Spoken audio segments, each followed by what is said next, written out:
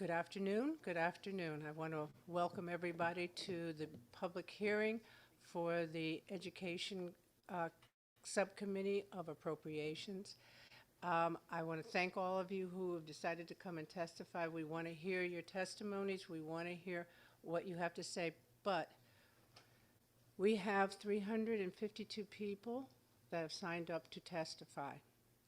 So if you, while you're sitting there, since all of you have had some math, you divide that by 3 minutes and tell me how many people does that mean we'll hear per hour? And then calculate how many hours we're going to have to be here. So I would say our guess is that we'll be here or on Zoom until about 3 or 4 in the morning. So because of that, I ask you all to be respectful. You have 3 minutes. I don't care if you have a group or not. You have 3 minutes for testimony, and at the 3 minutes, we ask you to be respectful for everybody. There are no questions from the legislators, because if we have questions, you will see the same outfit on me tomorrow. So therefore, I would like to at least go home. But I appreciate all of you coming to testify. We will read the testimonies. There is no question about it. That is why I also ask everybody, please make sure that you leave your testimony or email it to the Appropriations Subcommittee. No, don't do that. There's a portal. Oh, there's a portal. Oh, okay. Okay. I just learned there's a portal. Please submit your testimony to the portal so that it can go on record. And that way it's also documented, so then when we have a question about something that we heard in your testimony, we can refer back to it. And we do that. We keep a record, and we have a list of people who have signed up today. I thank you for your dedication. I thank you for your advocacy. And I also thank you for your compassion for all of the legislators who want to make sure that you have the opportunity to do this testimony. So for the first hour, 2 hours? 2 hours. God bless you. The first 2 hours, Representative Exum, Representative Exum will be the legislator. And if you are on remote, what was the instruction? To please accept The invitation. The invitation. That you will be getting an invitation from As a us panelist. to please come forward. So with that, I thank you, and I turn this over to Representative Exum. Thank you, Representative Walker. Okay, so it's good to see you all this afternoon. We'll get started with a very familiar face to me. Our first panelist is Jeffrey Bravin from the American School for the Deaf. Yes? Yes, ma'am. Just a few housekeeping Sure. items. Sure. Yes. We cannot have signs Oh, yes. showing in the Yep. hearing room, Yes. so those need to be put away or tucked under your seats, but we can't have those. And anyone online, if you are receiving a promotion to panelist, please accept it. And please know you are numbered randomly. It is not first come, first serve. And if you need help accessing your number on the speaker list, please send me an email.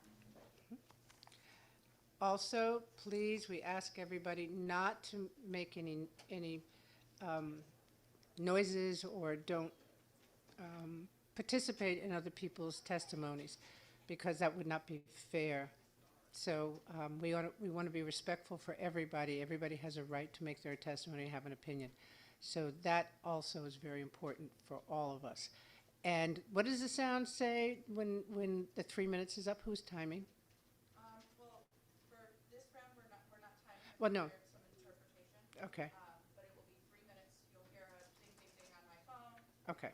I just want to make sure that if you have a chance, show them what the ding, ding, ding is. Never mind. Okay, I just got glared at. Never mind, I'm out of here. And we'd prefer Yep. to this, if possible, as well. Thank you. Thank you. Thank you so much. Okay, so we're ready to begin. Good afternoon. Good afternoon, and thank you so much for having us here today. It is always an honor to be here. In recognition of the time limitations, I just want to take the opportunity to introduce two of our other staff members who are here with me today. Justin Brooks, who is our Director of Student Life, and Alex Daly, who is a Senior Administrative Assistant who works at the school. Both of these individuals are alumni of our school, and they have grown at ASD and now returned to work for us. Their testimonies are wonderful and beautifully written. They have been submitted online, so I'll allow you to have the opportunity to read through that so they don't have to testify today and save you some time this evening, okay? Again, I want to thank the legislature for working so closely with the school over many, many years to ensure that we close the gap on our deficit. The deficit is still there, but every year you can see that the deficit continues to close. And last year, when we came here to testify, I did ask for $1.6 million for last year and then an incremental increase of $800,000 for fiscal year 27. We did not get the full $1.6 million last year. We got $800,000. And then we were flat funded for this year. So I am here to ask to please support an increase of $800,000 for this year so that we can continue to close the gap on that deficit. If we do not get that $800,000, that deficit will continue to grow once again and will directly impact the school's operations moving forward. So while we recognize that we do have a deficit, those monies will go towards making sure that we can retain the amazing staff that we have here on our campus. Staff who are uniquely skilled and dedicated. They don't have just the specific skill set to work with our students, they also are able to provide language and communicational accessible education. And so we really want to take a look at this and see if we can get this $800,000 so we can continue to provide the wonderful services that we have been providing for many years and many more years to come. And so that is my simple request today. So thank you again for your time this afternoon. Thank you so much, and it's wonderful to see you. I must say, the American School for the Deaf is in my district, and I'm so happy to represent you and just appreciate your amazing work. Thank you so much. Thank you so much. Next, we will have Alexandra Daly, followed by Justin Brooks. Oh, that's it. Okay, you're all together. Next, Rashida Kulkarni, pardon me if I'm messing up your name there, followed by Panhansa Semorakun. I hope you can understand what I just said. Thank you. Good afternoon. No, your microphone, you need to press the button and then, thank you, Kyle. Okay. I'm sorry about that. Can you That's hear okay. me better now? Perfect, thank Great. you.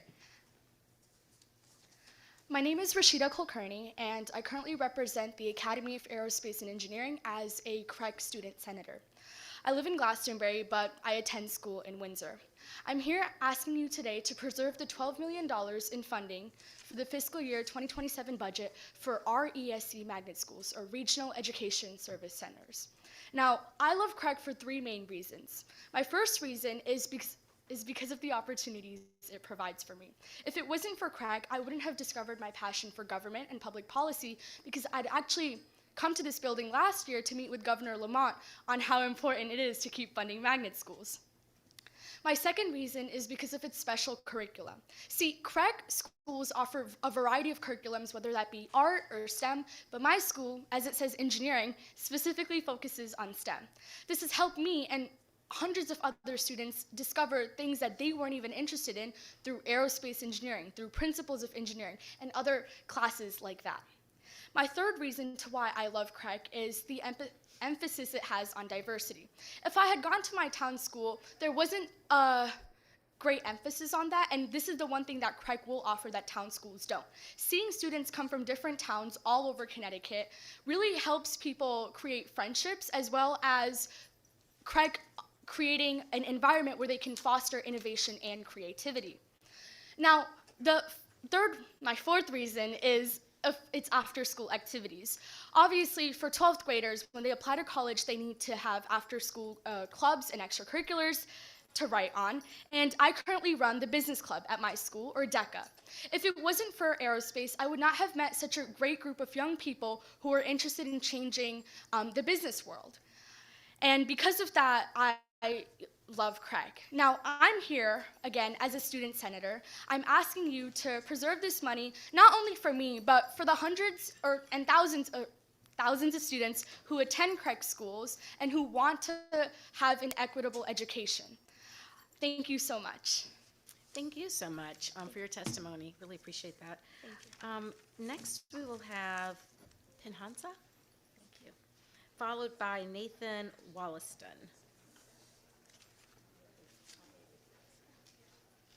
Good afternoon, members of the Appropriations Committee. My name is Pahansa Samarkun. I am 17 years old and a senior student senator at the Academy of Aerospace and Engineering. As I prepare to graduate this year, I've been reflecting on what it means to grow up inside a system that was built intentionally, not by accident, not by convenience, but by constitutional mandate.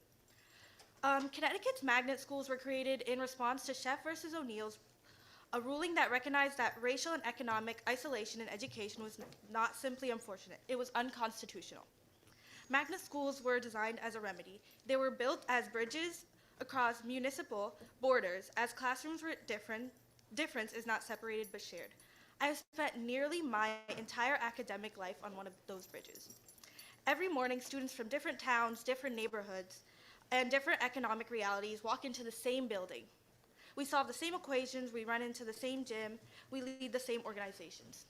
In a time when public life often feels defined by division, by red and blue maps, by echo chambers, by widening gaps in trust, magnet schools quietly practice something else. They practice proximity, they practice dialogue, they practice shared responsibility.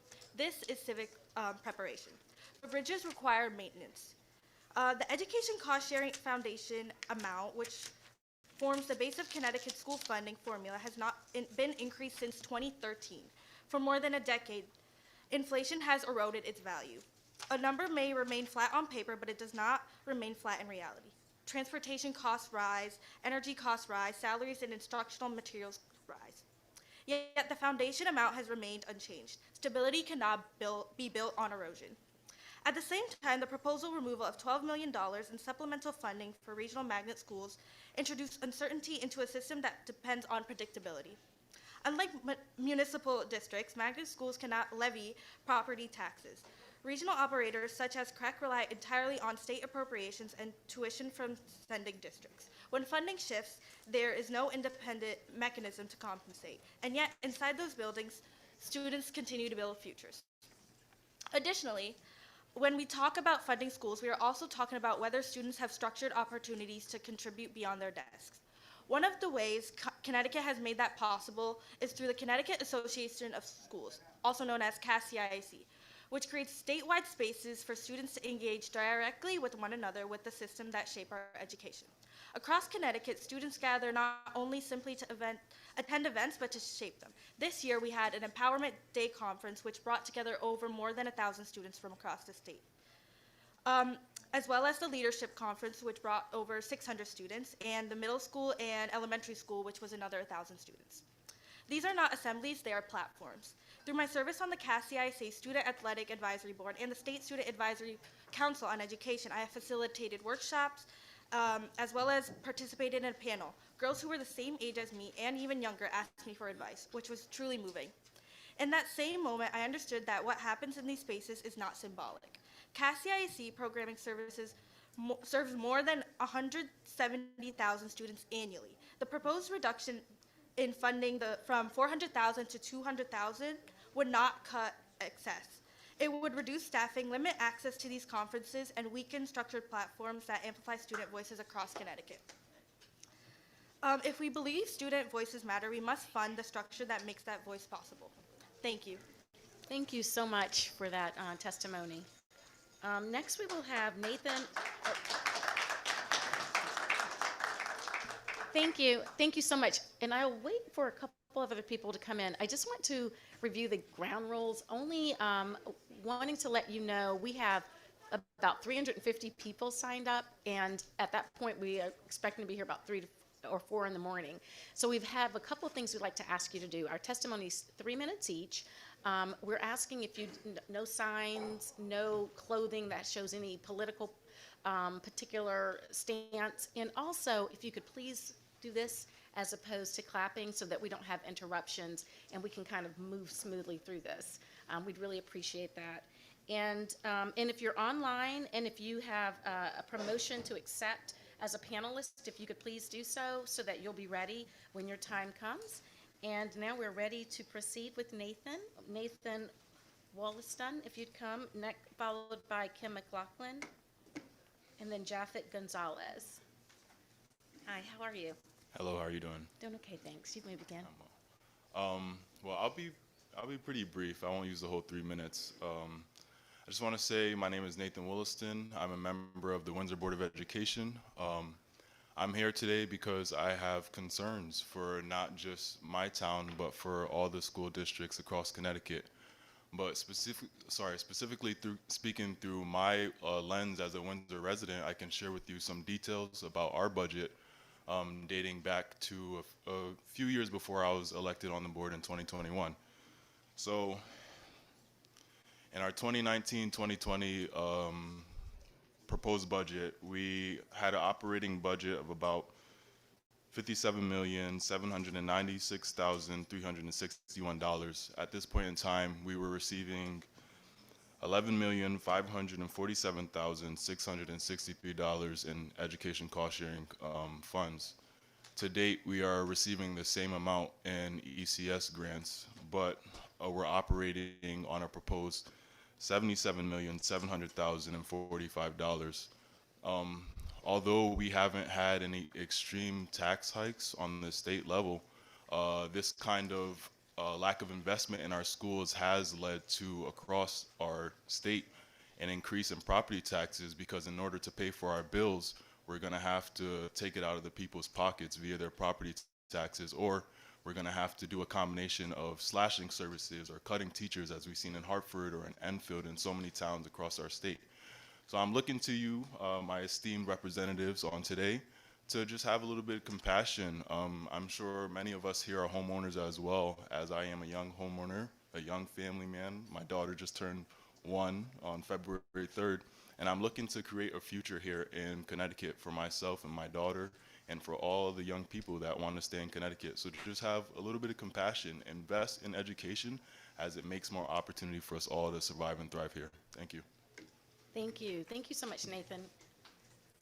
Next, we'll have Kim McLaughlin, followed by Japhet Gonzalez.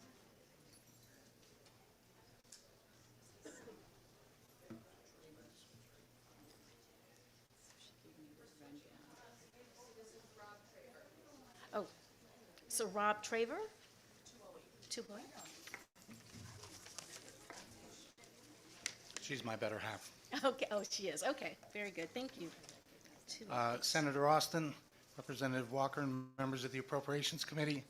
My name is Rob Traber, and I come to you as a member of the Bridgeport Board of Education, as a grandparent of a child in the Bridgeport Public Schools, also a former parent, a retired Bridgeport teacher, and a former president of the Bridgeport Education Association.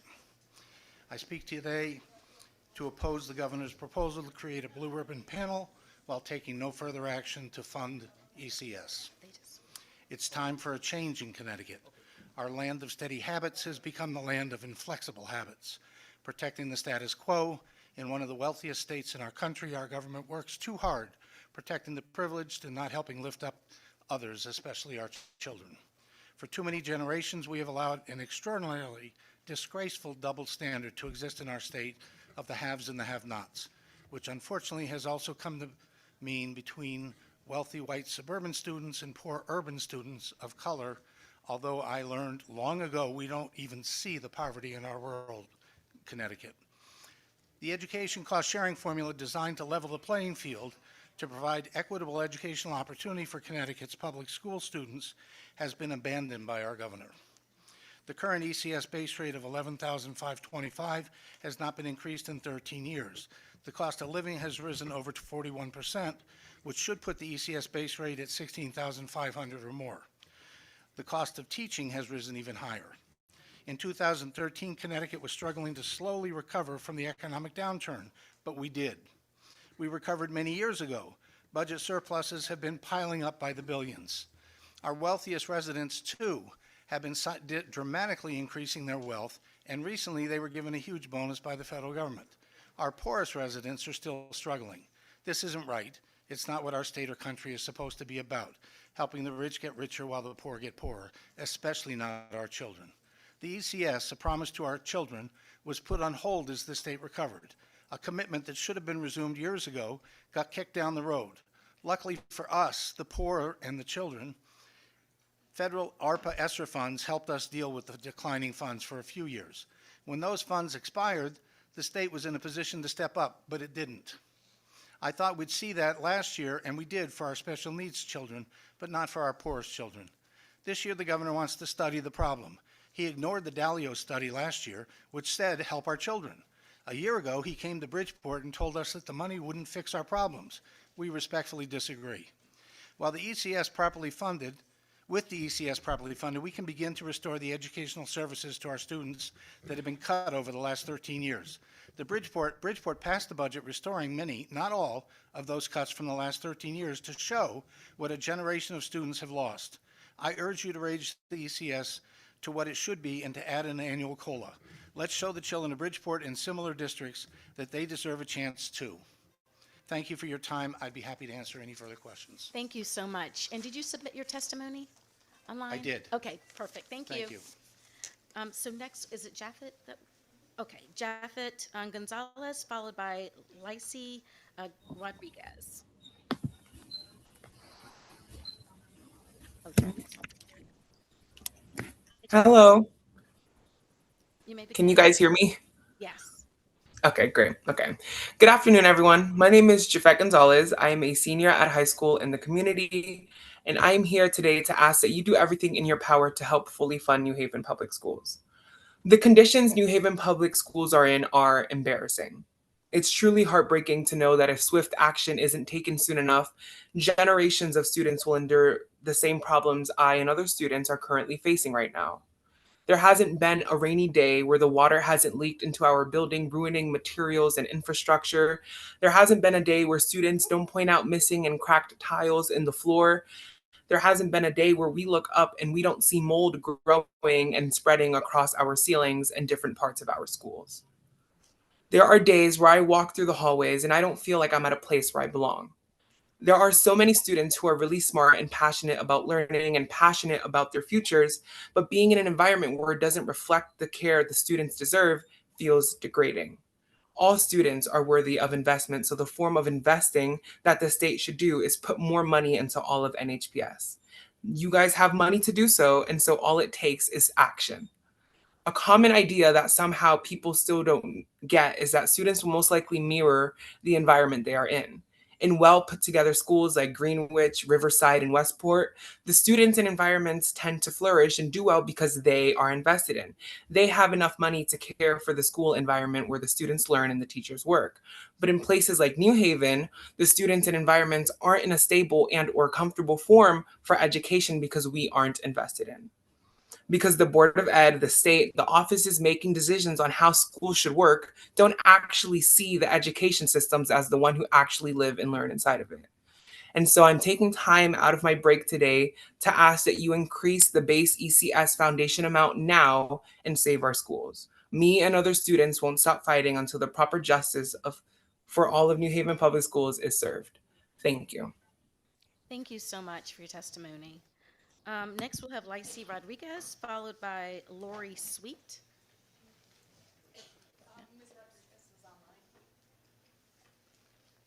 Ms. Rodriguez, are you online?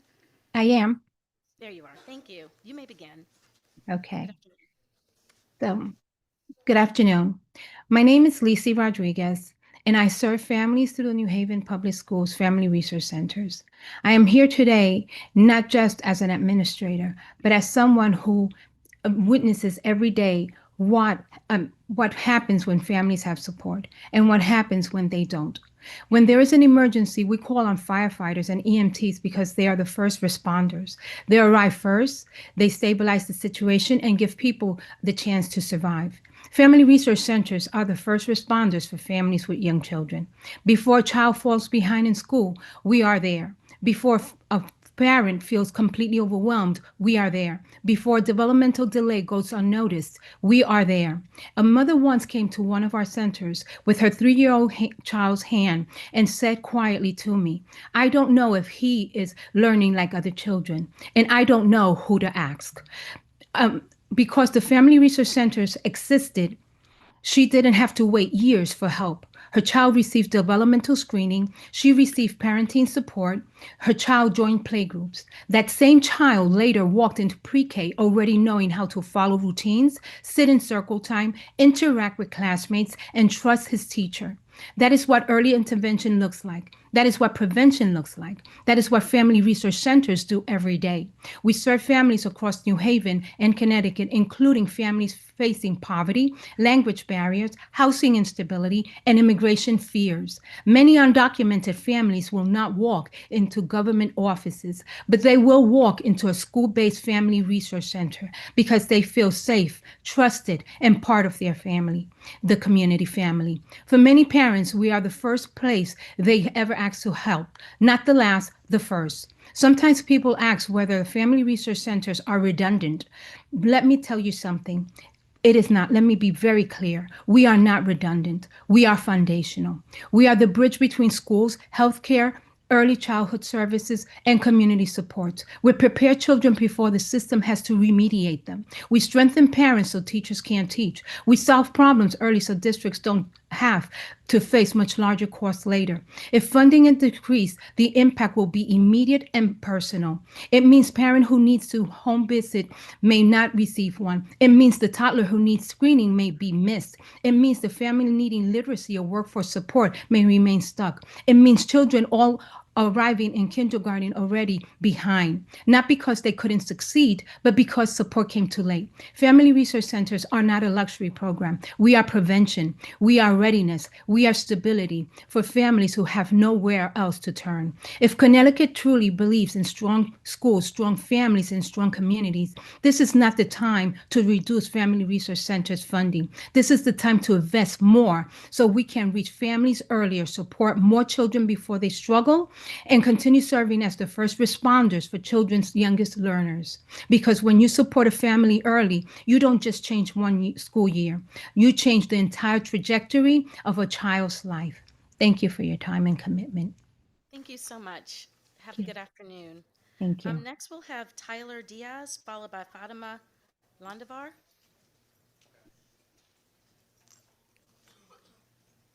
Tyler Diaz? He's not, is he online? No,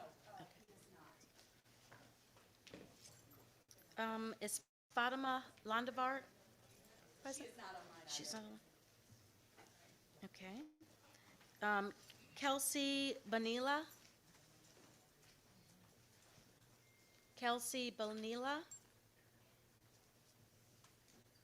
Chalia Robinson? I'm going to promote her now. Okay, thank you. Oh, excuse me. After this, I'll go back. I skipped a group, so I'm sorry about that. And the group is going. Looks like Ms. Robinson has been promoted. Okay, Ms. Hello. Robinson. Hello, can you hear me? Hi. Yes, we can hear you. Okay. There you are. Thank you. Okay, you're welcome. Good afternoon. Good afternoon. My name is Shayla Robinson. I am a Bridgeport, Connecticut parent. While I am speaking for my children personally, as well as the children in Bridgeport, I am also speaking for all of the other cities in Connecticut. As a Black mother with children in the public school system, I am here today to speak for our families who continue to demand fairness and education. During Black History Month, we reflect on the civil rights movement and the generations who fought to ensure our children had access to equal opportunity. Education has always been the central to the fight. Yet inequalities in school funding still deny Black and Brown students the resources they need to succeed. The current ECS formula must be updated to reflect the true needs of our communities and to prioritize inclusion and equity. Our children should not be punished for past mishandlings of funds or the hundreds of millions missed due to the lack of increase since 2013. Education is a state responsibility, and the state must ensure that all students are supported at a foundational level, regardless of the zip code or district history. In our communities, parents are asked to fill gaps that should never exist. We pull what little we have, holding fundraiser, writing letters to businesses just to afford basic supplies like school paper, pencils, classroom material. We have to beg for donations so that our children can experience small but meaningful moments like going on field trips, riding a bus to a museum, or participating in activities that help them feel included and inspired. It is painful to explain to my child, to any child, why they can't go when it's simply lack of money. The issue is especially urgent because our children are held to the same standards as students in wealthier, predominantly white districts. State and standardized testing is required for all students, yet the resources provided are not equal. That imbalance is not fair. We can't expect the same outcomes while offering unequal funding, staffing materials, and learning environments. Equity does not mean lowering expectations. It means providing equal access to opportunity. Our Black and Brown children are capable, are brilliant, and deserving of the same educational experiences as any other child. Access to counselors, updated technology, arts, enrichment programs, and safe facilities with well-supported educators. Honoring Black History Month means continuing the work of those who fought for justice before us. Updating and increasing the ECS formula is a necessary, a crucial step toward fulfilling that promise. If we truly believe in equal education under the law, then our funding must reflect that belief, because our children's future should never depend on the color of their skin or the zip code they call home.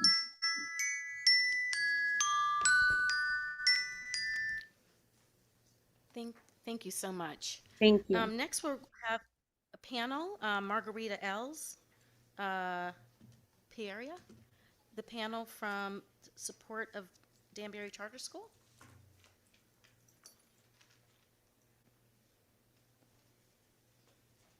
Sorry if I mispronounced your last name. Hi.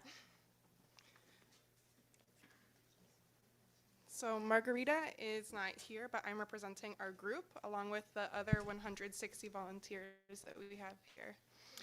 State your name for the record, please. Yes, my name is Kelly Sheehan. Good afternoon, and first, thank you to the legislators and committee members for the opportunity to testify today. I'm here both as a parent and an educator. My daughter Elena's first language is Spanish, and I have worked with multilingual learners as a public school teacher in Connecticut. In this role, I have seen firsthand that our MLLs do not receive the same equitable educational experience as mainstream students. Despite the dedication of many educators, the system lacks the training, flexibility, resources, and specialized supports that multilingual students need to thrive. For families like mine, having meaningful educational options is not a luxury, it's a necessity. Danbury is growing rapidly, yet families are still waiting for access to this public charter school that was approved years ago. Families are not asking for any special treatment. We're asking for follow-through on a decision that already made our voices to be respected. I urge you to honor the 2018 approval and allow Danbury Public Charter School to finally open. The community is ready, our families are ready, and our students cannot wait any longer. Thank you for your time and consideration. Thank you so much. Next, we will have Derek Heffelfinger, followed by Priscilla Velastigel. Madam Chair? Yes. I just want to let you know that the Office of Legislative Management has just reached out. They have set up an overflow room in room 2B. So if you would like to sit down, we'll make sure that you can watch this hearing from in there. But 2B is also available. Thank you. Good afternoon. You Good may afternoon. begin. Dear honorable members of the Appropriations Committee, my name is Derek Heffelfinger, and I am a senior at the Regional Center for the Arts, also known as RCA, in Trumbull, which is a CES magnet school. I'm asking for your support in preserving $12 million in RESC Magnet Grant for the fiscal year 2027 and creating a long-term equitable funding plan for schools across Connecticut. Studying musical theater at RCA has shaped far more than my performance skills. It has shaped my discipline, leadership, and sense of responsibility to my community. Balancing conservatory-level rehearsals with academics required the same time management and perseverance that enabled me to earn the rank of Eagle Scout, lead complex service projects, gain admission to the University of Pennsylvania's highly competitive nursing program, and to maintain a positive attitude throughout those experiences. At RCA, I have learned to collaborate across differences, accept critique with humility, and to step forward with confidence when others need direction, skills that translate directly into civic engagement and academic excellence. One of the most powerful aspects of RCA is the opportunity to learn alongside students from various towns, backgrounds, and life experiences. Magnet schools reduce isolation by bringing students together across districts, races, and economic circumstances who share a common passion for learning. At RCA, I have built meaningful friendships and professional collaborations with peers I would never have met otherwise. Programs such as RCA cultivate students who are not only talented performers, but also scholars, leaders, and public servants. Preserving funding for RCA is not simply about performing the arts, which is in of itself a worthy cause. It is an investment into developing disciplined, community-minded young people who will represent Connecticut with distinction into higher education and beyond. I urge you to continue working towards a sustainable and equitable funding plan that supports RESC Magnet schools and all public schools in Connecticut. Investing in our education today means a stronger future for all of us. Thank you for your time and support. Thank you, Derek. Tyler Diaz. There you are. Followed by Priscilla Velastigo.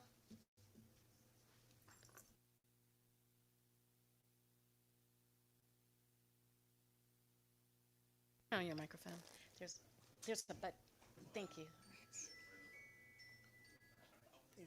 Sorry about that. Good afternoon, members of the Appropriations Committee. My name is Tyler Diaz. I'm an aspiring educator, a graduate student at Central Connecticut State University, and a CEA intern for policy and research. I'm testifying on behalf of the Aspiring Educators Program and on behalf of Hannah Spinner, who is the state chair of the CEA Aspiring Education Program. She was scheduled to join me, but is unable to testify today because of academic commitments. I wanted to start by saying we appreciate the efforts of not only the committee but the government to deal with the Connecticut teacher shortage, but also we recognize that the Connecticut Teacher Apprenticeship Program has been incredibly helpful with the goal of attracting 75 teacher apprenticeships.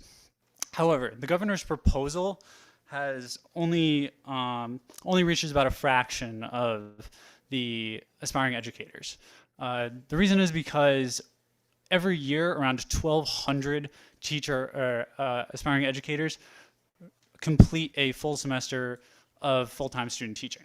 Student teaching is a professional, full-time experience. And without proper compensation, you lose out on a significant amount of talented students that would end up entering the teacher profession career. We believe that the legislature should join the 10 other states that use a student teacher stipend as a recruitment strategy. States like Pennsylvania and Maryland are examples of where a teaching stipend program and an apprenticeship model can work. Now, with that said, student teaching is one of the biggest financial issues that aspiring educators face. And so in a statewide survey done with 285 aspiring educators and early educators, 73% said that or were advised or explicitly prohibited from working other jobs while student teaching. 80% said they felt exploited, and 98% said that they agreed that being paid would ease the financial burden. Now, I myself dealt with student teaching and went through those experiences. I was lucky enough to have a family who supported me through that. Not everyone does.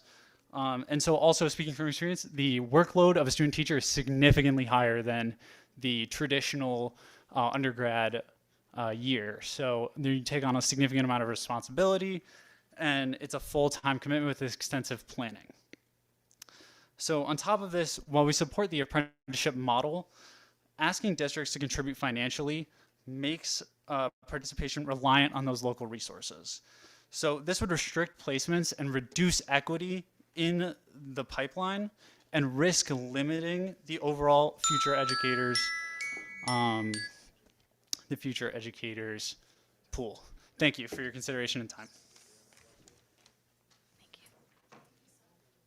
Thank you so much. Priscilla Velastigo? Is Priscilla? Okay.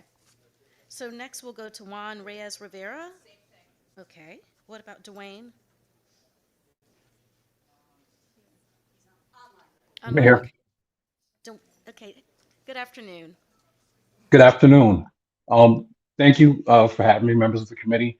My name is Dwayne Pierre. I am a resident of New Britain, Connecticut.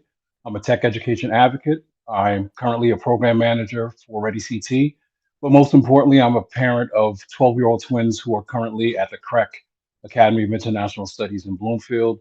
And I know for a fact, just with all of my experience as a father, community activist, and an educator, that it's essential to keep funding for CREC at a high level, because it really does create an education to employment pipeline where we can sort of divert the issues that employers are having with finding a local educated workforce, because things are moving. Students typically move out of state for opportunities, but CREC schools promote social growth, and I'm seeing that with my children. The academic gains are phenomenal, and the difference isn't just about the curriculum; it's the fact that it's creating an environment for acceptance, diversity, and exploration that you don't generally see in typical schools. I have 26 years of experience working in schools, either as a vendor or a community partner. I taught for 3 years at the Hartford Journalism Media Academy. And like I said, currently I'm working with Ready CT, and I'm in CREC schools and in Harvard Public Schools. And the metrics between the two is greatly drastic. There's more chronic absenteeism in the Harvard Public Schools versus the CREC schools. And I noticed that career readiness at the CREC level offers more dual enrollment participation for typically less funding. This all ties back into Shepp versus O'Neill, and I was actually on the board for the Shepp versus O'Neill committee for several years. And the largest attack, what I see, is funding erosion. Whether funds are being lost, it's definitely not keeping up with the rate of inflation. That's causing a bottleneck of opportunities for our students. So when CREC is underfunded, you're not just cutting away choice, you are dismantling the bridge to equity for thousands of not only inner city, but suburban families as well. As a parent, I can't even explain to you how transformative being in a CREC school has been for my twins for completely different reasons, but they both made honor roll back to back since transferring home. Thank you for your time. Thank you so much for your testimony. Thank you. Next, we will have Stella Mayer, followed by Joanna Korbacki. Stella's online. Okay, Stella. Hi. Hi. Good afternoon. Yeah. Can you hear me? Yes, just fine. Okay. Honorable chairs, ranking members, and distinguished members of the Appropriations Committee. My name is Stella Mayer, and I live in Bloomfield. I'm 17 years old and a senior at the Academy of Aerospace and Engineering located in Windsor. I'm also here as a student senator. I've been a part of CREC since kindergarten, and throughout my time, I've seen how CREC invests in its student success and embraces families from all kinds of backgrounds. My family chose CREC because of what it offers: diversity, support, and opportunities that I would have never had in my former hometown of Hartford, where I spent most of my life. As the daughter of South Sudanese and Tanzanian immigrants, my parents wanted more than an education for me and my brother. They wanted an education that opened doors and gave us the chance to build a better future. At CREC, I've learned alongside students from different cultures, experiences, and perspectives. Being in this environment has shaped who I am today. It taught me how to communicate, collaborate, and work with people who may not look or think like me, but who share the same drive to succeed. CREC has taught me things that I couldn't have learned from a textbook, but from a school that values inclusion and connection. Beyond diversity, my school supports me in many ways.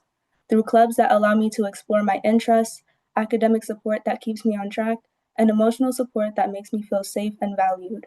Whether it's teachers staying after school to help students understand material they're struggling with, counselors checking in and guiding high schoolers through the college process, or clubs that let us explore our creativity and passions, CREC ensures that every student has the tools they need to succeed academically, emotionally, and socially. But none of this is possible without proper funding. Funding is crucial, especially for my school and others like it, which is STEM-based. Learning STEM subjects isn't just about reading textbooks, completing worksheets, and listening to lectures. It requires hands-on experiences, access to modern technology, and up-to-date equipment. These fields shape my future, our future. If we don't invest in them enough, we're limiting the potential of students who could go on to be scientists, engineers, and entrepreneurs.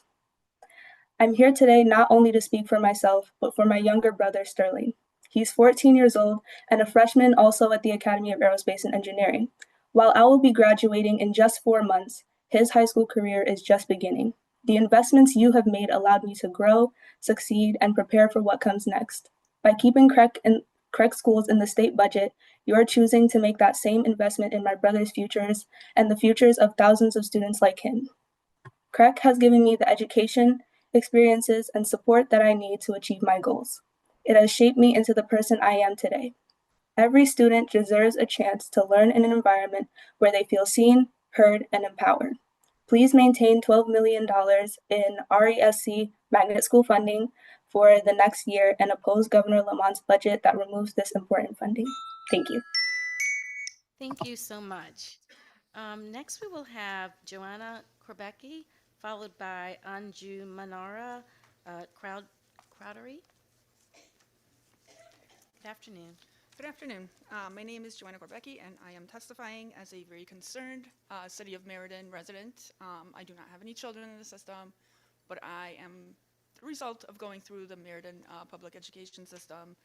And if it wasn't for support from teachers, I had an ESL teacher. I originally came here from Poland, so it's really crucial that we have the funding for all the extra resources, whether it's paraeducators, more staffing for smaller class sizes. I think right now we have some classes that are 30 to 35 students per class in a lot of the schools, and we are facing a budget issue that is going to cut 20 positions from already a strained situation in Meriden. We have been the least funded district in Connecticut, so my biggest concern is even the average student is not going to get what they need, especially if there are other students who have higher needs and we don't have the staff to help support all of that. So I would really like to urge everyone here to really support education across the board for everyone here. I know we're all here for the same reason, but I would just really like to see that being like the most basic foundation for everyone. I think we all can say education got us to where we are. I work at the Children's Hospital, so I know that at least the basic foundations of math, science, some of the English, any of that is really necessary. So I'm hoping that we can get the funding to get Meriden on board all the way. Thank you. Thank you so much. Next, we will have Anju Manara.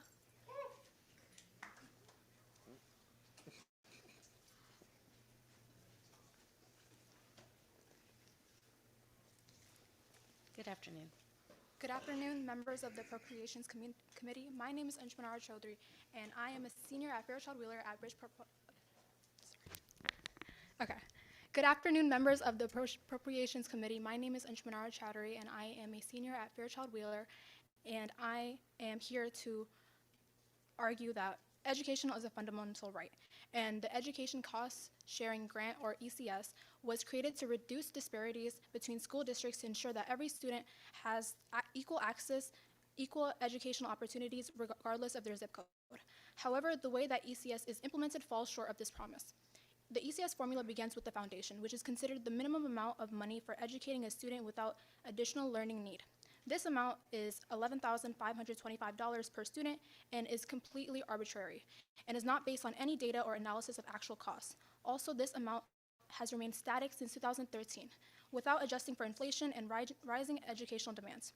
Another important part of the ECS formula is student need-based weights, which are meant to provide additional funding for students facing challenges such as low income, language barriers, and learning disabilities. Bridgeport is the most populated city in Connecticut and considered lower income. Every year, the number of multilingual students increases. This directly affects the student need-based weights. Personally, I have heard from educators about the effects of the lack of funding.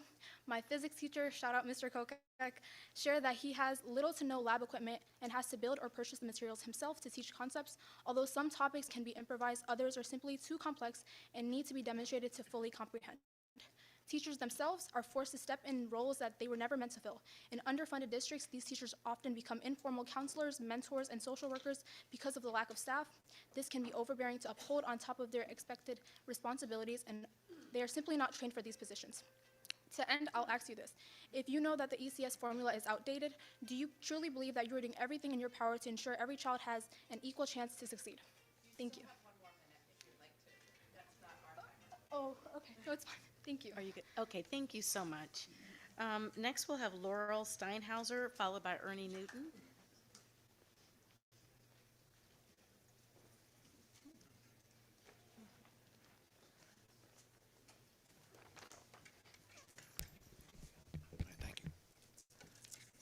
Good afternoon, distinguished members of the Appropriations Committee. My name is Mike Pelton, First Selectman for the Town of Portland, and I'm joined by Laurel Steinhauser, our Board of Education Chair. We're here today, a lifelong Republican and a lifelong Democrat, because funding our schools is not a partisan issue. It is the single largest driver of municipal budgets and property taxes, and the current structure is putting that burden increasingly on our local taxpayers. In most towns, including ours, roughly 2/3 of the budget is education. You often hear municipalities and boards of education described as being at odds, but the reality is we're all on the same side. We all want schools that are well supported, budgets we can plan responsibly for, and property taxes that remain stable. When state education funding falls behind these real costs, municipalities have only two options: raise taxes or cut services. That's not ideology, that's math. Over the last decade, the state share of education funding has quietly declined, and local taxpayers are making up the difference. We are asking you to stop that shift and restore a stable state and local partnership. Thank you, Mike. I want to focus on two areas where this proposed budget falls short. First, the education cost sharing formula. The ECS foundation rate, meant to reflect the average cost to educate an average student, has been frozen at $11,525 since 2013. Meanwhile, Portland's education costs have risen about 50%, driven by inflation, health insurance, special education needs, and transportation costs. Over that same period, our ECS funding increased only 14%. If ECS represents the cost to educate a child, it has to reflect the cost to educate a child today, not 13 years ago. We urge you to update the ECS foundation rate and index it to inflation to stop the ongoing shift of education costs onto local property taxpayers. Second, special education reimbursement. Local districts are legally required to provide services to students with special needs, and it is a privilege to do so. The state also has a statutory obligation to share extraordinary costs through the excess cost grant. However, reimbursement is currently provided within available appropriations. That means if student special education needs across the state are higher than the state is expecting, individual districts are penalized. In other words, districts budget based on one number and can receive another after services are already delivered. We can't delay services, we can't deny services, and we can't negotiate these costs. So when reimbursement falls short, we either cut general education programs or we increase local taxes mid-year. That unpredictability makes responsible budgeting impossible. Fully funding the excess cost grant and removing within available appropriations language would make the state's commitment reliable. Predictable funding protects students and protects taxpayers. Public education funding is a shared responsibility, and we are asking the state to uphold its partnership with municipalities. Updating and indexing ECS and stabilizing special education reimbursement are necessary to maintaining both educational quality and tax stability. Thank you. Thank you so much for your testimony. Thank you. Ernie Newton, followed by Marzitza.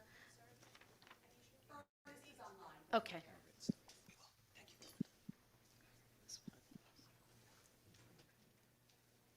Is Ernie Newton here? I'm here.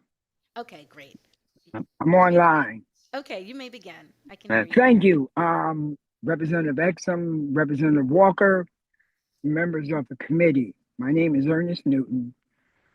I live in Bridgeport, Connecticut. I am the president pro temp of the city council. And I had great honor of serving with Representative Walker when I was in the legislature. I come to speak on behalf of Bridgeport, Connecticut's formula.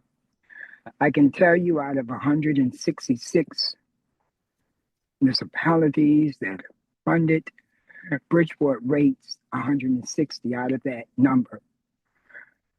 I wish, Representative Walker, when I served with you, we had $1 billion surplus. I was there for Sheff versus O'Neill when they won that case. We are in desperate need of changing that formula. And you all have a golden opportunity now, because you have money, to spend a little bit more on the cost sharing. Our ECS hasn't been changed. You've heard the testimonies in 13 years, but everything else has changed. It's time for the legislature to really sit down and say, you know what? It's not just Bridgeport. You've got municipalities coming in. We're all saying the same thing. I wish that when I was a legislator, we had $1 billion surplus. So we could have given the money, funded education. I co-chair the Appropriations Committee for the city for our budget. I wish education was the only thing that I had to worry about. Municipalities can't do it by themselves because they've got police, fire, contracts. We've got a lot more that we're responsible for. But you all have the opportunity to fix the formula once and for all, because it's small towns now that are having problems, medium-sized towns, and large cities. So I would just ask this committee to please think about urging the governor, instead of setting up a blue ribbon committee. And I appreciate what he's done for Bridgeport, but we don't need a study. We already know what the problem is. And I would hope that he would, and the legislature, would help out the municipalities. Thank you for your time and have a good evening. Thank you so much. Next, we will have Maritza Estremera Jimenez online. Okay. Thank you. Thank you. Esteemed members of the Appropriations Committee, thank you for the opportunity to speak. My name is Maritza Estremera Jimenez, and I am the Secretary of the Bridgeport Board of Education, and most importantly, a mother of 2 children in Bridgeport Public Schools. I'm here today because our children cannot wait one more year, let alone several years, for another study, another panel, or another delay. I strongly oppose the governor's proposal to create a blue ribbon panel. Our students need meaningful action now. I urge you to increase and fully fund the ECS formula so it finally reflects the real and rising cost of living, with annual adjustments tied to economic indicators just like Social Security. Stability matters, predictability matters, and our children deserve nothing less. I want to share something personal. I work long hours and occasionally I must travel for work. This past fall, I had an international work trip, the first time I had ever been away from my kids for 5 days. When I returned, one of my children began experiencing separation anxiety every morning before school. It became so overwhelming that they needed help from the school social worker. But because our district cannot afford full-time social workers in every school, those sessions were limited to once a week and they were not immediate. My child had daily episodes. Their teacher, already stretched out thin, had to step in to comfort them and help them regain their footing, taking time away from instructional time, all because the support was not there when my child needed it. As a parent, it is devastating to be told that your child can only receive help when someone is available, not when they're hurting. And this is one of the best magnet schools in Bridgeport. That is how dire the situation is after decades of chronic underfunding. For 13 years, our schools have been flat funded while the cost of living has soared over 40%. No system, especially one responsible for children, can absorb that level of erosion and still meet the needs of its students. Education touches every corner of our economy. It shapes our workforce, our communities, and our future. It is both a moral responsibility and an economic imperative to invest in our children so they are prepared to take the reins when it's our turn to step back. Let's build a Connecticut where opportunity is not determined by zip code, where every child in every community has the resources they need to thrive. For all these reasons, I respectfully and urgently implore you fully fund the ECS formula to reflect today's cost of living and ensure annual adjustments tied to real economic indicators like Social Security. Our students' futures depend on it. Thank you for your time, your leadership, and your commitment to the children of Connecticut. Thank you. Thank you so much. Next, we'll have Veronica Burnell, followed by Jim Mahfood.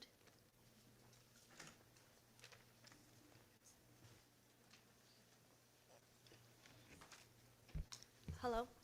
Good afternoon. Can We you hear me? Yes. Good afternoon, honorable members of the Appropriations Committee. My name is Veronica Burnell. I live in Salem, Connecticut. I am currently a sophomore at Greater Hartford Academy of the Arts full day in Hartford, Connecticut, which is a CREC magnet school. I am asking you to please maintain $12 million in magnet school funding for next year and oppose Government Lamont's budget that removes this important funding to magnet schools operated by regional education service centers. I enjoy attending my CREC school because of the diversity, special education, and the arts program at my school. I wasn't always in a CREC magnet school, but I've always been in a magnet school since elementary school. I've been around a diverse group of people, but CREC magnet schools are the most diverse. I get to meet people from all over the state and get to know their interests and hobbies and get to see their view on the world. I believe being in a diverse school helps kids and teens to be exposed to more than one background and view on other people's perspectives. Without these funding, other kids and teens won't be able to get this experience like I have. I strongly feel that if I didn't go to Anna Grace for middle school and Greater Hartford for high school, I wouldn't be the confident girl I am today. In the 5 years I've been in CREC, I've learned to embrace my curly hair, I've learned how to dress to express myself, and I've learned not to be embarrassed of my learning struggles. In 2020, when I was 10 years old, I was diagnosed with a learning disability. I was struggling with processing and working memory. When I read, sometimes I have to reread a page in a book more than once, and sometimes I forget how to spell certain words. But when I went to Anna Grace, that all changed. I joined the special education program where I met a teacher who helped me in 6th and 7th grade and freshman year to the end of 2025, along with many other teachers in the years between. There they taught me to be confident in my writing. They went over strategies and rules for me to use when writing and taught me how to remember spelling certain words and helped me sound out words I didn't know. Without this program, I wouldn't be standing in front of you today speaking as clearly as I am now. Magnet schools help kids with learning disabilities, give them the opportunity to have an education that incorporates their interests. This helps them with motivation and drives them to succeed. One thing that I love about my school is that we have arts built into the schedule. I've been a competition dancer for 13 years, and when I get older, I would like to continue that into my adult life, and having dance classes at school helps me get more training than just taking dance classes at my studio. Having teachers in the professional world is beneficial because we get to have connections in the art world, which can help us in the long run. We also are getting the best training to succeed. Our magnet schools are at high risk if this funding is not maintained into the budget. Please maintain $12 million in the RESC magnet school funding for next year and oppose Government Lamont's budget that removes this important funding. Thank you. Thank you so much, and that was so well done. I'm sure that your teachers are very proud, and you are too. Thank you. Thank you.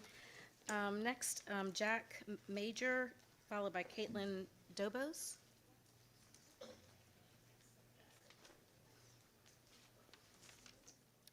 Good afternoon. Senator Ostin, Representative Walker, and honorable members of the Appropriations Committee. My name is Jack Major. I live in Watertown, and I'm a student in 8th grade at ACES Chase Academy in Waterbury, which is a STEAM magnet school.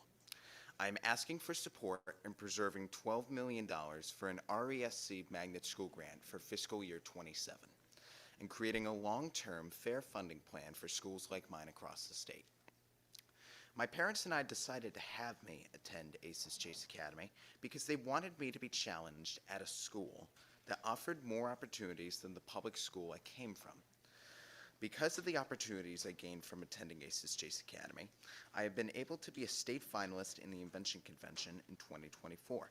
Our school has also given me the opportunity to participate in several after-school clubs, such as the school newspaper, where I have become the editor-in-chief, the History Club, dedicated to our campus's history, and our school chapter of the National Junior Honor Society. Finally, I have learned many things from our school's Project Lead the Way engineering classes, which have taught me how to code, construct items out of provided materials, and help me become a more critical thinker. This school has given me so many opportunities to grow as a student. Without the funding and a sustainable funding plan to go along with it, magnet schools like ACES Chase Academy will have fewer resources, fewer programs, and fewer opportunities for me to succeed as a student. A long-term funding plan is essential to ensure that all students in Connecticut, regardless of where they live, have access to a high-quality education. I urge you all to continue working towards a sustainable and equitable funding plan that supports RESC magnet schools and all public schools in Connecticut. Investing in our education today means all of us will have a stronger future tomorrow. Thank you so much for your time and support. Thank you so much. Just so impressed by these students. Next, we will have Caitlin Dobos, followed by Dr. Frank Labanca.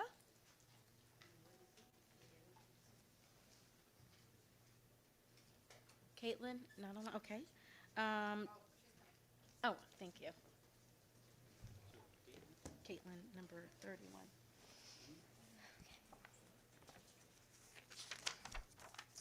Hello, good afternoon. My name is Caitlin Dobos, and I am from Waterbury. I am 15 and currently attending ACES Chase Academy in Waterbury as a 10th grade student. Before we start, I would like to thank you for letting me and my classmates be heard.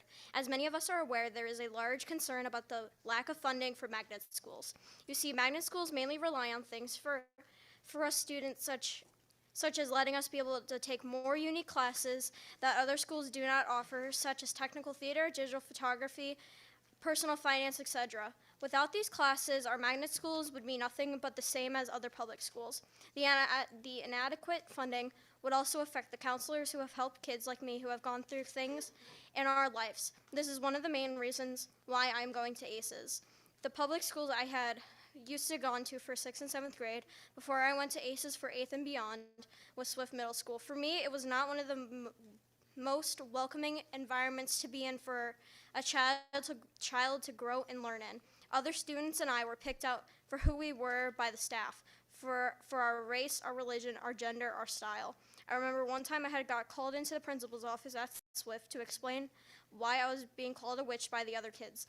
I had to explain that I was a pagan, so calling me a witch was the right terminology. Even after my many explanations, they called my mother to have her personally explain. After this and events that had happened, I didn't trust the staff around me.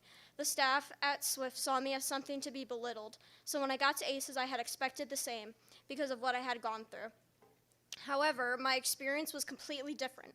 I didn't realize that there were so many students from different towns, and all of them came from many different backgrounds. They accepted me for who I was, along with the other students. They didn't pick us out for who we were.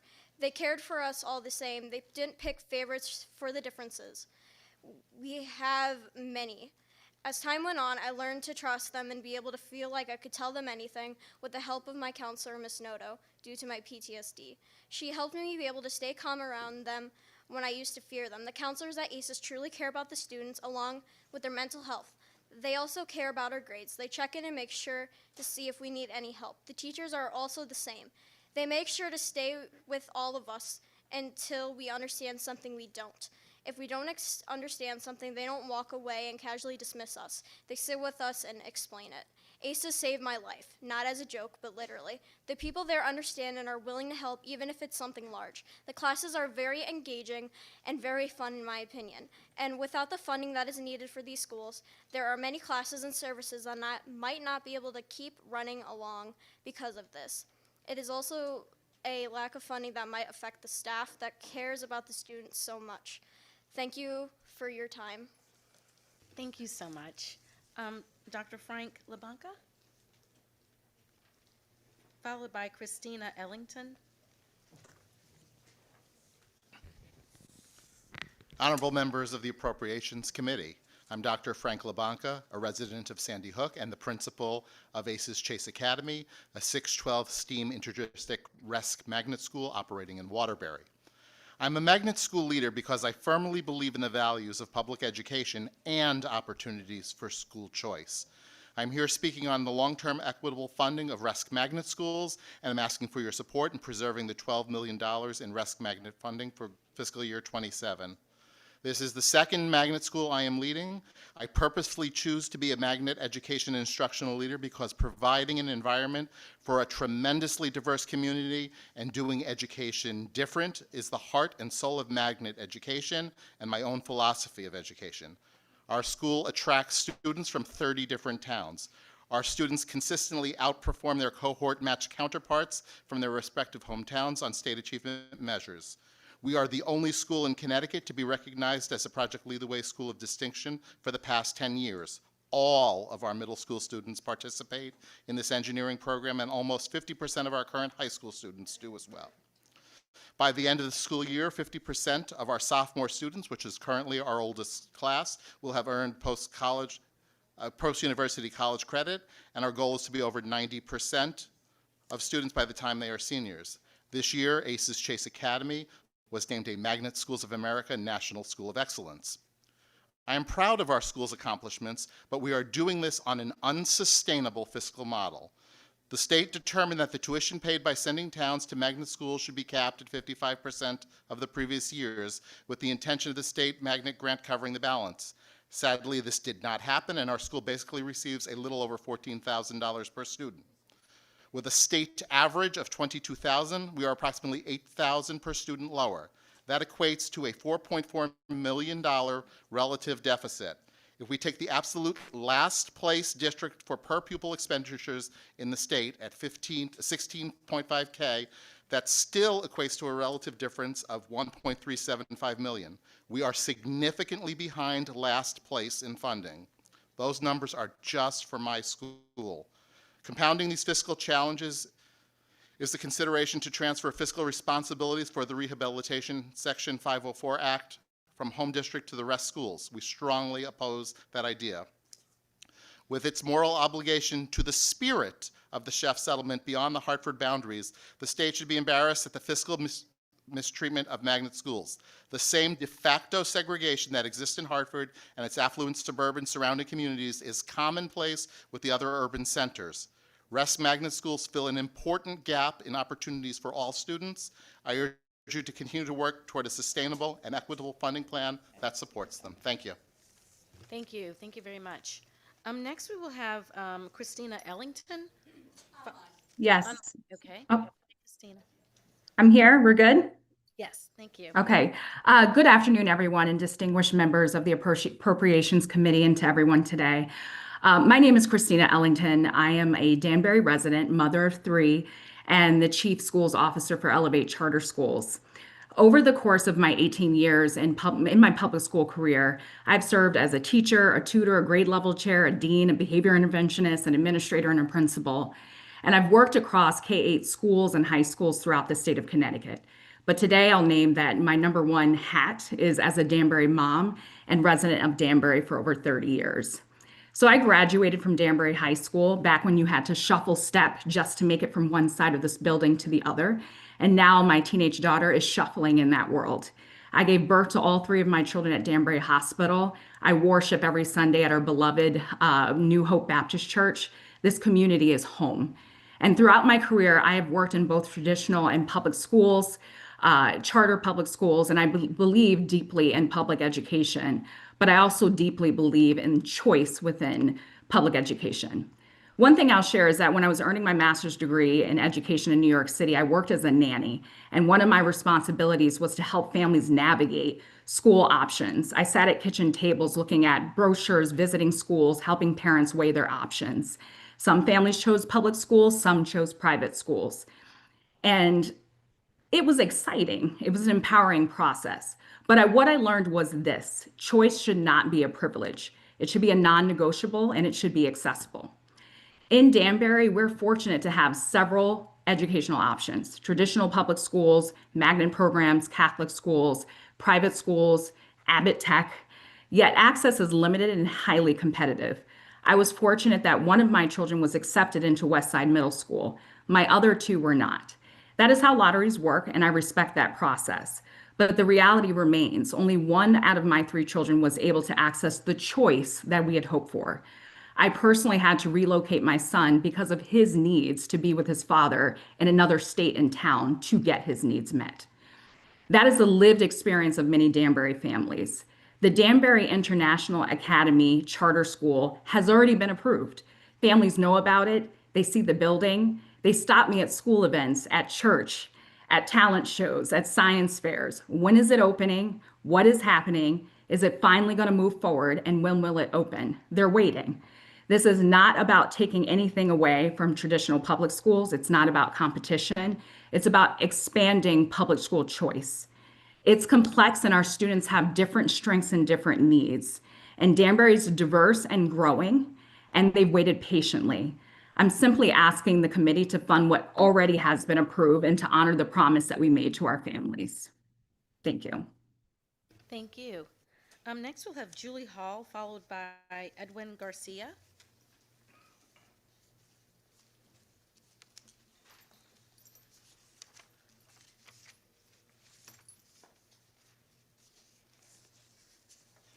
Hello. Good afternoon, please. There you Sorry. are. Perfect. Thank you. Saw a red light, thought it was off. Red, go, stop.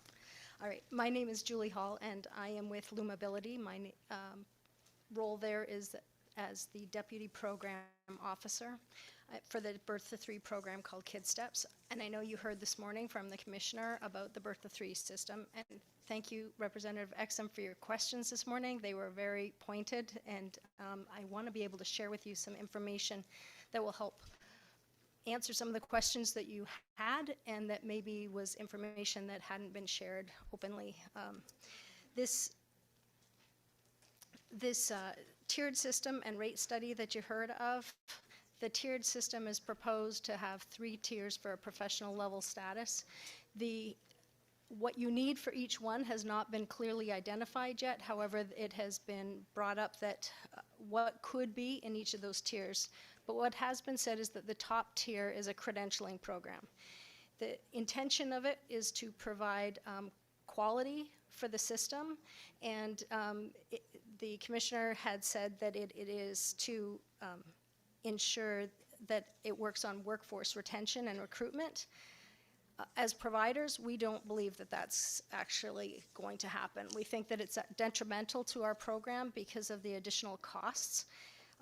That top tier, while it does offer quality, and no one is disputing that, it is going to make it so that programs have to eat the cost of trying to help get staff to that level that are currently in the system.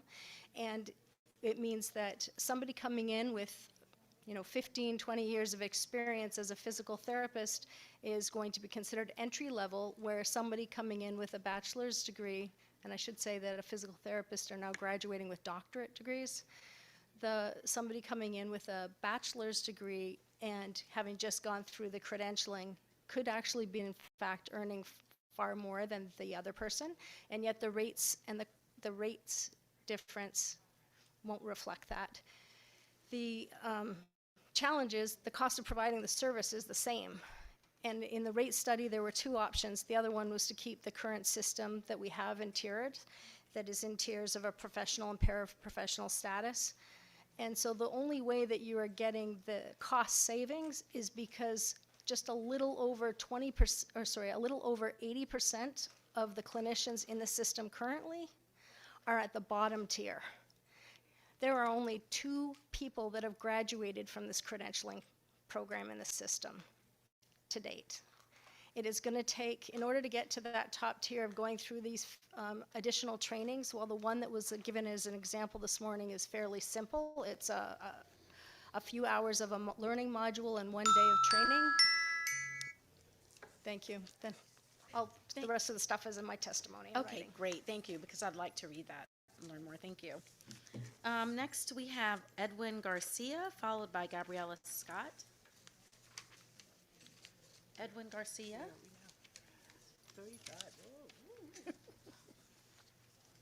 No? Okay, Gabriella Scott. No? Oh, I can't tell. Okay. Good afternoon. I come on behalf of Edwin Garcias. I'm a community leader. My name is Iris Vizcarrondo, and I am here today as a Connecticut parent who believes that every child in the state, regarding Danbury, the city that they were born, most likely Danbury, deserve a quality public education and a real choice. Thank you to the committee for allowing community voices from across the state to be heard today. I am a mother, and I know what it means to lie awake at night wondering if your child is in a right environment, getting what they need, being prepared for the future. Every parent in Connecticut shared the experience, and because I know the feeling, I cannot still silence when I see families in Danbury who wants to have a choice, who want to have a charter school. In this where it's happening in the city in Danbury, they have approved a school, a charter school, an international charter school since 2018, and it's still in the limbo. It hasn't been open. The building has been donated, so it's not a burden for the city of Danbury. I am here because I believe in Connecticut. I believe that Danbury should have another options for free for the public school, for the kids, so they can go and choose whatever they want to go. If they want to go to the charter and have an international curriculum, the one that's going to help them go to any university they want. I believe we are a state that follows through on commitments and that stand up for working families and children. Danbury Public Charter School is a tuition-free public school. It asks nothing extraordinary of this legislature, only that it honor a decision already made. The school has been approved by the Board of Education. We only need the funds. Please stand with Danbury families today. Their children are Connecticut children too. Thank you. Thank you so much. Next, we have Shanoy Clark, followed by Idhant Bosi. Okay, Shanoy? Hello, is everyone hearing me? Yes. We are a group, so my partner will go first and then I will go. Is that okay? Yeah, yes, that's fine. Okay, perfect. Good afternoon. My name is Nigeli Roman, and I'm currently a senior at Bassick High School, and I'm the class valedictorian of 2026. I'm here today because the students of Bridgeport Public Schools deserve better. Bridgeport students on average struggle on state assessments. Only about 20% of students are proficient in English language arts, and about 12.5% are proficient in math. Some might assume that this is a student's fault and that we simply don't care or lack motivation, but that isn't true. Students do care. Students want to succeed. The real question is, how are we expected to perform at the same level as students in better funded districts when we don't have the same resources or opportunities? We are constantly compared to schools that have more funding, more programs, and more support systems. That comparison isn't fair when the playing field isn't equal. People say our districts receives a lot of money, but students don't see that investment reflected in our classrooms, materials, or daily experiences. So we have to ask, where is that money going and why are students feeling its impact? The lack of resources doesn't just affect students, it affects staff too. Teachers, counselors, and support staff, the very people students rely on for academic help, guidance, and emotional support, have been cut in order to balance budgets. What may look like a financial solution on paper is actually creating real harm for students in practice. And what about ESL students? They deserve the same opportunities as everyone else, yet many don't have the access to resources they fully need to succeed. Education should be equitable and not selective. No student should feel like they're being placed on the back burner simply because they need additional support. Students in Bridgeport are intelligent, capable, and determined. We are not asking for special treatment. We are asking for fair investment. The kind that gives us a real chance to succeed, grow, and contribute to our community and state. Because when you invest in students, you invest in the future. Thank you. Thank you so much for your testimony. A pleasant good afternoon to the members of Appropriation and to everyone else. I am Shanora Clark, a senior at the Bostic High School. I must express my gratitude for the opportunity to be here, to be the voice for many silent students of Bridgeport, specifically Bostic High School. Bridgeport has a dream to be someone, to make an impact on this community and in the world, and we need your help. In our schools, we're still in need. We're suffering daily with minimal resources in our classroom. Though Basic High School has improved, we must still acknowledge and adhere to the struggles that are still active, in our school. Our schools consist of students with special needs and multilingual learners. We need you to pour into us, to give us the resources that we need to be the teachers, electricians, lawyers, engineers of tomorrow. Our students, thank you so much. Thank you. Sorry about that. Thank you so much. Gabriella Scott, followed by Idnhat Boise.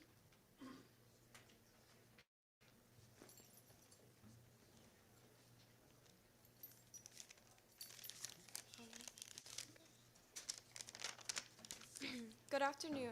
My name is Gabriella Scott. I'm a 15-year-old student from Seymour who attends ACES Chase Academy, a magnet school in Waterbury. Schools such as my own are not given an equal opportunity financially, which needs to change. Magnet schools in Connecticut are currently not given the same amount of funding as traditional schools are, which is very challenging. What makes magnet schools special is the environment we have compared to traditional schools. Magnet schools provide a diverse and uplifting community to students of many backgrounds, often those who are less fortunate like myself. I am someone who chose to attend a magnet school because my former middle school failed to provide an appropriate environment for me. I was bullied not only by students but by staff as well while I was dealing with a chronic illness.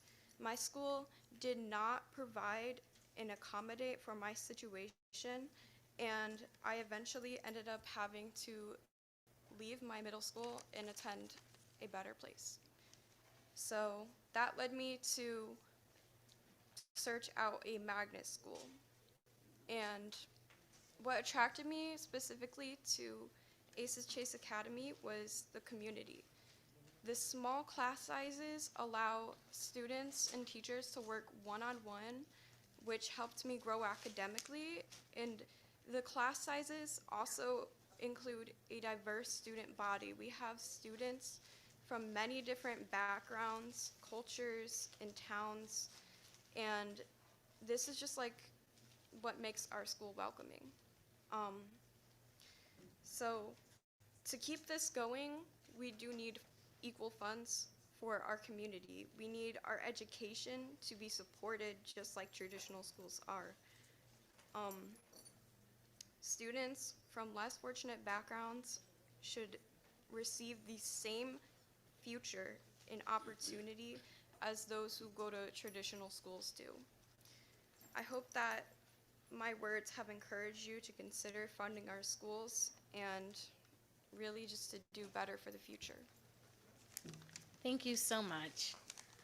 Next, we will have Idnhat Boise, followed by Logan Locke. Good afternoon, members of the Appropriations Committee and my fellow committee members. My name is Idnhat Boise, and I'm a senior at Rock Hill High School.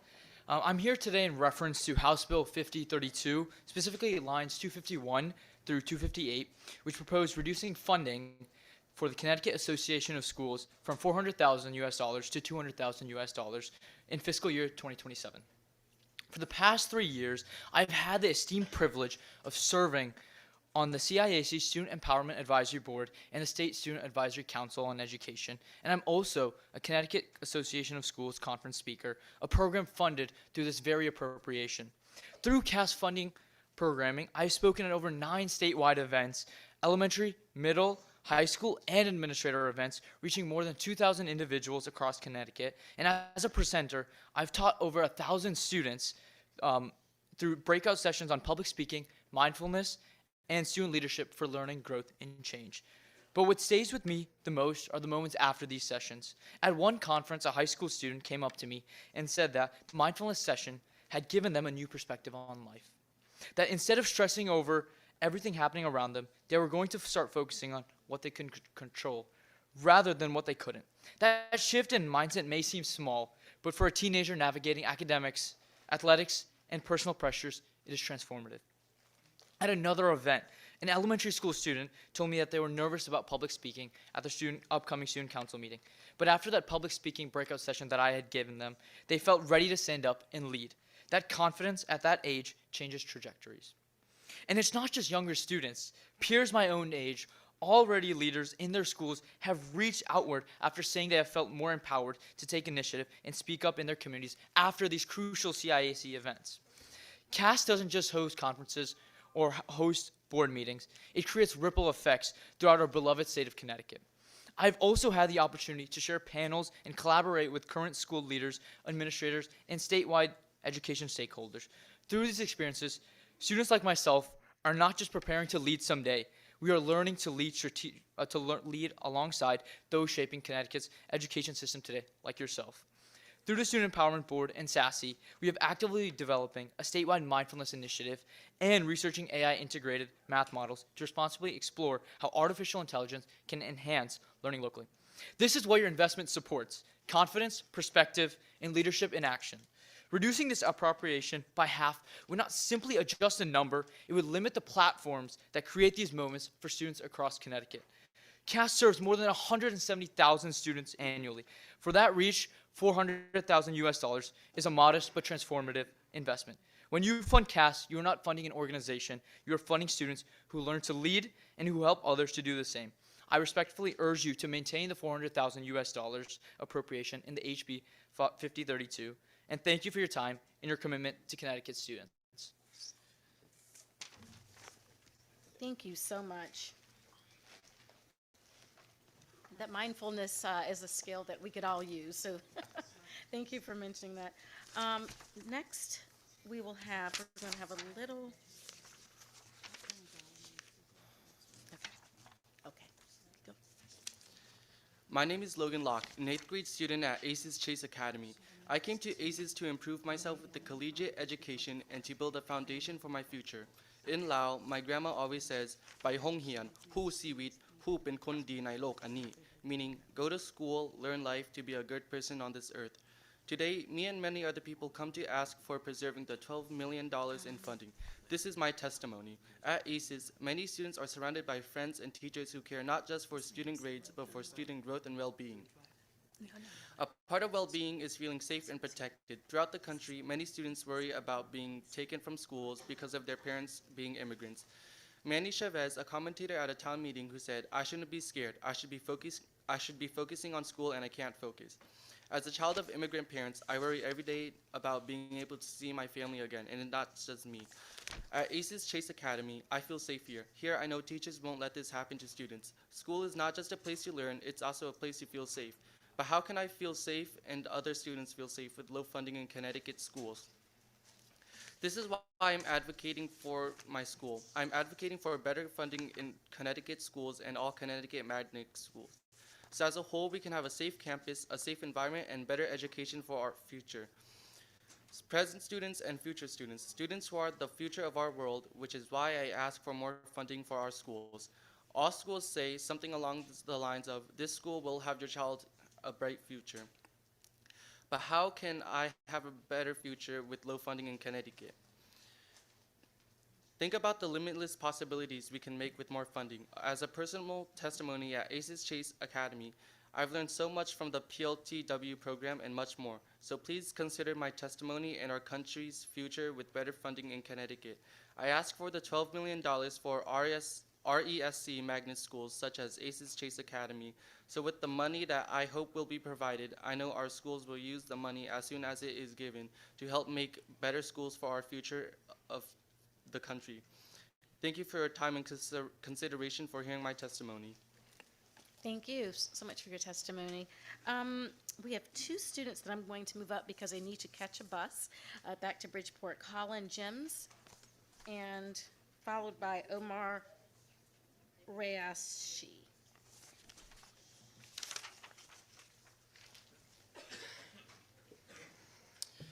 Elected officials and appropriation committee members, thank you for holding this public hearing on the governor's proposed budget for elementary and secondary education.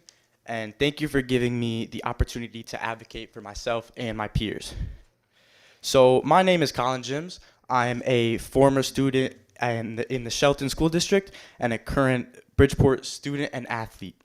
I'm a senior enrolled in Fairchild Wheeler Interdistrict Magnet Academy, who will be attending Rensselaer Polytechnic Institute for Biomedical Engineering in the fall. So, coming from Shelton, I have a much different history and view than my peers when it comes to schooling. Though I've enjoyed my time in the Bridgeport school system, it is in no way related to the resources given to me. When attending school in Shelton, there was no lack of resources or participation in school. In Bridgeport, I have noticed there is an abundance of students that do not participate or try in school at all. Students are clearly not engaged by the teachers and the curriculum. The difference that I have noticed between these two school districts is the time and money provided to make the curriculum valuable and engaging.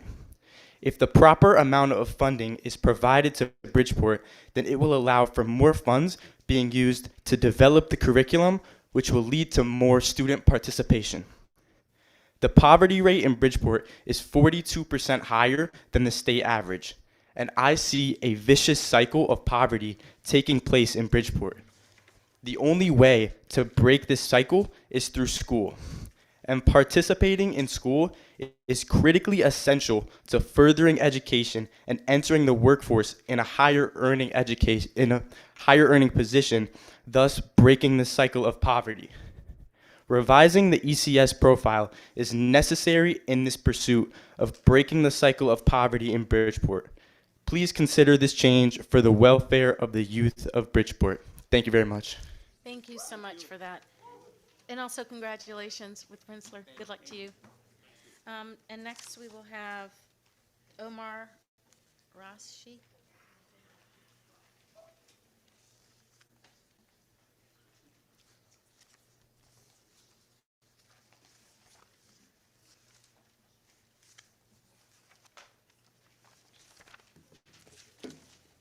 Good afternoon. Good afternoon. Senator Olson, Senator Somers, distinguished representatives, and members of the Appropriation Committee. I'm Omar Ayashi, a student at Fairchild Wheeler High School in Bridgeport, and I'm here to discuss the lack of funding given to Bridgeport as a result of the ECS formula. Starting since the fiscal year 2019, Bridgeport has received $92.1 million less in funding than what was called for by the ECS formula. This large underfunding in Bridgeport creates and amplifies serious problems within the district. In 2025, in order to save money, Bridgeport was forced to cut many positions, including librarians, counselors, and many others. These are not trivial positions. These are essential roles that students need to thrive. The worst thing that you can do to a student is to deprive them of access. Access to books, access to guidance, access to basic resources that we should not have to advocate for here. These numbers and talking points are not just statistics or budget lines, but real lives with real consequences. Each teacher has a family to provide for. Each student has their own dreams and untapped potential, all to be neglected by a failing system that cannot encourage or support growth. So I plead, please adjust the budget for the ECS formula for the fiscal year 2027. I plead to increase the base foundation cost that has stayed stagnant for over a decade. I plead to adjust the cost of living requirements and modify the ECS formula to account for inflation each year.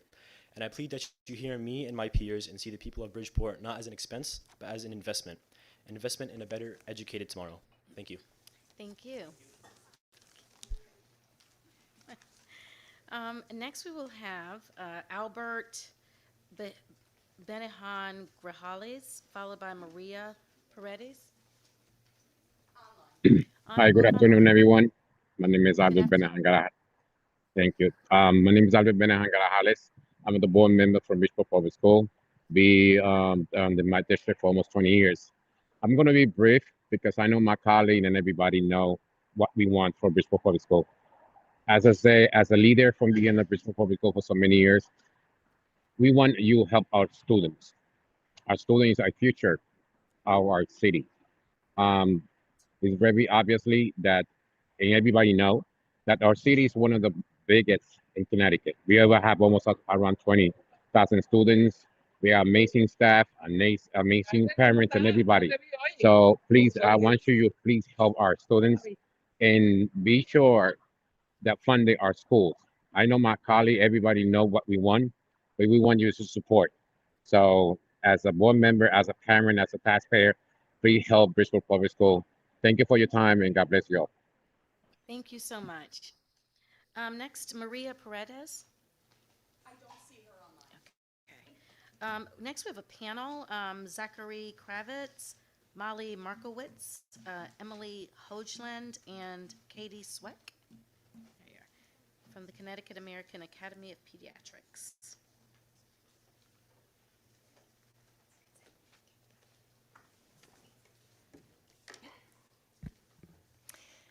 Good afternoon, and thank you to the members of the Appropriations Committee for the opportunity to speak today. I'm Dr. Katie Sweck. I'm a pediatrician in New Haven, and I serve as the Early Childhood Champion and Healthy Mental Development Champion for the Connecticut chapter of the American Academy of Pediatrics, which represents more than 600 pediatricians across our state. And I can say that we're all very impressed by all of the students here today. I am here to strongly oppose the elimination of funding for Reach Out and Read in Governor Lamont's proposed fiscal year 27 budget revisions.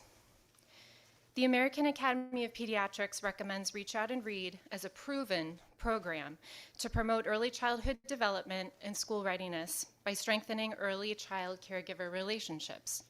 More than 600 pediatric clinicians in Connecticut incorporate this evidence-based model into well child visits from infancy through age 5 years, providing new books and early literacy guidance.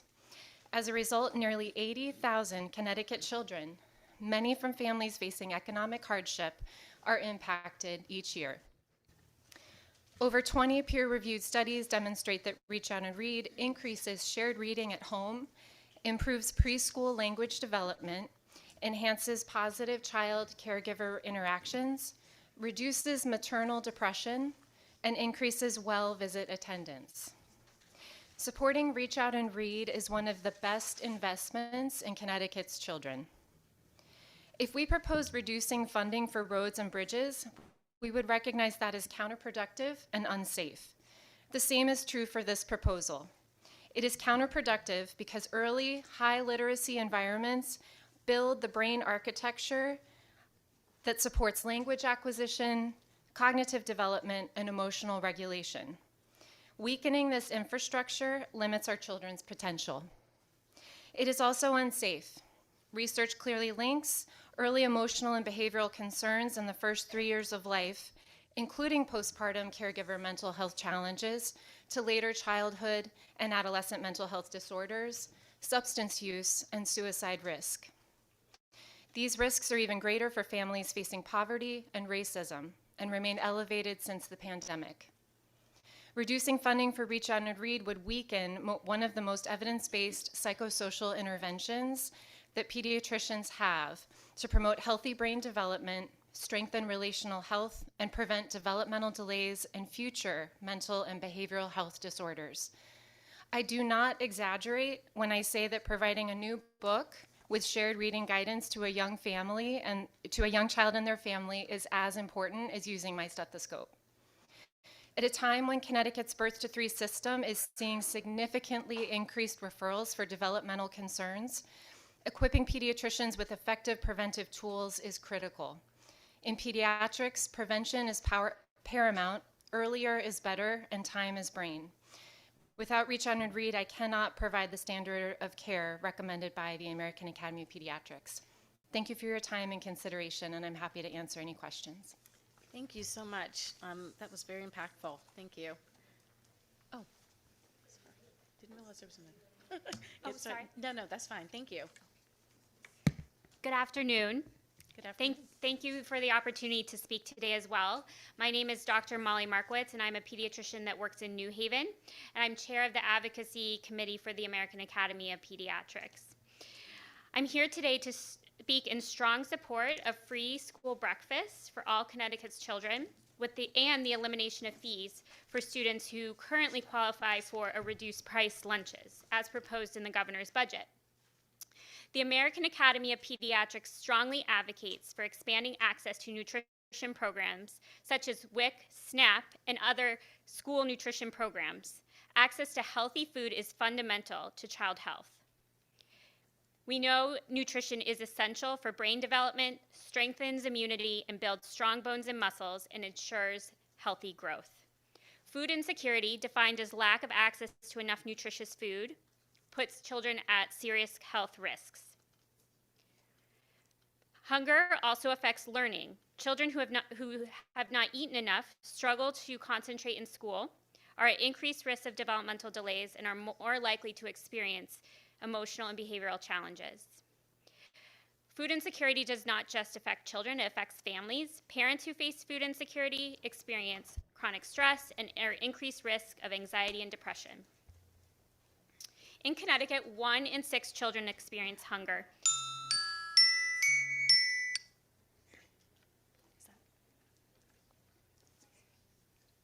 That was 5 minutes. Okay. I'm now going to pass off to one of my colleagues to share a story. That was 5 minutes. Good evening. My name is Dr. Zachary Kravitz. I hear we have a minute left. Dr. Kravitz, the time is up. I'm going to do Okay. just 1 additional minute, but we really have 3-minute panels given Okay. what's going on. Understood. Then I actually would like to make sure that one of my colleagues behind me has a chance to talk just because she has her children here and they have a more impactful story, so I'm going to step back.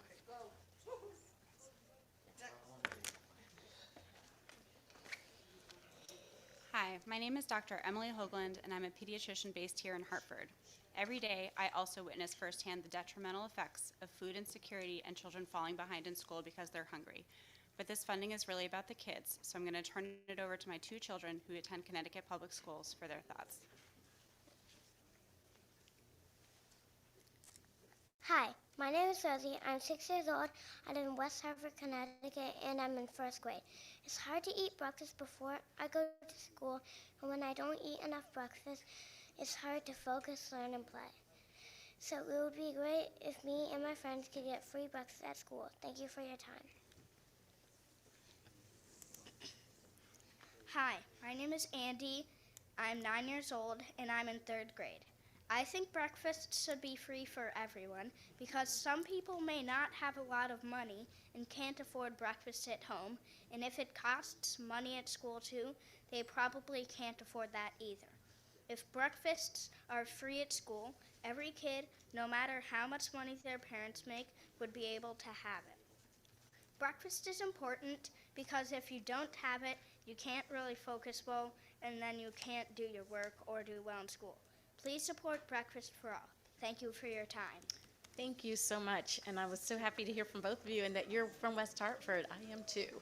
So thank you. Wonderful job. Next we will have Philip Song, followed by Evan Gabritinse. I'm sure, tell me how to say that properly when you get up. And Israel Prevail. Good afternoon. distinguished members of the appropriate committee. My name is Philip Suong. I'm a sophomore at Fairchild Wheeler in Bridgeport. I am proud to be a part of the Bridgeport Public Schools community. I am testifying today on the governor's proposed adjusted budget for 2027. I respectfully urge the General Assembly to increase education's cost sharing foundation amount, which has remained frozen at $11,525 since 2013, and to modify the ECS formula so that it automatically adjusts each year for inflation. For more than a decade, the foundation amount has not kept pace with the real cost of educating a child. If it had simply kept up with inflation, it would be closer to $16,000 per student today. Meanwhile, transportation, utilities, wages, special education services, and multilingual learner supports have all increased significantly. When the foundation does not rise with inflation, districts are forced to absorb those costs locally, thus shifting the burden onto property taxpayers. In Bridgeport, this is a real consequence. Our district serves more than 19,000 students. We are the largest in Connecticut, and more than half of them require special education or multilingual learning services. Special education alone now exceeds $115 million annually, nearly 1/3 of the district's entire budget. Out of our district's placements can cost over $107,000 per student. Multilingual learners enrollment has grown dramatically in recent years, requiring bilingual teachers, translators, and family engagement support. As a student, I see firsthand what underfunding means. It means larger class sizes. It means stretched special education caseloads where teachers struggle to provide individualized attention. It means educational experiencing burnouts. Without increasing and indexing the ECS foundation, we are locking out districts into structural underfunding.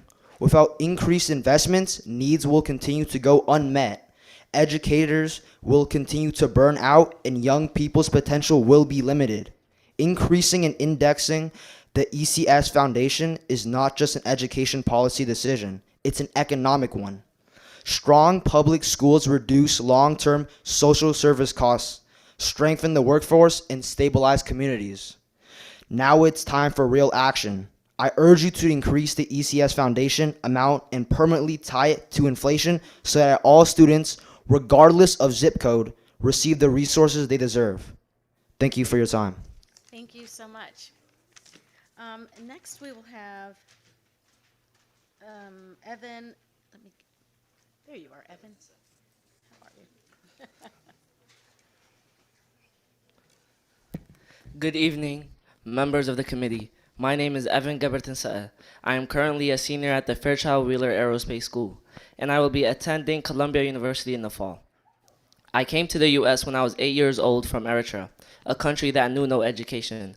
Arriving with no English, I first attended Louis Moniz Marin School and later Geraldine Johnson School, and it was up to the school district and my community to shape my educational future. With the lack of resources throughout my school years, my teachers and principals have gone above and beyond, working tirelessly to ensure the success of me and my peers. In the beginning of the school year, I learned that Bridgeport had cut the library and media specialists. These classes had been so important for students like me, helping improve reading, writing, and English skills alongside ESL, which thankfully still continues. For many multilingual learners entering Bridgeport schools, these programs could mean the difference between falling behind or thriving. But now with these resources gone, these students will have to work even harder just to reach the same starting point. This issue extends beyond multilingual learners. It affects every student in Bridgeport. The effects of the outdated ECS formula are felt in classrooms every day. Teachers work incredibly hard, but many are not given the resources needed to teach at a deeper level and fully demonstrate what is in the curriculum. The ECS formula was designed to promote educational equity, yet many high-need districts still experience the reality of unequal resources. This is especially concerning for the younger generation, whose future begins to look unpromising if these conditions continue. The goal is to prepare students for higher education, but without proper funding, gaps in their educational experience become clear when compared to peers from other towns. Bridgeport Public Schools aims to give every student the chance to dream big and reach high, including my younger brothers. But without proper funding, this is not possible. Without proper funding, Bridgeport will not be able to hire great teachers and staff members. Without proper funding, we will not have the equal access to curriculums, technology, and resources. Without proper funding, the futures of countless students will be limited, not because of their talent or hard work, but purely because they were denied the resources they deserve. I hope you remember, when you're thinking about the budget, that real students, real teachers, and real futures are affected by these decisions, and that every student in Bridgeport deserves a fair chance to succeed. Thank you for listening. Thank you so much, and congratulations. Good luck at Columbia as well. Thank you for your testimony. And Israel Prevel. Good afternoon, dear members of the committee. My name is Israel Prevel. I am an Army reservist, constitutionalist, and an incoming freshman at the Southern Connecticut State University, and most importantly, a proud Bridgeport senior. One that has experienced student life from traversing the halls of Beardsley Elementary as a kindergartner to the thralls of Fairchild Wheeler as a senior. Not only of the city in which I reside, but the great state that I am able to call my home. We are gathered here today in the name of discussion, which may only result in mere rhetoric per the state's track record. But we, the students, taxpayers, voters, and people, have come in the name of reform, demanding more than speech, demanding more than strenuous verbiage. We demand action. Action from both this committee and the chamber of which it resides, the chamber that is elected to serve the good people of this great state. I come unto you earnestly, asking that great consideration be placed into the ECS formula. Today's general discussion has been based mostly on the great lacking of funds insofar to the distribution on the state level. I would like to direct this conversation towards the elephant in the room, which the state has not only placed into the room, but in doing so attempts to disregard it. This elephant, of course, is the ECS, that being the education cost sharing formula. What was once seen as a beacon of an equitable distribution of funds, now monstrously fallen from its former glory, only acting as a measure of suboptimal distribution of funds. Members, hear me now if you haven't. We come due to the lack of funds, but why is it that we're lacking, if not due to the ECS formula? Yes, we are in need of funds, but even if we are granted them, this is only kicking the can down the road for the next administration and/or generation. This is why, most importantly, even greater than funds being allotted, we must not only advocate fervently and with haste, but cause reform of the ECS formula itself. We can start by implementing COLA into the ECS formula, which hasn't adjusted for inflation since 2013. My dear committee members, do you beg to hear the same rhetoric and witness the same public faces next year as you do now? That will be the result if the ECS formula is not changed. I plead with you, you elected officials, whom, being representatives, are to do the will of the people, not of the governing body. Think not of your upcoming elections, but rather gather your thoughts on the people, for we are Connecticut. There are no representatives without us. Therefore, make haste in your deliberations. We present to you an opportunity, one which may bear fruits greater than any seed that you have sown in your life. These fruits are the bedrock of young people's lives. How are we expected to produce an upstanding citizen when the school systems themselves are lacking a base for the citizen to stand on? Do not only give us funds, but give us a future. Give us ECS reform. Thank you. Thank you so much. Douglas Foley, followed by Kate Erickson. Good afternoon. Good afternoon, distinguished members of the Appropriations Committee. My name is Doug Foley. I'm a resident of Hamden, Connecticut, and also a newly elected at-large member of our Legislative Council. Additionally, I'm a member of the Working Families Party, and we belong to Connecticut for All, a statewide coalition fighting for a better future for everyone in Connecticut. I'm testifying on the governor's proposed adjusted budget for fiscal year 2027, and I'd like to advocate for the following changes. Number one, increased funding for public school districts in need. The foundation amount should be $16,000 per student, not $11,525 as set in 2013. The foundation amount and formula should be adjusted to ensure that the funding tracks with inflation, if not yearly, every 5 years at minimum. Property wealth is a factor in the base aid ratio of the formula. If property revaluation occurs every 5 years in Connecticut, so too should ECS funding. Adjust the education cost share formula as well to better include and account for the needs of special education students. Making these changes would result in the state contributing more every year to support all students across the state in your communities and in mine. Not only am I here as a local elected official, but I'm also here as a new father. I have a 14-month-old son at home whom I plan to send to Hamden Public Schools. My understanding is that our school district and board have been focusing on maintaining the status quo for a number of years, and that we're allowing vacated positions to go unfilled as a way to make cuts. Our schools, it seems, have been on the brink of an austerity budget, a budget which would ensure that education is available, but continues to lack the funds needed to improve outcomes and cater to the holistic health, safety, and success of all students equitably. I cannot sit and allow that to be the case for another 13 years. Without increased investments and support, needs will continue to go unmet, educators will continue to burn out, and young people's potential will be limited. Now is the time for us to take real action by increasing funding and improving services for all children in our state. Thank you for the opportunity to testify, and have a great legislative session. Thank you so much. Have a good evening. Next, Kate Erickson, followed by Betsy Gara. Good evening. Good evening. Good evening, distinguished members of the Appropriations Committee. My name is Kate Erickson. I serve as the Executive Director of LEARN, a regional educational service center that serves 24 member districts and more than 1,300 students in our magnet schools across southeastern Connecticut. I am here today to express serious concern regarding the proposed elimination of $12 million in the operating that would have supported RESC magnet schools. For LEARN alone, this proposal represents a loss of more than $1 million in critical funding. This funding that was intended to stabilize magnet schools' costs and prevent additional financial burden on the districts that partner with us to serve students. As a reminder, 2 years ago, this legislature invested approximately $50 million to reduce the fiscal burden on sending towns. Not a dollar of that $50 million went to the magnet school per pupil fund. It went all to reduce the burden on the towns. If the $12 million funding is eliminated, the cost of educating these students does not disappear. It's simply shifted to local school districts. LEARN will be forced to increase tuition and reduce programs to close the gap. In either case, the impact will be felt directly by our member districts, their local budgets, and the students and families we all serve.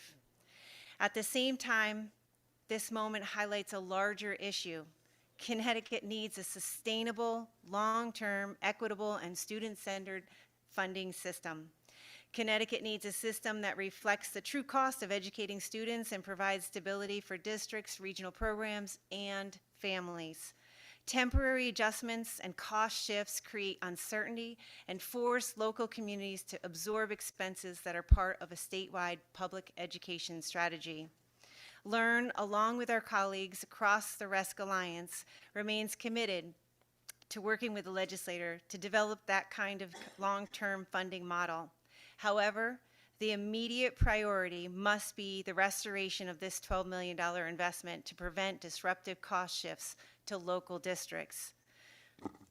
In addition to the equitable magnet school funding, the RESC Alliance has also identified an additional critical issue around student success and district stability across Connecticut. We respectfully request the establishment of a $1.5 million line item with the State Department of Ed budget for the Connecticut Teacher Residency Program managed by the RESC Alliance. This program is helping address educator shortages while increasing educator diversity across the state.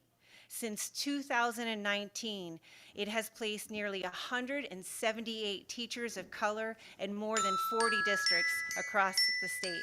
We hope you can support us. Thanks so much. Thank you. And next we have Natalia Duran. There's a panel.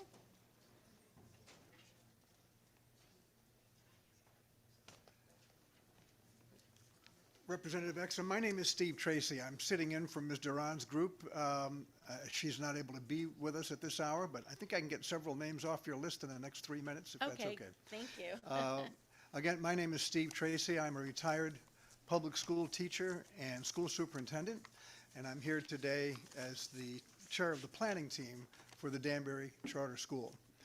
It was my privilege back in the 1990s to chair the task force that this General Assembly established to look at the then novel idea that we could improve student performance in our state by empowering citizens, educators, civic leaders to create new independent public schools on charter from the state, and then empower parents to choose those schools if they felt they offered their children the best opportunity for academic success. The group that I've been privileged to work with filed an application in 2018 to create a public charter school in Danbury. And we were enthusiastically approved by the State Board of Ed. In fact, we achieved the highest score of any applicant that year. Unfortunately, Representative Walker, good to see you. Unfortunately, the General Assembly has not seen fit to fund our school in the intervening years, even as it has funded other charter schools that were approved subsequent to us. And so now, here we are for the 8th year, parents, educators, community leaders asking this committee and the General Assembly to fund the Danbury Charter School. We have a compelling curriculum featuring the International Baccalaureate program. We have solid leadership in the person of John Taylor and his team from Elevate Charter Schools. We have a fully equipped facility that's ready to go. We have a commitment to provide competitive compensation and solid professional development support to our teachers. And thanks to a generous philanthropic contribution, we're prepared to build a brand new public school building for over 700 kids in downtown Danbury at no cost to the Danbury taxpayers. So there's a lot to like here. These families have played by the rules. They've been very patient. And we're hoping that you will join us now this year in getting them the public school that they deserve. We're prepared to work with Danbury's mayor and superintendent, with the Danbury legislative delegation to get this done this year so that these parents can provide their children with the public school choice that they deserve and that they've worked for years to achieve. So thank you for hearing us. Thank you so much. Thank you. Have a good evening. And next we have Tamari Duarte, followed by James Boucher.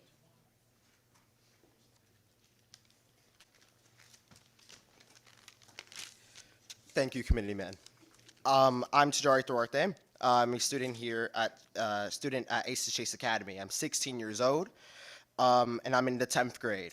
I live in Waterbury, Connecticut, most of you know as the Brass City of Connecticut. I'm here representing magnet schools across the country, across the state. ACES gave me the opportunity to become the student body president, where I fought for affordable things in our school, like having lunches become better. I fought for values that our school has, values of educate, taking risk, and community, and making sure family is more than school. Our school views ourselves more as a family than a school. Rather than having social life over education with smaller classrooms, where you're able to talk to your teacher directly, or talk to a student, or even go to your principal with any matter that you have. With the smaller classroom, students are less likely to get distracted or lose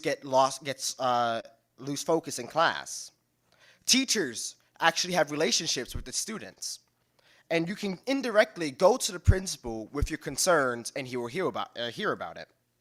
The thing that makes Chase different is that we have classes that are funded by budgets that no other high school has, like a personal finance class, the only one in Waterbury, Connecticut. We are typically a high school of different towns, communities. Chase strives to have a value of educate anyone regardless of their race, gender, or sexuality. We believe that everyone has a chance in education. We have classes that teach you TLEs, that brings you projects that other schools don't bring. Magnet schools bring the backbone of the Board of Education of Connecticut. The opportunities that our school has cannot go away. Many students will disappear. And I say that the budget from Ned Lamont, from the fiscal year of 2027, will put our Magnum schools back 1,000 years. ACES at Chase only received $14,508 $58,000, where the cap is $2,000. We want to preserve the $21 million. The ACES teachers advocate, and they want us to stand for what is right. For us to continue with the fight that we have in our school, and especially what is happening in our country, we want to make sure we are able to fund our sports, education, classes, and to make sure everybody has an everlasting good experience at ACES at Chase and every single Magnum school. I end off with a quote by a philosopher saying, "It's not because things are difficult, because we do not dare. It's because we do not dare that they are difficult." Thank you. Thank you. James Boucher. Online.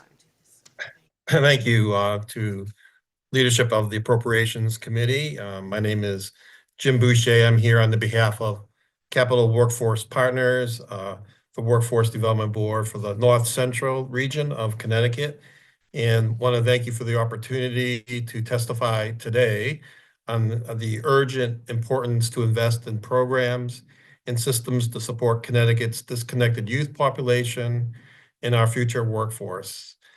Again, I'm also involved, in addition to Capital Workforce Partners, very involved with the Hartford Opportunity Youth Collaborative, Campaign for Working Connecticut, and also with the, very involved with the Governor's Workforce Council's Youth Committee. I also want to acknowledge the contributions of the 119K to Zero Collective and the National Youth Employment Coalition and others who have helped elevate this issue. Connecticut continues to have another important opportunity to make major progress on supporting disconnected youth programming and systems improvements. Last year's Disconnected Youth Bill, I believe it was Bill number 1511, was supported through the Education Committee and referred to the Appropriations Committee, and I believe that's as far as it went. And there were some elements of that bill that made it through, but also need to be further considered for action this year. While the number of disconnected youth declined in recent years, that progress was driven primarily by a number of highly effective disconnected youth programs, economic recovery, and time-limited federal investments, and additional state action that occurred with a number of leaders. We are very concerned that this year federal reductions across workforce, education, housing, and human services are already taking effect, dismantling many youth employment programs and re-engagement pathways statewide. Without immediate state action, Connecticut will reverse hard-won progress and deepen workforce shortages at the very moment employers need talent the most. At this point, also, Capital Workforce Partners, we are seeing a significant drop-off in federal funding for these kinds of programs, which are now having a major impact. We also know that for employers in 2025, Connecticut had more than 76,000 job openings, while tens of thousands of young people still remained disconnected from school and work. That disconnect reflects an investment gap, not a lack of potential, in education pathways, workforce training, and re-engagement supports. We know what works. We know that paid work experiences work, and we know that high-touch navigation, mentoring, and family advocates and career navigators keep young people engaged. Alternative and recuperative education pathways and mental health, housing, transportation supports are all vital. We know that there's been progress on justice-involved systems, and we really encourage that the Appropriations Committee considers taking action on investing in these critical priorities for disconnected youth. Thank you for the opportunity to testify. Thank you, Jim. Have a good day. Thank you. Next, we have July Milano, and after July Milano, Emmeline Franklin. Is Emmeline Franklin here? Okay.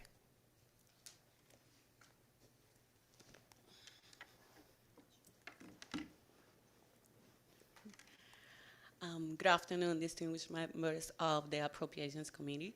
My name is Julie Miliano. I'm a Danbury, Connecticut resident, mother of 3.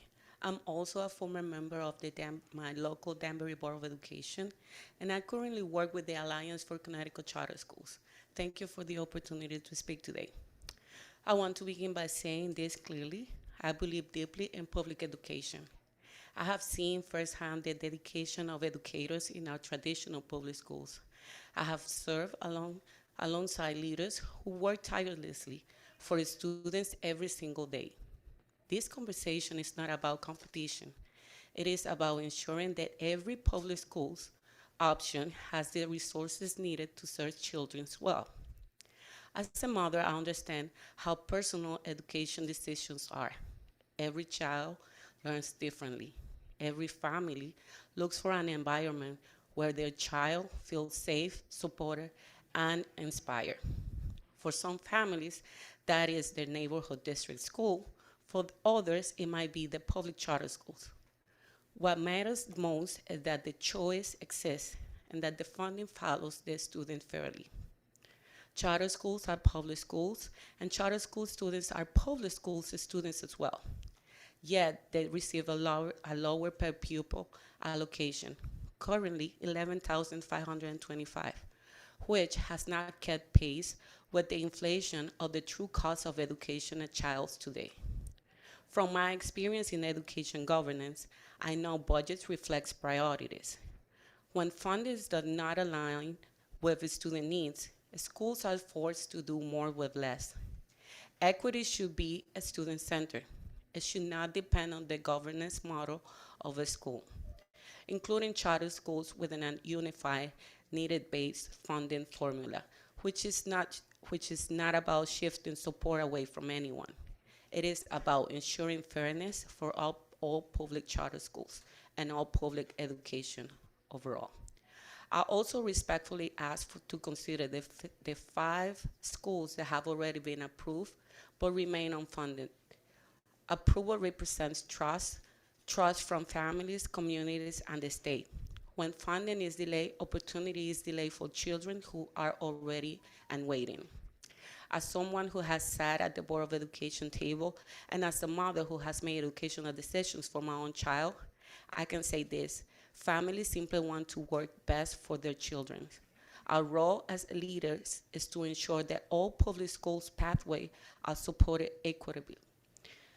When we invest fairly in public education, we strengthen not only one sector, but the entire education system in Connecticut. Thank you for your time. Thank you for your service and your commitment to our students. Thank you. Have a great day. Thank you. Emmeline Franklin, and after Emmeline Franklin, is Natasha Velez here? Is Natasha Velez here? Okay. Anika Russell here? Is Anika Russell here? Remote, okay. Go Good right ahead. evening. Senator Austin, Representative Walker, Senator Summers, Representative Nuccio, and distinguished members of the Appropriations Committee. My name is Emmy Franklin, Public Policy and Advocacy Associate at the Connecticut Community Nonprofit Alliance. The Alliance is the statewide organization representing the nonprofit sector.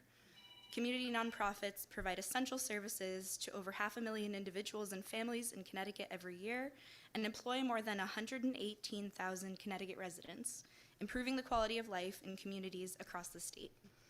Thank you for the opportunity to testify regarding HB 5032, the governor's budget.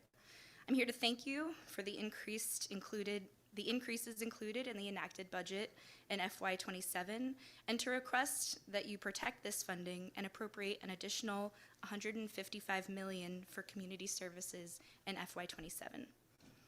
The Alliance appreciates the significant and real funding increases that the governor and the legislature have approved for nonprofits in recent years and in the coming year. Unfortunately, essential birth-to-3 services have never been included in those cost of living adjustments.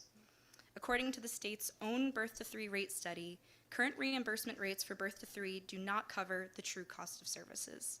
In addition, the cost data and report is already 3 years old, meaning underfunding has worsened. Overall, service intensity is dropping. During FY25, birth-to-3 delivered only 69% of the service intensity provided in FY19, while issues related to workforce and capacity increase. While the enacted budget increases funding for birth-to-3 services, OEC and DSS have not yet specified how those increases will translate to an increased reimbursement rate for services. Last year, the legislature rejected the proposal to implement a tiered reimbursement structure, but the governor's budget we're here testifying about proposes it again. We urge you to reject the new tiered reimbursement structure. It won't support recruitment of staff or the stability of programs. The underlying budget also reduces gap payments for eligible children. This payment was intended to stabilize the system until the rate study was implemented, which has not yet happened, and the system instability remains. Connecticut has always charted its own path, and nonprofits have benefited greatly from the bipartisan support of members of this committee. With a projected $2.5 billion state budget surplus, Connecticut can meet the needs of its residents, stabilize community services, and remain fiscally responsible. Please support increasing funding for community nonprofits by $155 million in FY27, which includes an increase for birth to 3 services. Thank you. Thank you. Have a good day. Thank you for your testimony. Anika Russell, you're online? No. Not present. Okay. Susanna Holzenbach? Online. Yes. Okay. And after Susanna, Anita Ford? Also online. Okay. Thank you. Thank you so much. Go ahead. Can you hear me? Okay. Representative Walker and members of the Appropriations Committee, thank you for the opportunity to testify today on how the governor's proposed FY27 budget adjustments could impact Connecticut's earliest readers.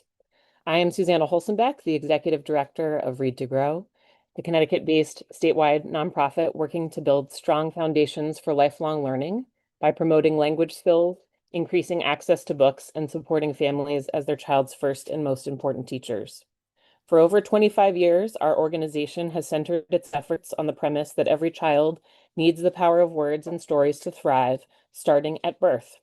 Our free services reach families across a child's lifetime. Read to Grow's Books for Kids program distributes books to children of all ages, helping to nurture strong reading habits throughout their childhoods. Our Bookmobile also brings the joy of reading right to children all across the state, creating an engaging interactive space for children from birth all the way up through 3rd grade. But we are perhaps best known for our flagship Books for Babies program, which is established in partnership with nearly every hospital in our state, as well as healthcare providers. This program offers free, developmentally appropriate books and literacy guides to families, starting even before Connecticut children are born, so that we can encourage new parents to understand their role in their children's educational journeys. We reach Connecticut's earliest readers and their families through 3 targeted initiatives. Our prenatal project, which provides expecting families with educational materials and board books through community health centers and clinics. Our newborn project, which gives families of all babies born at partner hospitals free literacy packets filled with resources to help parents support their children's early learning and literacy development.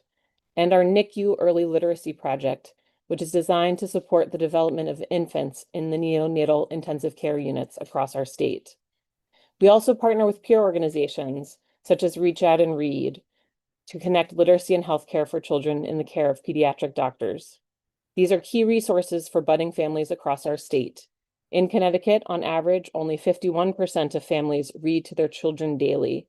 After one Books for Babies touchpoint from Read to Grow, the number of families reading together daily jumps to 71%. And after a second point of contact, that number rises to 80%.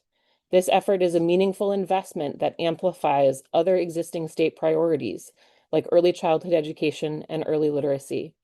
This year alone, we've distributed more than 100,000 children's books.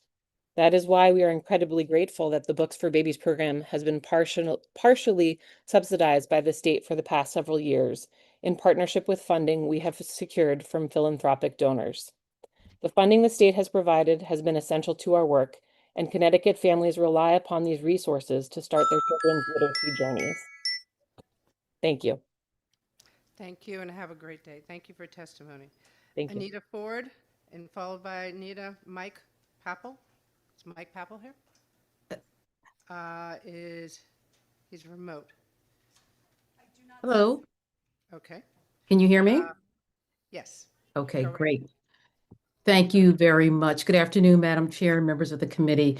Thank you for providing this opportunity. My name's Anita Ford Saunders. I live in Middletown, Connecticut, and I am co-chair of the Capital Prep Middletown Planning Committee. I'm here to speak to the ongoing challenge of granting funding to an already approved school. Capital Prep was approved in 2023. It received the highest score of public charter school applications that year.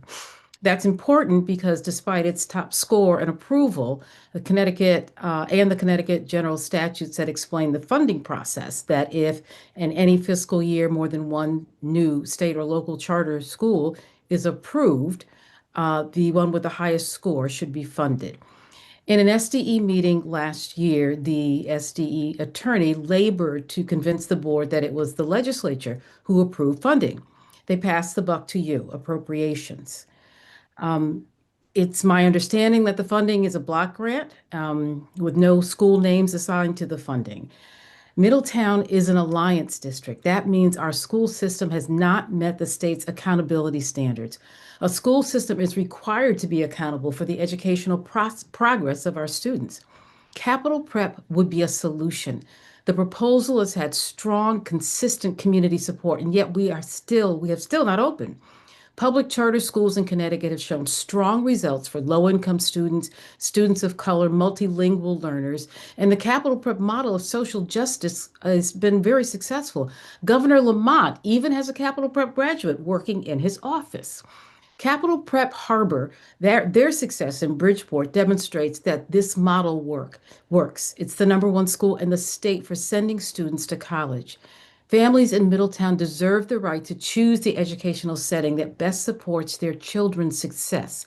Charter schools are public schools, and we are part of the public education system. They provide families with choice, and the public charter school does not take money away from students attending neighborhood public schools. That would be against the law. We have preached and been preached to that education is the great equalizer, yet we are still being denied in Middletown. But for what reason? Capital Prep is not just a school. It will be ingrained in this community. Capital Prep will always do what's best for the students in Middletown. Ask the Bridgeport school system how they have worked together for the benefit of all students. Families are not asking for special treatment.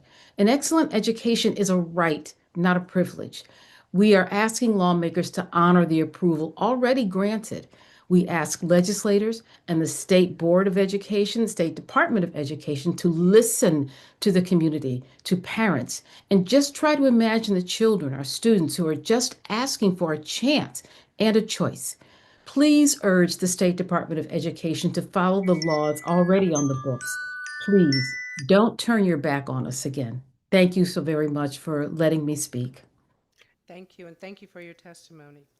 At this time, I'm going to ask telephone number 203-808-9321 to please identify yourself.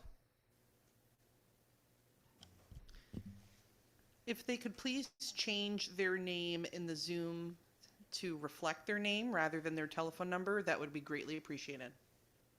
Okay. Next, Walt Kiplinski, and after Walt, Fran Rabinowitz, and after Fran, Chad Cardillo. Yes. Okay. A good afternoon to Senator Austin, Representative Walker, Senator Summers, Representative Nuccio, and to each of the members of the Appropriations Committee as well. My name is Walt Toplinski, a retired teacher and currently ARTC Insurance Committee co-chair along with Jane Wilson. Let me thank you for this opportunity to submit testimony regarding HB 5032. On behalf of not just ARTC members, but the thousands of other retired teachers who are being penalized by an unfair state subsidy reduction, I urge this committee to restore the full 1/3 state subsidy to the TRV Medicare Supplement healthcare plan during this session. The restoration of the subsidy, as written in statutes, is projected to cost between $3 and $4 million per year, and yet will benefit 4,600 retired teachers by making the TRB supplement more affordable. The cost is modest and sustainable for all parties. The state of Connecticut, retired teachers' health insurance account, teachers both active and retired. During previous legislative sessions, one improbable assumption cast a shadow on the cost of restoring the state subsidy. The faulty assumption was that 33,000 retired teachers would suddenly switch to the TRB supplement plan, leading to financial distress. Appropriations deserves realistic costs based on realistic assumptions. And the ARTC's written testimony will include several scenarios that illustrate a more realistic range of potential costs. Retired teachers choose a TRB health plan primarily for two values. Which is the best plan that meets my medical needs? And which plan can I afford? Younger and healthier retirees tend to choose the lower cost Advantage plan to save money. Older retirees, more likely to have health issues, see the need for the protections that only the Medicare supplement plan provides. Though it costs more, the supplement plan is free from insurance company imposed prior authorizations. Those can delay or deny access to vital medical care. And that is why an affordable TRB supplement plan is so important to retirees. Affordability here is not because of the cost of Medicare insurance. Medicare was designed from the beginning to be affordable. It is the way that the state subsidy has been reduced for supplement enrollees at TRB that makes the supplement much less affordable. Restoring the statutory 1/3 state subsidy ensures that retirees can get the medical care they need and when they need that. Thank you so much for your attention. I do appreciate that. Thank you. Thank you for your testimony. Fran Rubinowitz, I don't see her online. Oh, you're in person. Okay, that's why. Hey, Fran, go right ahead. 3 minutes. Thank you, ma'am. Good evening, Representative Walker, Senator Austin, and members of the Appropriation Committee. Thank you so much for the opportunity to testify here this evening.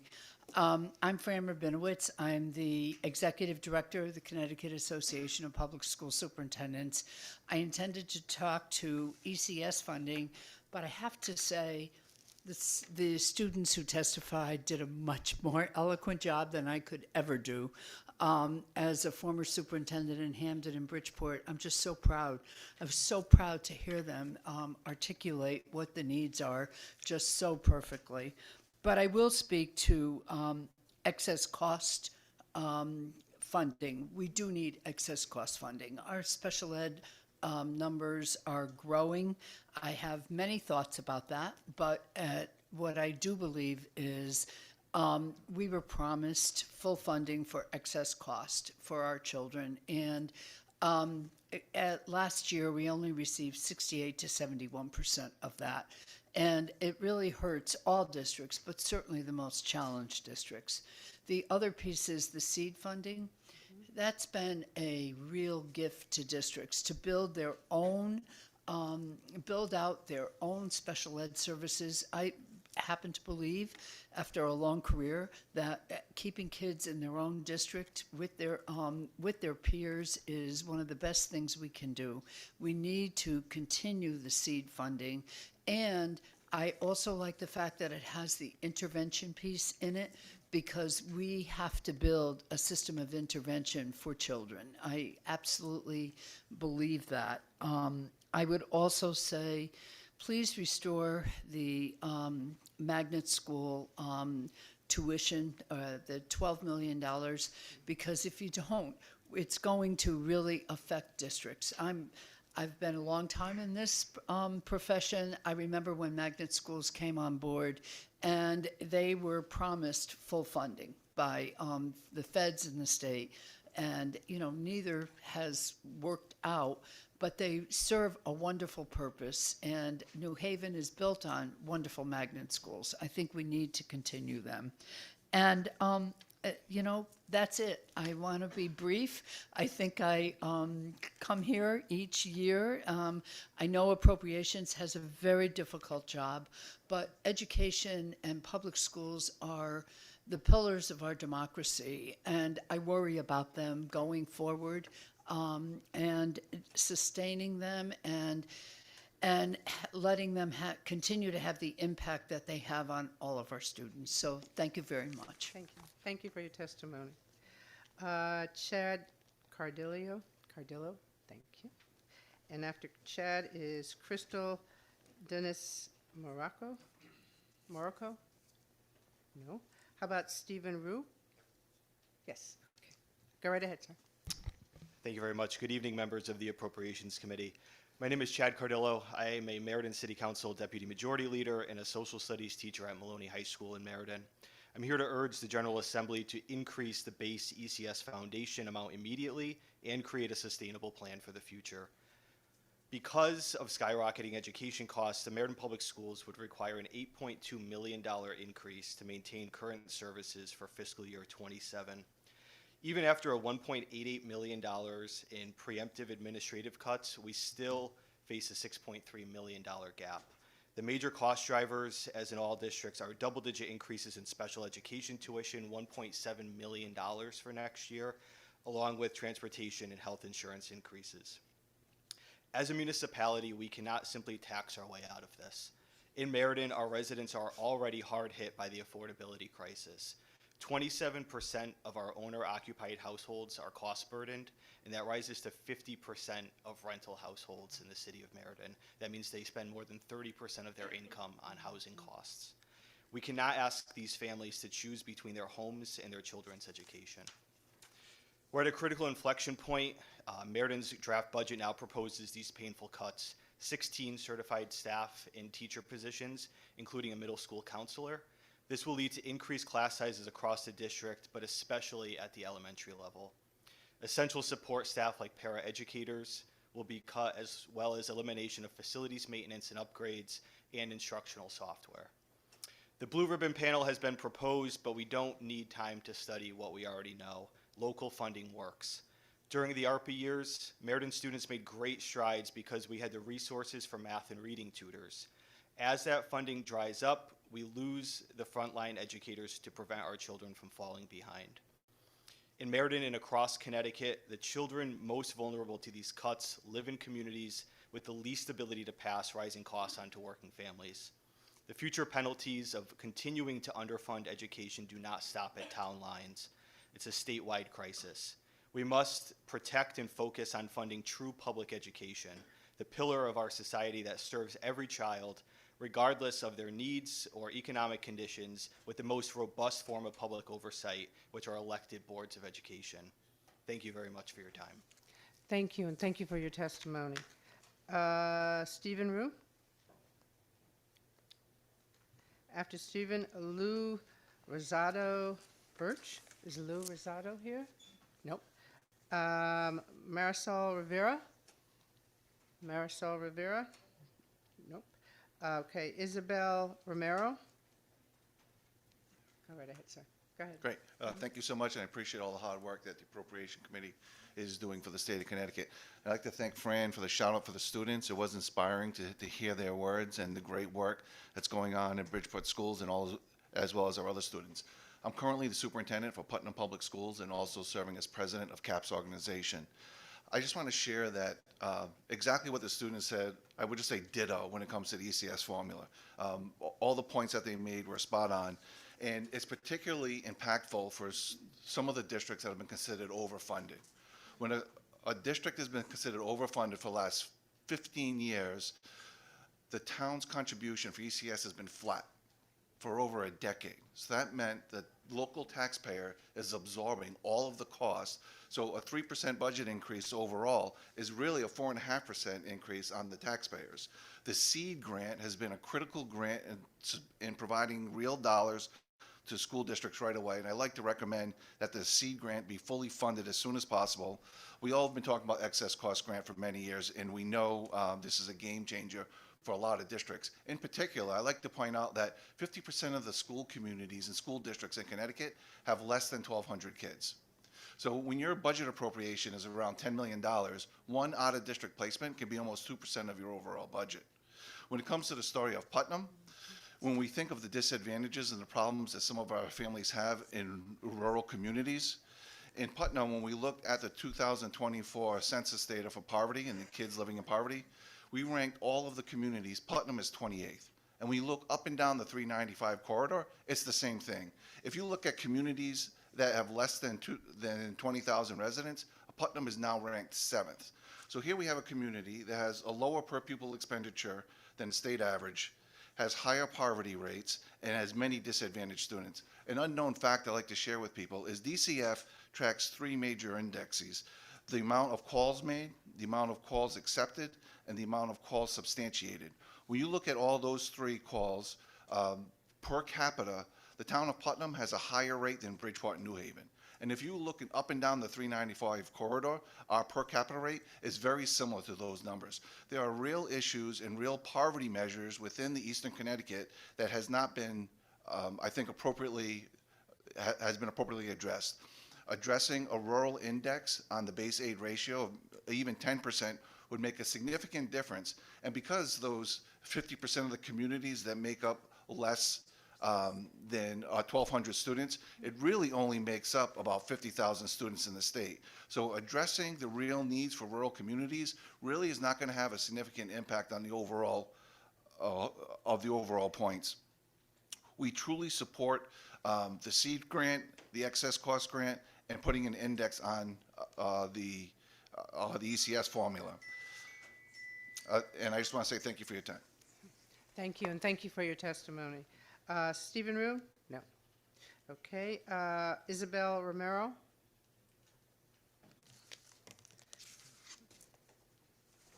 Eva Bermuda Zimmerman? Oh, there she is. Hi. After her, Christina Gully. Is Christina here?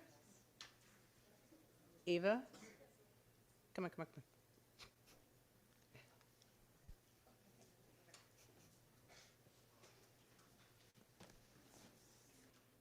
Nope, turn it back on. Oh, okay. Hello, Representative Walker and Representative Corpus and honorable members of the Appropriations Committee.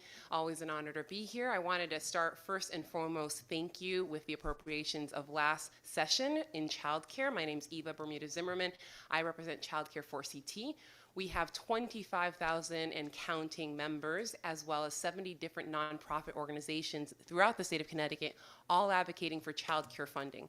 I mentioned last year because for the first time ever in Connecticut's history, we had transformational change in overhauling the childcare system. In Connecticut, it's been a long fight to be accepted as early education being accepted as education at all. And that's not just with the conversation with experts and leaders and state legislators and elected officials. It's been at least 30 years of scientific proof showing that if you start early and if you invest early, the outcomes are going to be insurmountable. They're going to be impressive, and they're going to return on investment $13, $14 for every dollar that you spend. And last year was the first time that this community felt seen. I'm here today because right now, with the appropriations coming into conversation, last year was fantastic, but of course, we have to build on that. The building blocks of education do not just start with one opportunity, they have to continue. The investment that you do right now with that historical change means that early education needs the creation of the early education endowment that started last year, but the additional funding that was promised in order to support it decades to come. That continued investment builds on each year for early start slots that just started this January, and making sure that families have support and have access to affordable childcare.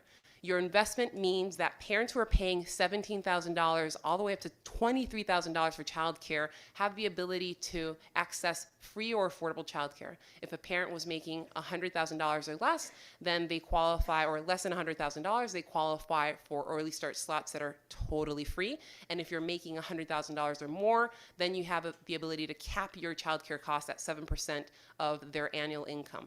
That is what the Early Childcare Endowment Investment believes in, supports, and is creating.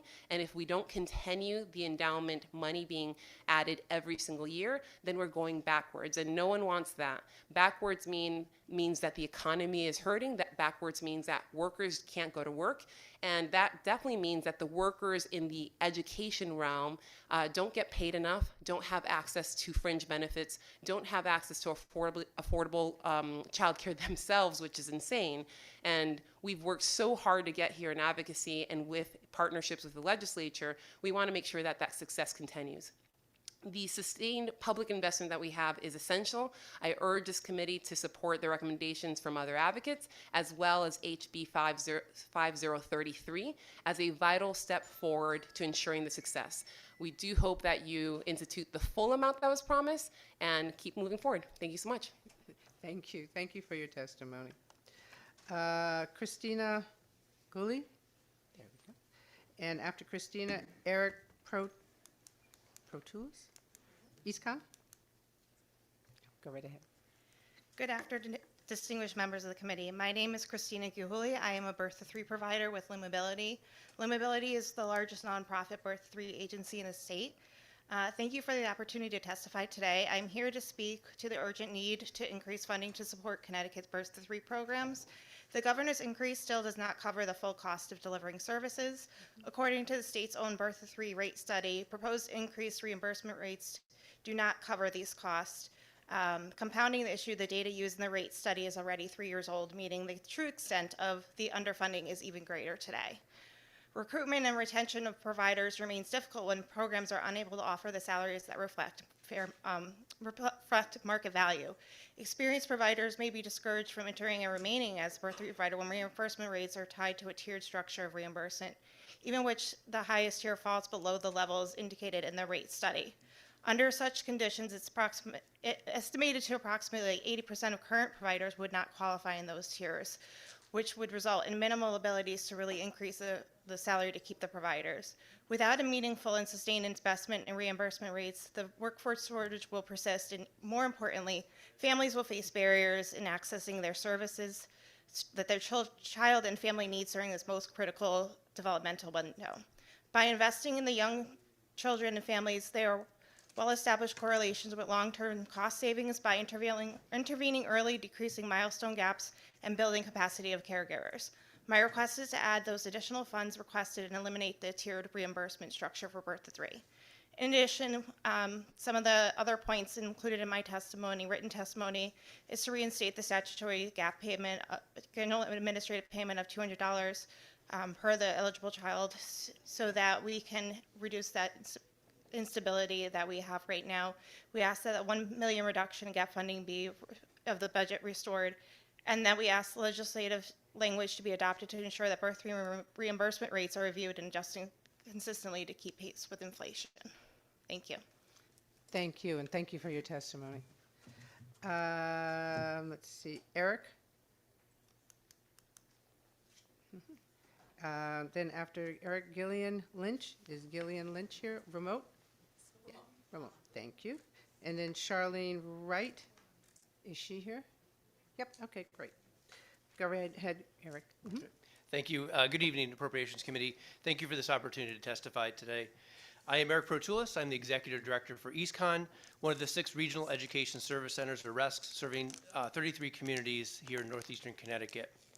First, I want to personally thank this committee for the empathetic ear and partnership you extended throughout 2025. Your willingness to engage with the funding realities of our schools has meant a great deal to our educators and families. Specifically, we are grateful for the stabilization funds allocated to EastCon in next year's fiscal budget.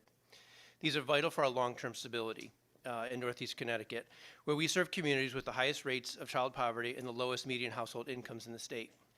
I am here to urge you restore to EastCon the allocation in the original $3 million allocation and reject the governor's proposed 20% reduction.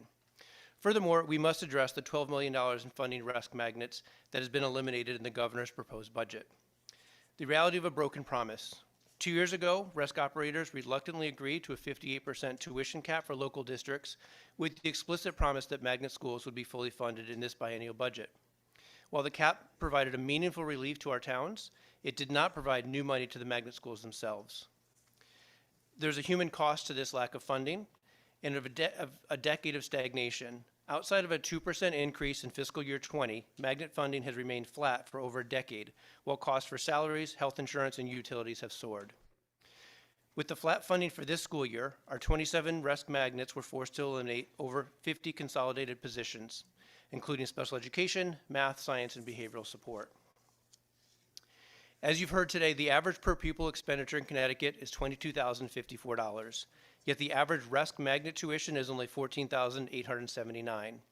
We are being asked to provide 100% education on roughly 67% of the budget.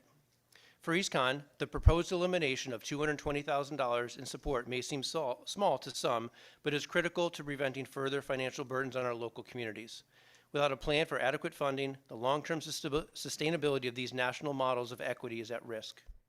In partnership with my RESC Alliance colleagues, we are also asking for $1.5 million for the Connecticut Teacher Residency Program managed by the RESC Alliance. TRP managed by the RESC Alliance is a successful model for recruiting, developing, and retaining high-quality, diverse educator workforce. It is the only educator prep program requiring districts to provide a living wage and benefits to residents, and also offers mentoring and support. It has successfully placed 178 teachers in 40 districts in 7 years. To continue expanding the program, the RESC Alliance is requesting a designation of $1.5 million in a new budget line item specifically for the Connecticut TRP managed by the RESC Alliance. Thank you for your efforts and thank you for your support, and I wish you a good evening. Thank you, sir, and have a good evening yourself. Gillian Lynch? Hi, can you hear me? Yes, go right ahead. Members of the Appropriations Committee, thank you for the opportunity to testify. My name is Jillian Lynch, and I am a music teacher at Nathan Hale School in New Haven and a member of the New Haven Federation of Teachers, Local 933. I am testifying on the governor's proposed adjusted budget for fiscal year 27 and adding yet another voice to those before me who have asked to increase the base ECS foundation amount that hasn't changed since 2013 and to modify the ECS formula to annually adjust the formula base to account for inflation. As a music teacher in a pre-K through 8th grade building, I have the unique and special opportunity to watch students grow, take advantage of what their school has to offer, and develop their passions and skills. In my 14 years as a public educator all in New Haven, I have watched resources for my students dwindle instead of grow and flourish. In a time when we know the benefits of getting students out from behind a screen, the governor has even expressed support for a cell phone ban in schools. We are losing opportunities for students to participate in the activities we know support their growth and development. The following examples are a tiny fraction of the losses New Haven students and other urban students have endured as we continue to go without needed funding. Nathan Hale School in New Haven used to have a part-time dramatic arts and dance teacher. At one point, the community was petitioning the Board of Ed to make that a full-time position since it was so meaningful and transformative for the students. Today, we no longer have the funding for that position at all, and that position is gone. Nathan Hale used to also host summer theater camps for New Haven students across the city, allowing passionate theater students an outlet for their summer vacation while simultaneously offering this experience to students who wanted to try something new. That program was also cut due to funding. In addition to my job as a music teacher, I'm also a union steward. As a steward, I see how this impacts my coworkers as they spend time, energy, and often their own money to create exciting learning experiences in their classes. Special education teachers and related service providers come to me asking how they can possibly fit in the mandated hours for every student while working as a skeleton crew, attending PPT meetings, and covering classes. My answer to them remains the same: just do your best. I know my words sound empty to them. How can we possibly expect professionals to do their best without the resources they need to complete the task? How can we expect this when I know that one person is doing the work that is best done by 2 or even 3 people? We do not need a blue ribbon panel to research and discover that nothing costs the same as it did in 2013. Inflation needs to be taken into account when funding the futures of Connecticut's children. The best time for meaningful change to the ECS formula was years earlier, and the next best time is now. Thank you for the opportunity to testify. Thank you, and thank you for your testimony. Kevin Barbosa? Kevin? Charlene Wright? I'm sorry.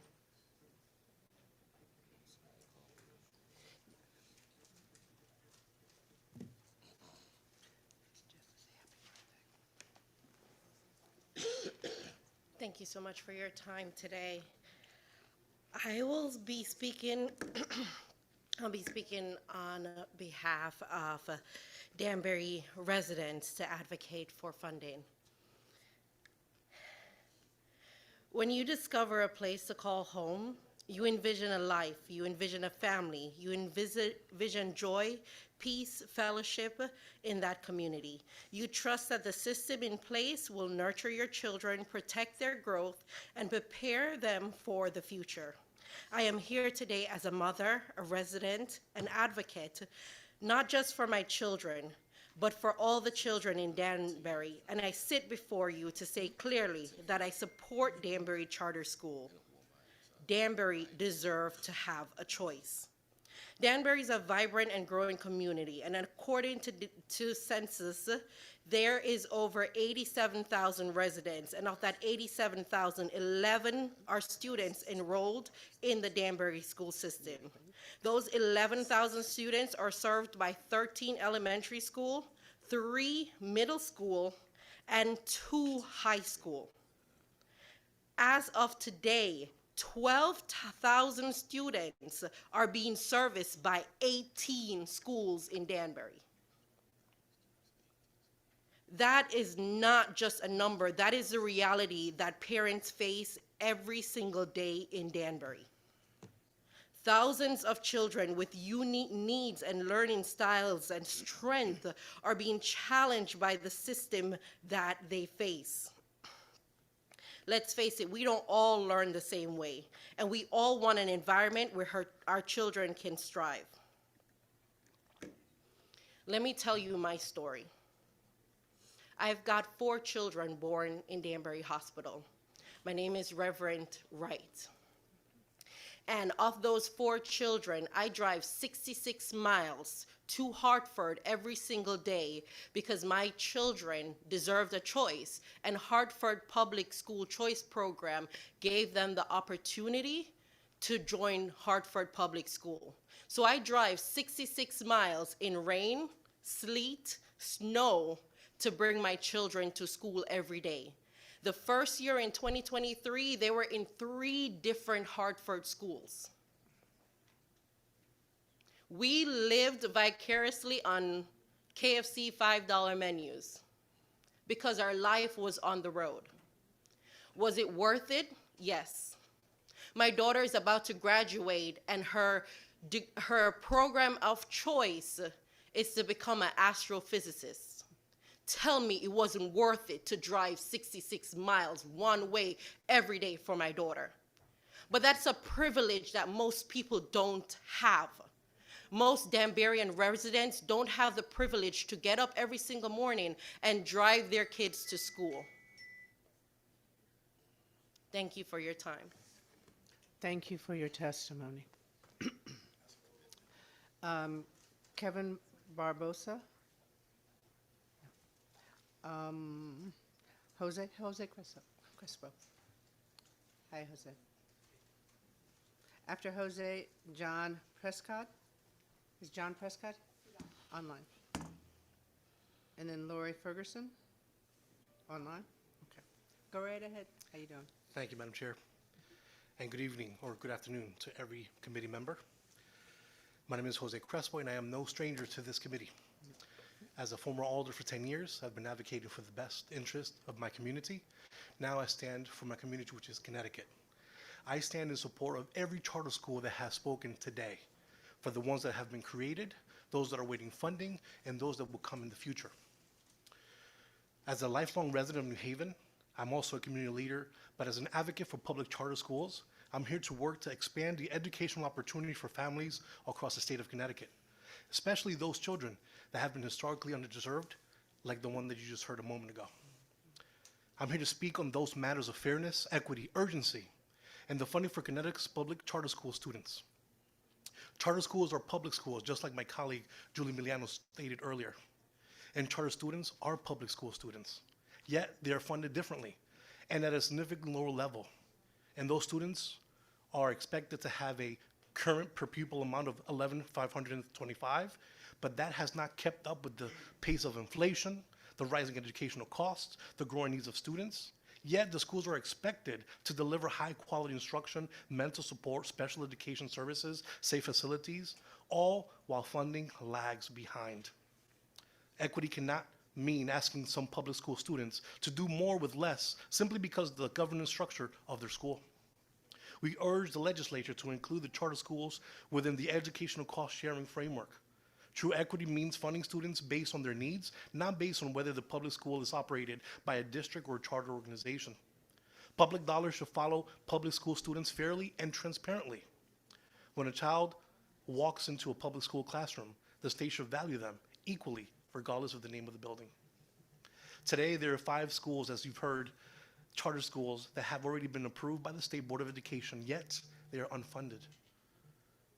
That means that we have to have a commitment by this legislature.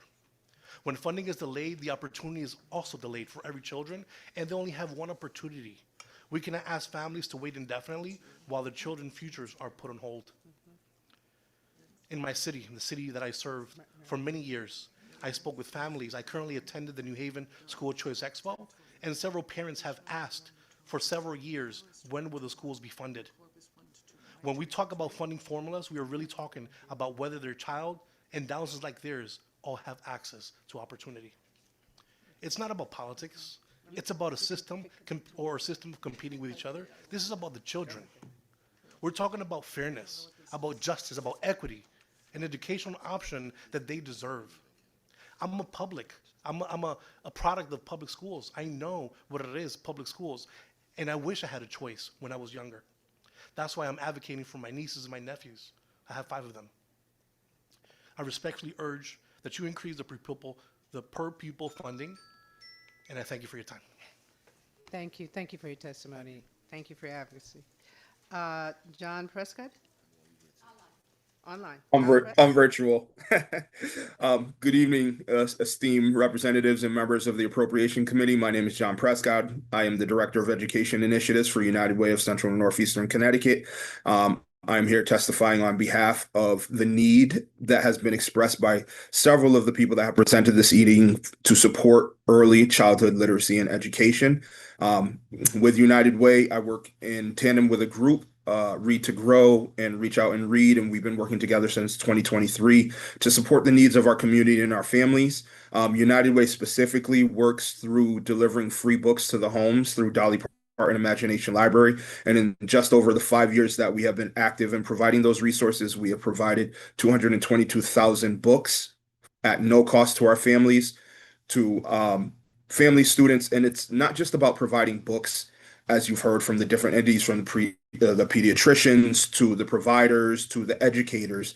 It is about building a literacy community and making sure that our families that have to make hard decisions at times are able to be resourced. And so that a family doesn't have to make a decision between, am I able to meet the early literacy needs of my child and the development, the brain development needs of their children, and pay my bills and put food on the table.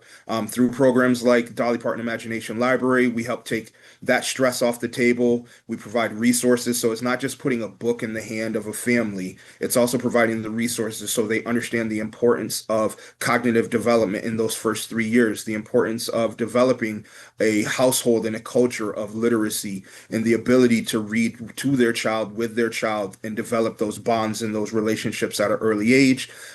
As currently proposed, we were receiving funding, the collective, and we have seen that it's proposed that with the reductions, that $100,000 is going to be taken off the table and reduced. And I am respectfully asking that we continue to keep it at the level that it is, that we do not reduce that we maintain this investment in our children and in their futures. An investment on the front end, all data says it will exponentially yield greater returns on the back end. And you've heard that from some of the wonderful students that have come and testified about the need for resources. A little bit about me. I started off in this work. I've been in this work with youth and families for over 30 years, but I started off in a juvenile lockdown. And so I've seen what happens when we do not resource our children on the front end, when we do not provide them the opportunities for growth and development, both from brain, literacy, social, emotional, at an early age. And I am asking you to support this work, to support the investment, to continue to affirm your commitment to the work by not reducing what was already established, and to helping us build stronger children. One of my favorite quotes is from Frederick Douglass that says it's easier to build stronger children than it is to repair broken adults.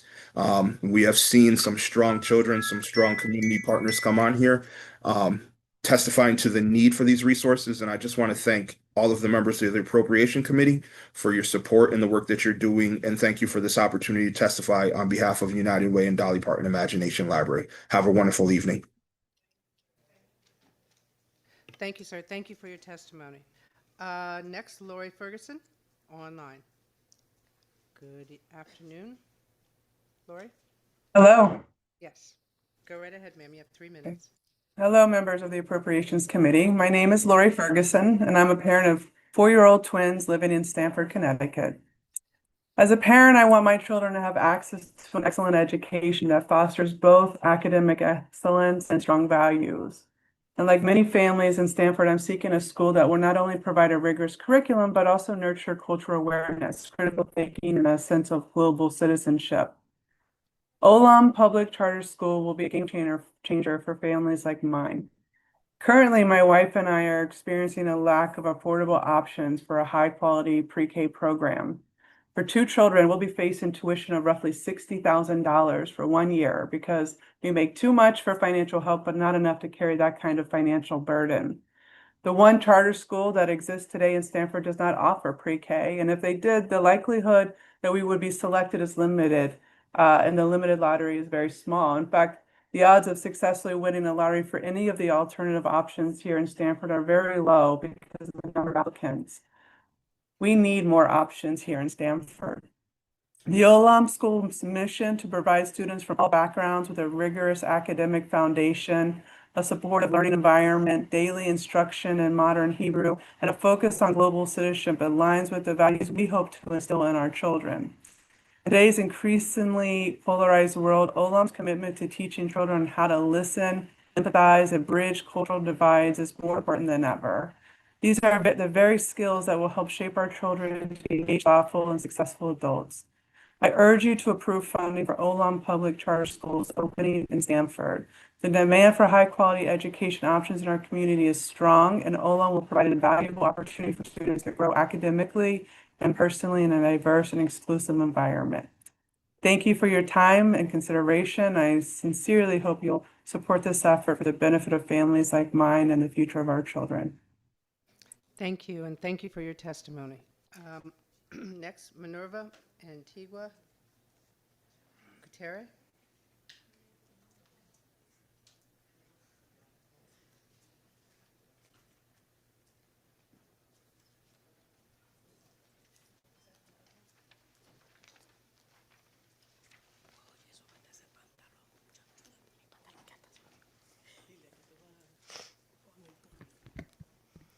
Good afternoon, members of the committee. My name is Jason Ballesteros. I am a student at Capital Prep Harbor Upper. I am also the son of Minerva Antigua Gutierrez. My mom works hard every day so I can have opportunities she did not always have. Because of a public charter school, I have a safe place to learn, teachers who believe in me, and the chance to dream about college and a real future. That is why I am here today. In Danbury, many students like me are still waiting for that same opportunity. They are growing up without access to the kind of public tuition free charter school that can change the direction of their lives.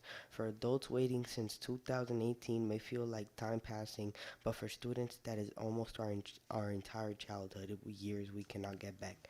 Opening the Danbury Public Charter School would mean that other children can feel what I feel every day when I walk into my school, safe, supported, and full of hope.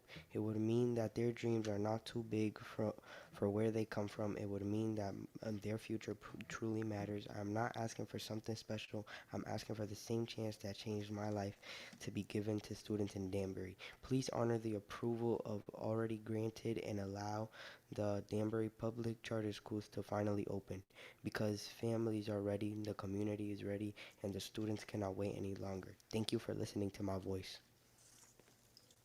Thank you, thank you, thank you, thank you, thank you. Thank you, family. Danielle Middlebrooks? Online. Hi. Good evening. Thank you. Go right ahead. You have 3 minutes, ma'am. Good evening, leaders and members of the Appropriations Committee. My name is Danielle Middlebrooks, and I serve as the Director of Advocacy and Public Policy for the ARC Connecticut, the advocacy and policy arm for 14 of Connecticut's largest disability services providers, one of whom is Lumability, the largest nonprofit birth-to-3 provider in the state, serving more than 2,200 children and adults across 68 towns. I'm here today to speak directly to the need for funding in the state's birth-to-3 program. The governor's recommendation to increase birth to three and Department of Social Services funding is an important step, recognizing that an investment in birth to 3 has a positive impact on reducing the services children will need as they enter the school system, but more work is needed to make the program sustainable. Without a sustainable and well-funded birth to 3 system, children risk poor developmental outcomes, families are left without the support they need during a critical stage of growth, and childcare providers are left without the tools to address behavior needs, increasing the likelihood of expulsion and creating unstable childcare arrangements. This, as you know, makes it harder for parents to maintain stable employment and housing. So my asks today are reinstate, restore, keep, and implement.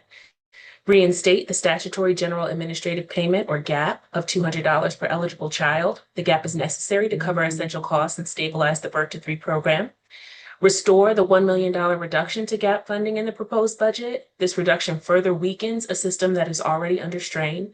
Keep the money the governor has proposed in the budget and decouple it from the tiered system. I can't stress this enough, that the tiered rate model will not support workforce recruitment or program stability. And implement language and statute to ensure that birth to 3 rates are reviewed or adjusted with consistency to keep pace with inflation. And action in these areas will have a cascading effect on families, the economy, and Connecticut as a whole.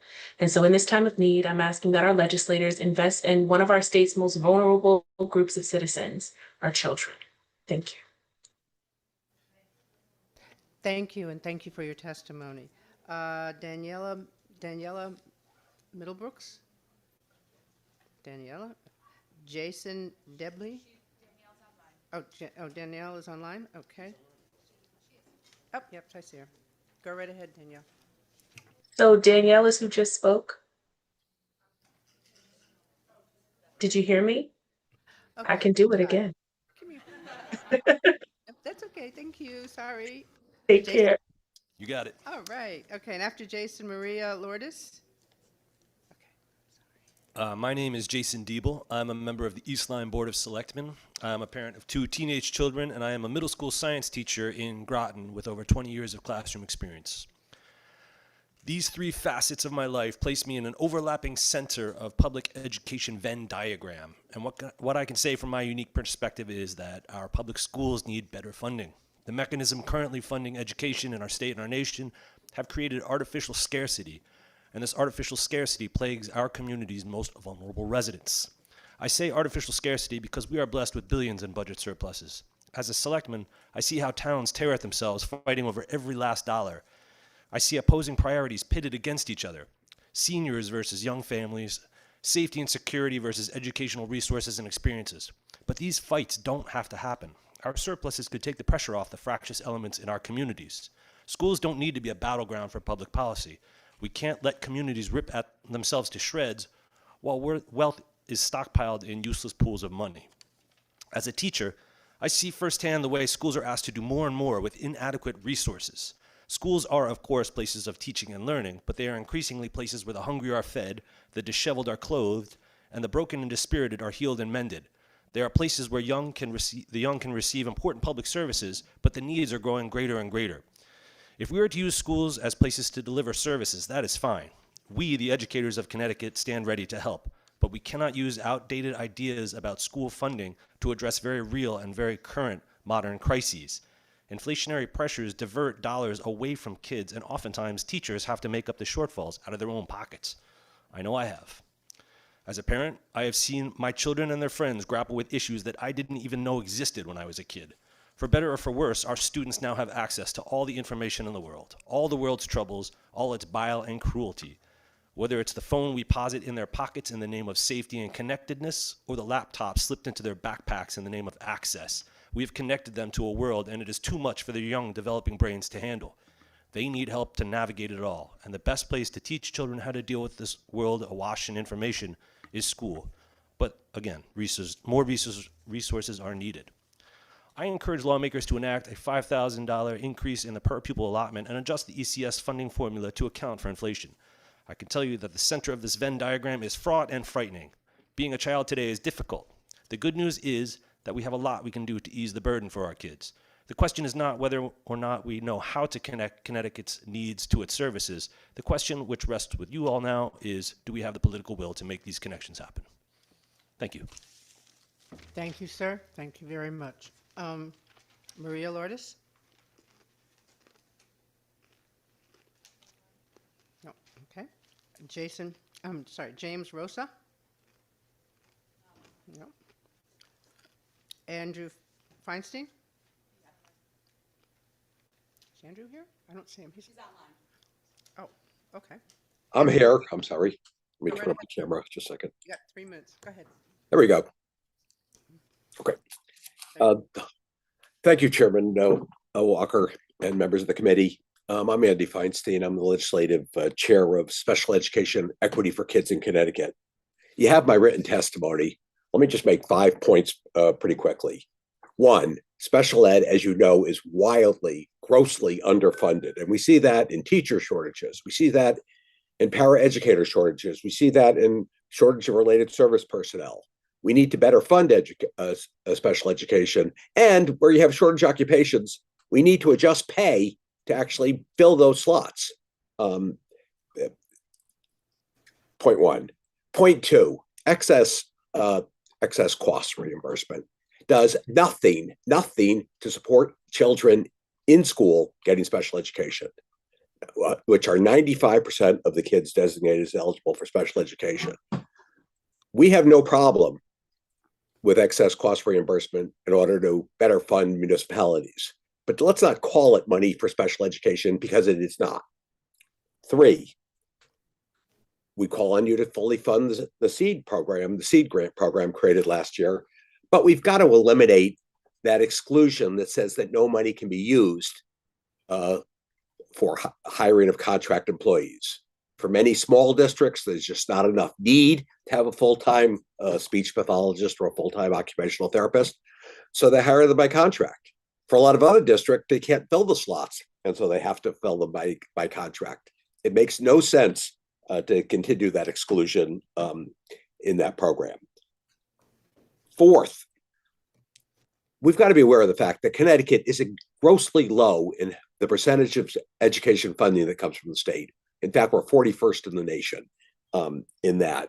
We've got to get our percentage up from the 35% range to the national average of the mid-40s in terms of state funding of education. And 5, just incidentally, if the foundation amount for ECS is supposed to be based on what it costs to educate a kid without special needs, if you do the math, it turns out to be about 20 grand per kid in the state. And obviously we don't have the money to get to that level, but raising the foundation amount is really pretty significant and really does need to be done. So I thank you for your time, and I congratulate you on spending the rest of your night here listening to people. And I'll see you up there soon. Thank you.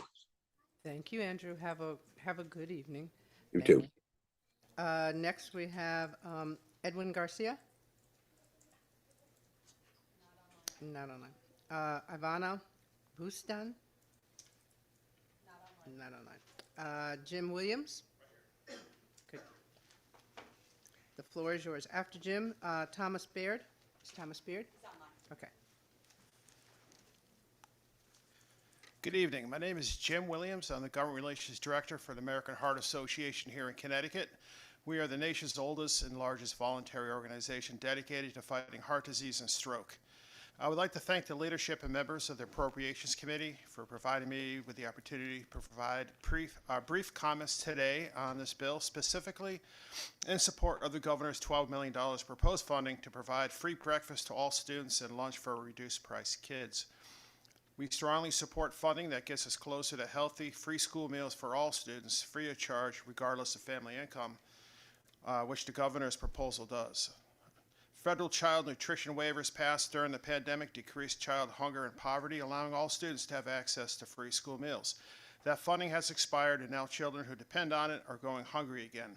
States right now are stepping up to fill the gap and ensure that all children, regardless of family income, can obtain healthy meals throughout the year and have the best chance to learn and thrive in school. California, Colorado, Maine, Massachusetts, Michigan, Minnesota, New Mexico, New York, and Vermont have all passed legislation to prevent students from going hungry. Connecticut must be next. Why is this issue important? Food insecurity dropped by 14% among students who participated in the National School Lunch Program's free or reduced price lunch meals. Students who eat school lunches tend to take in more whole grains, vegetables, and dairy, and fewer refined sugars and empty calories than those who bring their lunches from home. Students who have more nutritious diets tend to perform better and pay more attention in school. Participation by all students in school meal programs increases when meals are provided for free, resulting in increased revenue by way of federal reimbursement. Healthy school meals for all will eliminate issues of unpaid school meal debt and reduce administrative paperwork, freeing up school nutrition staff to focus on feeding kids. I want to thank you very much for taking the time to listen to me today, and I hope you strongly consider supporting this particular request. Thank you, sir, and thank you for your testimony. Thank you very much. Thomas Beard? Good evening. Go right ahead, sir. Thank you. My name is Dr. Tom Baird, and I'm the superintendent at Hebron. I'm going to echo a lot of Fran's testimony. Thank you for giving me the time. As a superintendent of a Connecticut school district and as a parent of a student with significant disabilities, I've witnessed firsthand the impact of the state budget on the children of the state and on the local taxpayer. The excess cost reimbursement grant is of great concern. Hebron should be getting 88% within the tiered reimbursement grant. We will likely only receive 70% this year. As the reimbursement continues to decline, local budgets are driven up, negatively impacting the overall education experience for all students. Special education expenses will be incurred regardless, leaving a smaller share of resources for the general population. It is my strong opinion that the state has a responsibility to students with disabilities, like my son, who are legally entitled to services. The state should be fully funding the excess cost grant to ensure all districts are receiving 100% reimbursement rates. At the same time, the state should lower the threshold for in-district expenses to create an incentive for districts to create more of these programs so students can remain in their home districts. For a smaller district like Hebron, the excess cost grant has a huge impact on our bottom line. It's shocking to see how much of our overall budget needs have shifted to the local level, driven by a significant increase in students with disabilities. Our number of students with autism has nearly tripled since 2021. Our number of students with emotional disabilities is 5 times higher than 2021. Not surprisingly, our number of students needing more intensive therapeutic settings and our number of special education teachers and paraeducators has increased significantly as a result. In our local budget proposal for next year, we're using an assumption of a 65% excess cost reimbursement rate. We're a small elementary school district, and just our special education budget is increasing by $586,613. This represents a 4.09% increase to our entire budget proposal before we even consider contractual obligations. If we could budget assuming 88% reimbursement rate, we would expect to receive an additional $117,000. At a 100% reimbursement rate, we would expect to receive an additional $177,000. our entire budget proposal would then drop by 1.24%. I also just want to, off the cuff, echo some of the comments of the last speaker and just talk about free meals as also being an economic driver for communities. When we had free meals during COVID, we hired an additional staff person. We had additional revenue to also invest in equipment, and we were improving the quality of the food. So count me in supporting that and echoing other colleagues and talking about raising the base formula in these ECS as well. Thank you very much. Thank you, sir. Thank you for your testimony and have a good evening. Catherine Cruz? Hi. Hello. Go right ahead, ma'am. You have 3 minutes. Hi, yes, how are you? This is Catherine Cruz. I am from Tenbury.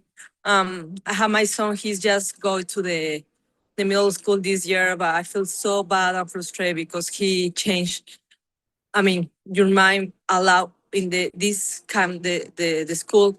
I don't know why, but I feel so bad. I just put my son in the home school because I feel I think so we need to more option of education. So I really want to you please approve this school. I know it's approved for 2008 since 2018, but I think so now it's time for the families of Denver have more education, optional education. So thank you for that. And please listen us. We are a lot of people try get the Denver Charter School in Denver. I think so we really need. I really appreciate your time for hearing us. Thank you very much. Thank you and have a wonderful evening. Thank you for your testimony. Next, Felipe Sam. I apologize. Maria Reyes needs to accept the promotion to panelist so she can show up as the next speaker. Maria? I'm going to send it right now again. Okay, well, while we're waiting for Maria to tell you, how about Felipe Sampaio? Payo? Gone? I'm sorry? Felipe? Felipe? No? No. Felipe is not here, but I'm also a member of the Danbury group. Is it okay for me to take his place? No, I can't do that. No, sorry. Maria, are you there? Yes. Yes, she should. No, I'm sorry. She's there, but she's not there. She won't accept the promotion. Okay, we're going to go on. So Felipe is not here? Okay. No. Okay. James, Angelopoulos? There you go. Thank you. After James, Jenny Graves. Is Jenny Graves here? Yes, she's online. Okay. Go right ahead, sir. Thank you. Hello, members of the Connecticut Appropriations Committee. Hello, Chair Representative Walker. It's good to see you. Good to see you. My name is James Angelopoulos. I'm a former educator and currently a DoorDasher. As a former educator for both the towns of Cromwell and Montville, Connecticut, I know all too well that the ECS grant is one of the most crucial components in ensuring our children's future is bright. Multiple towns and cities in Connecticut are all too aware that the cost of education is rising. As our budget hearings in each of the towns are rapidly approaching, multiple boards are seeking to not increase their education budget. This exploration is not being made because the boards believe that we don't need the money. That's not the case. Every board is aware that the cost of living and to educate our children are going up. Multiple educators and staff, that include custodians, paraprofessionals, lunch service workers, bus drivers, and health service professionals, are at threat of being laid off due to these rising costs. It's these rising costs that make it nearly impossible for people like me to return to the field of education, and meanwhile we can barely maintain the staff we already have in order to maintain a high quality of education for our children. Our children require resources in the realms of special education, behavioral and rehabilitation education, technical education, and in the broader spectrum of education. Our children need resources in the form of books, writing utensils, pencil sharpeners, art tools, tutoring programs, food, computer labs, and most importantly, staff in the form of educators and professional staff. Without these resources, we face illiteracy, the inability to critically think, relying on flawed AI systems to guide our youth, a lack of creative outlets, and a vastly undereducated and unskilled workforce. As my own town of Ledyard is actively hearing proposals to cap the budget in the face of rising taxes and costs, our Board of Education knows we need help from the state. I ask that the ECS budget increases and is adjusted for inflation to safeguard our children's futures. In these uncertain times, we cannot allow our school communities to become overloaded or desolate due to differing political views on how to approach our school budgets. We need to come together not as towns, not as cities, not as boards of education, rather as a state. The state needs to act, and it needs to prioritize our children above all else. And I thank you for your time. Thank you, and thank you for your testimony. Jenny Graves? Good evening, distinguished members of the Appropriations Committee. My name is Jenny Graves. I'm a resident of North Haven, and I am a preschool special education teacher in New Haven Public Schools and a mom to a public school student with an IEP. I am also vice president of the New Haven Federation of Teachers. We belong to Connecticut for All, a statewide coalition fighting for a better future for everyone in Connecticut. I'm testifying on the governor's proposed adjusted budget for fiscal year 2027 to increase the base ECS foundation amount that hasn't changed since 2013 to keep up with the cost of living adjustments, and then modify the ECS formula to annually adjust to the base of the to modifying the foundation for inflation would result in the state contributing more every year to support all students across the state. As a teacher and a mother, I see every day how deeply school funding affects our children. An increase to the ECS foundation would benefit every student in New Haven Public Schools. Right now, many of our buildings are not safe or well maintained. I've worked in classrooms without reliable heat or air conditioning, in buildings with leaky roofs and mold, conditions that no child should have to learn and no educator should have to work in. Our special education students are also paying the price because special education teachers and related service providers carry overwhelming caseloads, as 1 out of 6 students in New Haven receive special education services. Students often receive less intervention than they truly need. These are some of our most vulnerable learners, and they deserve better, my son included. Continuing with the current level of state education funding will only deepen the challenges our schools face. Our city has made real efforts to increase local funding, but there are limits. With more than half of the taxable property owned by Yale and New Haven, the burden falls heavily on working families and taxpayers who are already stretched thin. We are still operating under an outdated funding formula created 13 years ago. Our students' needs have changed, our costs have risen, and our schools cannot keep up with being asked to do more with less. Increasing the ECS foundation would allow us to hire more support staff and interventionists, improve the health and safety of our learning spaces, and prevent layoffs that disrupt students' education. I'm not here just as an educator, but as a parent, asking you to invest in our children because the conditions we create in our schools today shape the future of our communities tomorrow. Thank you very much for the opportunity to testify. Thank you, and thank you for your testimony tonight. Have a good evening. Marietta Marquez? Elizabeth Dominiques?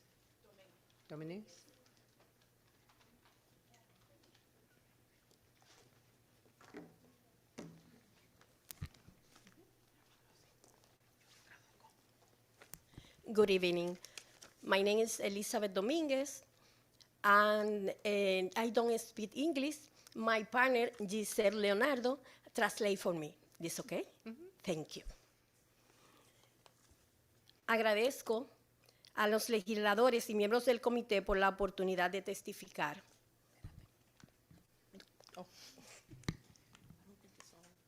Just press the button. There you go. Thank you. Good evening. Thank you, the legislative and the member of committee for the opportunity to speak today. Solicitamos a la Asamblea General de Connecticut que honre la aprobación otorgada en el 2018 a Danbury Public Charter School. We solicit the Assembly General of Connecticut to honor the approval that was given in 2018 for the Danbury Public Charter School for Education. Esto permitirá que la escuela finalmente abra y sirva a los estudiantes. That will give the opportunity to be able to be open and be able to serve the students. La escuela charter en Danbury recibió aprobación inicial en el 2018 y obtuvo la puntuación más alta en ese año, pero las familias aún esperan. She said that in 2018 they received the approval, but the families are still waiting for the charter school to be open. Soy educadora de primera infancia. I'm an educator of the early childhood education. También soy instructora de formación de la misma. And I'm also an instructor of early childhood education en Lead Danbury. At Lead Danbury. Y es un honor para mí el pensar And for me it's an honor to think que los niños de sexto grado a 12 grado, for the children that are on middle schoolers from 6th grade to 12th grade, al tener la oportunidad de una charter school en Danbury, to have the opportunity to have a public charter school in Danbury, van a tener una enseñanza diferente. They're going to have a different, to be able to receive a different education. Como educadora, as an educator, pongo mi mano en mi corazón ante ustedes. I put my heart in front of you. Al ver esos niños crecer, to see these children growing, ver las oportunidades que necesitan, to see the opportunities that they need, y que pueden tenerla en Danbury. And that they can have it at Danbury. Comparto mi testimonio personal. I want to share my personal testimony. My daughter, mi hija, se graduó en la Universidad de New Haven. She graduated at New Haven College. Y la cual ahora está haciendo un doctorado. And right now she's doing a master. Y ella me dice, and she said to me, Mami, Mom, los niños hoy en día, the children nowadays, necesitan una educación inclusiva. They need an inclusive education. Más libre. More free education. Cuando ellos se expresan when they express themselves de lo que es la parte académica, about the academic process, se sienten frustrados. They feel frustrated. Y el poder estar libre con una escuela charter, and to have the freedom to have a charter school, estudiar arte, study art, que puedan saber que pueden ser negociantes, that they be able to learn things about businesses, y que pueden ser libres en su expresión académica. And that they can have the freedom when it comes to the academics. Sobre todo, also, que nosotros con varias lenguas, because we manage different languages, al ser latinos, to be Latins, Hispanics, se complica un poco. It's a little bit complicated. Y tener una escuela donde puedo expresarme con libertad académica, and to have a school to be able to express myself in the academic with freedom, me hace llegar a la cima. Make me reach to the top. Y cuando llegue a la universidad, and when I go to college, que me enfrente that I'm gonna be having challenges, a una pincelada académica totalmente diferente, a different academics process, mi mente está abierta. My mind is gonna be more open y más fácil and more easier para adaptarme. To be able to adapt. A pesar de sus 23 años, and her daughter to be 23 years old, ella le llama a ellos niños. She still called them children. Son mis niños que estoy ahora. So those are the children that she's in right now. Acompañándola en libertad académica. And she'll be able to give it the companion when it comes to the academics. Porque están llegando con mucha tristeza. And because they getting there with sadness. Ella estudió. She studied. Psicología clínica. Clinical psychologist. Está haciendo un máster ahora. She's doing her master's right now. Y me dice, ahora estoy totalmente segura. And her daughter expressed to her that she's very sure que puedo ayudar that she's able to help a mi comunidad, her community, a mis niños, her children, y hacer una apertura and be able to be open, de que ellos puedan lograrlo. That they be able to reach it. Por eso es necesario. That's why it's necessary tener la escuela charter. To have this charter school. Muy agradecida de nuevo con mi corazón. I'm very thankful from the bottom of my heart. Que tenemos la oportunidad. That we have the opportunity. De estar aquí. To be here today. Y que ustedes tengan. And that you also have. Una escucha activa. To be able to listen with open hearts to us. Con empatía. With empathy. Soy la voz. I am the voice. De esos niños of those children que dicen that they said express quiero ser libre I want to be free en pensar and when it comes to think en una pincelada académica totalmente diferente in a different academics. Muchas gracias. Thank you very much. Thank you. Nice mother and daughter team. Dr. Royce Avery. Online. Good evening. Representative Walker, Senator Olson, distinguished members of the Appropriations Committee. I want to thank you for holding this public hearing on the governor's proposed budget for the elementary and secondary education. My name is Dr. Royce Avery. I'm the interim school superintendent for Bridgeport Public Schools. And I stand before you today on behalf of the Bridgeport Public School community. I do want to give a shout out to the Bridgeport students that testified earlier. They made me proud. They made the town of Bridgeport proud. Bridgeport is the largest school district in Connecticut, serving more than 19,000 students.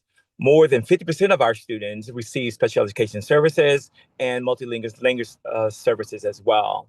We serve students with some of the greatest needs in the state of Connecticut, yet we rank 160 out of 166 districts in net current expenditures per pupil, the 7th lowest in Connecticut. And year after year, we are asked to do more with less. While we respect the governor's proposal to convene a blue ribbon panel to study the review of the education cost sharing formula, our students cannot afford to wait. We need ECS formula updated now. The ECS formula has not been meaningfully increased in more than 13 years. It does not reflect inflation, rising operational expenses, and growing academic, social, emotional, and mental health needs of our students. We strongly support increasing the ECF foundation level by at least 6% immediately, with a commitment to an annual increase that keeps pace with inflation. When state funding does not keep pace, districts must either cut staff and programming or shift greater costs to taxpayers, and neither one of those options are sustainable. We're also deeply concerned about the ongoing underfunding of the education cost, excess cost grant. For decades, the state has not met the statutory commitment to reimburse districts for increased special education costs. In addition, we support strengthening and expanding the SEED grant to build in-district special education capacity and reduce out-of-cost placements. We also are urging restoring magnet school funding. This is not just a Bridgeport issue. When Connecticut's largest school district is underfunded, the impact is felt statewide. Our students in Connecticut are Connecticut's future workforce, leaders, and community members. Connecticut's constitutional obligation to provide free and appropriate education, requires sustained, adequate, and equitable state investments. We cannot delay meaningful reform while districts continue to absorb the consequences of an outdated funding formula. We respectfully urge the committee to take immediate action to increase education's funding, fully fund the excess cost grant, strengthen SEED, and restore magnet funding, and ensuring that the budget reflects a true cost of educating students in Connecticut. Thank you for your time and consideration for my request. Thank you. Thank you, and thank you for your testimony. Next, Joe Dominique? Dornique? No? No, it's in a panel, so you're fine. Okay, next, Brian Greenleaf?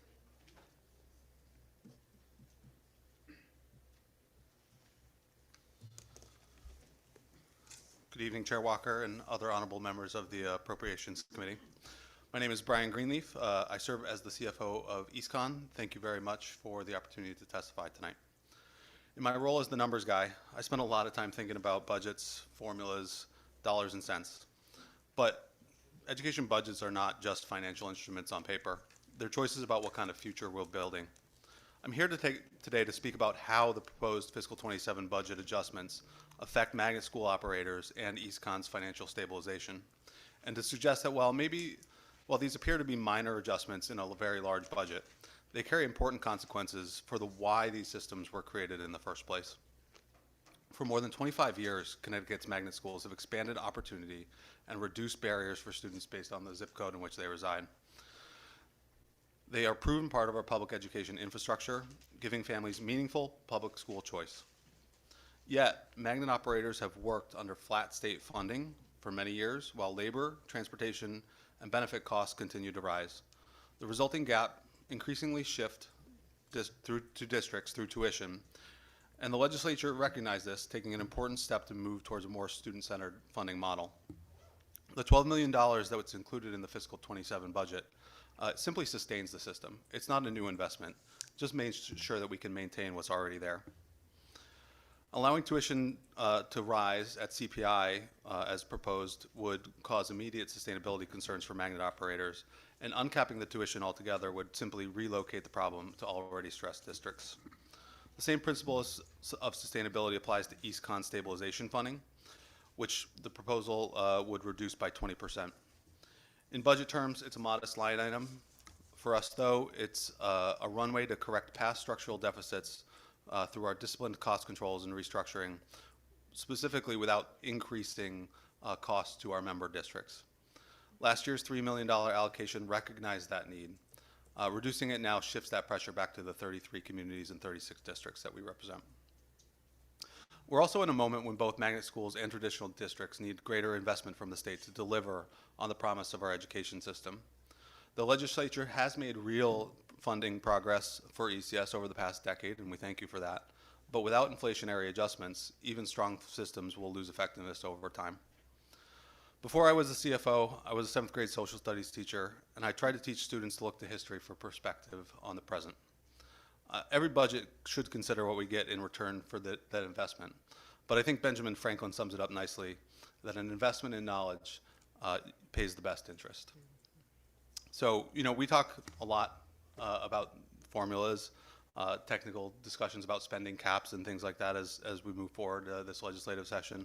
But I do encourage you to take a step back and reflect that you know, these investments are truly about setting the next generation of students up for success. So I appreciate your time.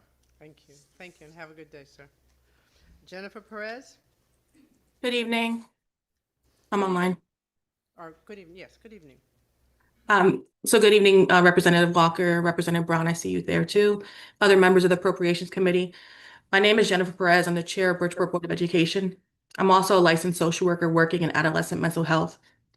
What I see in schools and what I see in clinical work are connected. When systems are under-resourced, kids, families, and staff feel it.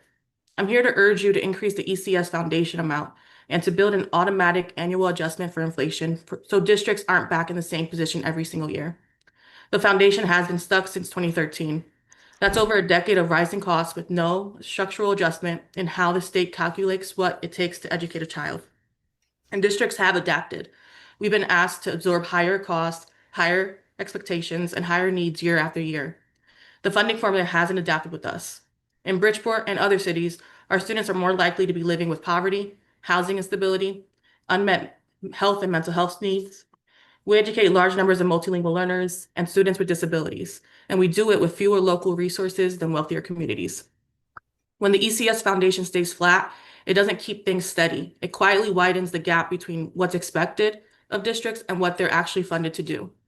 As a social worker, I don't see this as a line item. I see it in students waiting too long for services, staff managing crises without enough support, and educators burning out as they're asked to do everything at once. Schools have become a safety net, but we're not funding them that way. Special education makes this clear. Underfunding drives high caseloads, staffing shortages, delayed evaluations, and reactive rather than preventative services. That's unfair to students who are legally entitled to support. From where I sit, this isn't about pitting districts against each other. It's about whether the state is willing to be honest about what it actually costs to run a school system today, especially in communities like Bridgeport, where student needs are higher and the margin for error is smaller. If we want outcomes to improve statewide, the foundation has to reflect the real cost of educating students now, not what it cost more than a decade ago. Connecticut has the capacity to act. We've seen consistent surpluses and a strong reserve fund, and without even a modest inflation adjustment, districts will keep falling behind while students and staff pay the price. We need ECS to be a formula that stays relevant, not one that slowly becomes detached from reality. I'm asking you to increase the ECS foundation amount and create a mechanism for annual inflation adjustments so districts can plan responsibly, hire and retain staff, meet student needs, and avoid year after year budget crises and that destabilize schools. If we don't make this change, needs will continue to go unmet, staffing shortages will worsen, and burnout will continue to drive talent out of our schools. If we do make this change, we give districts the ability to build consistent supports and give students a real chance at the education Connecticut says it values. Thank you for your time and have a great night. You too. Thank you, and thank you for your testimony. Adrian Rodriguez. Adrian Rodriguez? Yes. Good evening, Representative Walker and distinguished members of the Appropriations Committee. My name is Adrian Enrique Rodriguez, and I serve as the Director of Organizing and Early Education for CSEA SEIU Local 2001. Our union represents more than 25,000 members across Connecticut, including state employees, municipal employees, Board of Education workers, and family child care educators who participate in the Care for Kids program. I'm here today to recognize the vital work that family child care educators and providers do in our communities. And first, I would like to thank this committee for the work that we've accomplished last session to prioritize early childhood investments. And second, to urge you to fully fund the systems that support them and the families that the providers serve. Later this evening, you will also hear from some of CSEA's Family Child Care Union leaders, and I will also be translating for some of our Spanish-speaking members as well. Family child care educators are small business owners. They open their homes before sunrise. They feed, teach, and comfort, and prepare children for kindergarten and beyond. They create safe, stable learning environments that allow parents to go to work. And when childcare works in our state, Connecticut's economy works. When it breaks down, the impact is immediate. And right now, it's breaking down. It is taking about 8 months before a family is invited off the Care for Kids waitlist as of February 9th, 2026. Families being invited to apply had application dates of June of 2025, and that is an 8-month delay. There is approximately 3,009 families that remain on the wait list, and these are families, not children. The number is much greater. Providers are carrying the burden, and they are operating with lower enrollments and in some cases without payments while families will await for subsidy approvals. The instability threatens the programs that are already operating within thin margins. The most devastating impact is on families, especially grandparents, aunts, and uncles, who have stepped away from their jobs to care for a child, believing that they will receive the subsidy. Many do so not realize that they will have to wait 8 months and not be compensated for that time of care. That lost income means unstable housing, unstable employment, and ultimately unstable care for the child. We must also increase funding for the Birth to 3 program, as underfunding has led to capacity issues, limiting early childhood and intervention for the children with developmental delays and developmental needs. Early intervention cannot be a waiting game. When support is delayed, development is delayed. And finally, we must protect and continue to protect the projected contributions to the endowment fund. Providers have been promised healthcare access, rate increases, and long-term stability. Without full funding, we risk moving forward and commitments and risk moving backwards on commitments that were made in good faith. We respectfully urge the committee to fully fund the Care for Kids program and eliminate the waitlist, increase funding for Birth to 3, and protect the long-term sustainability of the endowment fund. Thank you for your time this evening. Thank you, and have a good evening. Next, we have Robert Rader, and then followed by John Taylor, and then followed by that, Christopher Roach.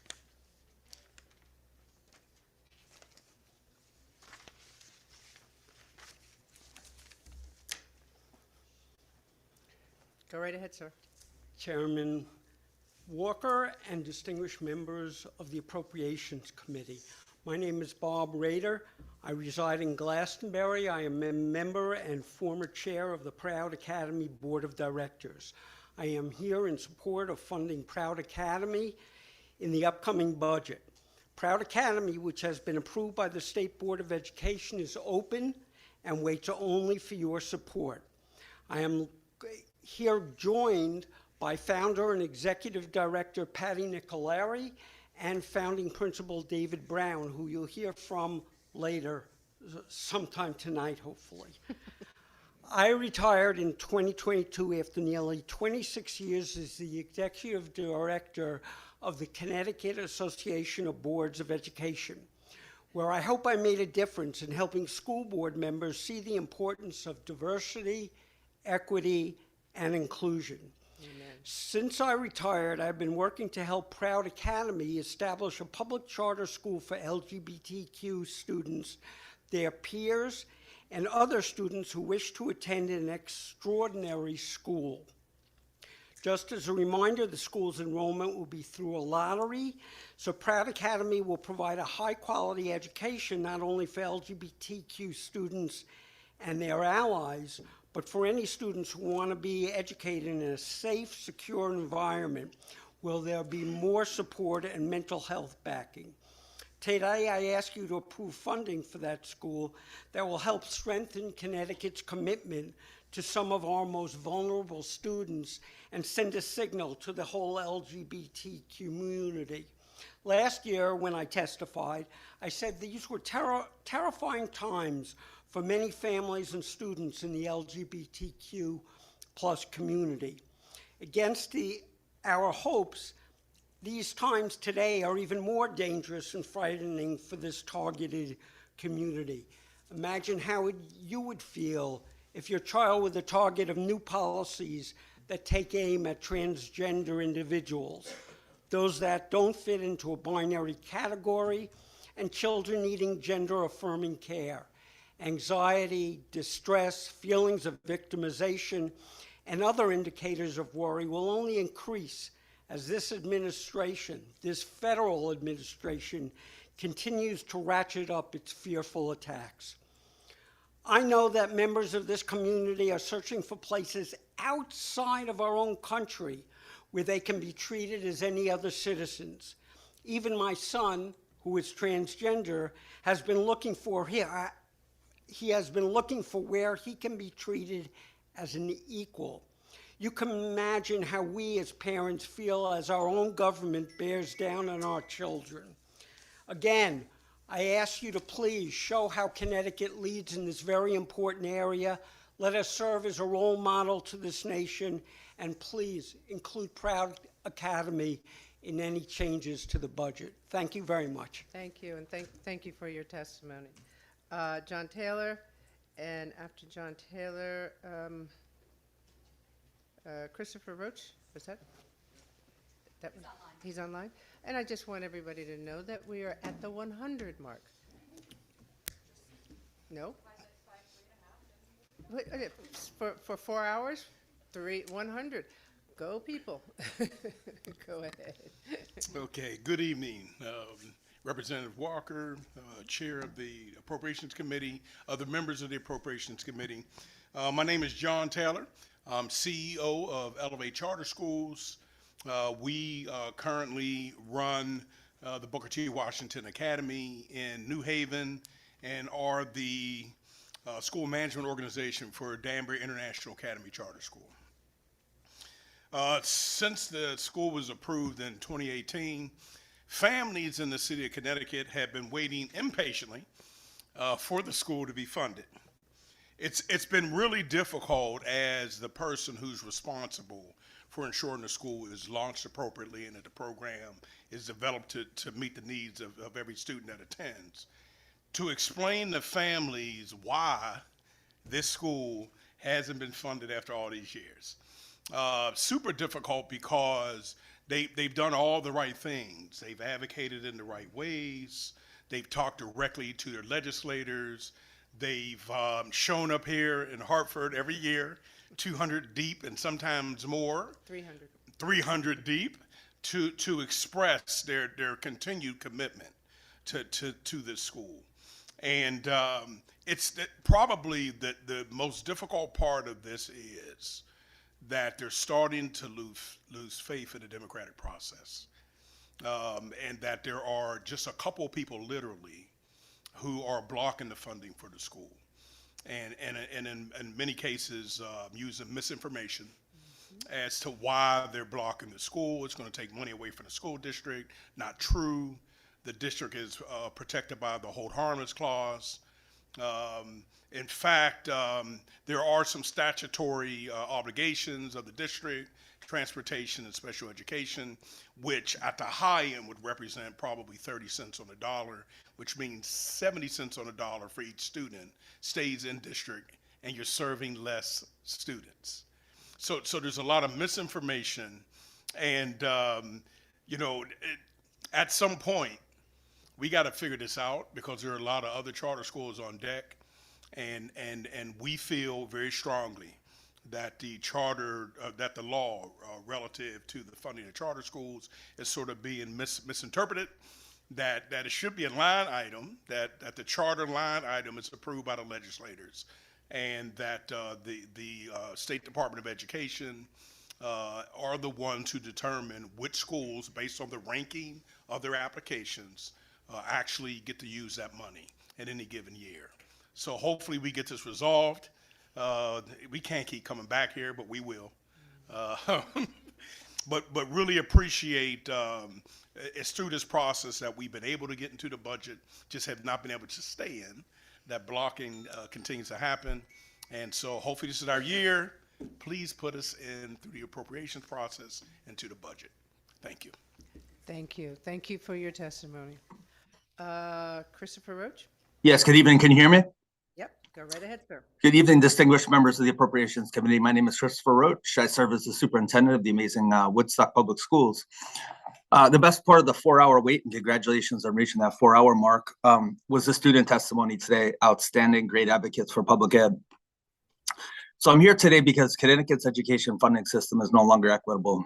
It's not sustainable. It's actually broken. The ECS formula was created to equalize opportunity, to ensure that a child's education is not determined by their zip code. Today, it no longer does that. School districts across the state are facing structural deficits, not because of overspending, not because of mismanagement, but because of mandated costs.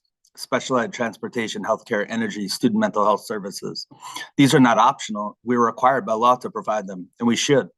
Yet the ECS foundation allocation remains rooted in funding levels from 13 years ago. Costs have surged, state support has not kept pace. Woodstock Public Schools, where I work, funds approximately 73% of the per pupil expenditure. Not acceptable. The result is simple. The burden has shifted to local property taxpayers.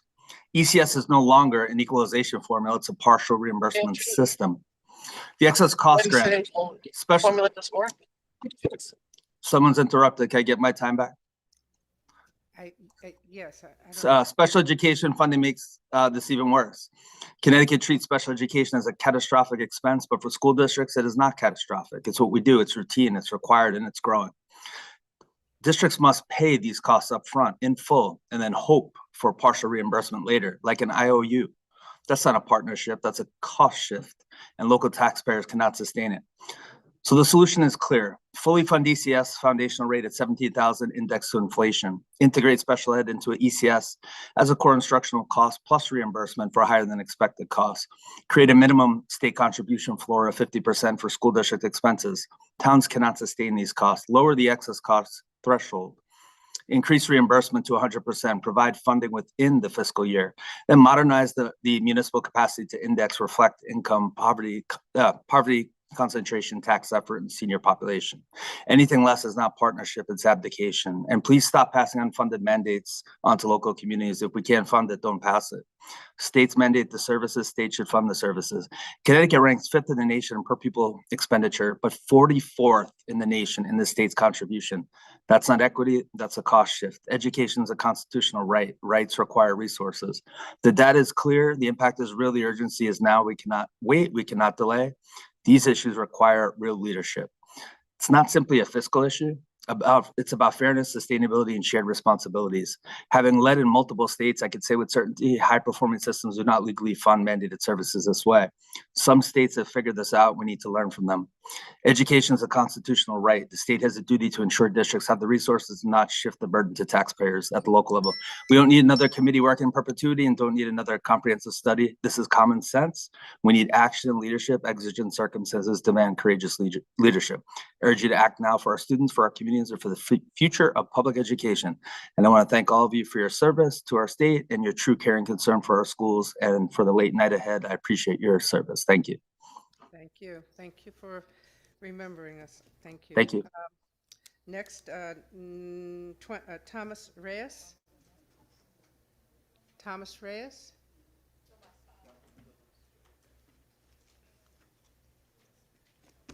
Well, good evening, and Thank you, thank you, Representatives Walker, Brown, and Representative Reyes. Thank you for hanging in there. I think I've seen both of you hanging in there for most of the hearings and prior hearings, so thanks again for doing this. I truly appreciate the opportunity to speak to the committee as a private citizen. So I come in support of a few initiatives, all of them with equity in education. So I'm a resident of Sandy Hook. I'm a parent of a child that goes to the Waterbury Arts Magnet School. And I'm here to ask to support the funding of the Danbury International Academy. As people reminded, it has been approved since 2018. And we want to make sure that not only that school gets approved, but also the bills that make equity in education a reality and not a mirage, right? Since Chef versus Neil, there's a lot of battles, and there's a backlog in the State Department of Education there's more than 30 years old department just trying to fix that, and lawsuits left and right. And so it consumes a lot of energy. And the state is dragging its feet, right? And the state is made up of not just of this body, but also the executive. They cannot hide behind inaction, right? They own this. So I want to make sure that, the State Department is given a mandate, but in practice, it gets stripped of their ability to carry their obligation. And the hurdles that are put to them to carry the work hurt the people that need it the most, the people that were put there in the first place. So I came here also, was part of the group that now we kind of split in today's order of just coming in here. But the parents are coming here again to voice their support. We're speaking as one voice because we watch the same pattern repeat. The families show up, testify, petitions are signed, bills advance, okay? So they actually advance and then they disappear, okay? So what is the power? What voices have more power than the people that come here and speak? Last year, there was a bill that was advanced all the way through the committee, passed through the committee in education, and then never heard from again.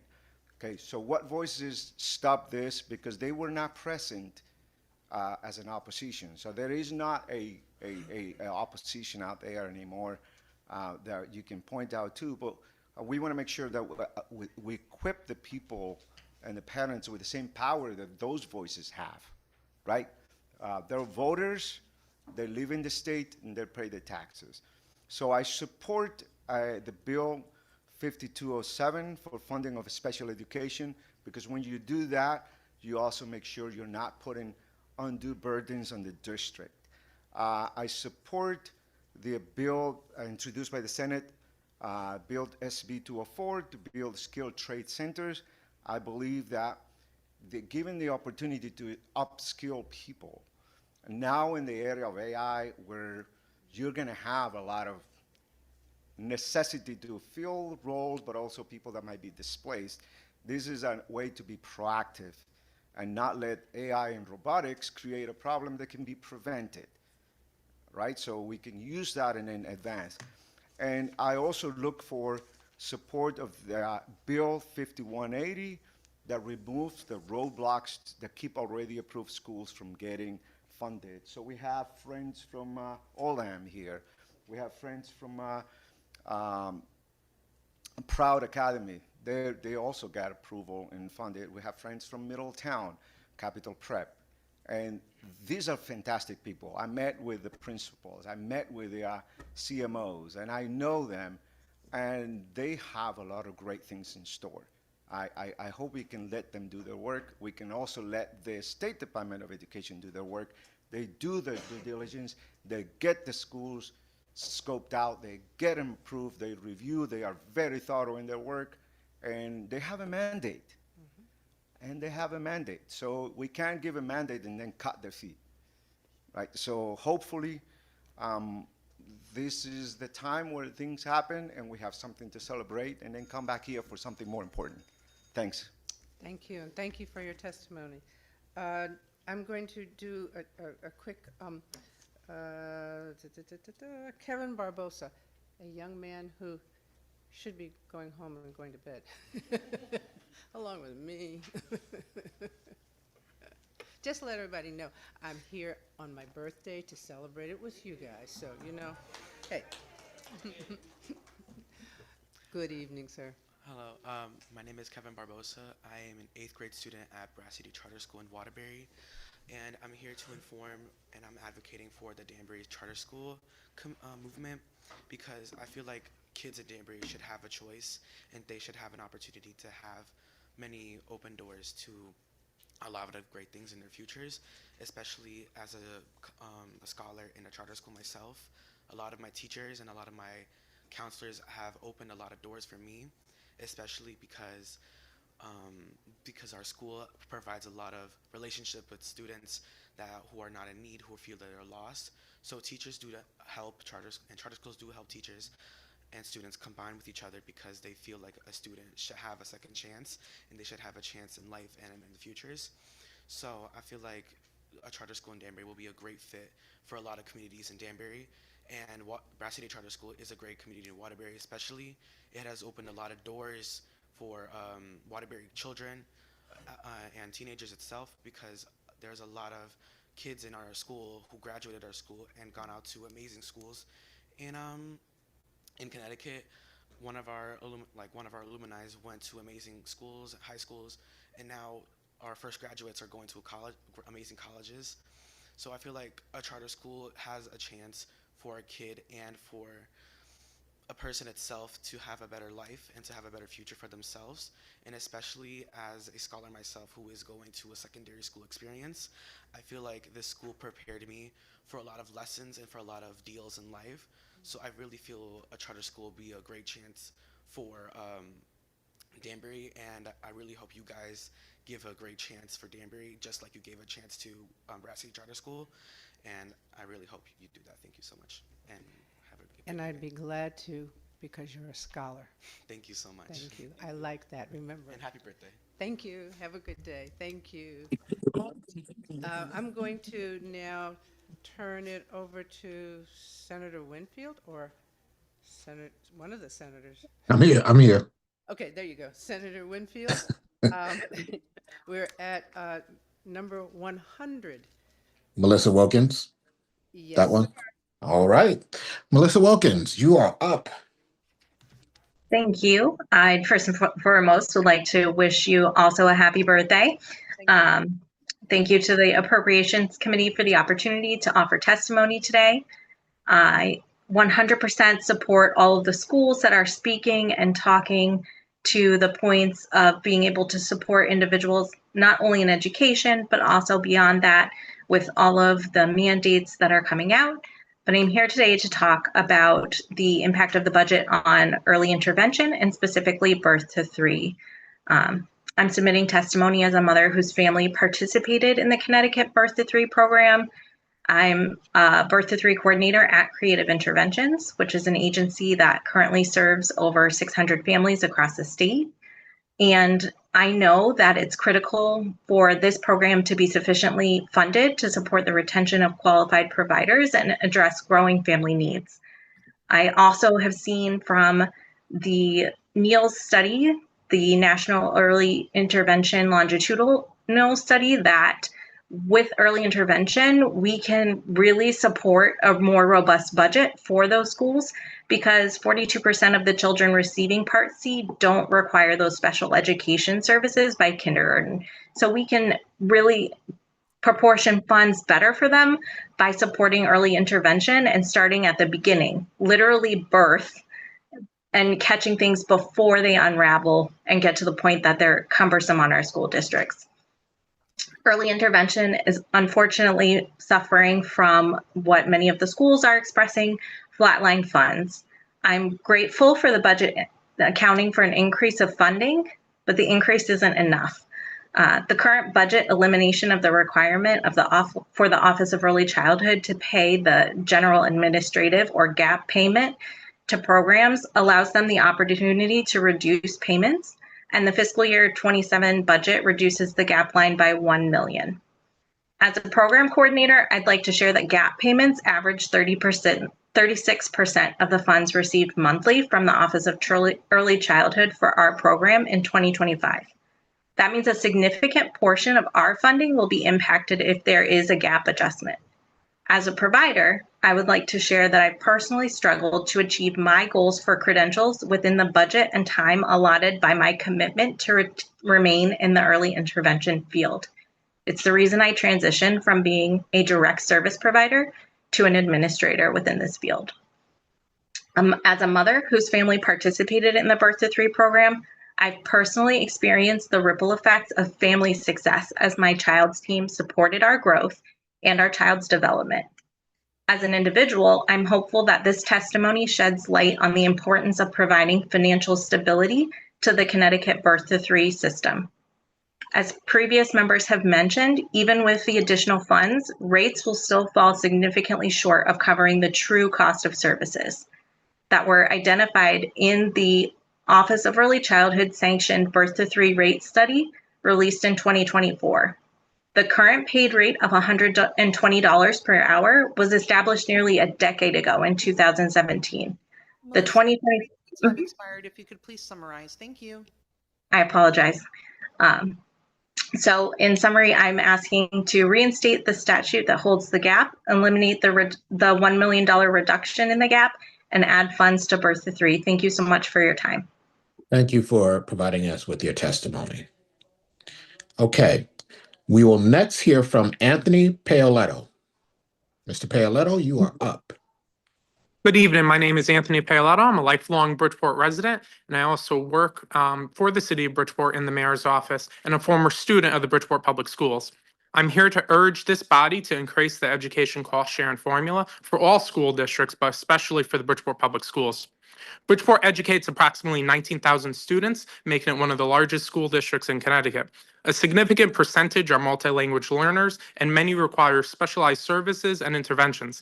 These demographics are not abstract statistics. They represent real children with real needs that require real investment.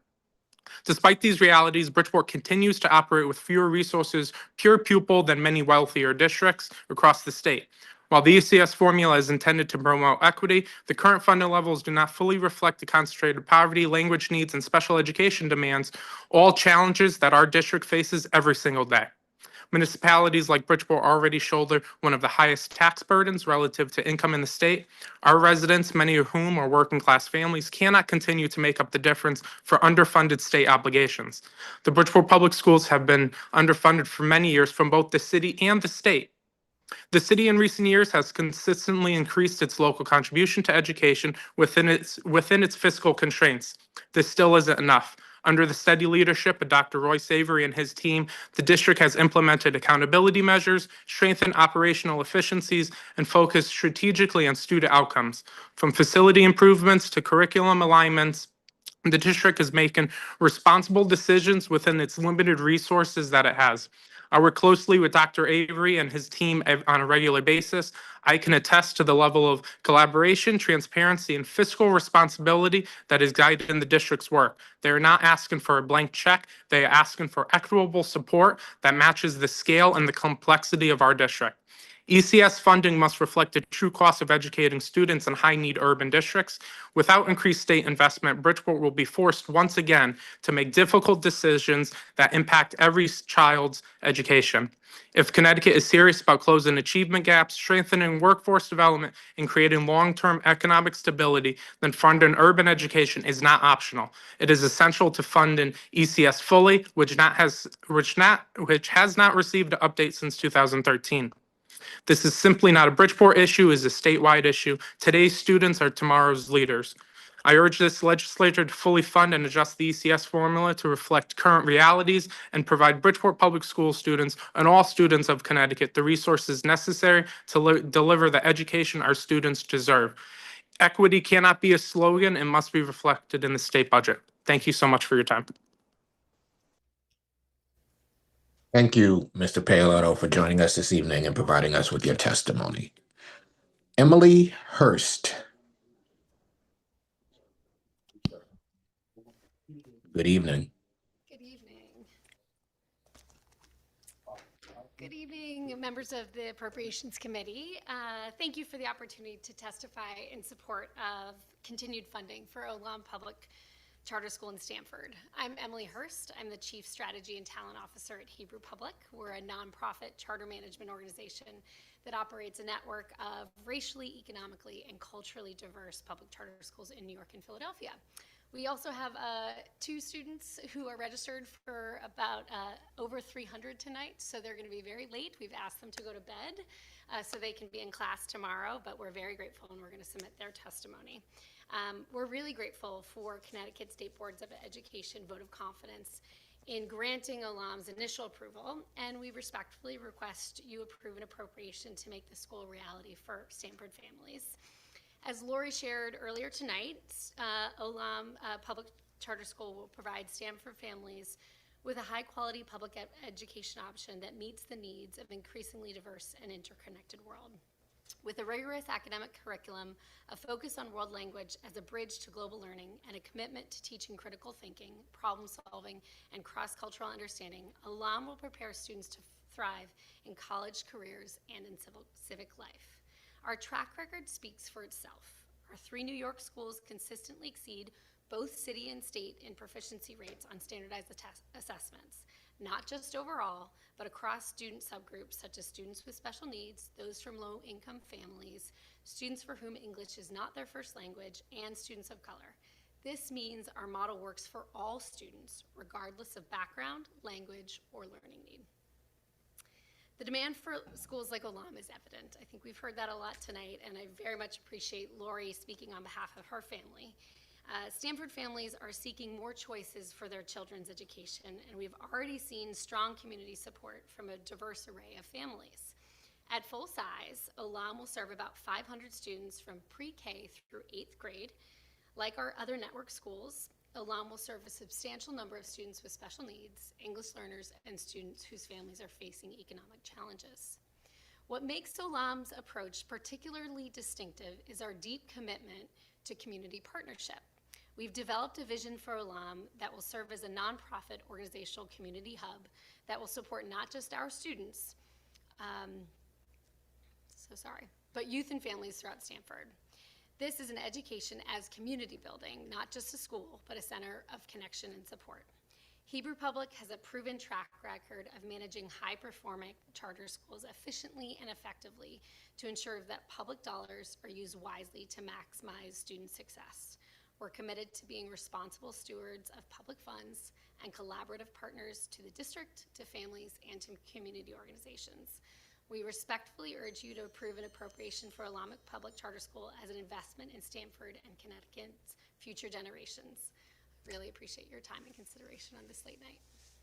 Thank you, and appreciate you sticking around to testify with us. Dianasi Torres. Hope I got that right.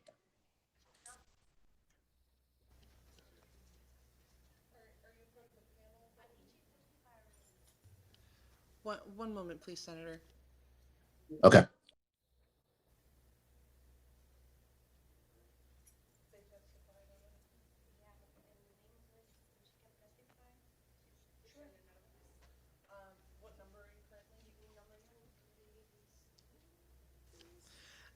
Senator, we had this person testify earlier. However, someone else from their group is going to testify now in their place. She is number 237, which is Gisette. Oh, Gisette. Sorry. Oh, okay. All right. Good evening, everyone. Thank you for the opportunity to testify today. My name is Gisette Leonardo, and I'm here as a servant of the community. I am currently a stepmom of 3 children, raising an 8-year-old, and also representing our community, but also representing myself. Once I was a student coming to this country without knowing the language at all, and I know the struggle when you are in, in just regular school, you don't have the resources, right, available. So I'm here representing also that as well. Like all parents, we want everything for our children. We want the best possible future for them, and we want them to be able to learn on all different environments that they have. That they're able to fulfill their rich potential. Through my work with families, I often emphasize that education is one of the most important assets and investment that we can have for our future generations. And I'm currently also serving in the Danbury community as an educator. For us, education is very important. As a parents, we continue to search for educational environments that can meet the children's needs, often without finding the right fit, and that's something that we're advocating for today. This is not asking for special treatment, and it is not taking away from traditional public education, because I come from there as well. It is about honoring and assisting a commitment and recognizing that families deserve choices when it comes to their children's education.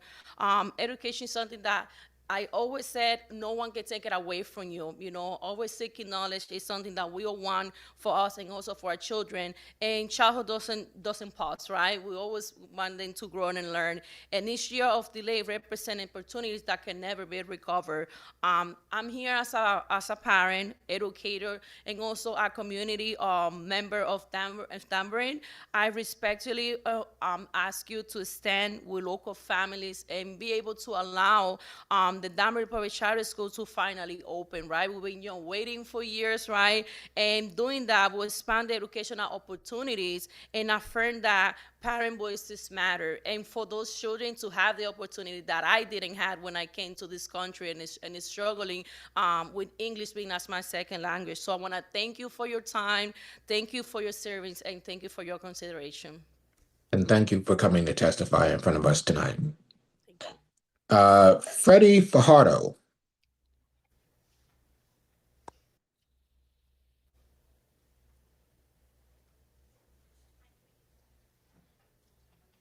Freddie Fajardo. They are not online. Okay. Ann Riddle.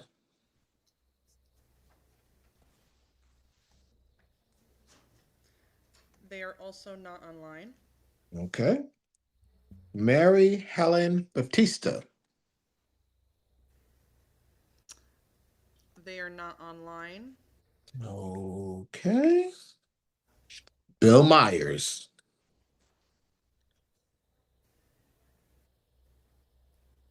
Good evening, and thank you for my testimony. Senator Walker, Representative Walker, happy birthday to you. I'm here as a retired teacher. I'm also a member of the Treasurer's Investment Advisory Council, and I'm also the vice chair of the Teachers Retirement Board. I want to thank the legislature for fully funding the teachers' retirement system. We still have 23 years to go, but we're on a fantastic track, improving our situation year by year. I'm concerned about the healthcare system for retired teachers. There is a contract between retired teachers, active teachers, and the state to share costs 1/3 each. The active teachers have never missed a payment. The retired teachers have never missed paying their share. It's the state that has varied a lot. It's 33% of the total cost. And I just want to say we have done well the last 5 years. But the 5 years before that, we funded this way: 0, 0, 25, 25, 17, 16, and 15. When the state's contribution goes down, the fund becomes seriously challenged. This budget that's proposed changes the state's funding from 33% down to 25%. I fear we're starting a slippery slope as we've done in the past, and I ask you to return the state's budget to the full 1/3 that it's contractually obligated to through statute. Thank you. I really appreciate your listening, your work. I know these evenings go long, and I truly appreciate the work you do and the time you give to the state. So thank you very much. Thank you, and we appreciate you spending some time with us and providing us with your testimony. Angelica Cervantes. Yes. Good afternoon, members of the committee, and happy birthday, Representative Walker. I'm going to read my full testimony in Spanish, and then Adrián Rodríguez will do in English. And thank you for the opportunity. My nombre es mi nombre es Angélica Cervantes, proveedora licenciada de cuidado infantil familiar en el hogar en la ciudad de Waterbury, dueña de Smart Kids Family Daycare y orgullosa miembro de CSAU Local 2001. He servido a las familias de mi comunidad durante 10 años. Estoy aquí para hablar sobre el daño real que la lista de espera de Care for Kids está causando. Las familias viven en constante estrés porque no saben si podrán mantener el cuidado infantil y continuar trabajando. Muchas familias esperan más de 6 meses y para un padre o una madre que necesitan trabajar, 6 meses es una crisis. Mientras esperan, los niños pierden estabilidad, rutina y continuidad en su aprendizaje. Para los proveedores como nosotros, los espacios vacíos significan pérdida de ingresos y una incertidumbre constante que nos obliga a recortar gastos, incluso en apoyo esenciales como contar con una sustituta. Los proveedores de cuidado infantil familiar hacemos posible que la fuerza laboral de Conérico pueda sentarse a trabajar todos los días. Por favor, les pido que financien completamente Care for Kids y eliminen la lista de espera. Les pido que aumenten la financiación para Virtue Tree y que se financie completamente el fondo de dotación. Gracias por su tiempo y por su compromiso. Thank you. My name is Angelica Cervantes. I'm a licensed home-based family child care educator in Waterbury, the owner of Smart Kids Family Daycare LLC, and a proud member of CSCA SEIU Local 2001. I have served families in my community for 10 years. I'm here to speak about the real harm the Care for Kids waitlist is causing. Families are living in constant stress because they don't know if they will be able to keep childcare and continue working. Many families wait more than 6 months. For a parent who needs to work, 6 months is a crisis. While they wait, children lose stability, routine, and continuity in their learning. And for providers, empty slots means lost income and constant uncertainty that forces us to cut back, even on essential support like a substitute or an assistant. Family child care educators make it possible for Connecticut's workforce to show up every day. I urge you to fully fund Care for Kids and eliminate the wait lists. I also urge you to increase funding for the Birth to 3 program and fully fund the endowment. Thank you for your time and your commitment. Angelica Cervantes has also submitted a longer written testimony for the review of the senators and representatives of this committee. Thank you. And thank you, Angelica, for providing us with your testimony, both in English and Spanish and in the time required. That's pretty good. Bye. Kathleen Satalino.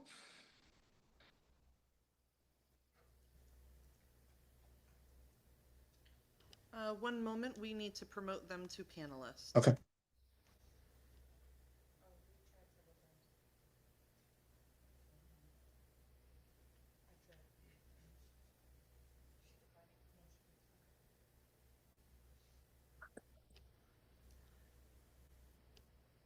Hi there, everyone. Right. Hello, Senator Winfield and distinguished members of the Appropriations Committee. My name is Kathleen Satalino. I am a proud mother of a Birth to 3 graduate, as well as the Director of Staff Development at Creative Interventions, which is a Birth to 3 agency that provides services to over 600 families across the state of Connecticut. I have submitted a longer written testimony where I express myself and my support for funding for Birth to 3. And I want to acknowledge that I stand with my colleagues, Melissa Wilkins, and many other folks who have spoken about Birth to 3. But here I'd really like to share a bit about myself to help put things into context. The budget right now as written includes added tiers which were not part of the cost study and would be difficult to achieve even for the system's most experienced providers. A little bit about me. I have over 20 years of experience in special education, 17 of those within the Birth to 3 system. I have a master's of science degree and I'm a certified licensed behavior analyst. I'm a trained service coordinator and Rush and Sheldon family coach with 12 years of supervision and leadership experience. Despite this experience, as well as my degree and certification, it would be really impossible for me to even obtain the highest tier in the proposed system. Across my time as a birth to 3 provider, I've seen a growing need for Connecticut families and dwindling staff to provide these necessary services. We've heard about wait lists all day today. As a member of the staff development team, I'm actively involved in the onboarding process with our newest employees. It's become increasingly difficult to recruit staff beyond entry-level positions, and the initial training requirements have increased significantly over the last few years.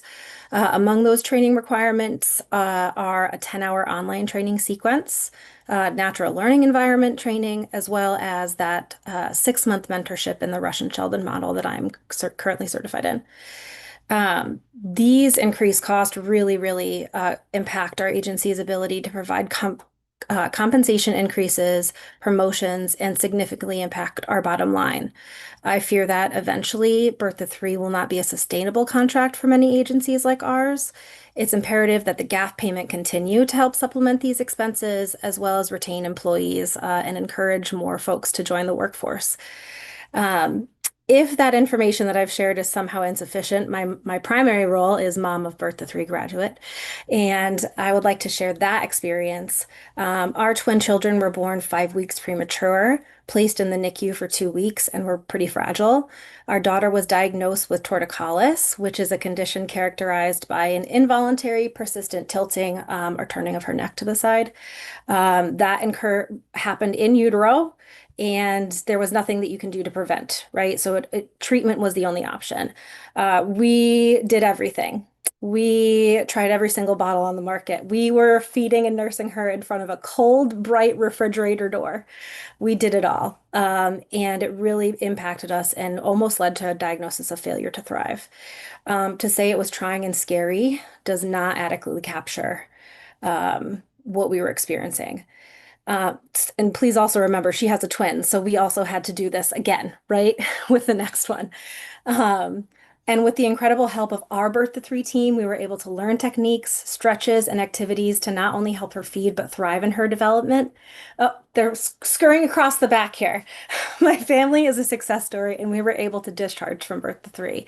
Without Birth to 3, the impact of Ellie's torticollis could have led to secondary diagnosis of failure to thrive. And the need for costly medical and therapeutic interventions. Because of Birth to 3, we did not need any additional intervention, therapy, or special education. She is at daycare now with her twin brother, having a great time. And she's even a better eater than most, believe it or not. She picks out her vegetables first. So I just want to say that the Birth to 3 system is imperative in setting kids up for success and really supporting our school systems and limiting the cost. We want to get in there early and support children. I thank you all for listening to my testimony and staying here late, and I'm going to put them to bed. Well, thank you for providing us with your testimony, and please go put your children to bed. Thank you. Good night. Diego Araujo Tovar. They will not be testifying. Okay. Denise Davio. Yes, I'm here. Thank you. Good evening, members of the Appropriations Committee. I'm Denise Davio. I'm the CEO for Lumability, and we are the largest nonprofit birth to 3 provider in the state, serving 2,000 children and across 5 counties. It's been apparent for several years that the state's birth to 3 system has been unraveling. Its chronic underfunding has led to severe staffing shortages, which in turn means children are receiving fewer service hours than they used to, at precisely the time in their lives where it made the most difference. My submitted testimony details the data analysis showing the true level of funding needed, which currently is in the budget, the consequence of ongoing staffing shortages, and the return on investment for birth to 3 that provides, which you've heard from other people testifying today, not only for families, but also for their children and for reducing special education costs and stronger long-term outcomes. The FY27 budget does include a rate increase. Unfortunately, the value is substantially eroded by 2 additional factors, reducing the gap, the general administrative payment, and the new tiered reimbursement system. At the end of last session, HB 7287 removed the statutory requirement for the Office of Early Childhood to pay the provider gap of $200 per eligible child, and there's a reduction of $1 million in the FY27 budget. That gap covers significant indirect costs that are inherent with the birth to 3 fee-for-service system. Scheduling billing supports, documentation time, travel, and mileage, which are significant, professional development. Any reduction in the payment of the gap is going to negatively impact any rate increase we get. So I really urge you to reinstate the statutory gap of $200 per eligible child. As for the new tiered rate system, during today's budget presentation, the Office of Early Childhood described the new payment structure as a strategy to stabilize birth is free and improve staff retention and recruitment. Providers respectfully disagree that this rate system would help with those issues. Tying this funding to this new structure diminishes what providers will actually receive. Under the proposed model, the highest tier is contingent on staff completing a complex, intensive, and a credentialing process that for most will be a multiple year process. To the best of my knowledge, only 2 staff across the entire state have reached this credentialing level to be able to bill at the top rate. Only 2. As a result, providers will continue to receive rates that fall short of covering the true cost of services. Rather than supporting recruitment attention, the tiered system will likely make these challenges worse. Newly hired professionals, individuals who already completed rigorous education and certification requirements will have to undergo additional training to be able to work at the top tier. This is not an attractive recruitment incentive. At the same time, long-serving, highly experienced staff, like you heard from Kathleen, will see their work classified as less valuable until they complete the new credentialing process. This is not a realistic or effective retention strategy. On behalf of the hundreds of children we serve and the dedicated professionals who work tirelessly to support them, I ask, quite frankly, I urge you to not tie the long overdue rate increase to a new tiered reimbursement system, and please don't decrease the gap. Thank you for your time, your service, and your continued attention to the needs of Connecticut's youngest children. We really appreciate it. Have a good night. Thank you for your time as well. Ana Cecilia Lopez.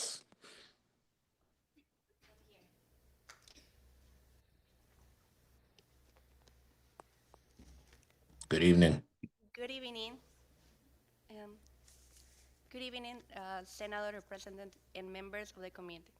My name is Ana Lopez. I live in Danbury, and I work closely with families in our city. Thank you for the opportunity to speak today. I'm here as a community member and also as a daughter of parents who didn't have the chance to go to college. My parents worked very hard so the children could have more opportunities. Like many families in Danbury, families who came from other countries, and families who have lived here for many years, we believe in education changes lives.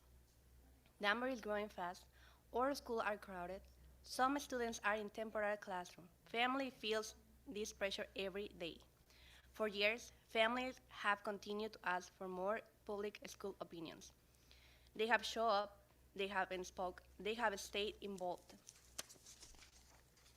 This show is a real need. Danbury Charter School is a tuition-free public school. It will serve grades 6 through 12. It will grow 1 grade at a time. It's focused on a strong academic preparation of college and careers. It follows states and is accountable. Families are not asking for something special. They're asking for opportunities. They're asking to move forward. Today, I respectfully ask the Connecticut General Assembly to allow Danbury Public Charter School to open and serve students. The community is ready, the families are ready, the students cannot wait any longer. Thank you for your time and consideration. Thank you. And have a great evening. María Robles Macias. Buenas noches a todos. Mi nombre es María Robles, daré mi testimonio en español y Adrián Rodríguez me apoyará con la traducción. Mi nombre es María Robles Macías, soy proveedora licenciada de cuidado infantil familiar en el hogar en Meriden, Connecticut, dueña de Yoyo's Home Day Care y orgullosa miembro de CIU Local 2001. He servido a niños y familias por 3 años. Estoy aquí para hablar del impacto real de la lista de espera de Care for Kids. Cuando las familias no saben si o cuándo recibirán ayuda, viven un miedo y estrés, no pueden planificar, no saben ni podrán trabajar de manera constante o pagar el cuidado infantil mes tras mes. Sin cuidado infantil seguro y confiable, los padres no pueden ir a trabajar. Y cuando los padres no pueden ir a trabajar, se afecta la economía de todo el estado. Esta misma incertidumbre también golpea a las proveedoras. Cuando los niños no pueden inscribirse porque las familias están esperando asistencia, perdemos ingresos. Un negocio de cuidado infantil sin matrícula estable no puede sobrevivir, muchos proveedores se ven obligados a reducir personal o incluso cerrar sus puertas. Como miembro de CIU Local 2001, le pedimos que financie completamente Care for Kids y elimine la inestabilidad del sistema. También le exhorto a aumentar fondos para Big to Trip y financiar completamente el nuevo fondo de dotación. Por favor, actúen ahora para proteger a las familias, a los proveedores y a los niños de Connecticut. Gracias por la oportunidad de compartir mi testimonio y gracias por apoyarnos en todo este proceso. My name is Maria Elizabeth Robles Macias. I am a licensed home-based family childcare provider in Meriden, Connecticut, the owner of Yo-Yo's Home Daycare, and a proud member of CSEA SEIU Local 2001. I have served children and families for 3 years in my communities. I am here to speak about the real impact of the Care for Kids waitlist. When families do not know if or when they will receive a child care assistance, they live in fear and stress. They cannot plan, and they do not know if they will be able to work consistently or be able to pay for child care month to month. Without safe and reliable child care, parents cannot go to work. And when parents cannot work, it impacts not only their family, but our state's economy. This same uncertainty also harms providers. When children cannot enroll because families are waiting on assistance, we lose income. A childcare business cannot survive without unstable enrollment. Many providers are forced to reduce their staff or even close their doors. As members of CSEA SEIU Local 2001, we urge you to fully fund the Care for Kids program and eliminate this instability. I also urge you to increase funding for Birth to 3 and fully fund the new endowment.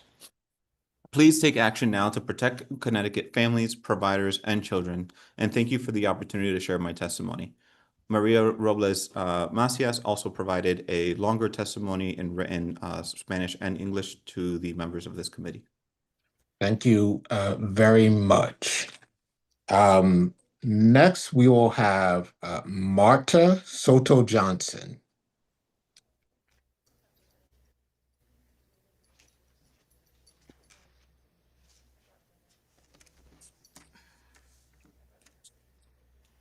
Is this on? Okay.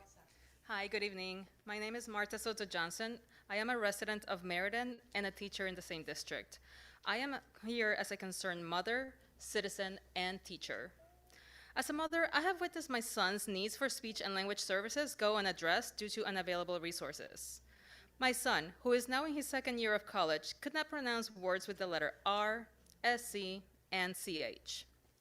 But when tested for birth to 3 services based on his daycare provider's recommendations, my husband and I were told he was just a typical boy who understood 2 languages, so there was no concern. In 2nd grade, his elementary school started pulling him for group speech therapy. How many more students are being left without these services due to budget cuts? What is the impact on these students' self-esteem when they are unable to clearly express themselves?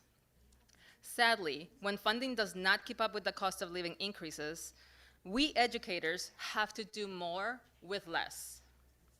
My second son is now receiving a lot of mailers from colleges and universities from around the country.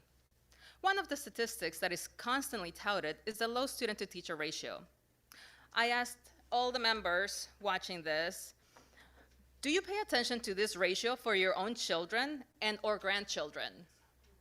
If so, why is this ratio so important in your decision-making process? As a teacher, I will tell you why this ratio is important.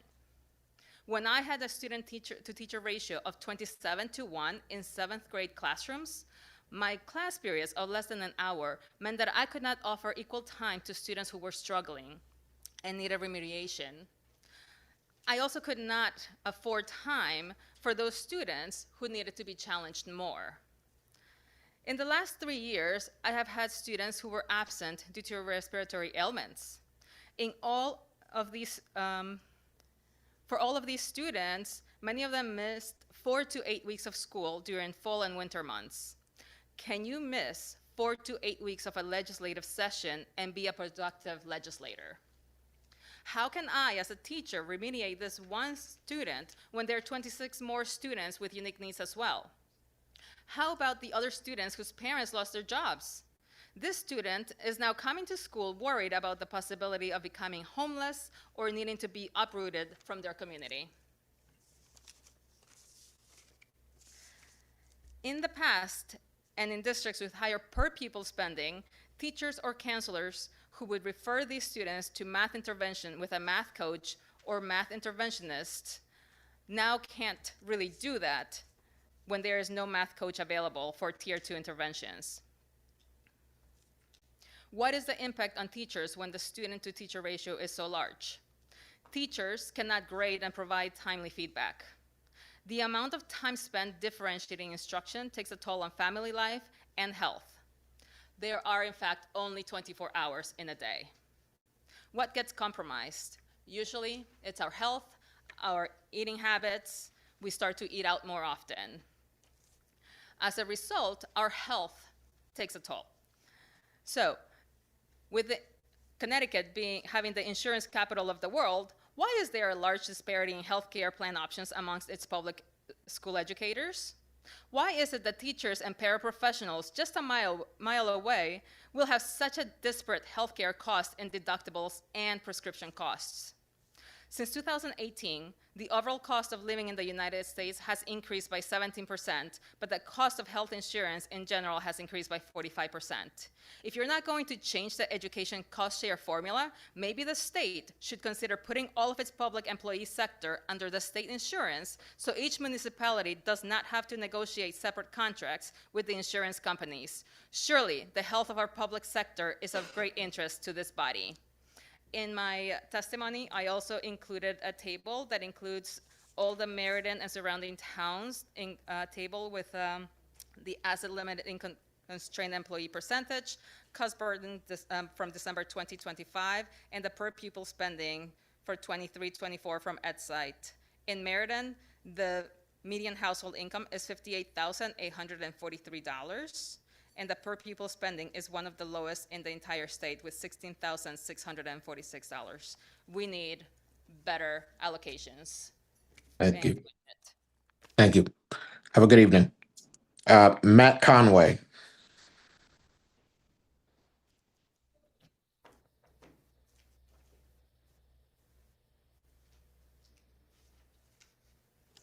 One second, he hopped out, hopped back in. We're promoting him to panelist. If he could just accept it.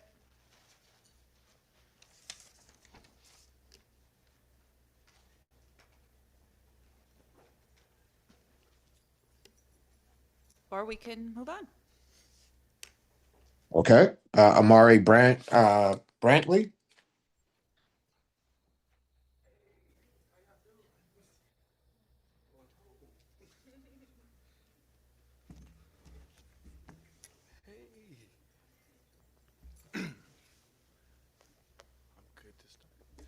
Good evening, distinguished members of the Appropriations Committee. My name is Amari Brantley, and I serve as the policy coordinator for End Hunger Connecticut. And today I am here in strong support for the governor's proposal to fund breakfast for all students and eliminate the cost for students eligible for reduced price meals. School meals are foundational to student success. When students start their day with breakfast, they are better able to focus, participate, and achieve academically. When meals are available, specifically breakfast to all students, participation increases, absenteeism decreases, and stigma disappears. These are facts that we saw since 2020, when we provided all students free meals due to ARPA funds. When universal access across breakfast, we saw reduce the copay for reduced price meals. We saw participation increase and school meal debt decreased across the state of Connecticut. Families throughout Connecticut who are struggling with rising food costs right now see this today. As legislators, last session, we did not pass paid for reduced price school lunches. Therefore, families across the state of Connecticut who hadn't paid for a single school breakfast or lunch in over 5 years were forced to go through that today. I'd like to throw some statistics out. If a family has 2 parents that work 2 minimum wage jobs, they make $800 over the income threshold to receive free school meals. If mom and dad both work at McDonald's, you don't qualify. And even for those who do make over the income threshold, we know that that money does not stretch further enough to be able to pay for school meals in the first place. A study report done by the Commission on Women, Children, and Seniors was released that stated due to all of our neighboring states, New York, New Hampshire, Vermont, we invest the least in food security of all those states. Why not start with children? Why not invest in the 508,000 students that we have here in the state of Connecticut by investing in breakfast? I'd like to debunk one of the statements that may be known. Why feed students in some of the wealthiest towns? This policy proposal in the governor's budget only funds schools that participate in the National School Lunch Program. Some of those cities that opt out of the National School Lunch Program are New Canaan, Darien, Westport, Madison, and I'd like to recognize one more thing. 3 elementary schools in Greenwich, Connecticut are a part of the CEP program, which means students have to apply for a waiver to participate in the school lunch program. That means they are below a threshold of income verification to receive free school meals. Connecticut is not alone in doing the work of school breakfast. If we expect our students to succeed, we must ensure that they are nourished, because food is not a luxury. It is essential because food is medicine. I respectfully urge you to support full funding for breakfast for all students and to eliminate the reduced price category for meals cost in this budget, because this is an investment in Connecticut's children, families, and future, especially during times where school meals are tied to SNAP and the federal regulations that are going on right now. I thank you all for your time. And thank you, Mr. Brantley. Appreciate your time. Don Miletto.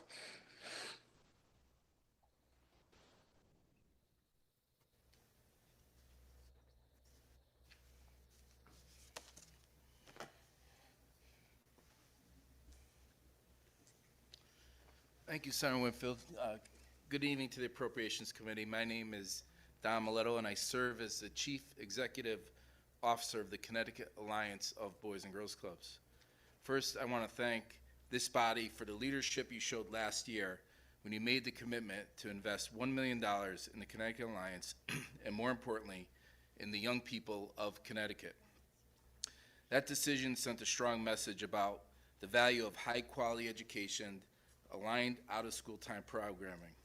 I'm here today because the governor's proposed budget includes a $200,000 reduction to that investment. I respectfully ask that you maintain the full $1 million commitment that this legislature approved. This is not a request for new funding. It is a request to sustain a commitment you already made, one that is delivering measurable results. Connecticut Alliance serves as a statewide coordinating and convening body for local Boys and Girls Clubs. We provide training, technical assistance, accountability, and alignment with the Department of Education priorities so that local clubs can focus on direct services to youth and families. Through this structure, thousands of young people receive structured academic support and enrichment during out-of-school hours, reinforcing school day learning, supporting grade level progress, and keeping students engaged during critical hours. The impact is measurable. According to Boys and Girls Clubs of America, a National Youth Outcomes Initiative, 90% of surveyed Connecticut club members expect to graduate high school on time. Last year alone, clubs across Connecticut recorded more than 26,500 academic success program enrollments.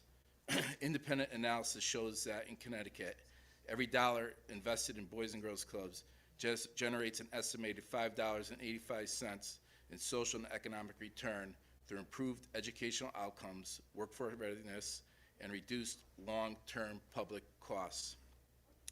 Maintaining the $1 million allocation preserves a statewide structure that ensures coordination, accountability, and alignment with education priorities. Without it, we risk fragmenting efforts and weakening impact. This is not new funding. It's a preservation of a proven investment that this legislature already made, an investment in accountability and measurable outcomes and the young people of Connecticut. I respectfully ask you to reaffirm that commitment and maintain the full $1 million allocation. Thank you for your leadership and your continued support of Connecticut's youth. Thank you, Mr. Mileto. Good to see you and great work. Thank you. Patricia Nicolari.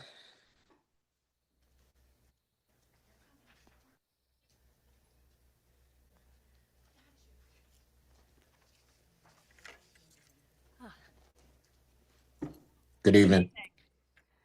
Good evening, Senator Winfield and Senator Austin in spirit, Representative Walker, and other distinguished members, Senator Kushner of the Appropriations Committee. My name is Patricia Nicolari, and I'm the founder and the executive director of Proud Academy. We are long overdue for Connecticut charter schools to be appropriately funded. Connecticut is the only state in the United States to go through this cumbersome process of requesting funding after already being approved by the State Board of Education. This is a step Proud Academy and the other charter schools should not have to face. However, I am here advocating for funding Proud Academy under HB 05032 to include the only tuition-free charter school of choice in the Naugatuck Valley. Not only will Proud Academy be the first charter school in the Valley, we will be the first of its kind in all of New England, truly adding to the educational landscape opportunities here in Connecticut. Our aim is to create a truly inclusive learning community for all students while affirming our LGBTQ+, Black and brown youth who often fall through the academic cracks and may not feel they belong, especially in this divisive political climate. Our students deserve the opportunity to thrive academically, socially, and emotionally as they develop a sense of belonging in a school meant to be intentionally small, with an affirming environment and inclusive curriculum met with academic rigor, and become their best authentic self while realizing their full potential. We are ready to open. We have a building. Ironically, we're renting out the Boys and Girls Club. We have interested students. We have teacher applications. We have applications from all around the United States, from students and teachers, as they are eager for this rare opportunity. Teachers' resumes fill our inbox without us posting for employment at a time when there is an extreme teaching shortage. Lastly, Connecticut deserves to be on the record as a leader, standing strong at this moment in our history, now more than ever, when some of the very students who would attend Proud Academy are trying to be erased. I strongly encourage you to fund Proud Academy. Our Connecticut families deserve this choice. We are so much more than a charter school. I urge you to make this happen. Thank you. Thank you, and thank you for your work. Erin Rojas.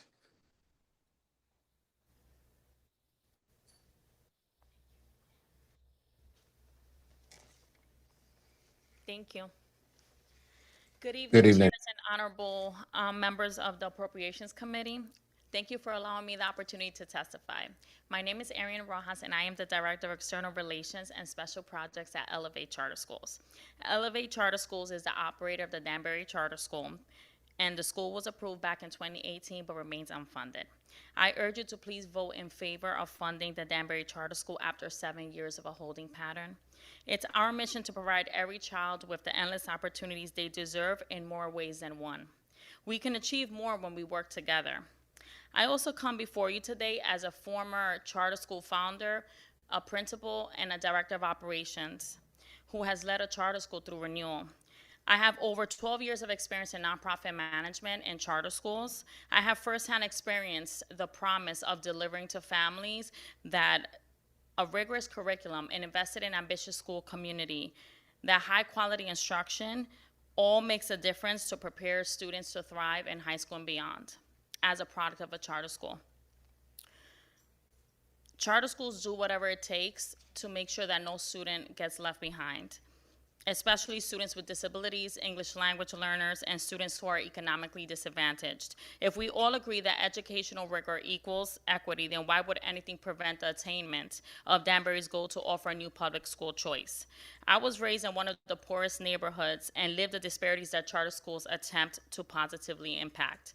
My parents emigrated from Costa Rica, and we lived doubled up with my grandma, living paycheck to paycheck, surviving paycheck to paycheck. Though my beginning roots were low income and aided by public assistance, I knew that education would determine my future and not my zip code. My family endured hardship to give my brother and I a chance at the American dream. If we all agree that the right to a better life is universal, which equals more access and more paths to realization, then why is Danbury not afforded yet another opportunity for success? We can instill in children to go for more in life because the sky's the limit when the act itself is undermined by more of the same than the right to choose something different, like an international baccalaureate school, a globally recognized educational option. More school choice permeates more resources into the city of Danbury, which in turn yields a greater educational ecosystem. All types of schools can thrive together because the ultimate act of service is to serve more students and families. So let's uphold equality of opportunity with an additional public school, a public charter school. Our CEO, John Taylor, founded Elevate Charter Schools because his deep-rooted passion and drive is to improve the outcomes of all students. All children deserve equal access, regardless if their guardians choose for them to go to a traditional public school or a public charter school. Thank you so much for your dedication to all of Connecticut's students and families. We appreciate your consideration. And thank you. Have a great evening. John Catalan.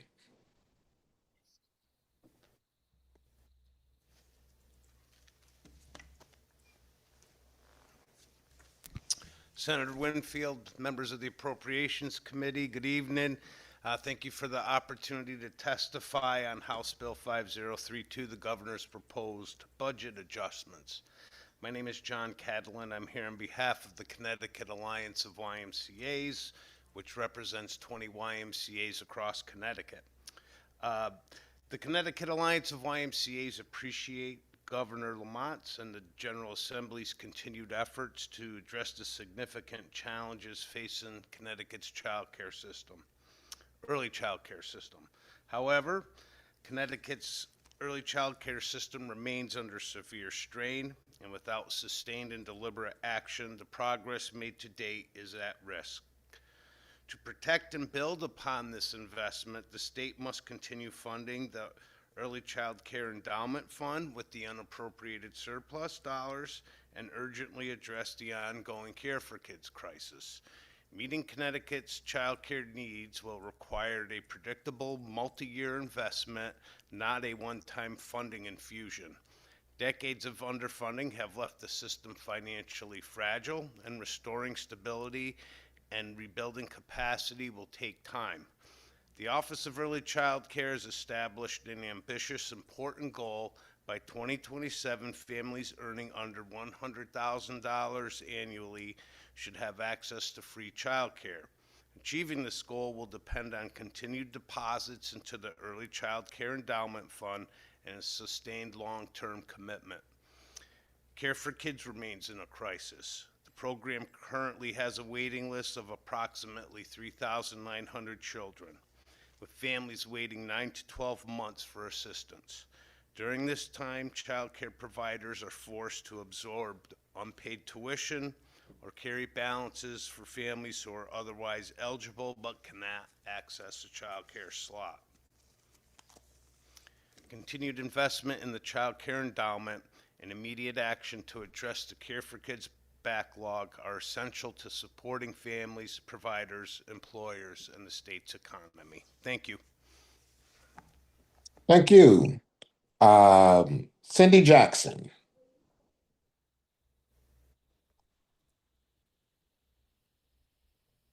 Good evening, Senator Austin, Representative Walker, and Senator Winfield, and distinguished members of the Appropriations Committee. I'm Cindy Jackson, representing Births to Three, and I speak as one of 17 Births to Three providers serving Connecticut. First, I want to thank you for your continued leadership and commitment to strengthening Birth to Three services. I appreciate the inclusion of increased funding for Birth to Three services in the governor's budget. However, I strongly oppose the rates being tied to an expanded tiered rate system. The commissioner testified this morning that the expanded tiered rate structure would increase workforce recruitment and retention, stabilize and sustain the system, and support high-quality services. As a Birth to 3 program director for over 30 years and chairperson of the Birth to 3 Interagency Coordinating Council that advises the lead agency on system issues, I fully support the commissioner's vision that every Birth to 3 child and family deserves access to highly trained and qualified professionals. Children's therapy services, we actively utilize OEC trainings to maintain the highest standards of care. However, after thorough analysis of the current proposal, I am deeply concerned that the expanded tier reimbursement structure will inadvertently destabilize the workforce and therefore the entire system it aims to strengthen. In regards to workforce recruitment, under the current proposal, professionals can only be hired at the highest tier if they are already working in Birth to 3 systems, since eligibility to sit for an exam and submission of videos depends on being actively employed in Birth to 3. The structure does not expand the Birth to 3 workforce. It simply shifts existing professionals from one agency to another in a very competitive hiring environment.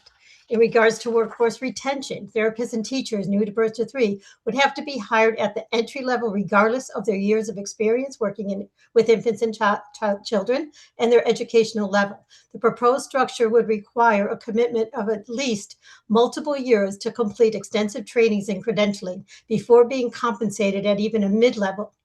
These are highly educated professionals holding master's and doctorate degrees and maintain their licensure by completing their required continuing ed units. Given that OTs and PTs can earn up to $20,000 more annually working in a 10-month school contract, there is little financial incentive to them to remain in Birth to 3 at an entry-level pay. The impact on long-term staff is equally concerning. Consider a bilingual physical therapist with over 20 years of experience in Birth to 3, has extensive expertise and training working with infants. Despite advanced knowledge and dedication, this therapist would be considered entry-level under the proposed system simply because she lacks a certain credential. This framework devalues experienced professionals and risks driving them out of the system entirely. A payment structure that classifies highly skilled, long-serving professionals at the lowest reimbursement tier does not support retention. It discourages it. In conclusion, the path toward a more skilled workforce should be built on incentives and support to professionals and the agencies, not through an expanded tier reimbursement model that delays advancement and penalizes experience. Implementing rate changes as outlined in the rate study within the current tiered system would effectively strengthen recruitment and retention and result in higher quality of Birth to 3 services to the most vulnerable population. And that is what we work in Birth to 3 to do. Thank you. Thank you. Appreciate you joining us this evening. Thank you. Paula Garraway.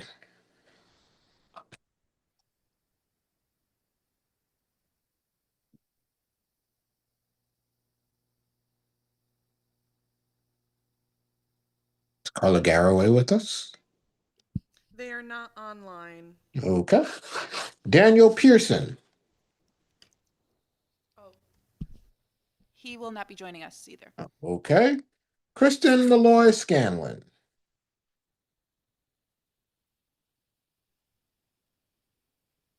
Good evening, Senator Winfield, Senator Austin, Representative Walker, Senator Summers, and members of the Appropriations Committee. My name is Kristen Malloy Scanlon. I'm a resident of West Haven, and I work as a literacy teacher here at Savin Rock Community School. I'm the president of the West Haven Federation of Teachers and School Nurses, Local 1547, and I'm testifying on the governor's proposed adjusted budget for fiscal year 2027 to increase the base ECS foundation amount that hasn't been changed since 2013 to keep up with cost of living adjustments, and then modify the ECS formula to annually adjust the base of the formula to account for inflationary increase. West Haven is a proud, diverse, and resilient community. We are a community with 4 schools that have achieved Schools of Distinction status for the 2nd year in a row. We are a city which made every effort to be released from the MARB successfully, but we are also a community carrying a disproportionate burden of economic hardship. More than half of our students come from low-income households, which meet the requirements for free breakfast and lunch. Many of our students are English learners, Our EL population this school year is 1,351 students, representing 24% of the district's total student population. Many of our students require specialized services. In fact, 1 out of 4 students have a 504 or an IEP. 59% of our kindergarten through grade 4 students are reading at a below or well below level. And our educators work tirelessly to meet these needs, but they are doing so in buildings that are aging, class sizes that are growing, with a shortage of educators and paraeducators, and with resources that are stretched far beyond what any district should be asked to manage. ECS was designed to equalize opportunity, yet the districts with the greatest needs, districts like West Haven, are still waiting for the state to fully fund the formula that is supposed to level the playing field. Underfunding or not allowing for any increases has significant consequences. It means fewer interventionists, outdated resources and technology, and limited access to mental health supports in schools at a time when student needs are higher than ever. It means teachers paying out of pocket for basic supplies. It means fewer educators and paraeducators in the classrooms. And it means that local taxpayers, many of whom are already financially strained, are asked to shoulder a burden they simply cannot carry. West Haven cannot afford to foot the bill. Fully funding ECS and increasing the formula for distressed districts is not just an investment in schools, it's an investment for us all. When we give students the resources they need, they succeed. And when we shortchange them, we limit their futures and our own. I urge this committee to increase the ECS funding to reflect inflation and the needs of the district, because the cost of education has risen exponentially. Thank you so much for your time, your consideration, and your support for our children in Connecticut. And thank you, Senator Winfield, for always supporting West Haven. Oh, thank you. I appreciate you joining us this evening. Great testimony. Have a good evening. We have Angel as well next.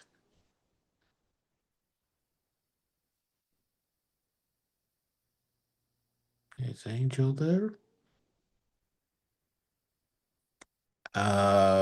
Reynaldo Pereira?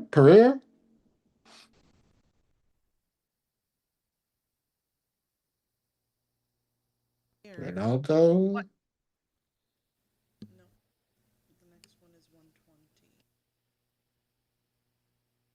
Denise Mercedes? Nope, they were part of a panel earlier. Okay.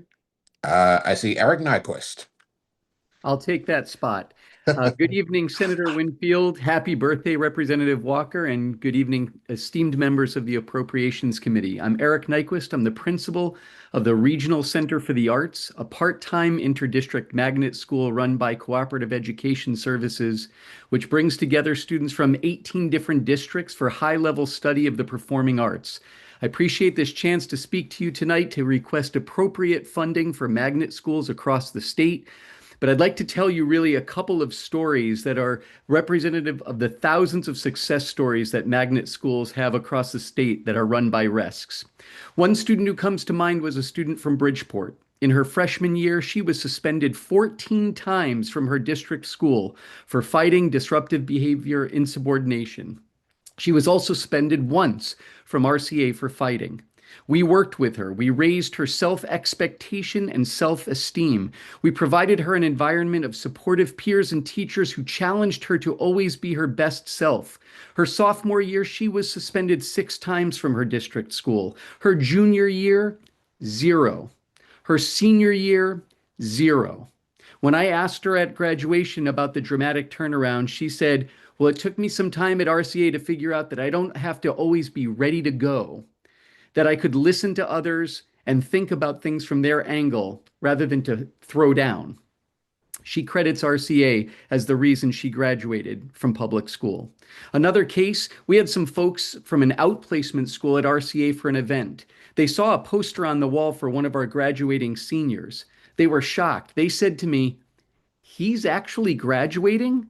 I explained that not only was he graduating, but he was one of our top students, a leader, mentoring younger students, demonstrating outstanding focus on learning. They almost fell to the floor.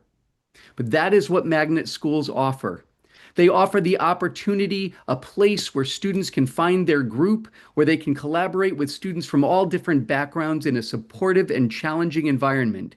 And most importantly, the best thing about magnet schools, we bring together students from Bridgeport, Stratford, Trumbull, Shelton, Monroe, Newtown, Fairfield, Darien, Greenwich, ER9, Weston, Wilton, Derby, Westport, Norwalk, Oxford, Milford, and Ansonia, all coming together on a daily basis to pursue the passion that they have in a school they want to be at every day.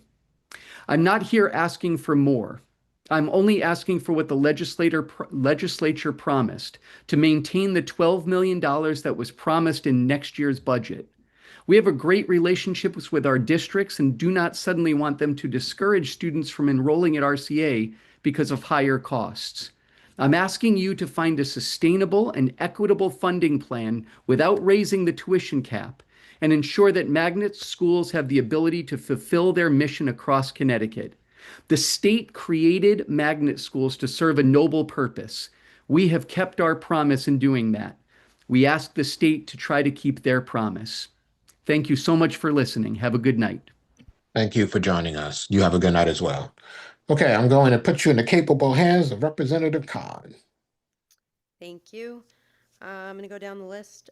Lisa Cordova, Isabel Mendez. Okay. Emily Ross. Is Sally on?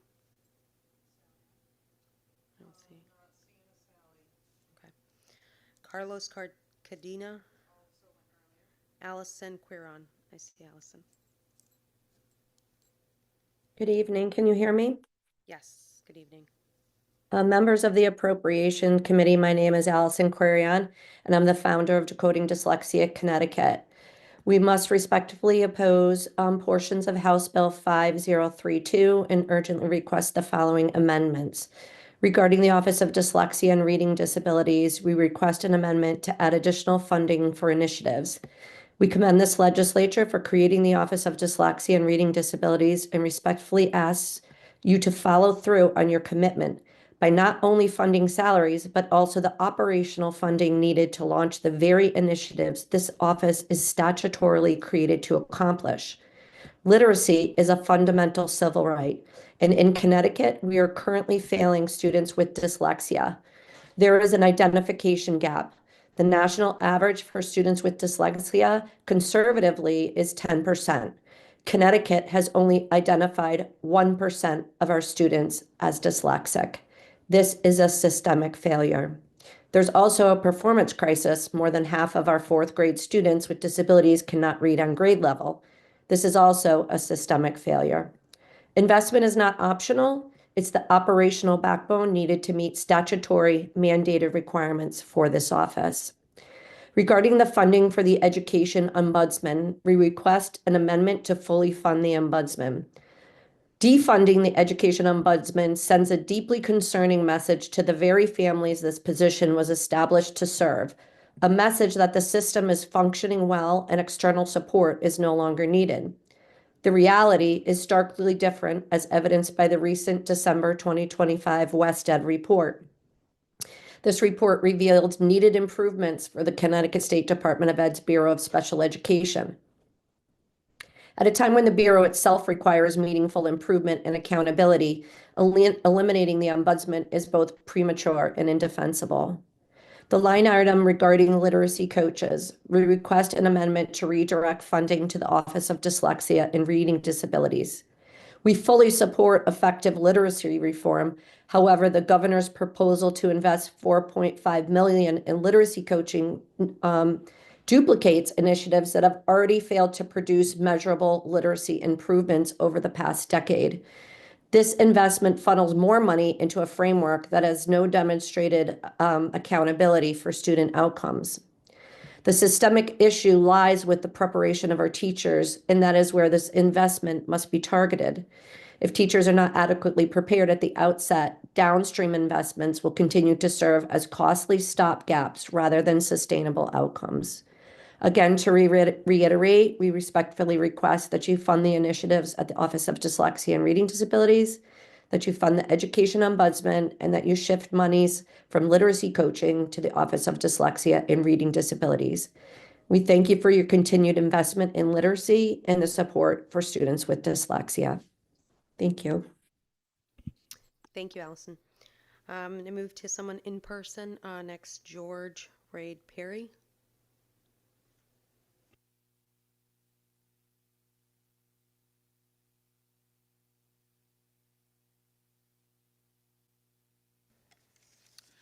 Good evening, Madam Chair. My name is George Reed Perry, and I'm the Chief Operating Officer with Lumability. We are the largest Birth to 3 nonprofit in the state. In addition to our Birth to 3 programs, we also support adults with intellectual and developmental disabilities and serve more than 2,200 children and families across 68 towns in Connecticut. I want to thank you for the opportunity to testify today. The governor's recommendation to increase Birth to 3 funding by $6.2 million and DSS funding by $4.5 million in FY27 is an important step forward. However, what we need is more, and I would like to kind of outline that for you. As discussed earlier today, the state's own Birth to 3 rate study identified the current reimbursement rates do not cover the full cost of services. In addition, the cost study data in the report is now 3 years old, meaning underfunding has worsened. At its core, we know that providing any increases to Birth to 3 rate studies since 2017 is not a sustainable practice. So let me share why we need those increases. Respectfully, the OEC does not have a plan where a tiered system supports improvement to the service system. In no world would making experienced therapists jump through additional artificially created hoops in order to maybe receive the rate needed to cover the basic services, improve stability, or encourage future therapists to enter the field.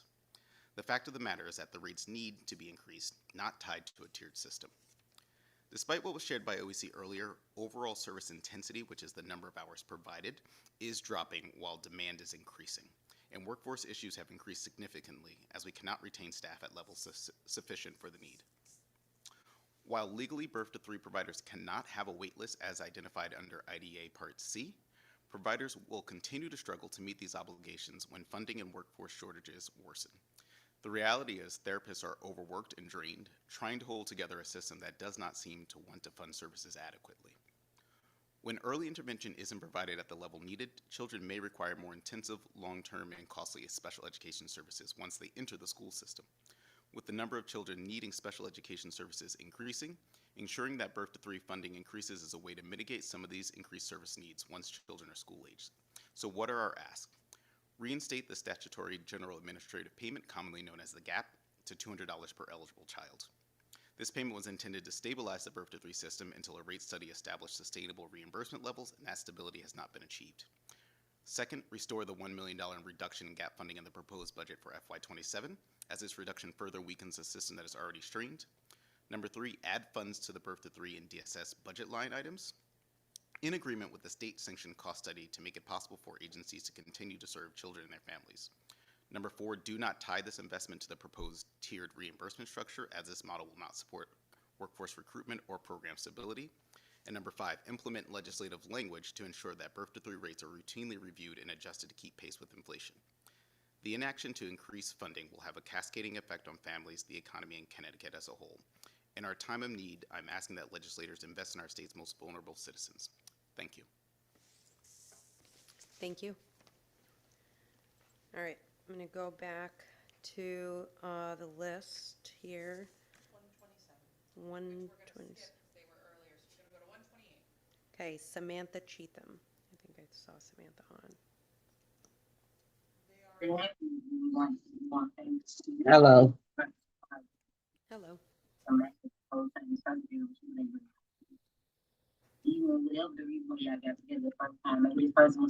Do you hear me?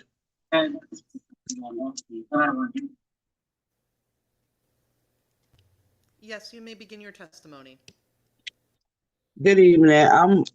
I'm a parent of 2 Bridgeport students, one that graduated in 2020 and works for Bridgeport Board of Ed. Bridgeport is the largest school district in the state of Connecticut. Our school district, it has almost 4,000 more students than any other district in the state of Connecticut. With other districts in the state of Connecticut had higher payer budgets and ECSs than the city of Bridgeport Board of Ed. Our city is asking for fairness when it comes to the Bridgeport Board of Ed.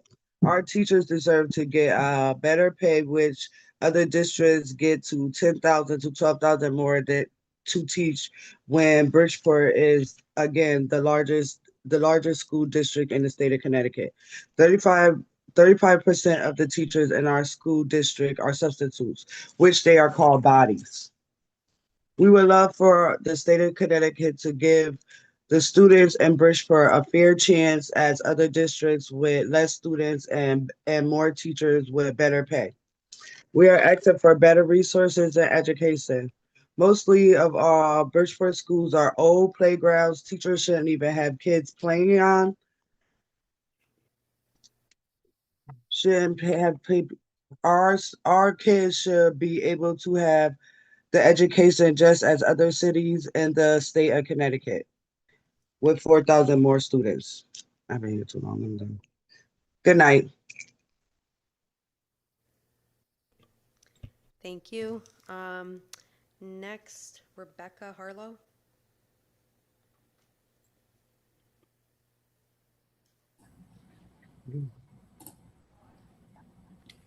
Thank you, distinguished members of the Appropriations Committee, for the opportunity to speak today on behalf of libraries.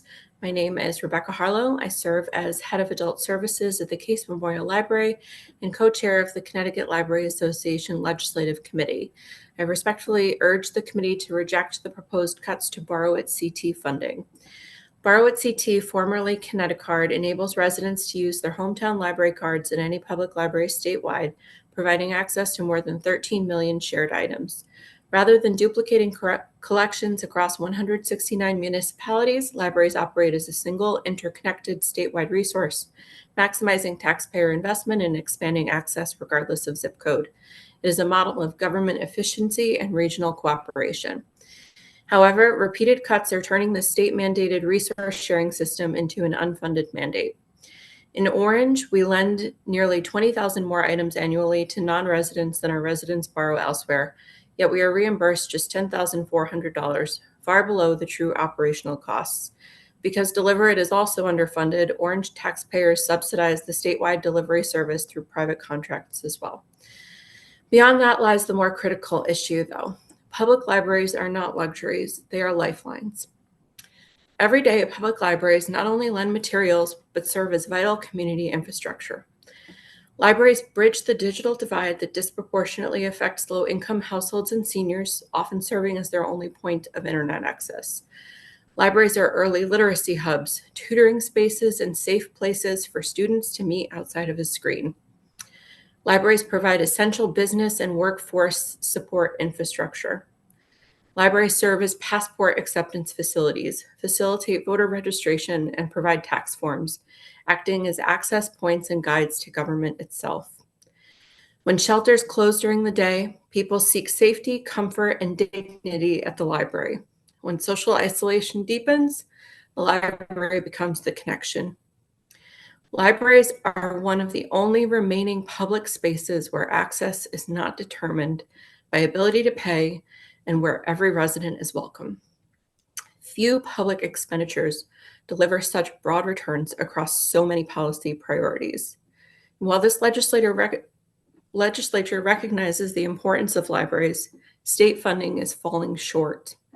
Connecticut ranks 32nd nationally in state support for public libraries, with neighboring states investing far more.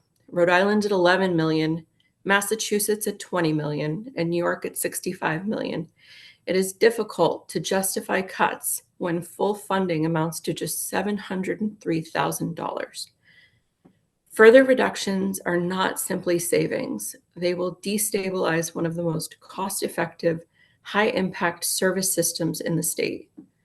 This is not the time to weaken our investments in one of our last truly democratic institutions. Thank you for your time and consideration. Thank you. Arian Rojas, there you go. They have repeatedly declined their promotion to panelist. I've attempted lots of times, so if they'd like to speak, they just need to accept the promotion to panelist. Okay. Matt Conway.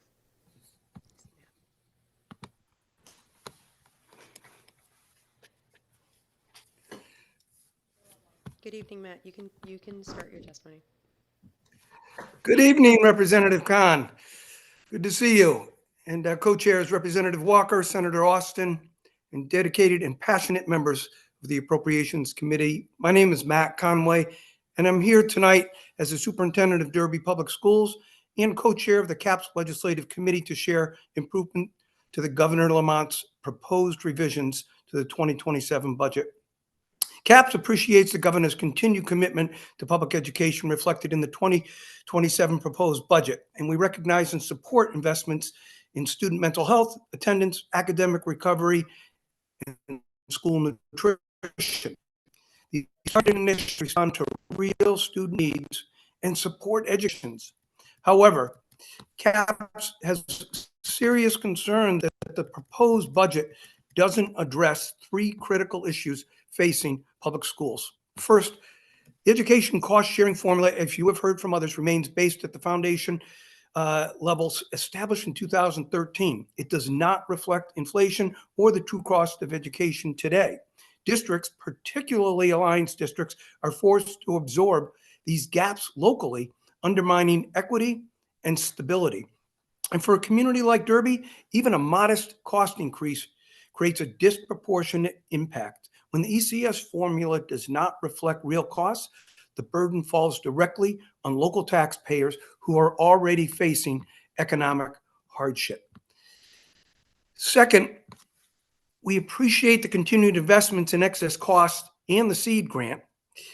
And thanks to you, Representative Khan, and your work with the committee on the SEED grant, the districts continue to face unpredictable and unreimbursed special education costs. These expenses are not discretionary, yet districts are left to manage significant financial risk without adequate state partnership and support.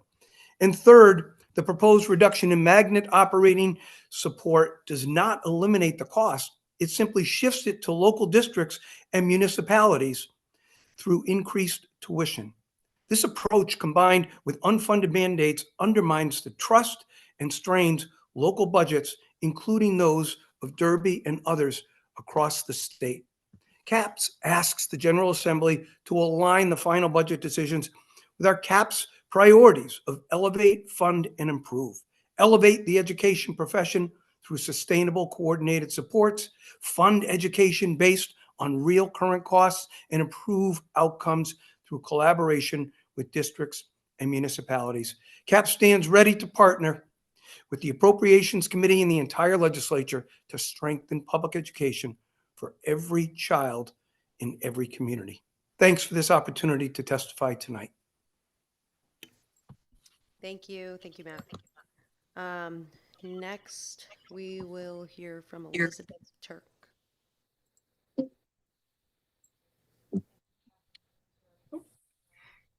Good evening. My name is Karen Bradford. I'll be speaking on behalf of Elizabeth Turk this evening. I'm Representative Khan, members of the Appropriations Committee. Again, my name is Karen Bradford. I am the coordinator of the Silver Lane Family Resource Center in East Hartford. Elizabeth Turk is a parent who attends our programs and wanted to speak about her experience. However, she is a mom of 4 young children and has some family responsibilities at 8:35 p.m. So I'm going to read some of her testimony. She's submitted written testimony as well. My name is Elizabeth Turk, and I'm a stay-at-home mother to 4 wonderful children. When my husband and I moved to East Hartford in 2022, we knew nobody and nothing about our town. One day during a back-to-school event, I approached the Family Resource Center's table. The FRC ladies told me about their weekly playgroups and workshops they offer, and I immediately enrolled. Due to our finances, I was unable to enroll my children in preschool around our area. However, the FRC gave me tools to help my children at home for school readiness. The FRC's weekly playgroup helped my children get ready for school due to the routine, schedule, hands-on learning, and story time. For example, my son was diagnosed with a speech disorder at the age of 3, and with the help from the FRC, I was able to provide hands-on learning and developmentally appropriate practices to help my son thrive and learn. At the age of 5, he was ready for kindergarten because of the tools and resources he acquired from the FRC. The FRC provides workshops on topics such as potty training, healthy snacks, nutrition help, and more. The FRC helped me get connected to local resources such as the diaper bank, the schedule for the food banks, WIC, and more. Without these resources, my children would starve and struggle in school due to hunger. The FRC even communicates to me and other families about events happening in town and even free events. Some families like mine do not have access to internet or technology resources, so we rely on the FRC for communication. In addition, the FRC even provided field trips, such as going to the library and fun fall events. With a child with developmental disabilities, going to events such as the library was extremely difficult. However, with the help of the FRC, I was finally able to go to the library and get educated about the services available. Overall, the FRC ladies support and encourage me as I parent my young children. I always leave playgroups feeling welcomed and supported. My children always leave feeling loved and ready to learn more. Please do not cut off funding or reduce staffing. In fact, we need more funding because so many families will benefit. More staff could provide more playgroups, especially since there's so many families who can't even afford preschool. More staff will help low-income families get connected to resources such as diaper banks, food banks, library resources, and more. More staff means helping more children and their caregivers get ready for school. The FRC helps the whole family. Please reconsider the proposed $1.27 million cut from family resources. Thank you for the time. Thank you, Elizabeth. All right, next we're going to go to Greg Perry. I believe I see Greg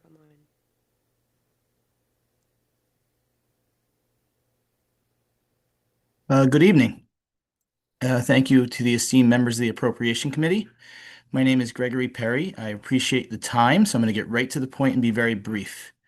I'm an educator, a union advocate, a coach, a Board of Education member, a parent, and a citizen of Norwich, Connecticut. I am here to ask the Appropriation Committee to modernize the ECS formula and to fund our schools. So many of our teachers and our school staff's jobs depend on this move. In dozens of cities and towns in eastern Connecticut and beyond, districts large and small across the state are struggling right now to make a very difficult decision. Our schools and our taxpayers are being pitted against each other in this manufactured zero-sum conflict. Do we either raise taxes in the mills rate or underfund our schools, resulting in the layoffs of teachers and cuts to programs and services?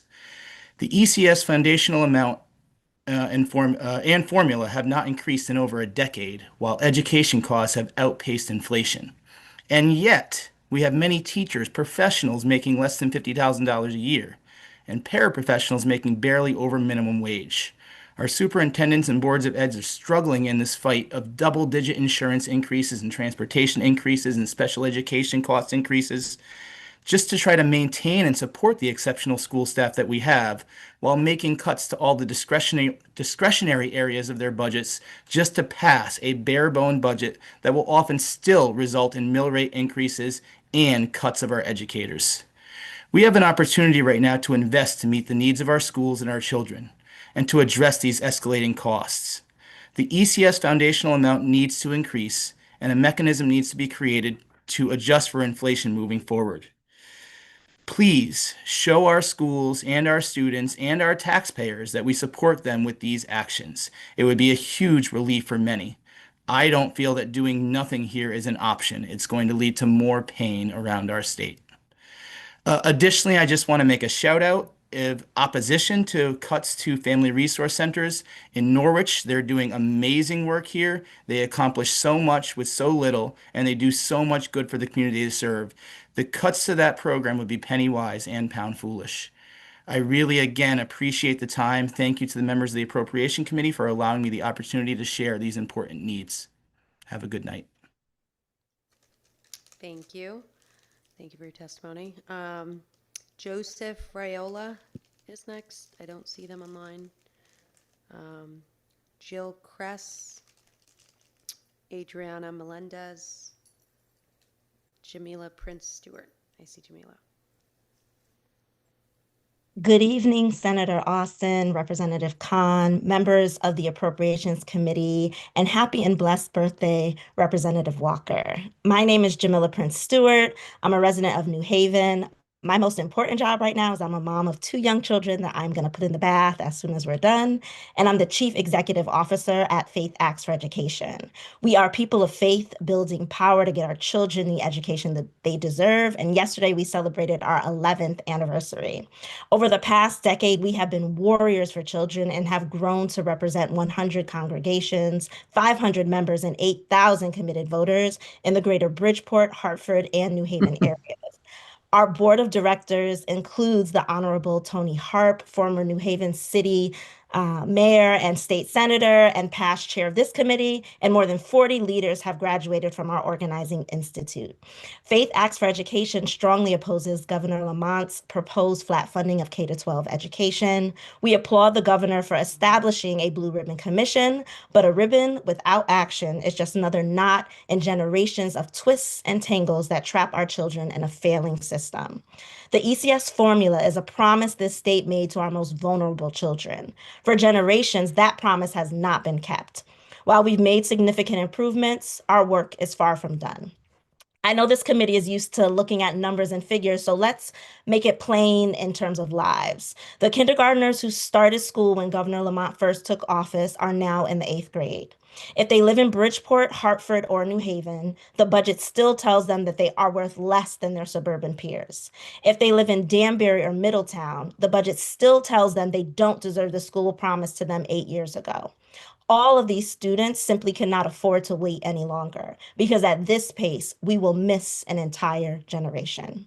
It is unfortunate and frankly unacceptable that during Black History Month, the governor's budget fails to address what most Black and Brown students desperately need.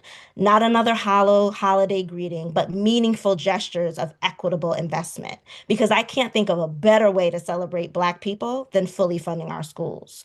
Our state and local officials are leading the charge. They're finding ways across chambers and party lines to recommend common sense solutions to education funding, including inflation adjustments to the ECS foundation amount and multi-year phase-ins that reduce the immediate burden and ensure equity over time. With a track record of recommended decreases or flat funding, the governor continues to squander the opportunity to set a bold vision for education at the start of session, using our children's futures as bargaining chips in future negotiations. As we mourn the passing and celebrate the life of Reverend Jesse Jackson today, let us remember his words. No one should negotiate their dreams. Dreams must be free to fly high. No government, no legislature has the right to limit your dreams. We urge the governor and this committee to protect our children's dreams by fulfilling the promise of ECS and parental choice in dollars and cents, not words and sound bites. We look forward to working with you to find a solution we can all be proud of. Thank you and God bless. Thank you. Next, I think it's Laurel Almeida da Silva. Don't see them. Faith Sweeney. I'm here. Yes. Hello. Good evening.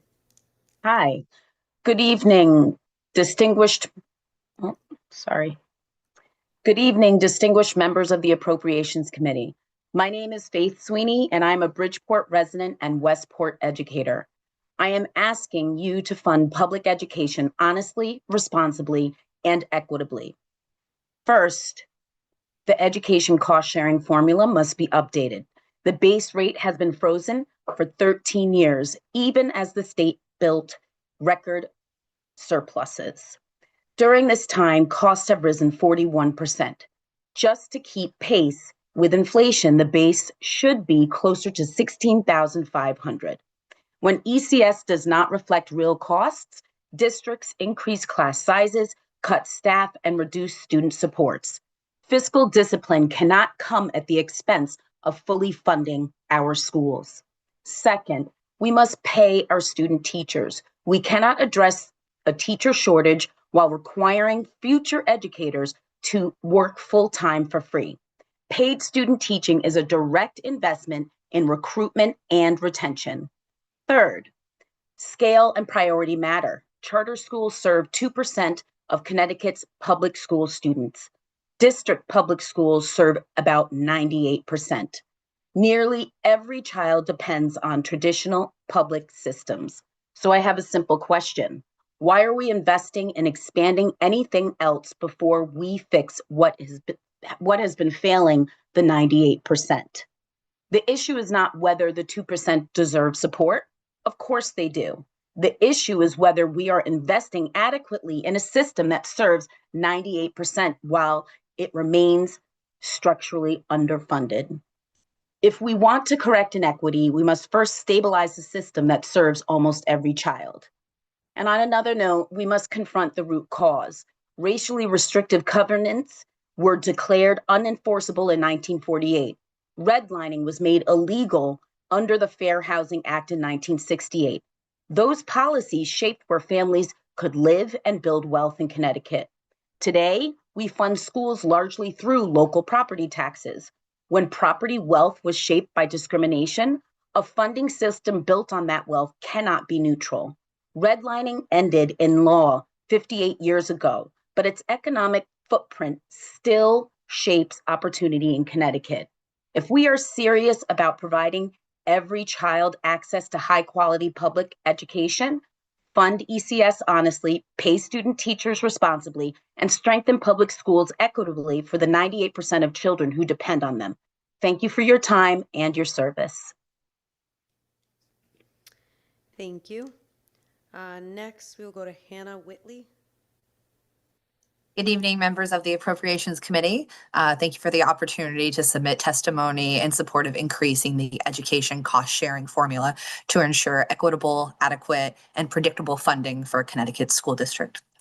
As the Deputy Grants Director for Bridgeport Public Schools, I work daily at the intersection of policy, funding, and program implementation.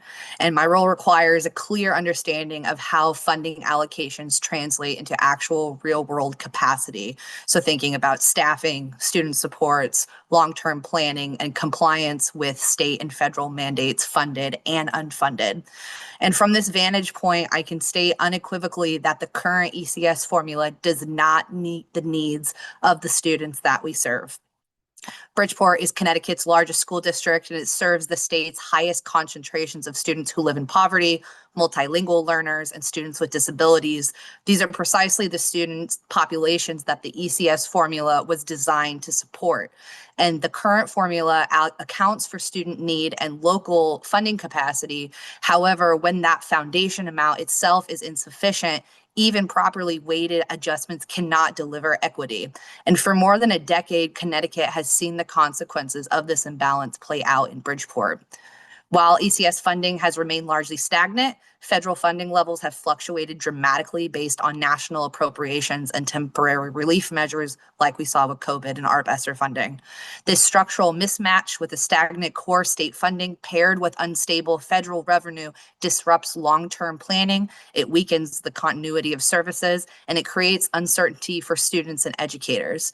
A stronger ECS foundation is necessary to provide the stability that districts need to deliver consistent, high-quality educational programming regardless of federal funding shifts.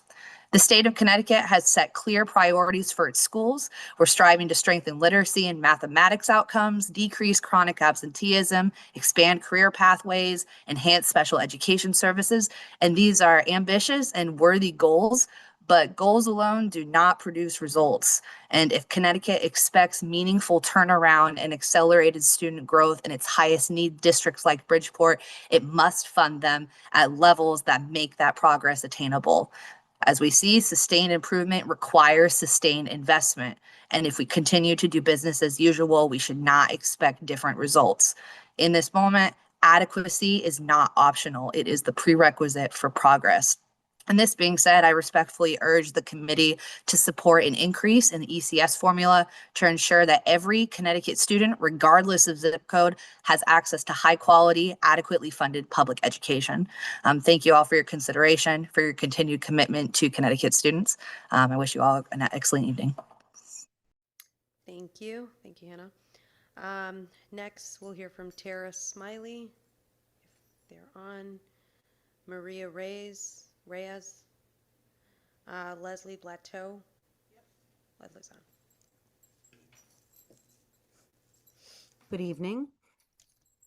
Good evening, members of the Appropriations Committee. My name is Leslie Blateau. I'm a resident of New Haven and a parent of a 5th grader in New Haven Public Schools. I'm a high school social studies teacher and president of New Haven Federation of Teachers, as well as pre-K divisional VP for AFT Connecticut and the steering committee chair for the Connecticut for All Coalition. First, I want to recognize the efforts of this legislature for continuing to push for improvements to school funding to address the decades-long impact of underfunded public schools in districts like mine.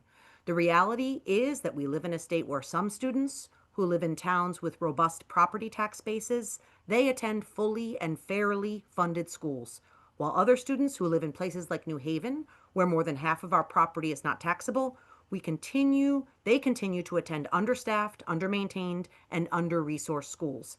And we know this reality of 2 Connecticut's breaks down on racial, ethnic, and socioeconomic lines, disproportionately impacting Black and Brown students, English language learners, special education students, and working class and low-income students.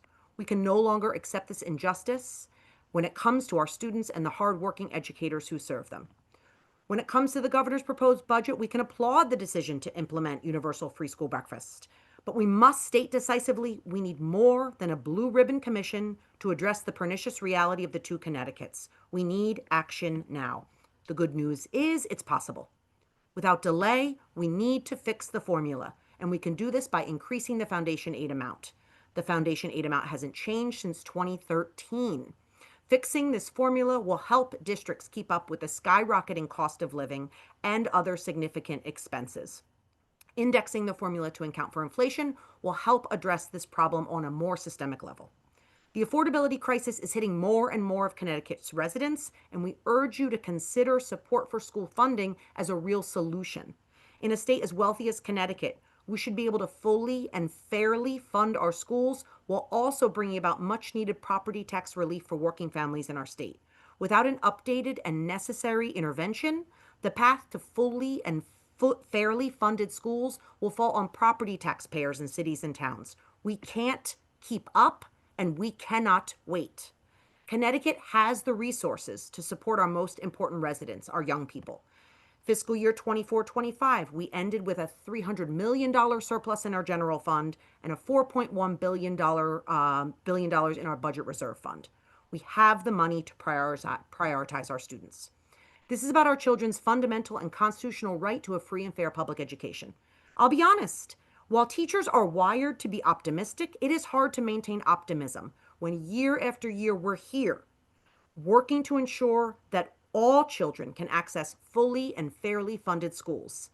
But we're amidst headlines of unprecedented surpluses, of surprise revenue at the end of a session. Why can't we fix the formula and implement changes immediately so that current students can benefit from these improvements rather than having to wait for commission decisions and slow phase-ins? The time for discussing and phasing in is over. We need change now. The optimism and hope that Connecticut's educators, students, and families bring to schools every day must be met by real action from our elected officials. We cannot keep up, and we cannot wait. We are urging you to fix the formula now. With respect and gratitude for your work, I sign off. Thank you.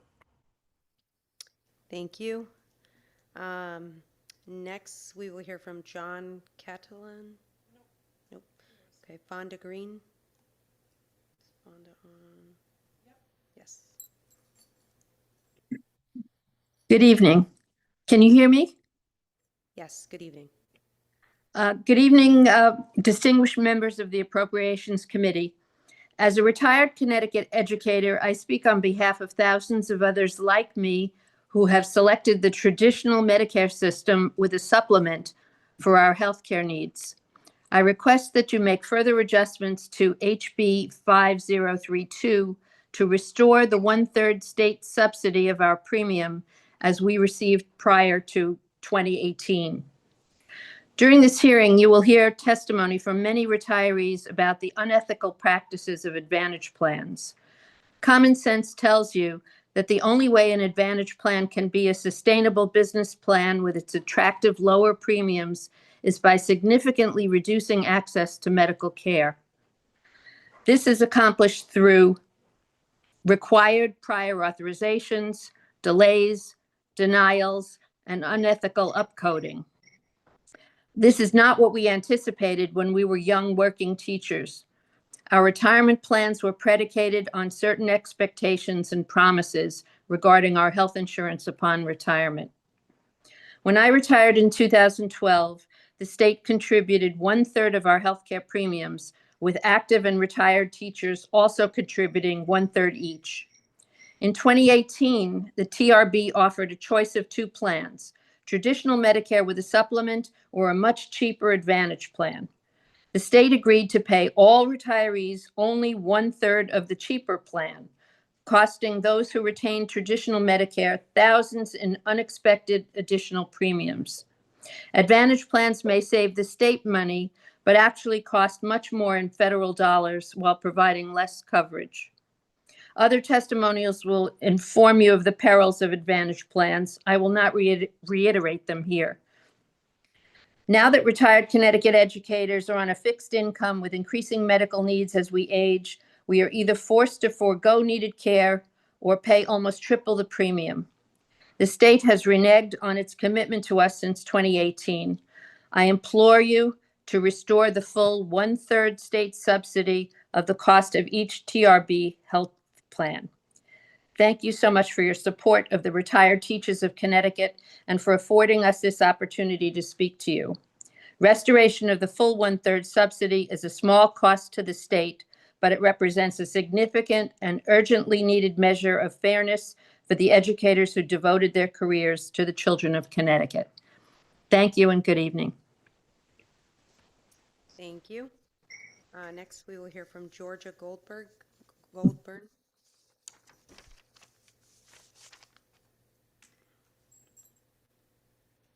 Good afternoon, distinguished members of the Appropriations Committee. One second, I apologize.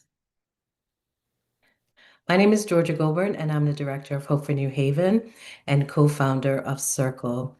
I'm here today to discuss why Connecticut's early childhood investments must include a restorative justice framework to ensure our appropriations produce an equitable system.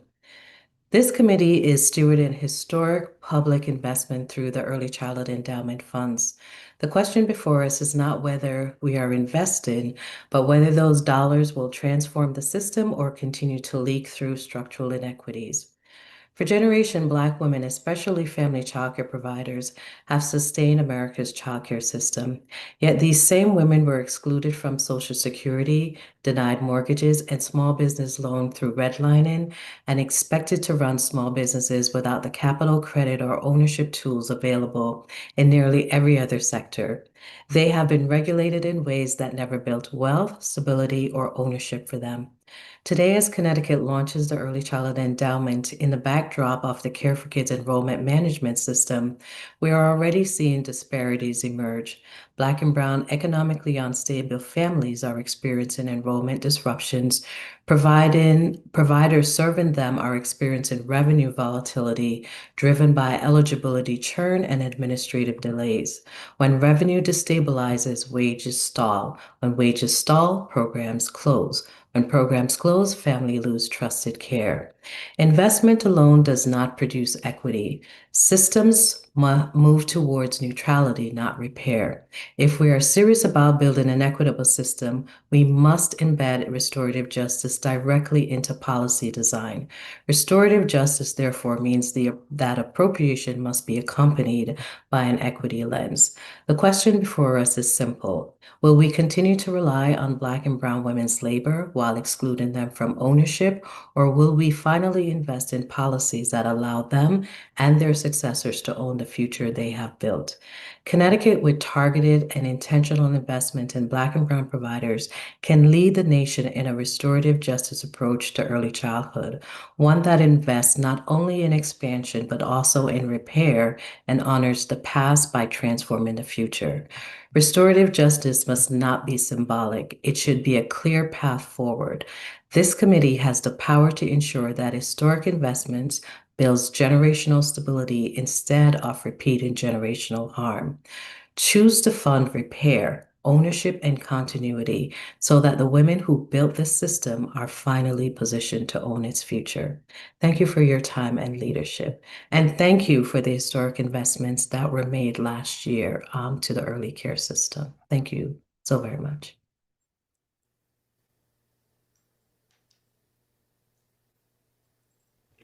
Thank you. I think I'm going to hand this over now to Representative Candelaria. Thank you. Thank you. Up next, we are on Lucas Frazier. No Lucas, nor do we have 160. Emily Jackson. I don't see Emily. No.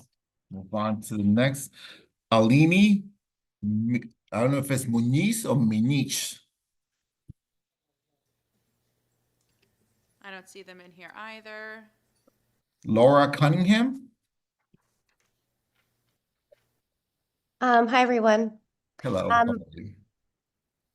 So my name is Laura Cunningham. I'm a resident of Hamden, and I work as a special education teacher at the Engineering and Science University Magnet School in New Haven Public Schools. I'm also a member of the New Haven Federation of Teachers.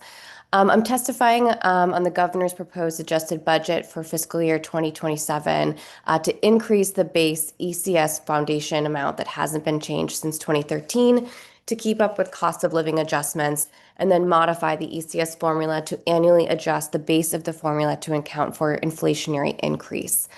This would be a step toward equitable funding for all students, especially those who live in underserved communities.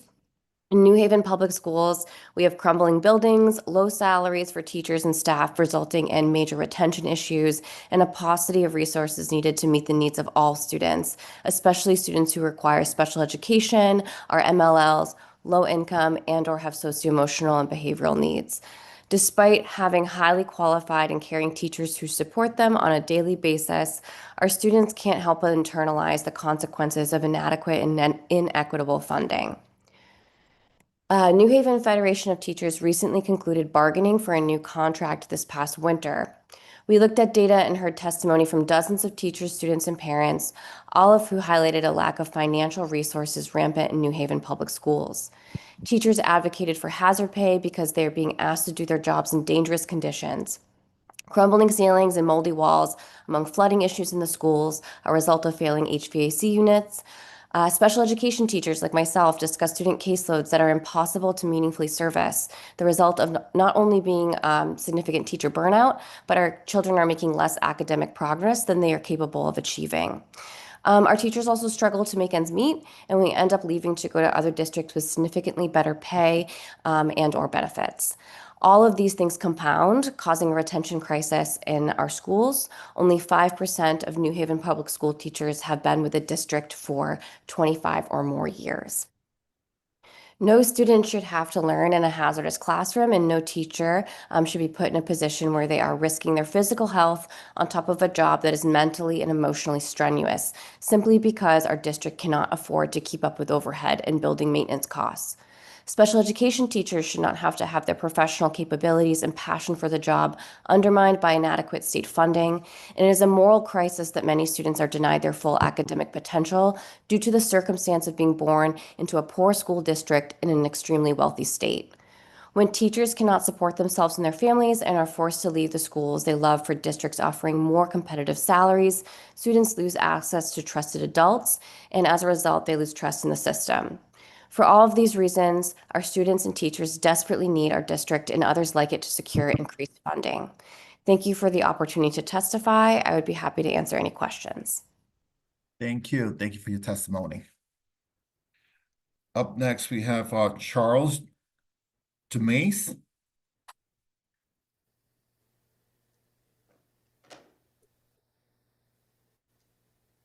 I don't see him in there. No, Charles. We have Evelyn Naif, if I pronounced that correctly. I don't see Evelyn either. No. Mary Beth Lang.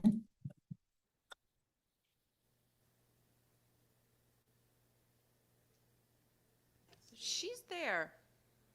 Mary Beth. Good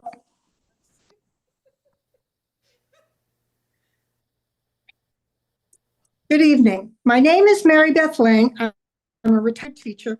I taught elementary students in Bridgeport Public Schools for 41 years.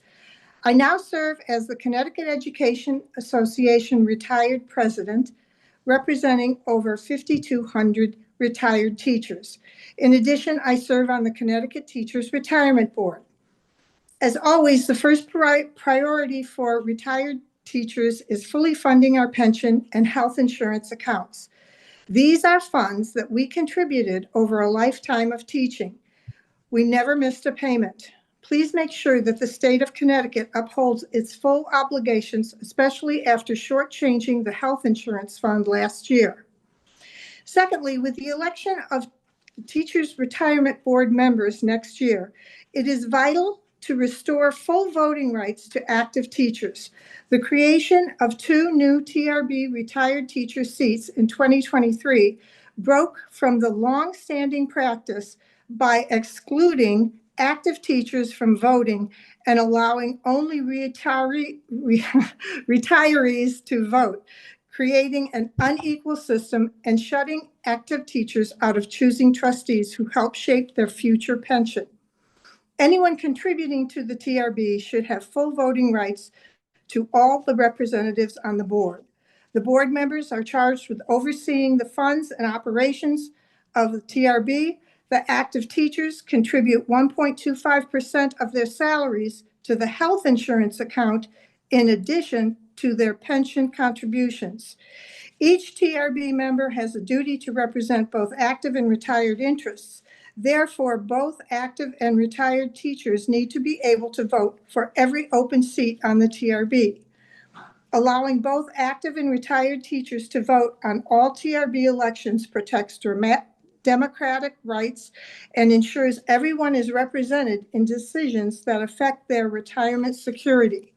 So, why am I talking about voting rights with the Appropriations Committee? Because it's always about money.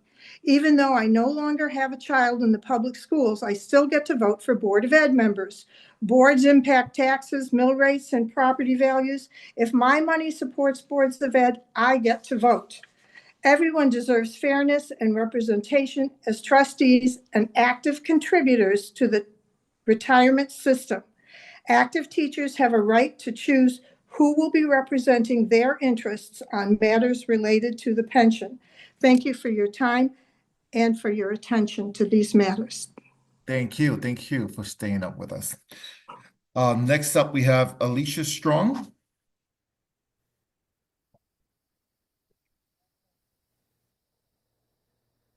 No, I don't see her. No.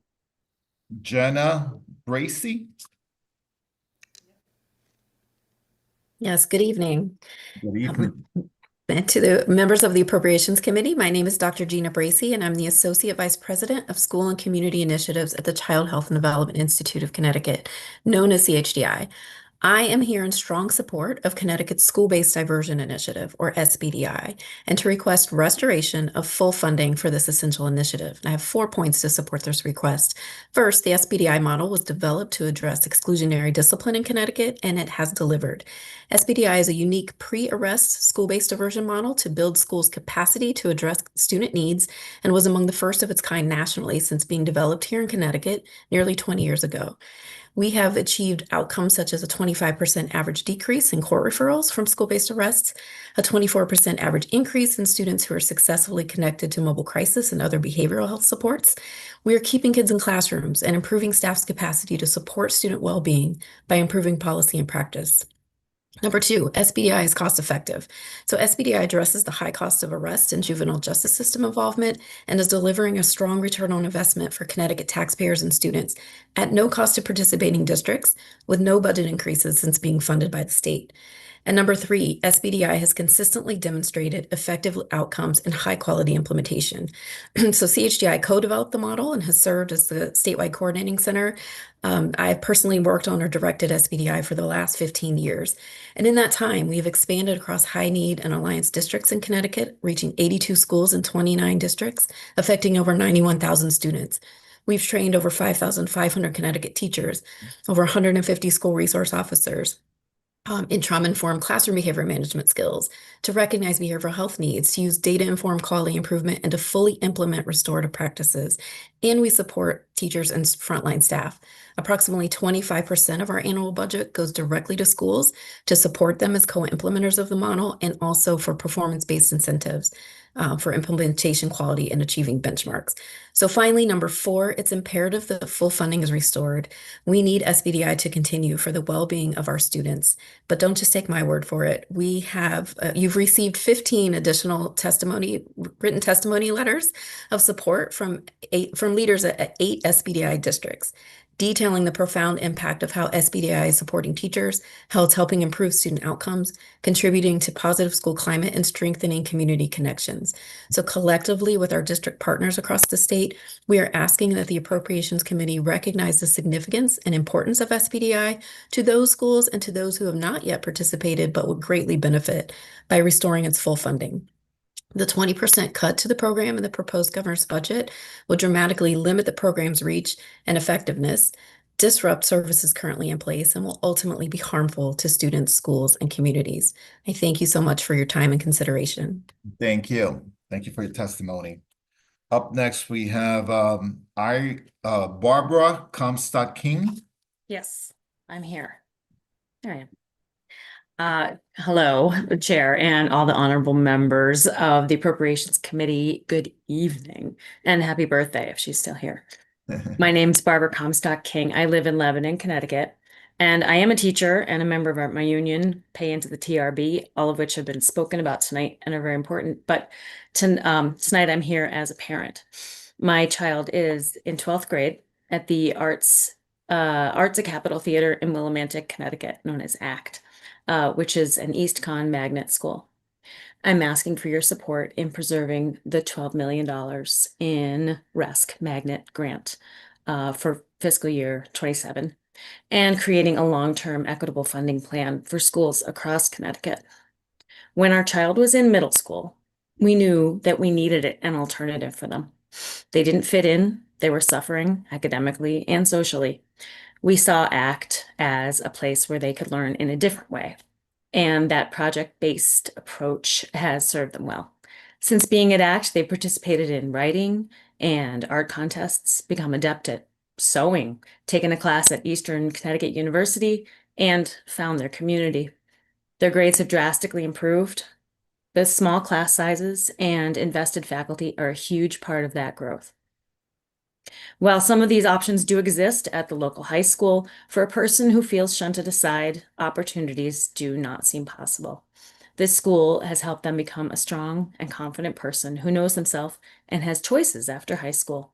Our family doesn't want to think what would have happened had we not found ACT. Without this funding, a sustainable funding plan, magnet schools like ours will have fewer resources, fewer programs, and fewer opportunities for children like mine to succeed. A long-term funding plan is essential to ensure that all the students in Connecticut, regardless of where they live, have access to high-quality education. I urge you to continue working toward a sustainable and equitable funding plan that supports RESC magnet schools and all the public schools in Connecticut. Investing in our education today means a stronger future for all of us. Thanks so much for your time and support. Thank you. Thank you for your testimony. Up next, we have Irene Rodriguez. Irene? No. Hugh Murphy? Good evening. My name is Hugh Murphy. I've lived in the state of Connecticut for over 53 years, and I have worked as a school business official in the state for 31 years. My last 17 as executive director of finance for Stamford Public Schools. So I have some knowledge of the students in the district. I currently live on Long Island, but work as an adjunct professor for UConn in Stamford and online, and I'm serving on OLAM's founding board. I would like to add my support to the proposed Olam Public Charter School funding. The city of Stamford is a unique location in the state and truly a melting pot of resident and immigrant families and their students. The district is becoming more and more of an education center. The public school district has many mandates around special education services and bilingual English language learner services, requiring much of their budget resource and not permitting the system to offer additional world language services at the elementary school level. I see Olam as a perfect fit given the needs and the demographics in the area. After watching the startup of the Charter School for Excellence and the growing enrollment numbers, I do not believe this will harm the public school district in any way and will help the students in the district. From my research, Bridgeport and New Haven currently have 6 charter schools compared to 1 in Stamford, and receiving around 10 times the amount of ECS funding. I'm not speaking to object to this, but trying to point out that Stamford could also use help of another charter school. The new school would potentially save Stamford taxpayers money, provide enhanced world language curriculum, and offer swing space if needed so the public schools could work on building remediation issues. I look forward to this opportunity and encourage the state to move forward with the funding for this. I see this as a potential win-win for the state of Connecticut education. Thank you very much for your time.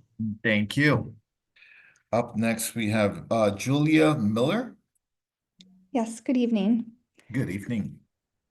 Thank you, members of the Appropriation Committee. My name is Julia Miller. I'm a resident of New Haven and a New Haven Public Schools teacher and parent. I'm a member of the New Haven Federation of Teachers, Local 933. We belong to Connecticut for All, a statewide coalition fighting for a better future for everyone in Connecticut. Lastly, I am the 2025 Connecticut Teacher of the Year. While it is no longer my year of service, I will never stop advocating for our public schools and for what our students deserve. And so I am testifying today on the governor's proposed adjusted budget for fiscal year 2027 to increase the base ECS foundation amount, which has not changed since 2013, to keep up with cost of living adjustments. We additionally need to modify the ECS formula to annually adjust the base of the formula to account for inflationary increase. Modifying the foundation for inflation would result in the state contributing more every year to support all students across the state. Having fully funded the ECS formula is indeed something that should be celebrated, but it is not enough if we cannot make these common sense adjustments. In the meantime, it is our historically underfunded urban districts that suffer. Our largest cities disproportionately serve our students with the highest needs. Our teachers so often have to do more with less. In New Haven, nearly a quarter of our students are multilingual learners, while 3/4 are eligible for free or reduced lunch. And yet, we don't have the needed funds to meet all of our students' unique needs. The General Assembly has an opportunity to change this by increasing the ECS foundation amount. I currently teach a concurrently enrolled education course as part of our education and leadership pathway. We are trying to inspire and prepare the next generation of New Haven and Connecticut educators. I have to tell you, though, it is a challenge to recruit students to the pathway district-wide. Students see the lack of resources in their schools, know their teachers supplement supplies with their own money, they see deteriorating buildings and the unmet needs of their peers, and question whether it's worth it. Our students need more mental health supports and wraparound services. Our special education teachers need manageable caseloads to best serve our students with IEPs. Our schools need full-time librarians in every school and budgets to provide students with the books they deserve, among so many other essential resources and services. Additionally, as the new internship and workforce development advisor for our district, I see firsthand the importance of hands-on learning experiences. I want to be able to provide all of our students in all of our schools the exposure and resources they need to pursue careers of interest, which in turn will support our state. As a longtime civics teacher, I always taught my students about the importance of advocacy. Last year, I testified around this very same issue. Last year, our coalition, including many of our New Haven youth, came to the Capitol to urge you and the governor to fairly fund our schools. And here we are again. You have the opportunity to send our young people a message that they matter. Why should a student in New Haven receive $6,000 less in per pupil funding than a student in Greenwich? Those students are, of course, deserving, and so are ours. Let's raise the ECS Foundation to support all Connecticut children. Thank you. Thank you. Thank you for your testimony. Up next, we have Teresa Alexandru. Thank you, Representative Candelaria. Good evening, distinguished members of the Appropriation Committee. My name is Teresa Alexandru. I live in Clinton, Connecticut. I'm the Vice President of Regional Partnerships and Programs for TEACH. TEACH was established by the U.S. Department of Education as an independent nonprofit organization in 2015. Our mission is to help talented people from all backgrounds explore and enter the teaching profession. Since 2018, I have worked closely with the Connecticut State Department of Education's Talent Office on an initiative called Teach Connecticut, which is a critical component of our state's teacher recruitment efforts. I appreciate the opportunity to comment on the governor's fiscal year 27 budget adjustments. I respectfully ask the committee to establish a dedicated line item for Teach Connecticut within the CSDE budget under the Talent Office's purview in the amount of $1 million. Through close partnership with the Talent Office, as well as educator preparation programs, school districts, and community partners across the state, Teach Connecticut has become an integral component of our state's teacher recruitment work in 4 ways. 1, increasing awareness of teaching as a viable and meaningful career pathway through marketing, advertising, and multimedia content. 2, expanding recruitment into the state's existing educator preparation pathways and programs through strategic community outreach and ongoing engagement opportunities. 3, by improving candidate persistence from initial interest to preparation program application and enrollment through personalized guidance and practical support services at no cost. And 4, strengthening the state's teacher workforce where it's needed most by recruiting and supporting prospective candidates in underrepresented communities and subject areas. Since 2018, we have successfully and consistently recruited thousands of future teachers in a cost-effective manner. I've submitted further information regarding the initiative's impact and the state's return on its investment, along with my written testimony for your consideration. Teach Connecticut's outcomes reflect both the demand for guidance among aspiring educators in our state and the benefits of having a statewide mechanism for teacher recruitment.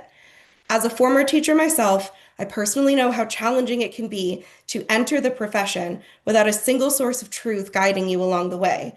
And now, as a nonprofit leader, I've seen how a state's sustained investments in a cohesive teacher recruitment ecosystem leads to stronger outcomes for all, most importantly, for our students. As you consider the fiscal year 27 education budget, I respectfully urge you to codify funding for Teach Connecticut to ensure the sustainability and continued growth of this critical statewide initiative and our teacher workforce. Thank you for the opportunity to share my perspective, for your continued investment to strengthening Connecticut's education system, and for your time this evening. I would be happy to answer any questions, and happy birthday, Representative Walker. Thank you. Thank you for your testimony. Up next, we have Adam Achman. Hello, good evening, senators and representatives of the Appropriations Committee. My name is Adam Achman. I'm a member of the Hebron Board of Finance, but these opinions are my own, not those of my board. I am here to testify to support 3 items: fully funding the excess cost grant for special education, increasing the educational cost sharing grant, ECS, and indexing it to inflation. And 3rd, restoring the $12 million support related to magnet schools. Now, I've submitted written testimony, and many speakers have already covered these requests. So I am just going to amplify a few points that I haven't heard nearly as much about. In Hebron and around in the town surrounding Hebron, many education budgets are under pressure based on the budget proposals that I've seen so far. 5% increases and more appear to be the norm, in part due to typically a 10 to 15% increase in medical costs. And that's before the ECS offset. The fact that ECS is not indexed to inflation amplifies the impact to taxpayers. So a 5% budget increase could end up being a 6, 7, or 8% impact to taxpayers net of ECS. I'm happy to walk you through the math on that, but bottom line is It's no wonder that education budgets in communities are getting pressure from taxpayers. Secondly, as you've heard from Dr. Baird, Hebron has additional pressures in our special education budget. Special ed budgets are very volatile, and in small towns, they can be largely affected by just a few students with special needs that emerge or that move into town. And it's not right that a regular education budget or budget in general is squeezed because of this level of volatility. The state is in a much better position to regulate that volatility. It's the law of large numbers. My final point is that the state method of raising money for education is just better than the methods available to towns. Towns generally must raise revenue according to the value of real estate and vehicles.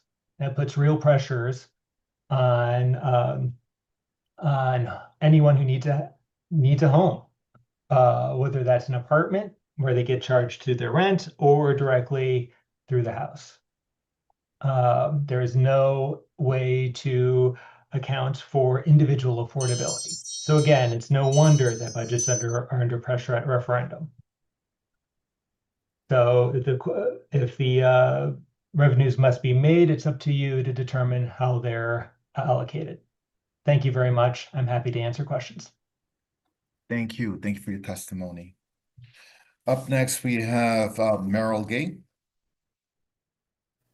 Good evening, Representative Candelara, Good evening. Senator Austin, Representative Walker, and members of the Appropriations Committee. My name is Merrill Gay. I'm the Executive Director of the Connecticut Early Childhood Alliance. The Alliance brings together over 80 organizations dedicated to improving outcomes for young children through policy change. I'd like to begin by pointing out that according to the Center for Early Learning Funding Equity, for every dollar we spend on K-12 education, Connecticut spends 15 cents on pre-K and only 9 cents on children under age 3. This disparity does not reflect the current understanding of brain development or families' economic reality. The early years represent the most rapid period of brain development, laying the foundation for all future learning. Investments during this period yield the highest returns, not just in educational outcomes, but in parental workforce participation, reduced social services costs, and stronger communities.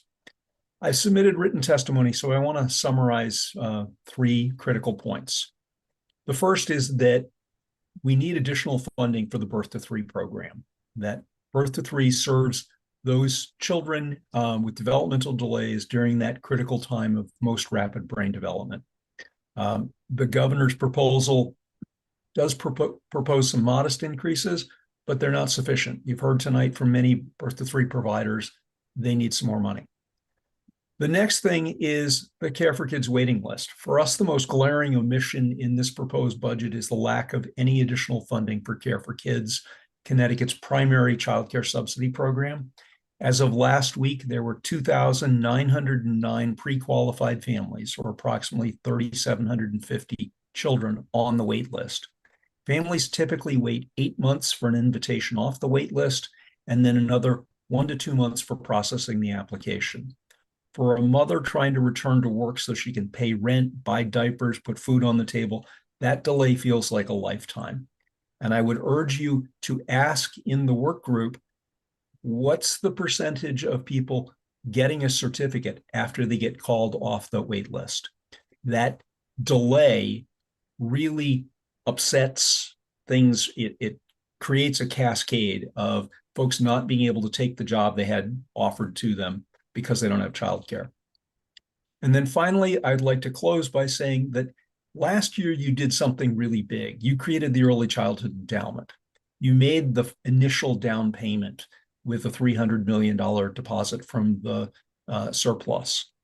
This year, you're facing big challenges with the loss of SNAP revenue and Medicaid funding. So you've got, we acknowledge big challenges, but how you address those and the impact that has on the surplus that can get deposited into the endowment is really important. The endowment needs another $300 million deposit so that we have enough money come July 1, 2027 to do all of the things that we said we were going to do. The first and most expensive of those things is to make the early start programs free for families under $100,000. If we don't have enough money from the endowment to do that, we risk putting those early start programs out of business because we won't replace the parent fee income that they currently get. The next thing we need to do is to raise wages for those early educators who are in the bottom 3% of bottom third percentile of earnings of in the workforce. They are some of the lowest paid workers in the whole economy. And we need to recognize the critically important work they're doing with young children and bring them up to parity with their public school counterparts who are teaching just like they are. Those are some big things. I want to thank you for your time. This has been a long night, and you have lots more people to hear from. And so I won't ask you if you have any questions because I know you don't want to answer. Yes. Thank you for your time, and look forward to working with you as you develop the budget. Thank you, Merrill. Thank you for your testimony. Up next, the mayor from the great city of New Haven, Justin Elicker. Mayor Elicker. Good to see you, Representative Candelaria, and thanks to the Appropriations Committee. I also have a And who do we New have Haven here? Public School student with me, and it's way past her bedtime.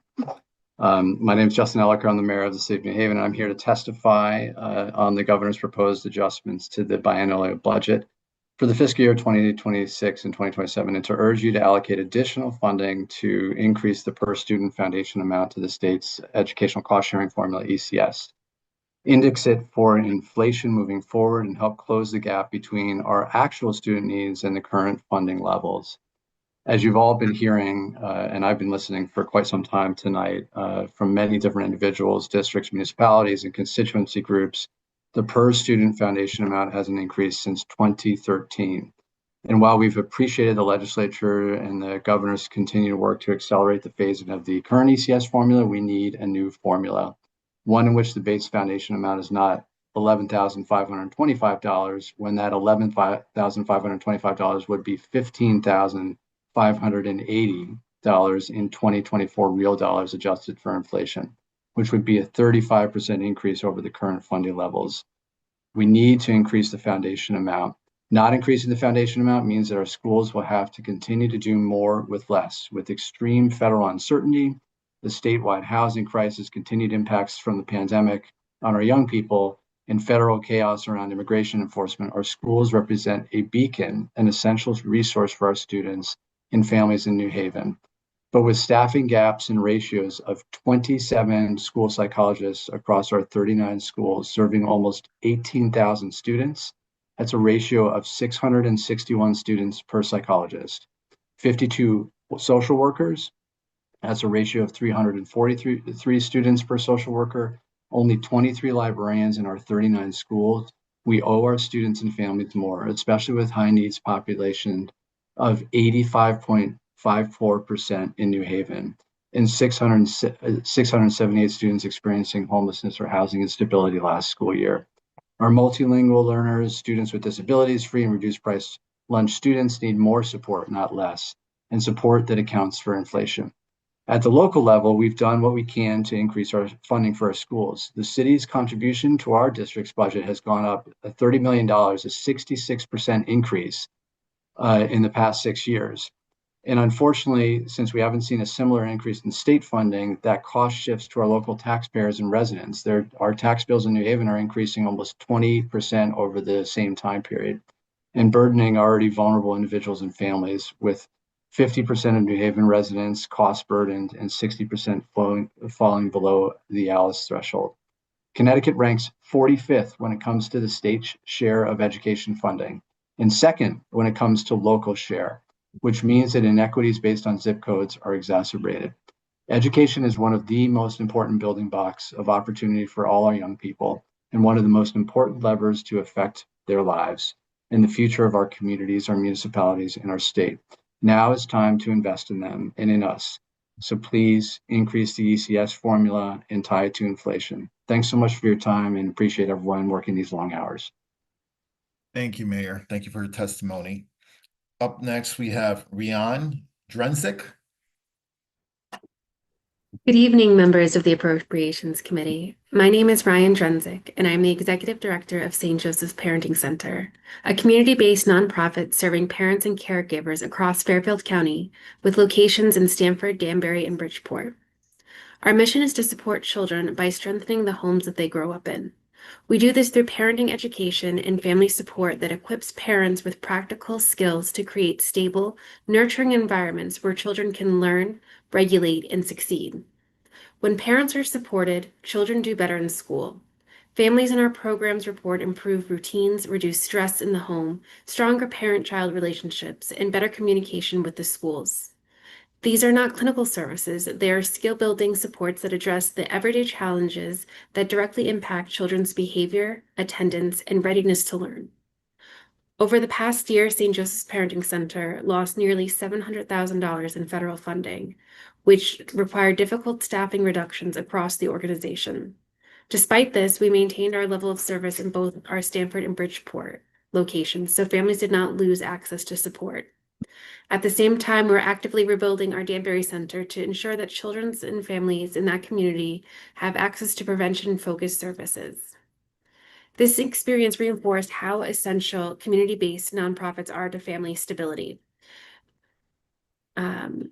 Nonprofits like St. Joseph's Parenting Center are a critical extension of the state's investment in education. Many of the families we serve are working, raising children, and under significant stress, but do not qualify for formal services. Without early, accessible support, these pressures show up in the classroom, then can escalate quickly. From a fiscal standpoint, this work is both effective and responsible. Our parenting education and family support programs are approximately 15 times more cost-effective than child welfare interventions. By strengthening families early, we help prevent far more expensive responses later and support children in their primary learning environment, the home. Schools cannot do this work alone. When families are supported outside the classroom, teachers are able to teach, classrooms are more stable, and children are better positioned to succeed. A state investment in parenting education and family support is an investment in better school outcomes, stronger families, and long-term fiscal responsibility. I respectfully urge the committee to continue supporting community-based nonprofits that help children thrive by strengthening their homes. Thank you for this opportunity to testify and for your continued commitment to Connecticut's children and families. Thank you. Thank you for your testimony. Up next, we have Jimena Bravo. No. Amy Brzezowski. Hello, all. Good evening, members of the Appropriation Committee. My name is Amy Brzezowski. I'm a resident of Meriden, Connecticut. I am proud to be here today as a child of a lifelong CT educator, a graduate of Meriden Public Schools, and currently a high school English teacher in New Haven with New Haven Federation of Teachers. I'm speaking to urge the committee to update the ECS formula and fully and fairly fund our schools. A little bit about myself. Growing up, my mom, as a primary earner in our household, was able to provide a secure upbringing for my 4 brothers and sisters and me on a teaching salary. While I attended a Title I school district and did not receive the same funding as surrounding districts, the additional state and federal funding provided me with access to college classes and learning opportunities that allowed me to enter college as a sophomore and complete my master's of teaching degree within 4 years. In my adult life, I still feel the financial benefits of having achieved this early success that Meriden Schools helped me accelerate. Now, a little over a decade later, and coincidentally, 12 years since changes to the ECS, I currently struggle to make ends meet for myself alone on my teacher salary. As a CT resident, I've seen the cost of living skyrocket. And as a teacher, I've seen the education gap in our state widen. Furthermore, we have all seen the burden that our young adult unemployment and undereducated have placed on our state's economy. It is impossible to avoid the fact that this crisis is one that begins in underfunded schools. As I reflect on the changes in the state's reluctance to respond to student and public servant needs, I wonder, who is our state for? What are the benefits of remaining in the teaching profession if I am unable to provide a standard of living for myself in the state? What kind of impact can I make in my classroom if my students are not provided with the funding and resources necessary to succeed in pursuit of a better education? I know many other educators, students, family, and community members share these questions. Our state is in crisis, and yet we have the solution within our legislators' hands. We know our state ended the fiscal year 2024-25 with a $300 million surplus in its general funds and $4.1 billion in budget reserve fund. And we know Connecticut can afford a change to ECS. I urge this community to ask itself, is this state for the luckily privileged few, or does it truly stand for an equitable future for all of us? Thank you. Have a good night. Thank you. Up next, we have Bobby Brown. Good evening, esteemed members of the Appropriations Committee. My name is Bobby Brown. I'm the president of the Greater Bridgeport NAACP, and I also serve as the CEO of one of the largest youth organizations in the city of Bridgeport. I stand before you this evening in strong opposition to a budget that continues to underfund education while expecting districts to stretch beyond what is sustainable. We are barely into the new year, and already districts across Connecticut are preparing for cuts, but we must be honest about something. When education funding falls short, it does not fall short equitably. When Education Cost Sharing Foundation remains frozen at $11,525, a number that has not been meaningfully updated since 2013. The consequences landed hard on Black and Brown students and on our communities that we serve. Over the past decade, transportation costs have increased, health insurance has increased, utilities, staffing, technology demands, and special education expenses have all increased. Yet the foundation amount, which the state says of cost sharing to educate a child, has remained the same. If it had kept pace with inflation alone, we would be closer to $16,000 per student today. So when we freeze the foundation, we freeze opportunity. And in the districts like Bridgeport, where majority of our students are students of color, that freeze sends a clear and troubling signal. It widens the achievement gaps, it widens access gaps, and it reinforces the idea that the zip codes where our students come from truly shape their destiny. This is not a simple budget issue. It is a racial equity issue. As someone who works directly with young people every single day, I see the impact beyond the spreadsheets. Community organizations like mine have become true partners to our school districts. We walk alongside educators, support leadership development, and create spaces for enrichment and mentorship. But when school day ends and after-school program begins, we still see the needs. We hear the academic frustrations. We see the emotional strain. We feel the weight of our children that they carry. This does not stop at 3 p.m. They follow our students into after-school programs, into community spaces, and into their homes. And that's when we realize that reality is telling us a different story.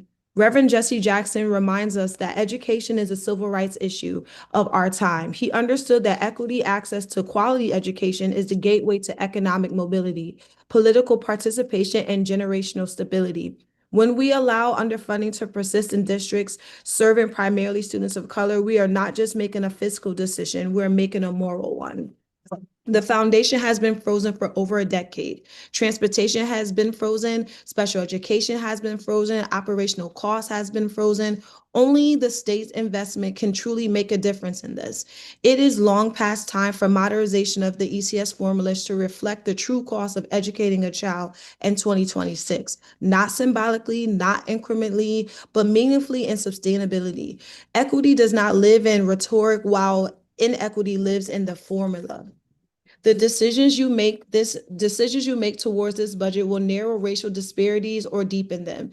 They will either strengthen districts serving our students of color or continue to strain them. Our children are not line items. They are future doctors, future educators, future lawyers, future leaders in our state. If you truly believe in equity and the budget, you will understand the value of what we're saying this evening. I urge this committee to raise the ECS formula, foundation formula, protects essential services, and invest in our youth.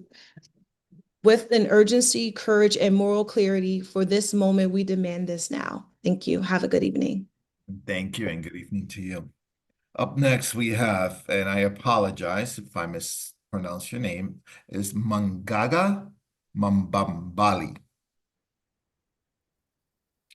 No? Okay. Carly Rocha Rios. Yes, thank you. Good evening, members of the committee. My name is Carly Rocha Reyes, and I am a director with Bridgeport Public Schools. I also speak today as someone who has spent 19 years in service to this community as a teacher, school counselor, and advocate who has walked alongside our students and families through challenges most communities never have to face. My testimony is rooted in lived experience. I want to take you on a brief walk with me, a walk that separates perception from reality, because the decisions made here directly affect the 19,000 students we serve. For far too long, the perception of Bridgeport Public Schools has been shaped by misinformation and outdated narratives, stories of chaos, deficits, and crisis. And with those perceptions comes an unspoken assumption that our students and staff are somehow less capable or less deserving. The perception is not only inaccurate, it can be harmful. Let me show you our reality. Look to the left. Look at that student in the third row, diligently taking notes. Perception might label her as low performing. In reality, she is one of the 31% of our students receiving multilingual learner support. She is processing her teacher's instruction, translating it, connecting it to prior knowledge, and writing her response, all while navigating a language she is still mastering. Our students aren't failing. They are multilingual, multicultural, and resilient. Now look to the right. The student in the front row is among the 20% of students receiving special education services. When you combine him with our multilingual classmate, you see the truth. More than half of our students require high-level, high-cost service every single day. These students are not struggling, they are overcoming. And look at the teacher in that room. Perception might say we cannot recruit or retain staff. The reality? Every educator in Bridgeport is here by choice, grounded in mission, driven by purpose, and unwavering in commitment. But here's the challenge we face. Commitment cannot fund mandated services. Passion cannot pay for specialized instruction. Dedication cannot close the gaps created by underfunding. And resourcefulness is not a funding model. Only equitable investment will allow us to meet the needs of our students with fidelity and fairness. And this is where perception meets policy. The ECS Foundation hasn't been updated in more than 13 years, and it no longer matches the real cost of educating students today, from inflation to growing academic, social, emotional, and mental health needs. When the foundation is outdated, the formula can't work the way it's supposed to, and districts like ours are left making very difficult choices that directly affect the students. We're asking you to update the ECS Foundation to reflect today's realities. Ensure it keeps pace with changing costs over time. Thank you for walking through the reality of Bridgeport Public Schools. You have seen a community defined not by perception, but by purpose, capability, and connection. Please hold on to that truth as we look to the future together. When the foundation is strong, our students will rise. Thank you for the opportunity to speak tonight. Thank you. Thank you for your testimony. Up next, we have David Corridor.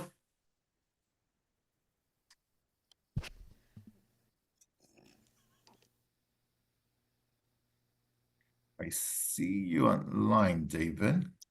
He has been declining our panelist invitations. Okay. All right. Then we'll move to the next person is Gail Nolan. Hi, good evening. My name is Gail Nolan. I am the current president of the Connecticut Family Resource Center Alliance. I'm also the director of Laurel Family Resource Center in Bloomfield and am a program liaison for the Alliance for Bloomfield's Children, which is part of Early Start. Thank you for taking the time to listen to all our Family Resource Center stories. I know many people have submitted written testimony and come to show support for the FRCs in Connecticut as we're facing a proposed 18% cut this year instead of an increase, which the legislature voted for last year in this biennium budget. We've realized that there's not a clear picture of and true understanding of what we do, and that's why we're sending messages and asking all our patrons or friends of the family to let it be known that what we do for the many families in Connecticut. Connecticut FRCs began in 1988 to prevent an array of childhood and family problems and to foster optimal development and education of children from birth. They're based on the School of the 21st Century, a concept that was developed in Connecticut by Dr. Ed Ziegler and the policy fellows at Yale. We were part of a national movement to promote the importance of early childhood and its link to school achievement. We're actually now part of the National Family Support Network, where there is one member per state that runs an FRC network and an FRC coalition who got just last year a federal definition of family resource centers. And with the leadership of our own Rosa DeLaura, support and dedication in championing family resource centers within the FY26 report. Her leadership was critical in securing some favorable legislation in the SSBG work. So we are getting known over the country and just want to make sure that we stay relevant in Connecticut as this happens. Following the FRC model, we are able to reach children that would not normally be reached until they start school. So we have the play groups and many other activities in 57 sites in 40 school districts in Connecticut. Cut a little bit from when we were up to 74 sites, but we are still going strong in a lot of communities and do a lot of things for the school systems and the districts. We're an educational initiative and provide the comprehensive integrated educational and community-based systems for over 37 years. So we think that some of these things are a strength as we are able to model each of our FRCs independently with our community, but that's a weakness because our data doesn't show that statewide. So we are able to do some things in some communities and some things in others, but that's both, like I said, both a strength and a weakness. We have 7 components in legislation: early care and education. We run preschools. We network with preschools. We monitor community preschools. We work with school age childcare. We do before and after care in some districts. We use families in training, do ages and stages screenings, help refer and families to other community workers. I run a diaper bank, a clothing closet. We use positive youth development, before and after school programs, support family childcare providers, do help with transition to kindergarten. We help with adult education and family literacy in a lot of communities, and many other resource and referral items. So I just would like to show our thanks and for listening to us and for working with us to reinstore our appropriation that was supposed to be for this year. Thank you. Thank you. Thank you again for your testimony. Up next, we have Mary Kay Rendock. Thank you, Representative Candelaria. Good evening, distinguished members of the Appropriations Committee. Thank you for the opportunity to speak tonight regarding the 2027 Teacher Retirement Board elections. My name is Mary Kay Rendock. I am the membership chairperson for CEA Retired, a 37-year veteran of Bloomfield Public Schools and the 2006 Connecticut Teacher of the Year.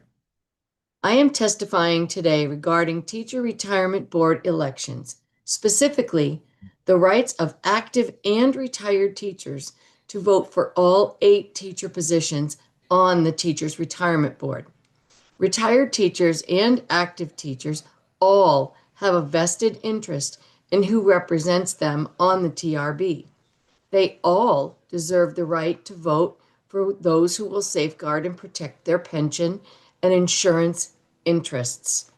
Active teachers all pay into the teachers' retirement system, and taking away their ability to vote for 2 of the 8 members seems disingenuous to the democratic process. Before the expansion of the TRB with 2 additional retired members in 2023, all teachers were able to vote for their 6 representatives. Now, with this change, retired teachers can vote for all 8 members of the TRB, but active members can only vote for 6 of these members. The change to this language will require 2 elections to be held, one for teachers, retired and active, to vote for 6 of these positions, and then a separate election for retired teachers only to select 2 more retired teachers, the cost of which TRB incurs. Can you see how arduous this could be? Aligning the elections of the 8 members of the TRB so that all teachers, both retired and active, can cast a vote every 4 years has been the practice up until now, just makes sense. It would eliminate the need to spend extra funds on unnecessary elections. It would streamline the process and avoid confusion, and it would keep with the democratic notion that all voices have an equal opportunity to vote for those who represent them. As I said, it just makes sense. Thank you for your time and consideration. Have a good evening. Thank you for your testimony. Up next, we have Chris Parkin. Good evening, Representative Candelaria, members of the committee who are lurking on Zoom, and the hardworking staff at the LOB keeping this marathon on the rails tonight. I want to start by saying that I agree with the many speakers today who have stated or implied that our entire system of education funding in this state is broken. Our state has become wedded to the idea of small local school districts, but it bristles at the idea that this has costs associated with it. The state's underfunding of education and over-reliance on property taxes carries forward the immoral legacy of segregation and redlining and serves to perpetuate a system of haves and have-nots. I sit here this evening with a somewhat unique point of view on this duality. I live in Reading, where I am the chair of the Region 9 Board of Education. We receive vanishingly little education funding from the state. Together with Easton, our 2 towns receive about $500,000 in ECS funding and have a schools budget of about $75 million. Our local property taxpayers bear substantially all the costs associated with public education and would certainly be grateful for increased state funding. But I'm not here to complain about the lack of state funding for my Durg A district tonight. We are the haves in the state of Connecticut. I'm here because I see firsthand the differences in Connecticut schools daily as a parent of a student at Fairchild Wheeler in Bridgeport. I'm here to advocate for appropriate funding for our city schools. Things that are taken for granted in my hometown are pure fantasy in Bridgeport. My board is currently reviewing a budget request that calls for an increase of about 3%, which would bring our net current expenditure per pupil to around $33,000. Bridgeport is seeking a 36% increase to get their per pupil expense just to $20,000. By way of a simple example of the disparity, the Region 9 board would fund a student-to-high school counselor ratio of 130 to 1. The most recent cuts in Bridgeport have left my daughter's school with a single counselor for 400 students. We have growing MLL populations in Easton and Reading and a special ed ID rate on par with the state average in the mid to high teens. In Bridgeport, half of the 20,000 students are non-native English speakers or have special needs. They are asked to provide all the same services to their students at just $18,000 per pupil. Take out $120 million spent on special ed alone, and the per pupil expense drops to about $10,000. It's not a sustainable number. It is embarrassing that our state budget-making process routinely includes families and students from alliance districts prostrating themselves in front of legislators, begging for enough funding to just get by because there is insufficient political will to address the effects of over-reliance on local property taxes and outdated formulas for funding. The governor is proposing spending $25 million additional dollars, more than originally approved, to pay down debt, while simultaneously cutting magnet funding by $12 million and holding ECS level. This all while the state sits on an extremely healthy rainy day fund. The people in Bridgeport know that it has been raining in their schools for a generation. Let's make this the last year they need to send skids up on buses to Hartford to testify about that fact. Thank you. Thank you. Up next, we have Jane Wilson. Jane? Good evening, Representative Candelaria. Good evening. And members of the Appropriations Committee. Thank you for the opportunity to testify as number 200 before you this evening.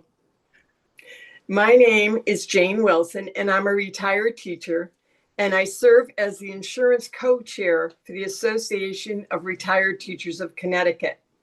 For 8 years, I have been asking for a simple act of fairness: the restoration of the full subsidy for retired teachers enrolled in the TRB Original Medicare Supplement Plan, a subsidy we once had and was taken away from us in 2018. Since then, those retired teachers who have remained on the Original Medicare Supplement Plan have been penalized by a policy that forces them to pay more than their statutory 1/3 share of their health insurance premium. That is not what they were promised, and it is not what the law intended. Because of this under-subsidization, retired teachers, many of whom are living on fixed incomes, have paid to date a penalty of more than $10,000 out of pocket over these 8 years. These are educators who have devoted their career lives to our children and our communities. They upheld their commitment to the state. They planned their retirement based on the benefits they earned. Retired teachers are not asking for something new. We are asking you to make right what has been wrong since 2018.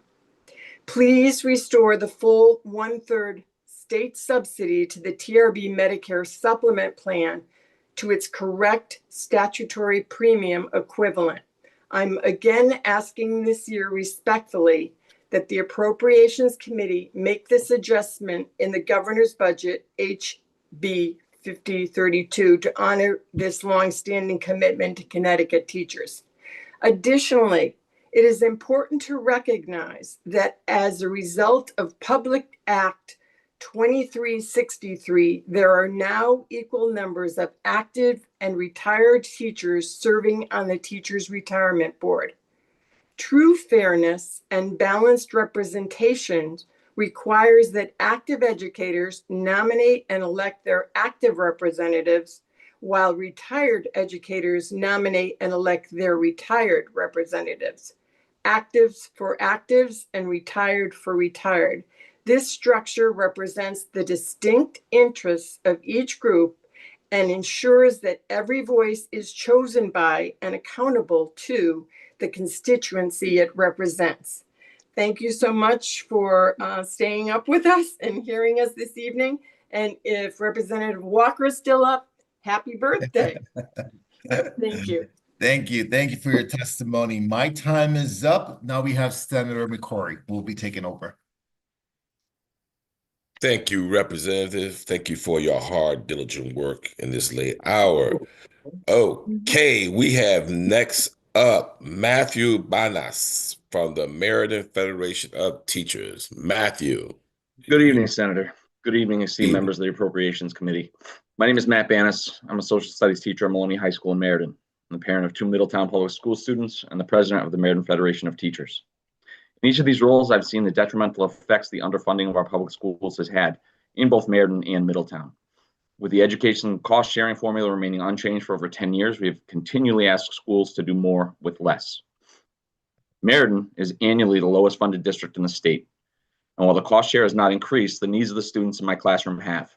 I teach far more special education students and ESOL students than I did 10 years ago, but the amount of money afforded to the district has remained virtually the same.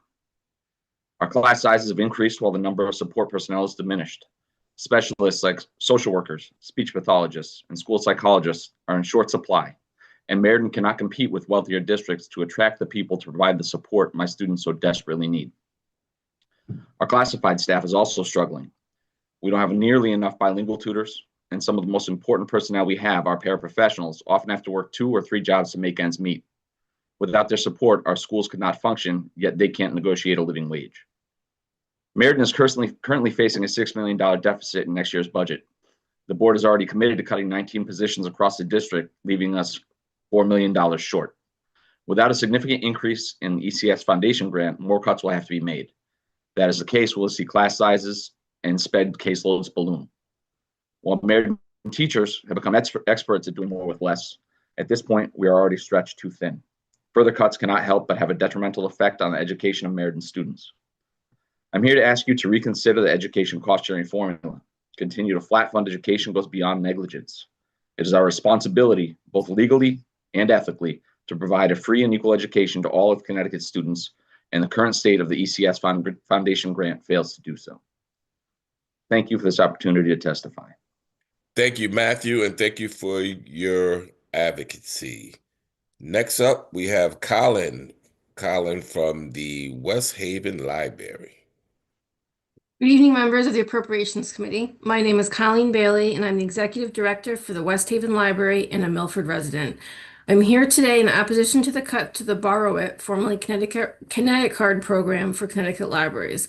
While $140,000 out of a state budget does not seem like much, every Connecticut library depends on this program for reimbursements for loaning our items throughout the state. Connecticut residents being able to use their hometown library cards in other cities and towns is arguably one of the most popular features of our Connecticut libraries, right behind the delivery service that properly returns those items. In West Haven alone, nearly 10% of materials are loaned to residents from other towns. Thousands of items from our library were loaned to other libraries for their patrons' access. Cutting this program is cutting the equitable access to materials to residents and is a disservice to the library community. As a distressed municipality in Alliance District, our library budget is such that we cannot purchase as much material as we would like. By taking part in a system such as Borrow It, our library patrons have full access to the materials provided at libraries statewide. Especially for our patrons without transportation, this is an invaluable program. Connecticut has one of the highest wealth disparities in the country, and cutting a program to libraries that assists with creating equitable access for all our residents is not the answer.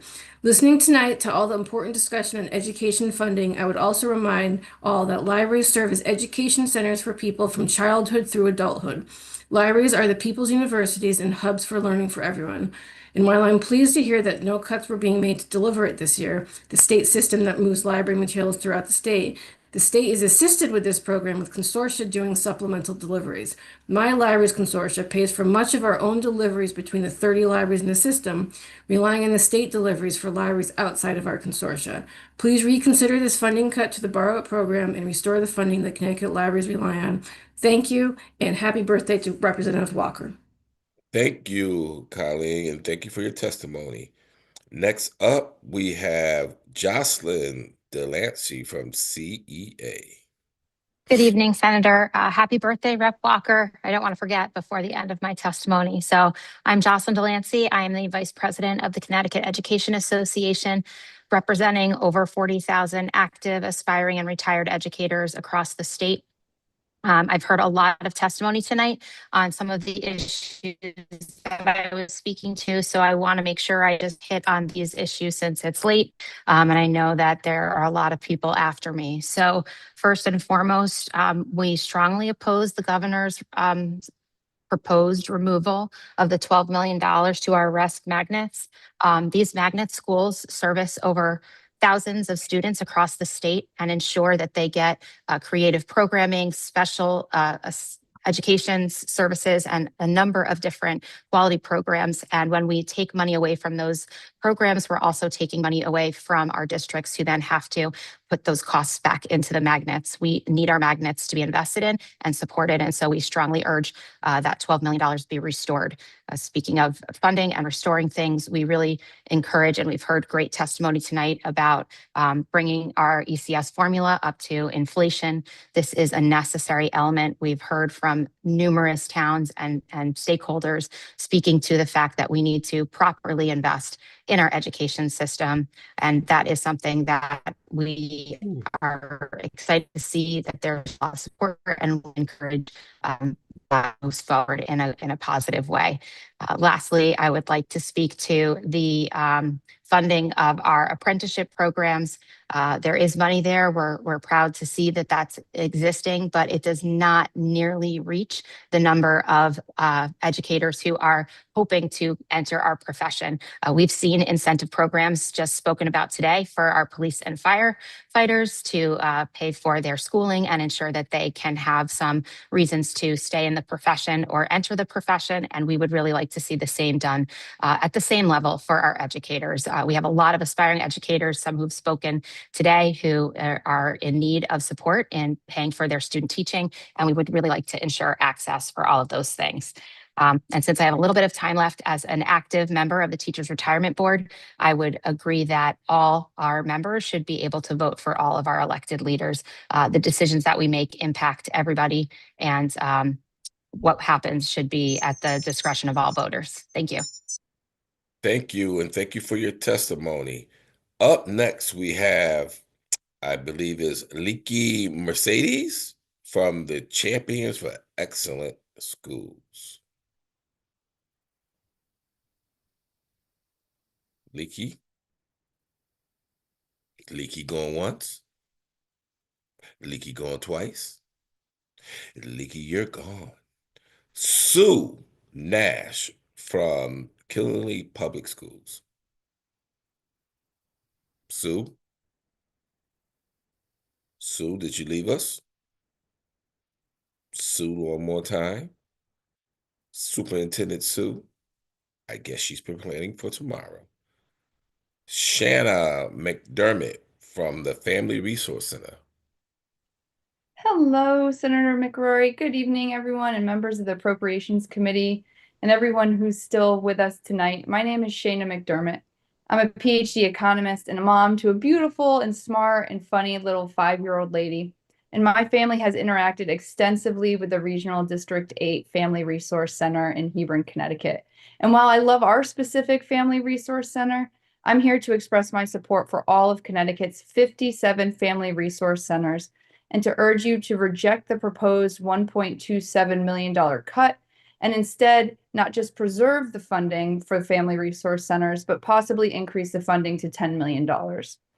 A few years ago, my family and I made the decision to move back to Connecticut after being away for more than close to 2 decades. We came back because we wanted to be closer to family, but also because of the sense of community that we felt here. Family resource centers are a big part of what makes that sense of community real. They are places where families connect to services, but more importantly, to each other. Family resource centers help create the kind of environment that makes people want to stay, to invest in our state, and to raise children here. For my family, those connections have been meaningful, and they're a big part of the reason that we moved back to Connecticut. Yes. What I'm saying is that the support we received through our FRCs over the summers that we spent here, specifically in Hebron, was one of the factors in our decision to move back to Connecticut. From an economic standpoint, early childhood and family supports are some of the smartest investments states can make. Decades of research show that these investments pay off through higher earnings, lower public costs, and stronger local economies. Studies estimate that for every dollar invested in early childhood programs like Family Resource Centers, they receive returns of about $4 to $7 in long-run benefits. That means that these programs more than pay for themselves, and they are fiscally responsible decisions. The current proposed 18% cut would bring funding below pre-pandemic levels at a time when demand and operating costs have both risen. This cut would result in fewer programs, missed opportunities, and less support for families who rely on these centers. I respectfully ask the committee to reject the proposed cuts and instead not only fully fund the FRCs, but to increase funding to $10 million so these centers can continue supporting the families who rely on them every day. This way, we can help keep Connecticut a place where people choose to build their lives. Thank you for your time and your commitment to Connecticut children and families. Thank you. Thank you, and thank you for your testimony. Next up, we have Orlando Strong from Orlando Strong. Orlando going once. Orlando going twice. Okay, we have Rob Traber from the Bridgeport Board of Education. You have Kim McLaughlin. Because Rob Traber took my number at number 7, and I took his at 208, and it was worked out with Kim, Taylor. you Yeah. have the floor to speak. All right. Thank you so much. I am, good evening, Senator McCrory and distinguished members of the Appropriations Committee. My name is Kim McLaughlin. I'm a resident of Bridgeport, and I am the parent of a child, now an adult, who attended Bridgeport Public Schools from kindergarten through graduating from high school. And now I'm the grandparent of 2 little girls who are making their way at the beginning, but will be making their way through the Bridgeport Public School system also. So I'm very invested in that. And I am here today to testify in strong opposition to the plan in Governor Lamont's proposed fiscal year 2027 House Bill 5032, his education cost sharing suggestions that it be flat funded, and that he would suggest that he put together a blue ribbon commission to study the problem. And I just want to say, forgive my impatience and the impatience of many of us in Bridgeport and other communities that have ECS funds. We're incredibly impatient. 13 years since 2013. For 13 years, which, by the way, is an entire generation's years from kindergarten through graduating from high school. The ECS, as you know, a lot of testifying today, is stuck at $11,525 and has been flat funded at that amount for the last 13 years. We believe that that amount should be increased, obviously, and should have been increased over the last 13 years. If it had been increased at the rate of inflation, we'd be looking at amount of money that's about over more than $16,000 per student per year. So we would like to see that amount be increased this year to over $16,000 per student per year in ECS communities. That's really that's really what I have to say. I know it's nothing new. A lot of people have been saying that today. But I just want to also tell you that having been an active parent when my child was in the school system, and now being an active grandparent while my granddaughter's in the school system, you just can't miss the difference. I mean, we've never been a rich school system, but you can't miss it. I mean, the things that were there 15 years ago, they're things like librarians, like band in high school, like guidance counselors. You know, we had a guidance counselor every 300 some students. Now we don't even have guidance counselors. So it's just incredible the amount of things that have been taken away. Assistant principals gone. And there's really not much left to cut. So, you know, the time that ECS needs to be increased is now. It can't be put off for another year. There's just nothing left to cut. So that's really my plea, is to urge the legislators, to urge you and your co-legislators to increase that ECS funding and to do it to a significant amount. $1,000 per student is not going to do it for us. It's a matter of equity for brown and black and poor students and disabled students and special education students, and the teachers that teach them and the parents that care about them. So thank you very much. Appreciate your time. Appreciate you listening to me at this late hour of the night. Thank you so much. Thank you for your advocacy, Kim. And Thank you for your testimony. Next up, Ashley Cologne. Ashley Cologne. Ashley. No Ashley? Okay. We'll go to is Jolie DeJesus. Jolie DeJesus. No, she went earlier in a panel, Okay. Clara Rodriguez. as did Clara. As did Clara. Patricia. She spoke earlier as well. Patricia. Okay. I'm gonna butcher this name. Is Emily? Emily. No Emily? Let's go with 213, but I don't think they're here. I'm losing all my friends. Maria Matos. All right. Maria's here. That will be me. Good evening. Thank you so much for staying this late, like everybody says. So I'm just gonna go with my testimony. I'm gonna read it. Good evening, distinguished members of the Appropriation Committee. Thank you for the opportunity to testify today. My name is Maria Matos, and I serve as the Chief Advocacy Officer for the Alliance for Connecticut Charter Schools. I'm here representing thousands of families whose children attend public charter schools across our state, and the many more who remain on waiting lists seeking access.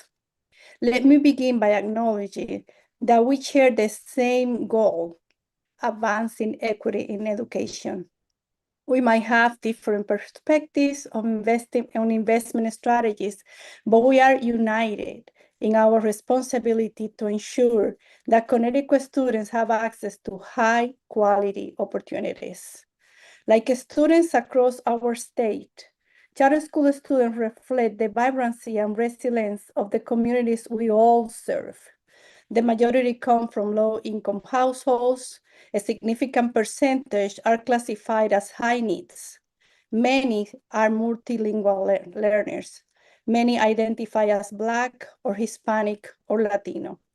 These numbers matter because they reflect the responsibility we carry as policymakers and educators. Charter schools operate within the public education system, and they are held accountable to performance and financial standards established by the state. Many implement extended learning time, structured academic support, consistent progress monitoring, and strong family partnerships. Families are responding to these models. More than 5,000 students remain on charter school waiting lists statewide, reflecting continued demand for diverse public school options. Charter schools are funded at the state foundation of $11,525 per student. That amount has not kept pace with inflation or the current cost of education of a child. As this committee considers educational investment, I respectfully ask the funding decisions to reflect the student needs and educational reality for all public school students, including those attending charter schools. In addition, 5 schools were approved by the State Board of Education after rigorous review process, and they remained unfunded. These communities organized, applied, and were approved in good faith. Providing funding will honor that approval and offer clarity and stability to families who are waiting. I'm not here to compare sectors of public education. I'm here because I believe that when we expand high-quality public school options, we expand opportunity for students and strengthen Connecticut's overall education landscape. This conversation ultimately is about consistency and follow-through. When schools are approved through a rigorous state process, funding should reflect that commitment. When families demonstrate sustained demand, our policies should respond. I respectfully urge this committee to support funding decisions that reflects equity, consistency, and commitment to students whose families have chosen public charter schools. Equity means ensuring that public funding aligns with the students' need and with the promises we make to communities. Thank you for your time and your thoughtful consideration. I'm open to any questions. Thank you for your testimony, Maria, and thanks for staying with us this late at night. Of course, thank you. Have a good evening. Right. Next up, we have this Blanca Estela Camacho from Elevate Charter School. Thank you, and good evening, Representative Candelaria and Senator McCrory, and esteemed members of the Connecticut Appropriations Committee. I'm Blanca Estela Camacho, and yes, I work for Elevate Charter Schools as a Community Engagement Manager. Again, thank you for your time. I'm one of many individuals coming before you to give testimonial in regards to the Danbury Charter School and their missing funding. I am one out of 105 just for today, and those were just 105 that signed up to give testimonial, not necessarily the ones that also showed up to show their support. That number is a fraction of all the parents, and supporters that have come to you year after year. That number is not reflective of the busloads of individuals that have come to the Capitol showing their support to the Danbury Charter School. I believe one year it was 300 plus. That number does not include the amount of parents that attend rallies, informational sessions, and other forms of advocacy.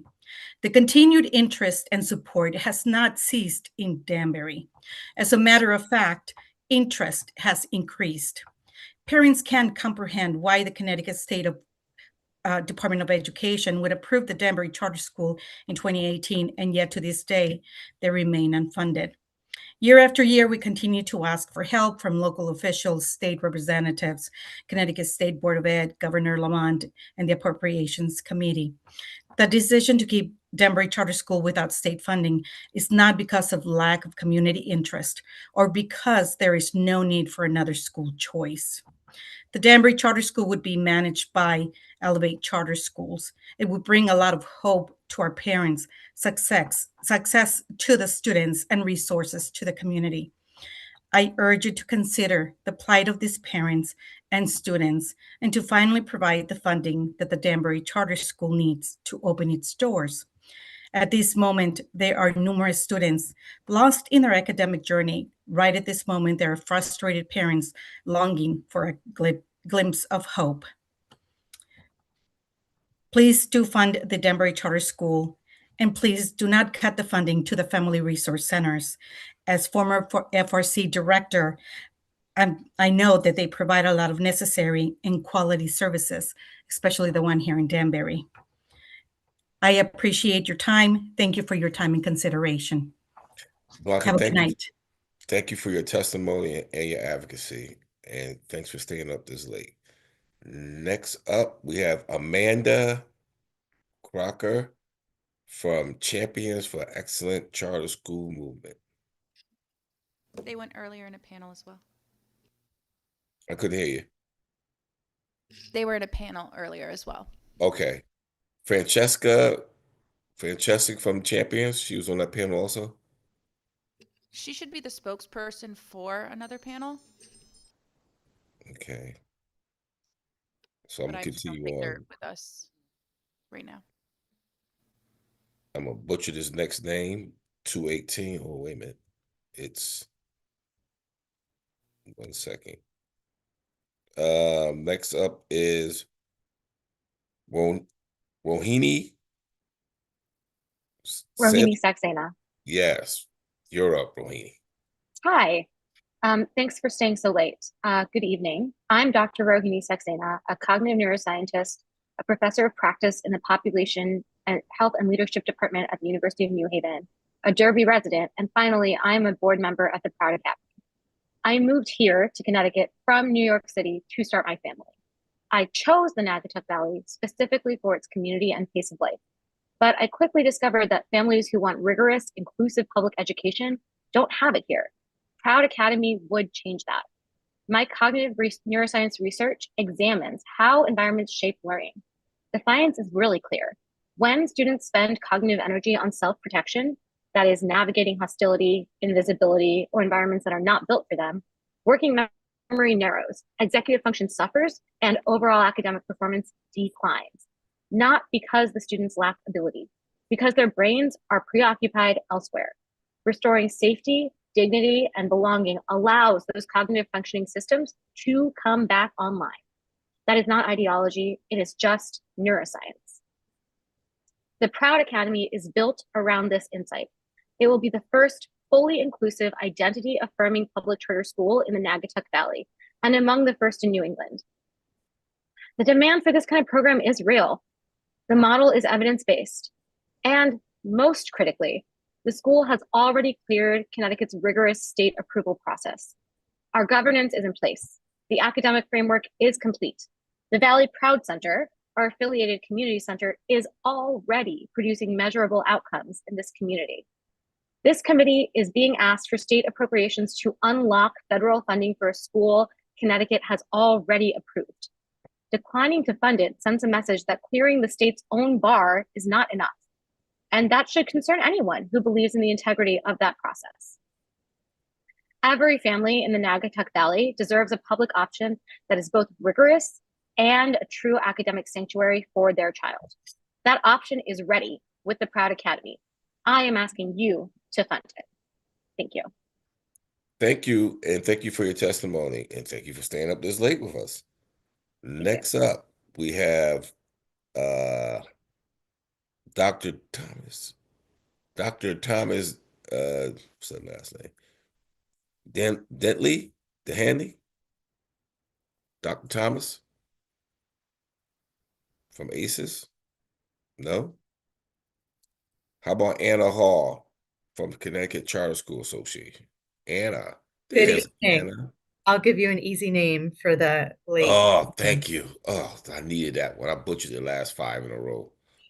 Well, good evening, and thank you so much to the committee, and in particular also to the hardworking staff who has made this process seamless through what I know has been a lot of change-ups in the lineup, so to speak. My name is Anna Hall, and as Senator McCrory said, I'm with the Connecticut Charter Schools Association. I really want to underscore again my thanks to the committee, and in particular, the thing that I have observed the most over these past many hours is the impact and the power of what is truly democracy at work. The many, many people who have been given the opportunity, gifted the opportunity to make their voices heard about the things that in many cases are the most important in many of our lives, namely what's available to our children. And in my personal experience, speaking completely in a nonpartisan way, is that democracy, that opportunity has never been more important. And for people to feel like their voices are being heard now more than ever. However, I will say, I think another thing that is standing out to me in the charter context over the course of listening to the many hours of testimony is that people's voices being heard also ultimately has to be matched by action. And that you've heard from many representatives of charter schools whose voices have been heard for many years, but those voices have not been matched by action. And so I would say from the Charter School Association perspective, we need a fundamental change to eliminate the barriers to new charters being opened in the state of Connecticut so that the folks who are here year after year after year don't lose faith in the very process that you all are investing so much time and energy in order to give them and their communities a voice. And again, the thing that is the most important of all, which is the opportunities available to their children. The other thing that I'd underscore is that the existing charter schools are being denied equitable funding and that they still don't have access to the full weighted funding that public district schools have. And so any conversation and consideration of expanding the foundation funding first needs to accommodate charter schools for the weighted funding that they're entitled to and still not receiving. And then finally, I just say keeping it, as my kids would say, 100 at 10:30 at night. Any study is going to find that the ECS rate needs to go up. And so we can cut out the middleman friends and give an increase now. Thank you. Thank you. Thank you, Anna. And thank you for keeping it 100. All right. Stephen Tracy, I think Stephen already went, right? Yeah, I think we have Correct. Stephen already. Rita McDonald Campbell. That looks like Rita. She look like a retired teacher. Take yourself off mute and start talking to me about retired teachers. Senator McCrory, good evening. Good Is evening. that my friend Rita? Yes, it is. Oh Hello. my God, good to see you. Good to see you. Good to be seen. Mm-hmm. Esteemed members of the Appropriations Committee, I'm Rita McDougall Campbell, a retired public school administrator and a resident of Trumbull. I'm here to request that HB 5032 be amended to be more equitably assist retired educators who receive health insurance benefits through the Connecticut Teachers Retirement Board's traditional Medicare supplement plan option. For the record, I and other retirees have made this request in this forum each year since 2019. We are hopeful that 2026 will be the year that our perennial request is granted for fiscal year 2027 and beyond. Prior to 2018, TRB offered one health insurance option, the traditional Medicare with a supplement, and the state provided a subsidy that covered 1/3 of the monthly premium cost of that plan. However, in 2018, TRB offered, in addition to the Medicare supplement, a privatized for-profit Advantage plan and began basing the state's monthly premium 1/3 subsidy on that less expensive plan, leaving those of us enrolled in traditional Medicare at a distinct financial disadvantage. For the past 8 years, retired educators have lobbied relentlessly to restore parity to the state's premium subsidy relief for the two health insurance plans so that retirees are offered realistic and affordable choices during the annual medical insurance open enrollment period. And during those 8 years, retirees have been told repeatedly that the cost of restoring the 1/3 premium subsidy for the Medicare supplement would stress the TRB health insurance account. However, in the current fiscal year's budget, approximately $12 million that the state should have been required to contribute to the TRB health insurance account was withheld and diverted to other projects because the state's budget professionals determined that the health insurance account was so fiscally sound it could easily withstand the funding loss. In fact, the original state request was for $25 million over a 2-year period. Ironically, based on historical plan enrollment data, the $12 million withheld this year is more than double the estimated cost of restoring the full 1/3 Medicare supplement subsidy. As a retiree who's been adversely affected by the loss of the full Medicare supplement subsidy, I implore the Appropriations Committee to revisit the inequity and support an amendment to this bill that would fully restore the premium subsidy to cover the full 1/3 monthly cost of the TRB traditional Medicare plan. Thank you for allowing me to share this testimony. Thank you for staying up so late to hear me give the testimony. And I hope you will fully support this request for fiscal year 2027 and beyond. And also, I hope that you will continue to support PA 2363, which gave us the 2 additional reps for the TRB board. And don't take that away, please. Thank you very much and have a good evening. Thank you, Rita. Thank you for your testimony. We'll talk. Okay. Diane Wilcuts. Hi. Okay, go ahead, Diane. And after that, Got I'm it? going back to Dr. Thomas. Dr. Okay. Thomas. Okay, go ahead, Diane. You're up first. Okay, thanks. I'm Diane Wilcuts, and I serve as an education advocate on behalf of students with disabilities, including many who have dyslexia. I have to respectfully oppose many parts actually of HB 5032, but I'm speaking today primarily about my concerns with insufficient funding for the Office of Dyslexia and Reading Disabilities. Currently, this bill funds only salaries of ODRD staff and does not include funding for initiatives. So why does this matter? Earlier today, Senator Austin asked why so many parents are reporting that it took years to have their children with dyslexia identified and even longer to receive appropriate reading instruction. I know exactly why. I've been doing this for 23 years and I've been in thousands of PPTs. Among other reasons, most districts do not currently have who have adequate training in identifying students with dyslexia and don't have staff who are qualified to provide structured literacy in a way that's consistent with reading science. So people are saying to me, how can this possibly be? These are teachers. Of course, they're qualified. Of course, they're experts. Unfortunately, our schools of education have not adequately prepared our teachers to teach reading to anybody, let alone a child with dyslexia. And so one of the initiatives that the ODRD is supposed to take charge of is auditing the educator preparation programs and ensuring that they are providing our teachers with the training they need in structured literacy and provide them with the supervised practicum. This is not what we can do in a one-week training, which is what most of our teachers have. We need to do it. It typically takes a couple years to do. So it's got to be happening in our colleges and universities.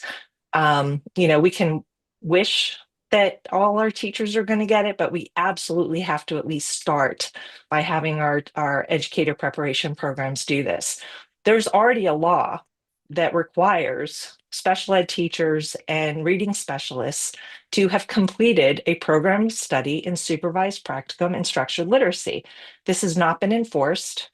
And as a result, I go to PPTs and say, we need someone who has had a program of study in supervised practicum and structured literacy. And the school says, we don't have anyone like that in district, even though it's required as part of the teacher certification process. So at this point, we need to fund the Office of Dyslexia and Reading Disabilities to work on this. And if we get our special ed teachers and reading specialists on board, this is not just going to help kids with dyslexia. This is going to help all our kids. Structured literacy works for everybody. And so I just, I'm really honored that you all are staying up. And I hope you get in your jammies soon. And I appreciate your time. Thank you. And thank you for your advocacy and your information in regards dyslexia. Dr. Thomas DeHaney. Dr. Thomas. Okay, we'll move on. Here we go. Thank you, Oh. Senator. Honorable Chairs, Senator Kathy Austin and Representative Tony Walker and Senator McCrory, ranking members and distinguished members of the Appropriations Committee. I'm Tom Danahy, Executive Director of ACES, New Haven County's Regional Education Service Center. ACES operates 3 magnet schools in the New Haven region: Wintergreen Interdistrict Magnet School in Hamden, ACES at Chase in Waterbury, and Educational Center for the Arts in New Haven. I testify before you in opposition to the governor's elimination of the $12 million in funding designated for West Magnet Schools. Ask students who attend magnet schools, as well as their parents, why they like school choice, and they will give you as many reasons that you heard today. Whatever their reasons may be, both students and their parents want to have a choice in choosing where to enroll in grades K to 12. Yet the governor, SDE, and the state overlook this opportunity year in and year out. Instead, they neglect to fund magnet education and leave operators to their own devices to make up for the shortfall. What's worse, they have been at this game for years and years. And most recently, they sprinkled a little salt in the wound by eliminating the capacity to raise tuition on the town side of the magnet tuition. Here's the math on magnet school funding per pupil. The average cost of a pupil to educate a pupil in Connecticut statewide is $22,054. The RESC-operated magnet school funding from state and towns is $14,879. There's a shortage of $7,175 per pupil. Connecticut's student funding formula is unfair, unjust, violates public policy, and fails to implement the state's educational interests. The state needs to adequately fund its magnet schools. The government and the state need to restore the $12 million in funding to the rest magnet schools now. I also oppose Senate Bill 138 regarding the 504 costs that the bill would require magnet schools to fund. In the future, I suspect that there will be no reprieve for magnet operators until the state adjusts the student funding formula. I hope they agree to do so without cause for a new statewide chef suit or a 10-4B complaint or closures of magnet schools. And one more thing, I ask that the legislature fund the teacher in residence program at $1.5 million for REST, which managed the highly successful program and adding certified teachers of color to our classrooms. Thank you and have a great evening. Thank you, Thomas. Appreciate you. Next up, we have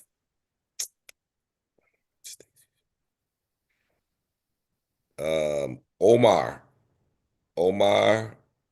Reitsky.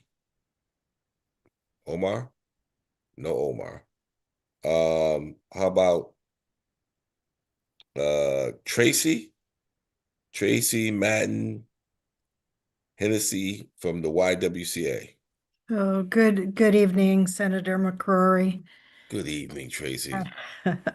Esteemed members of the Appropriations Committee, my name is Tracy Madden Hennessy. I'm CEO for the YWCA in New Britain, and we are an early start childcare program in our community serving more than 200 children. We're also the operator and developer for the state's first fully operational childcare business incubator. Thank you for your attention over the last year and the funding that supported an early childhood endowment. I'm testifying, however, because the work is not done. A problem still remains with the Care for Kids Parents Subsidy Program, which has a 7 to 8 month managed wait list before families can get on it. As you know, the state grants were never created to cover the full cost of childcare. There were 3 sources that would cover, and these sources included the grant, a parent fee, and the Care for Kids subsidy. In my program, more than 90% of our parents are eligible for Care for Kids. On average, our parent fee is approximately $36 per week per child. Between our grant and the parent fee annually collected is far below the estimated cost of quality and also below the cost of sustainability. The YWCA's practice is to assist every parent with Care for Kids application at the time of enrollment if they're not already on the program.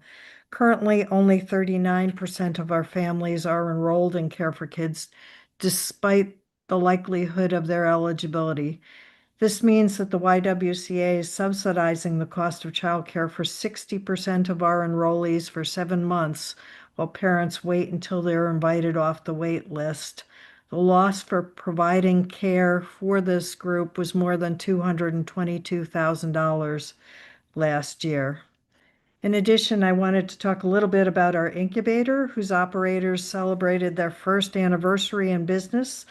The model provides full service supports to family childcare providers and gives them a boost to developing a sustainable business. This is critical given the shortage of infant toddler care in our community. In addition, the YWCA finds itself providing supports to multiple family childcare providers in our community. And currently 90% of our funding comes from private sources. I really believe to be a viable and replicable model across other communities, it must be state supported. We've received many calls toward many groups through our facility, all from individuals and groups interested in bringing an incubator to their community. And without dedicated state assistance, many may find startup for such a project difficult. Thanks for listening tonight and being up late with me. Thank you, Tracy. Thank you for your testimony and your advocacy. Thank you. Next up, we have Ushonda. Ushonda, that's you. That's you, Miss Harris. Good to see you. Me. Good to see you as well. All right. Dear honorable members of the Appropriations Committee, my name is Ushonda Harris, and I'm the Managing Director of Residency and Financial Management for the Connecticut Teacher Residency Program. I am joining the RESC Alliance and requesting that the State Department of Ed budget include a new line item designating a minimum of $1.5 million specifically for the Connecticut Teacher Residency Program to support district partnerships. I am asking for your support in addressing both the statewide teacher shortage and the need to diversify the teaching profession for all districts while supporting workforce development.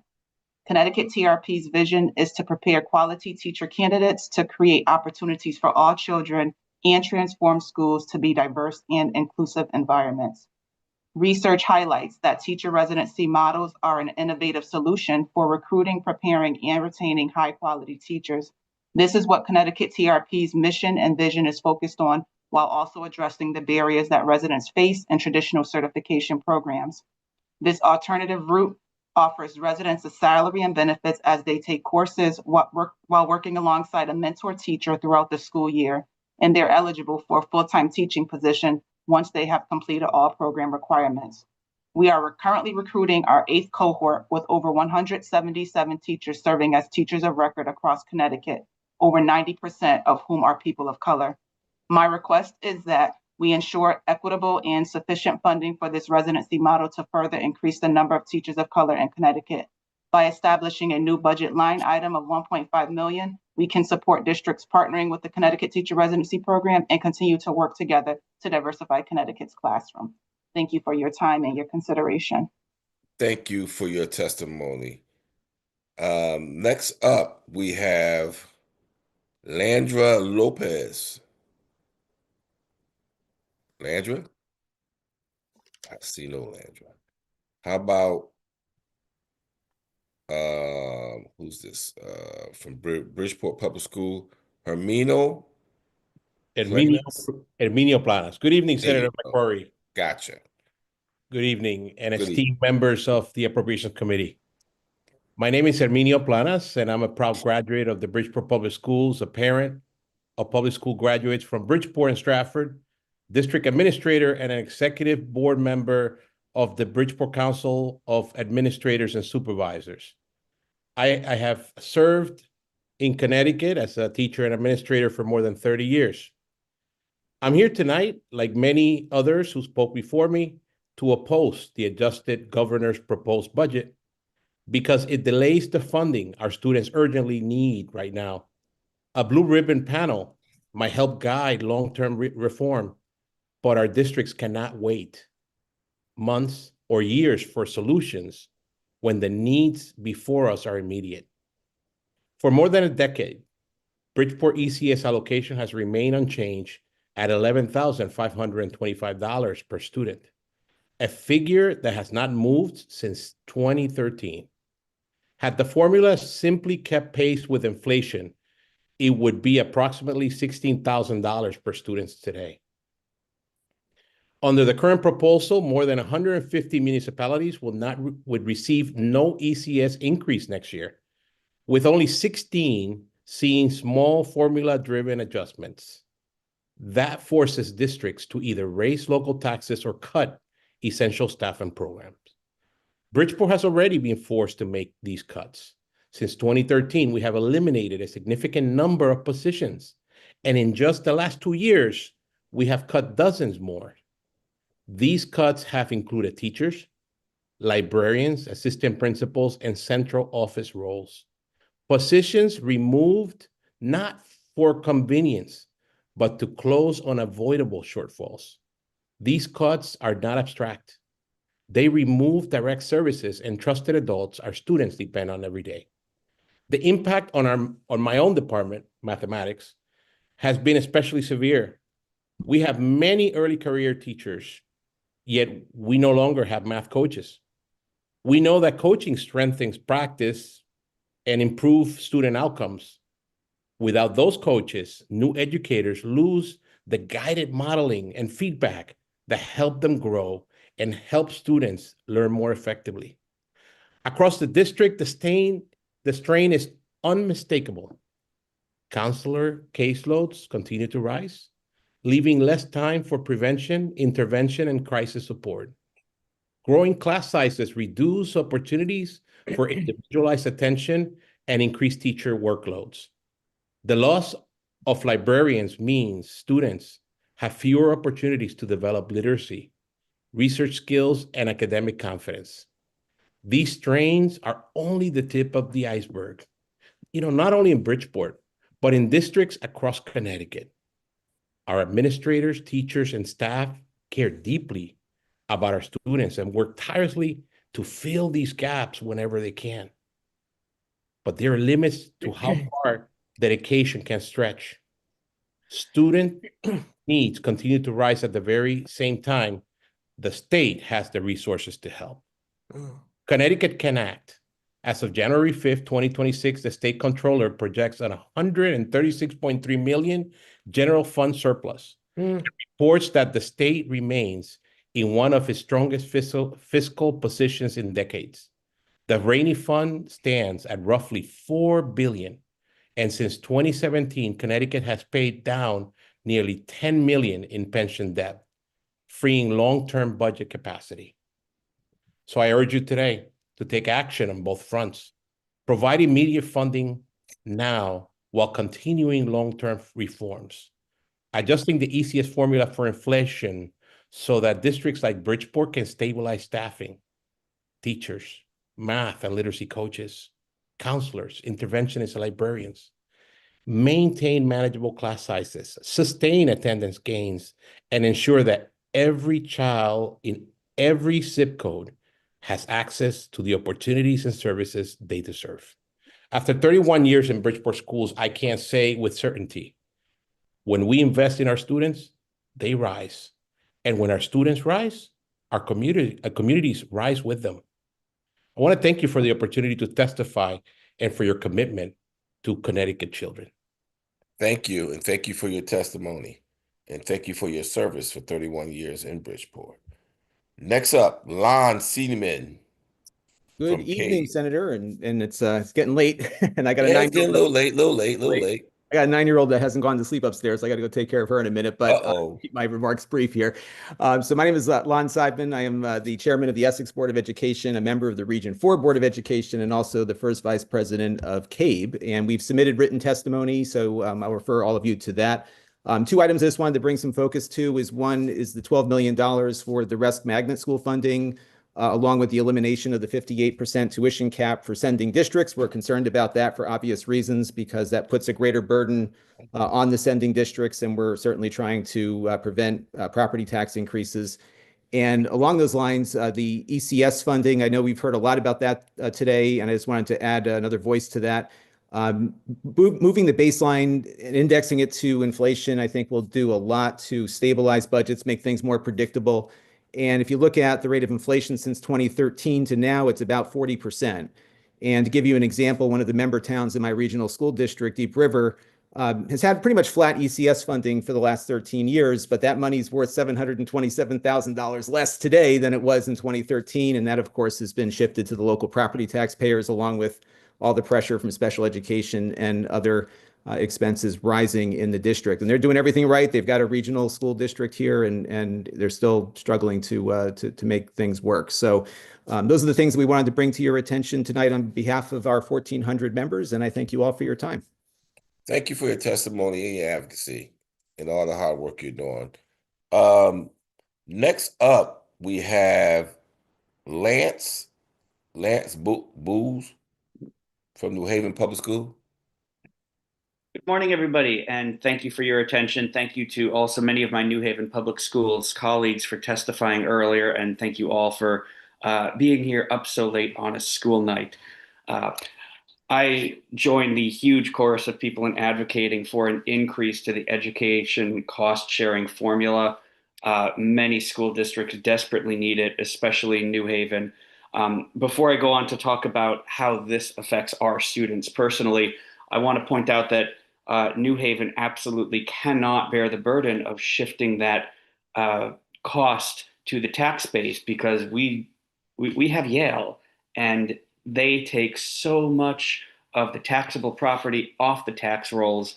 And while they do make some voluntary contributions, it does not make up for what New Haven is losing from property tax revenue there. How this affects us in the classrooms, we are at capacity with many of our classes. We desperately need smaller class sizes. We have a teacher shortage that I don't think we can even afford to hire the more teachers, even if we could find them. We need in the school more paraprofessionals. We would benefit a lot from more one-to-one and small group tutors. We desperately need more special ed teachers. We are also short-staffed on librarians and guidance counselors. My school currently shares both its librarian and guidance counselor with another school. We need more general support for student mental health. My kids had 3 mental health crises in the last month or so, and we need additional support for English language learners to be pulled for small group instruction. I don't want to take up too much of your time, but I appreciate your attention, and I appreciate the solidarity from teachers around Connecticut. Thank you so much. Thank you, and thank you for your advocacy once again. I believe we have next up will be Steve Hernandez. Is Steve here? Yes, sir. Okay. Steve, you have the floor. Thank you, Senator McCrory, co-chairs, ranking, and other esteemed members of the Appropriations Committee. My name is Steve Hernandez, Executive Director of the Connecticut Coalition for Achievement Now. It's good to see you here tonight with us. ConCan and the families we represent, we're pleased to see the opening notes of what, with your care, could end up being a very exciting education budget, with investments in special education, high-dosage tutoring, teacher apprenticeship, and evidence-based reading and math practices, and a Blue Ribbon Commission to look at how we fund and allocate resources for public education. These are sensible starts, and a strong education budget for the state has been a long time coming, but it's not here quite yet. Until we decouple access to quality educational opportunity from zip code, the ECS formula needs more than a tune-up. It needs an infusion that lives up to our constitutional promise of a free public education. Right now, that cost is being shifted onto families and towns that simply cannot afford to patch together what their children need with what little they have. Unless we pay our dues, we are effectively asking our Black and brown children and children living in poverty in the quiet corners of the state to fend for themselves.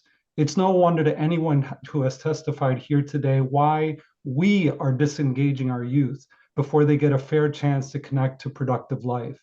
We say we can't afford to fund educational opportunities, but we know we can't afford not to. If we don't believe in them through how we fund, how can we ask them to then believe in us? I appreciate the role of smart, committed experts who will serve on a Blue Ribbon panel. Yes, they can help us innovate and improve, but it is unfair to ask them for advice when we already know what is broken. The real risk is that these experts will return with the same advice we have heard for years. When it comes to education, invest urgently, equitably, and deeply. Let's all be honest about where we stand. Across the Connecticut race and wealth gap, too many students still struggle in core subjects. In Hartford, only about 20% of students meet benchmarks for ELA, compared to roughly 2/3 of students in neighboring West Hartford. In Pomfret, about 70% of students meet benchmarks in math, compared to 30% in Putnam.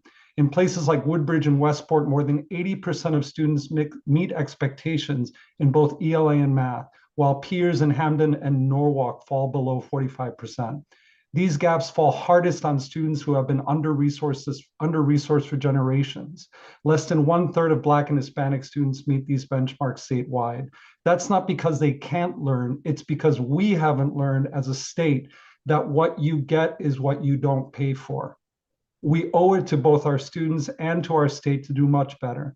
This session, that means improving resource equity through education funding infusion, teaching kids to read by 3rd grade so that they can explore the why of reading, addressing math so that every kid counts and paths to college, career, and service become clearer, fixing the public charter school approval process, and paying for the community-sanctioned charters we've already approved, investing in district-level innovation, expanding access to paid teacher apprenticeships and residencies, and building district capacity to support Connecticut's multilingual learners. For details on these policy concepts, I refer you to my written testimony. CONCAN urges this committee to build upon our governor's proposal and deliver an education budget that fully supports all of our learners and delivers on our commitments so that every Connecticut kid counts, reads, and thrives. We are here to help in any way that we can with data-driven advice, drafting, and moral support. Thank you for your time. Thank you, Steve, for your testimony and your advocacy over the years. At this time, I'm going to retire and I'm going to pass the responsibilities of the rest of this committee on to one of my colleagues. I think it's Senator Julie Kushner. Thank you, Senator McCrory. Next up, I think we have Shaina Taylor. Good evening, chairpersons and distinguished members of the Appropriations Committee. My name is Shaina Taylor, and I'm a Bridgeport educator of 12 years and a cheerleading coach of over a decade. I'm here today not just as a professional, but as someone who experiences the real human consequences of educational funding decisions every single day. As a coach, every year begins with uncertainty. Not about our athletes' dedication, discipline, or talent, but about whether our program will even exist. Last year, our cheer program was nearly cut. I sat in a Board of Education meeting prepared to testify, but I couldn't speak. I was in tears, not because cheerleading is just a sport, but because for many of our students, it is stability, belonging, structure, and safety. These programs are not extras, they are lifelines. And yet every year we find ourselves scrambling for funding, relying on outside partnerships, grants, and temporary solutions just to survive. No program that serves children should have to live in survival mode. As an educator, I also see the strain inside our classrooms. I work closely with students who require specialized services, interventions, and support. I see firsthand how underfunding impacts staffing, resources, class sizes, and the ability to meet students' needs effectively. Our teachers are stretched, our support staff are stretched, our students are stretched. Meanwhile, the education cost sharing base rate has not been increased since 2013. But funding has remained largely the same. Flat funding is not neutral. Flat funding is a cut. When magnet funding is reduced, when excess cost funding fails to meet actual needs, when districts like Bridgeport are expected to do more with less year after year, the burden does not fall on systems. It falls on children. Bridgeport students deserve predictability. They deserve opportunity. They deserve programs that are secure and not constantly threatened. They deserve classrooms that are fully supported. And they deserve a funding formula that reflects today's reality, not one frozen in time. This is not about politics. This is about fairness. This is about equity. And this is about the future of our students and our city. Thank you very much. Thank you for your testimony. Next up, we have Cindy Beauregard. Good evening, Senator. And good evening, Senator McCrory and Senator Kathy Ostin and the Appropriations Committee. Thank you so much for all of you staying up so late to hear all our testimonies. I am Cindy Beauregard. I'm from Norwich Public Schools. I'm the Family Resource Coordinator for the Family Resource Center. I've been, this is my 14th year. For more than 30 years, the Family Resource Center has been a lifeline for families in Norwich. We are not just a program tucked inside a school building. We are the steady, trusted presence for families turning into their most vulnerable moments. The proposed budget cut is not just a reduction in funding, it's a reduction in support for real families, real children, real crises happening every single day. What makes the Family Resource Center so powerful and so effective is that we serve the entire family. We are in the schools. We see what families are facing in real time. When a child is struggling, we don't wait for the situation to spiral. When a parent feels overwhelmed, confused, or alone, we are there in real time. Because we're embedded in the schools, we can respond before small challenges become larger, more serious problems. We are the bridge. The Family Resource Centers connect families to food, housing support, mental health services, academic guidance, and countless other resources. We help parents navigate systems that can feel intimidating and overwhelming. We stand beside them, we advocate for them, and we walk with them. Families trust us because we are consistent. We have built relationships in this community for over 3 decades. We are not outsiders. We are part of Norwich. We are part of the schools. We're part of the community fabric, just like the rest of our other 56 family resource centers in Connecticut. When budget cuts are when budgets are cut, services shrink. When services shrink, families fall through the cracks. And when families fall through the cracks, children suffer. The cost of cutting prevention and support today will be far greater tomorrow for our schools, for our community, and for our children's future. The Family Resource Centers is there when families need us most, in moments of crisis, transition, and uncertainty. We are not there just in convenience, but when it matters. A cut to an already limited budget threatens the stability of a program that has proven its value for over 30 years. Our families deserve better. Our children deserve better. I am so passionate about the Family Resource Centers. I cannot tell you how thankful I am that we are able to continue. The cut will be very deep for our families and our children. And I really, really hope that we can keep our budget line as it was, so we can continue to be there for our families and watch them grow and watch them feel proud of themselves and their children and walk into schools and feel like family. Thank you so much. And thank you for staying awake and listening to all of us.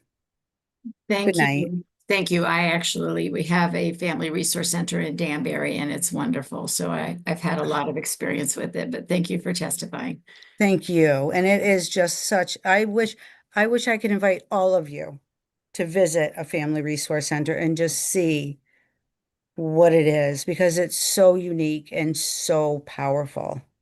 All right, now they're going to Thank you. give me a hard time if I let you talk longer. Thank you so much. Thank you. Next up, we have Paula Baccolini. Good evening, Senator Kushner and the distinguished members of the Appropriations Committee, Senator Austin and the co-chairs, Senator Austin and Representative Walker. Happy birthday, Representative Walker. And thank you all for staying up so late and giving me an opportunity to testify. My name is Paula Baccolini, and I'm a retired Connecticut educator and a member of the Association of Retired Teachers of Connecticut since 2013. I'm not a member of CEA, and I'm not a member of CEAR. While CEA represents active teachers very well, I'm still waiting for CEAR to protect my needs as a retired teacher. I'm testifying to request that you please amend the governor's budget HB 5032.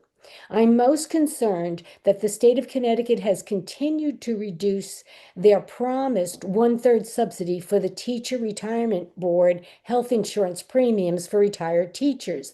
They did that last year, and they've done that again. They've done that since 2018. Each retired teacher who was enrolled in the TRB Medicare supplement plan has been penalized in the amount of $10,000 in additional premium costs since then. This has got nothing to do with the cost of health insurance premiums. It has everything to do with the unfair state subsidy reduction. Retired teachers, they pay over 80% of all health insurance premiums out of pocket. Personally, I have several healthcare needs requiring access to affordable TRB Medicare supplement plan. And I'm urging the Appropriations Committee to please make a modest budget adjustment to include the full restoration of the promised 1/3 state subsidy for the actual premium cost of the TRB Medicare Supplement Plan. I also want to take a moment to thank the co-chairs and all the members of the Appropriations Committee for their unanimous votes a few years ago, which provided retired teachers with equal representation on the TRB. Active teachers vote for active teachers as a representative, and retired teachers vote for retired teacher representatives, which meets the needs of each group. There's only one organization that wants active teachers to vote for retired teacher representatives. This is not acceptable, and thank you for upholding retired teachers' representation and for passing legislation for fairness in the TRB voting practices. Coming up this session, I hope you will pass that. Anyway, I do want to say again, thank you for your time, and please, please do everything that you can to adjust the governor's budget. And finally, after 8 years of us asking, will you please restore the full promised 1/3 subsidy to the Teacher Retirement Board Medicare Supplement Plan? Thank you so much for your time. Thank I'm you. happy to answer any questions. Thank you, Paula. Next up, we have Maria Amato. Is Maria with us? I'm sorry, Maria Amado is messaging me, and she is on the Zoom call, but has not received the Pelinus invite, or if someone could send it again. Okay, so Taylor, I don't know if you've heard that, but I heard that. She has declined it several times. could you, Okay. I am having Could you- trouble could you hearing you, send it once Taylor. more? Thank She you, has Taylor. declined it several times. We just resent it. Okay, Thank you very much. so if she accepts it, then we'll put her back in the queue. But for now, I'm going to move to Nicole Nalon. Nicole. Good evening, Senator Kushner. Hi, everybody, esteemed members of the Appropriations Committee and everyone else up this evening. My name is Nicole Nalon. I'm an early childhood special education teacher and an assistant director for one of the agencies that's contracted providing early intervention services for children in the Connecticut Birth to 3 system. As you might be able to hear in my voice, I am here well past my bedtime tonight, as I'm sure many of you are, because your youngest constituents and their families, they really need your attention now. The Birth to 3 rates of reimbursement have not increased since 2017. And we know that data that was submitted from a rate study conducted is now 3 years old. And so unfortunately, I find myself here with many of my colleagues asking for your help to support our system again this year. If you did not already know this, there is no wait list for Birth to 3 services. So we are federally mandated to provide services and supports for these children and families, the services that they need if they are eligible. We can't be continued to sustain the really high quality services that we're providing right now without a rate increase to the system. Honestly, I ask you to imagine, what would you do if you hadn't received a raise in 9 years? It's been really, really challenging. And so I'm here because we know that our Birth to 3 services result in really wonderful outcomes for the families and for the children and their development. So many children that are enrolled in early intervention services actually don't end up needing to transition to preschool special education services. That results in fewer costs for the school districts. And so that's just a trickle-down effect, right? That's going to support families across the state. So if you can revisit the budget that's allotted to the Birth to 3 system and really give us the funding that we need to have this rate increase this upcoming fiscal year, then I know that you're going to ensure continued success for the infants, toddlers, and families all across Connecticut. They really need your attention now. And so I'm hoping that you're going to hear my colleagues and my pleas to you all this year. And then you won't see us next year. So thank you so much for your time. Thank you for your attention to the babies all across the state in your districts. And I wish you a good night. Thank you. Thank you, Nicole. Next up, we have Jason Feeney. Is Jason here? I'm not seeing him. Okay. We will go then to Mealy Aguirre. Mealy? I don't see her. Taylor, do you know if she's there? I have not heard from her, and you are right. I do not see her either. Okay, so we'll move on to Portia Scott Thiam. Portia is here. I see you. Go ahead, Portia. Good evening, members, esteemed members of the Appropriation Committee. And again, thank you for allowing us to speak. My name is Portia Scott Cham, and I am a 28-year veteran in education, a district administrator, a parent, grandparent, and I'm here to speak on behalf of Bridgeport Public Schools and the students who urgently need your support. It's well known that the ECS foundation rate has remained unchanged since 2013, while the cost of living, the cost of operating schools, and the complexity of student needs have all increased.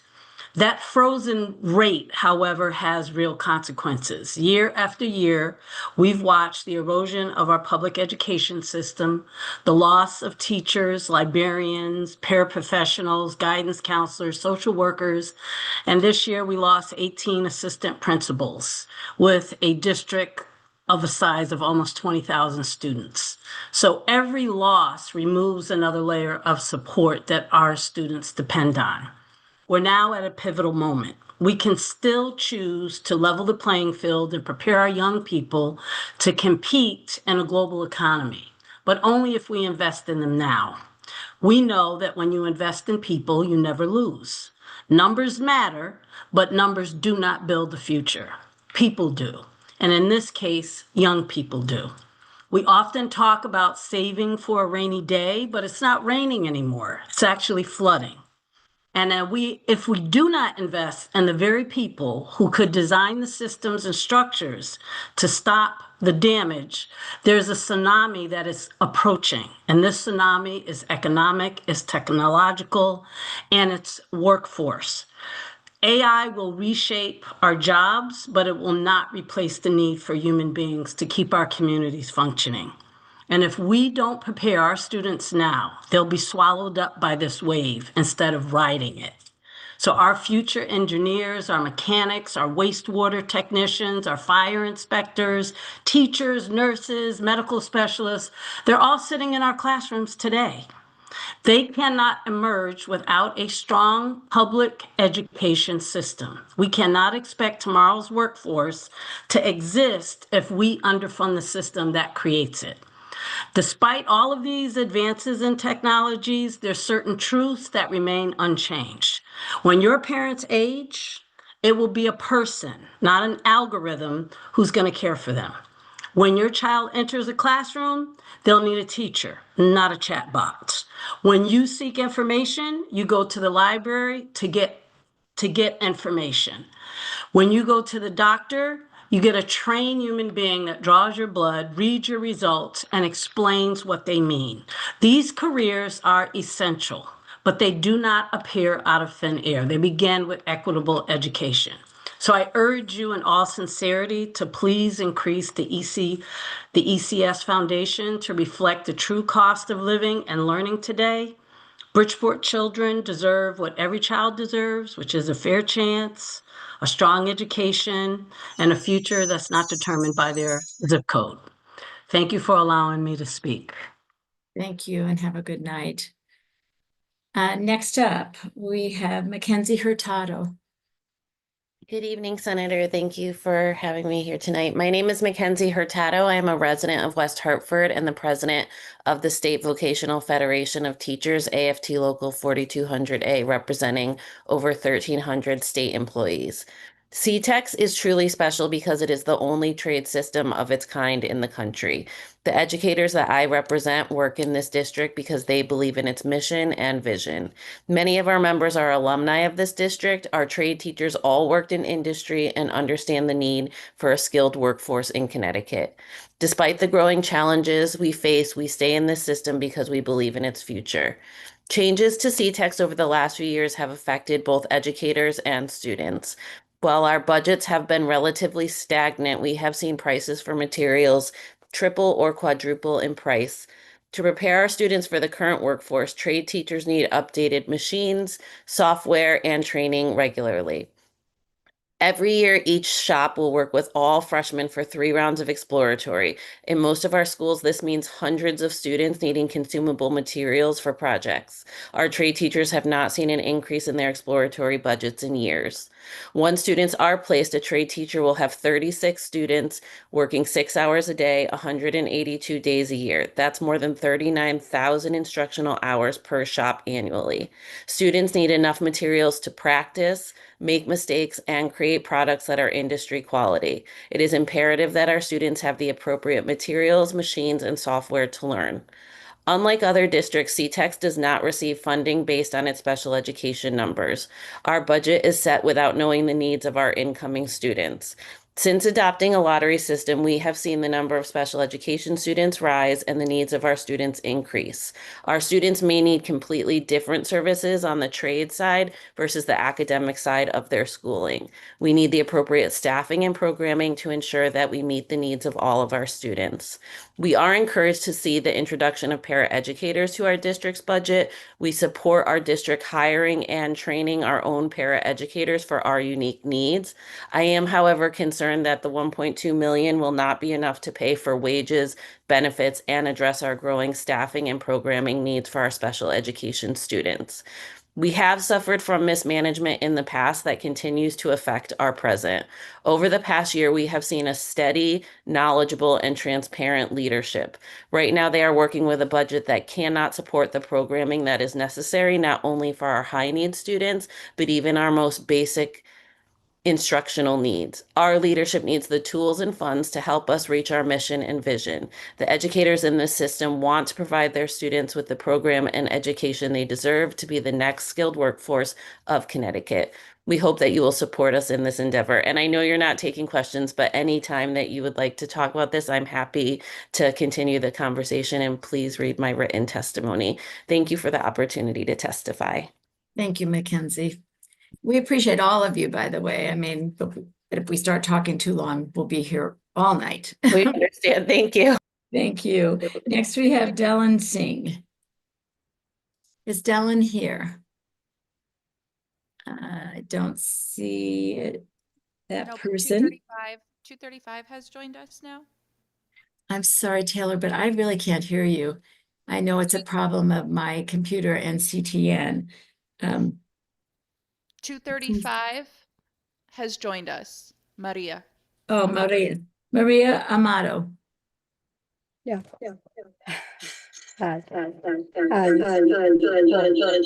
Maria, do you have another? I know.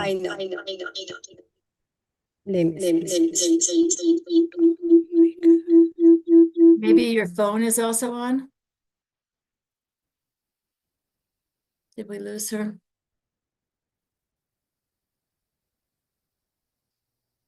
I think she has 2 devices, so I I think the other one went away, and then I just asked the other one to unmute. If the translator is still on, do you mind just?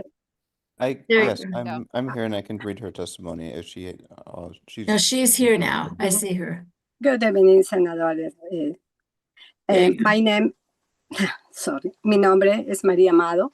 Soy una proveedora, una educadora del cuidado infantil familiar en el área de Hartford y dueña de Greenworld Family Child Care por más de 10 años. También soy orgullosamente miembro de CCA-CIU Local 2001. Soy acreditada por la Asociación Nacional del Cuidado Infantil Familiar NFCC desde el 2019. Y actualmente sirvo como representante estatal de Connecticut ante dicha asociación. También apoyo y doy mentoría a otras educadoras a través del programa Connecticut Apprenticeship. Estoy aquí hoy para compartir cómo la lista de espera de Care for Kids está afectando mi pequeño negocio y a las familias a quienes yo sirvo. Por la lista de espera tengo espacios vacíos que no puedo llenar y eso significa pérdida de ingresos que necesito para mantener mi programa abierto. Es muy doloroso decirle a una familia que no puedo guardarles un espacio porque todavía no hay los fondos disponibles. Yo abrí mi programa para apoyar a los padres trabajadores, especialmente a las familias de bajos ingresos económicos. Y la lista de espera me obliga a servir a menos familias de las que realmente lo necesitan. La pérdida de ingresos hace que me hace más difícil pagar gastos básicos como el seguro, los servicios de comida y los materiales de aprendizaje para los niños. Esto crea estrés e incertidumbre constante para proveedoras y educadoras como yo. Las proveedoras del cuidado infantil familiar hacen posible que la fuerza laboral de Connecticut pueda trabajar.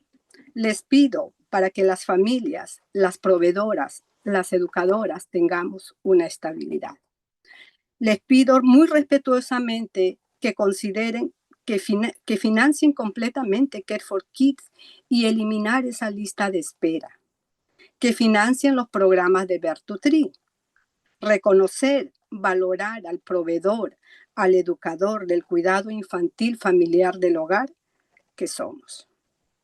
Invertir en la primera infancia no es un gasto, es una estrategia de prevención y crecimiento económico, no solamente para el Estado, para la nación y para estos niños que van a ser el futuro de este país. Gracias por su tiempo y su compromiso. Muy buenas noches. Good night. Muy buenas noches. And I think the translator, Adrian, now are you going to translate? Yes. My name is Maria Amado. I'm a licensed home family childcare educator in Hartford and the owner of Green World Family Childcare Home for more than 10 years. I'm also a proud member of CSEA SCIU Local 2001, notably the vice president of the Child Care Council. I have been accredited by the National Association of Family Child Care, NASFE, since 2019, and I currently serve as a state representative of Connecticut to this association. Maria Amado also supports and mentors other educators through the Connecticut Apprenticeship Program. I am here today to share about how the Care for Kids waitlist is affecting my small business and the families I serve. Because of the waitlist, I have empty spaces that I cannot fill, and that means loss of income that I need in order to keep my program running. It's very painful to tell a family that I can't have a space for them simply because there are no funds available. I opened my program to support working parents, especially low-income families, and now the waitlist forces me to serve fewer and fewer of the families who need it most. The loss of income makes it more difficult to pay basic expenses such as the insurance, services, foods, and materials, and this creates constant stress and uncertainty for suppliers like me. Family childcare providers make it possible for Connecticut's workforce to work, and I ask you to consider the families that are being impacted by this instability. I respectfully ask for this committee to consider to fully fund Care for Kids and eliminate the wait list, to increase funding for the Birth-to-Three program, and to recognize the value of family childcare providers and educators that they contribute into this industry. Investing in early childhood is not an expense; it is a prevention strategy and an economic growth strategy. I want to thank you for your time and your commitment, and have a good night. Thank you. Thank you, Maria. And Adrian. And now, do we have Dilan Singh, number 243? I don't see him there. I don't believe so. Okay, and Eduardo Sparks, 245? I don't see him also. Denise Silverio? Nicole Robbins? She's here. Okay, great. Nicole, can you see us here?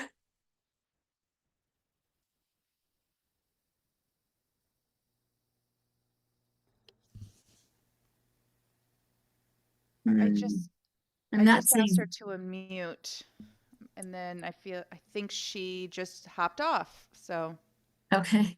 Well, if she pops back on, we'll come back to her.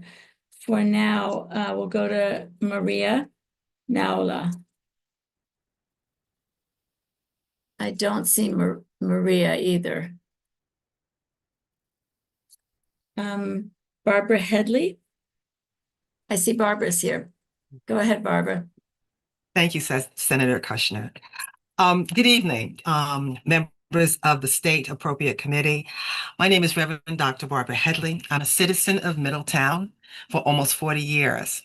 I've served as a former seminary and university professor, former executive director of a citywide tutoring program for public elementary school students, and a former deputy chaplain for the Connecticut State Senate. Presently, I serve as a community engagement and scholar recruiter for Middletown Capital Prep Charter School. I appreciate the opportunity finally to testify today. I'm deeply concerned about our school system here in Middletown, and especially what the state educational data statistics show about the lag in the educational progress of students in Middletown, especially the continuing poor and below level educational outcomes of students of color in Middletown. For years, I've listened to parents in my community who are worried about the poor educational student achievement levels and outcomes in our town. State educational data shows that the educational outcomes for students in Middletown are below state level, and the outcome for students of color are even lower, and they're being left behind. I have worked with other communities to help provide supportive educational opportunities for public school children, especially since COVID, where the projected educational gap is expected to cause generational educational deficiencies. Capital Prep schools are designed to help students who are struggling and are below state and national achievement scores, especially children of color, who have been documented and shown to strive and thrive academically, socially, and emotionally in charter schools such as Capital Prep. The governor's proposed budget boosts charter school funding to reflect new schools and updated enrollment. The funding for the state charter schools in fiscal year 2027 would increase by $5.3 million over current levels to reflect already approved funding for new schools in New Haven and Stanford. Middletown Capital Prep charter school application was approved and ranked number 1 by the Connecticut State Board of Education in 2023. And yet, without adequate explanation, it remains unfunded for 3 years now, as I have heard in many testimonies are other charter schools that have been approved. We are repeatedly being told by public officials that funding Capital Prep Middletown would take funds away from the public school systems in Middletown. We know that this is untrue, and it distorts a clear understanding of school funding for charter schools in the state of Connecticut. The stellar reputation and success rate and high achievement statistics of Capital Prep schools is proven and well documented. They have over 100% of their students get accepted to four-year colleges. This isn't an issue of schools against public schools against charter. Please make every effort to fund our charter school. Thank you so much and have a good night. Have a good night. Next up, I believe it's Bruni Edwards, who I actually know. Good to see you, Bruni. Hello, Senator Kushner. Good to see you. Good evening, Senator Kushner and the distinguished members of the Appropriations Committee. Thank you for giving me the opportunity to give testimonies to support the governor's budget. My name is Bruni Edwards. I'm the Director of Ed Advance Birth to 3 EdAdvance is a RESC and one of the 17 agencies contracted to deliver federally mandated early intervention services. We are proud to serve Connecticut's children and families. I believe you have heard the request from multiple people giving testimony earlier today. We have 3 asks. We need you to add funds to the Birth to 3 and DSS budget lines to fully fund Birth to 3. We are asking that you add the $1 million back to the GAP line and reinstate the statute that holds the GAP payment at $200 per eligible child. And we ask that you do not tie the increased rate to tiers. We appreciate the increase in the governor's budget, but I want to give some insight on how the reduction of GAP and the proposed tiered system could impact programs. The OEC proposed tiered levels has an entry-level professional rate of $142 an hour, a middle tier of $152 an hour, and the highest level, level 3, set at $167 an hour. I want to stress that the $167 an hour recommended by the cost study team back in January of 2024, when it was published, was the true cost of service delivery. If the tiered system was implemented today, only 2 providers in the entire system of over 1,000 providers meets the expectation of the highest tier, a credential that was rolled out a year ago by OEC, but only 2 providers have been able to complete it. In our program, we don't have anyone that meets the requirement. We have about half of them that would meet the second tier requirement. If I look at what we did in services for the month of January and I apply the tiered system to our services rendered, with estimating that 50% of the services would be paid at level 1 and 50% would be paid at level 2, we would gain $38,000 in services for the month of January, but we would lose $41,000 if the gap was reduced back to the $100 per eligible child. This is an overall decrease of $3,000. Thank you. I urge you to support the increased funding for Birth to 3. And thank you for your time. And if Representative Walker is still awake, happy birthday. Thank you, Bruni. I saw Thank you you. 2 days in a row now. Thank you so much. Next up, I think next is Glenn Lugarini. Is Glenn here? I don't see him. Wanda Pastrana? No. Najeli Roman.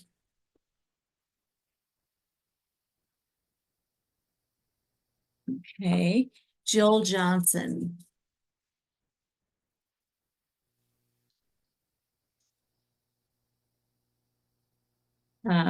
Willie Medina. Is Willie? I see Willie is here. Go ahead, Willie. Willie, can you hear us? Because you're up now. You can testify. Okay. Oh, there, I see you coming. You're up, Willie. Oh, thank you. I thought I had a few numbers. Well, God bless you all. Good evening, and thank you, Senator and Senators and Representative, and especially the members of the Appropriation Committee for your dedication and your service throughout this process. My name is Willie Medina. I am a son raised in Bridgeport, a father who raised 3 wonderful daughters, and soon to be a proud grandfather to a granddaughter. I stand before you as a member of the Bridgeport Board of Education, speaking in opposition, once again, in opposition to the Governor Ned Lamont's proposed 2027 budget. As one of our students recently said, the elephant in the room, continues to be the education funding formula. The ECS formula is not doing what it was intended to do. For 13 years, this formula has failed Bridgeport. Because of that failure, our district has lost critical positions that directly impact students' learning and support. A panel is not the answer. Action is needed now. We have listened, we have testified, we have studied the data. This is not a local issue. This is a state responsibility. We need additional funds added to the foundation now. We are in need that the formula be modified to reflect inflation annually so our districts are not forced to fall further behind year after year. An increase in this funding would mean a certified teacher in every classroom, paraprofessionals to support student learning, coaches at each campus, librarians in our libraries, music teachers in our music rooms, nurses in every school to care for our children. There are not luxuries. These are essential positions that help our students succeed and stay safe. We cannot maximize results without adequate funding and adequate staff.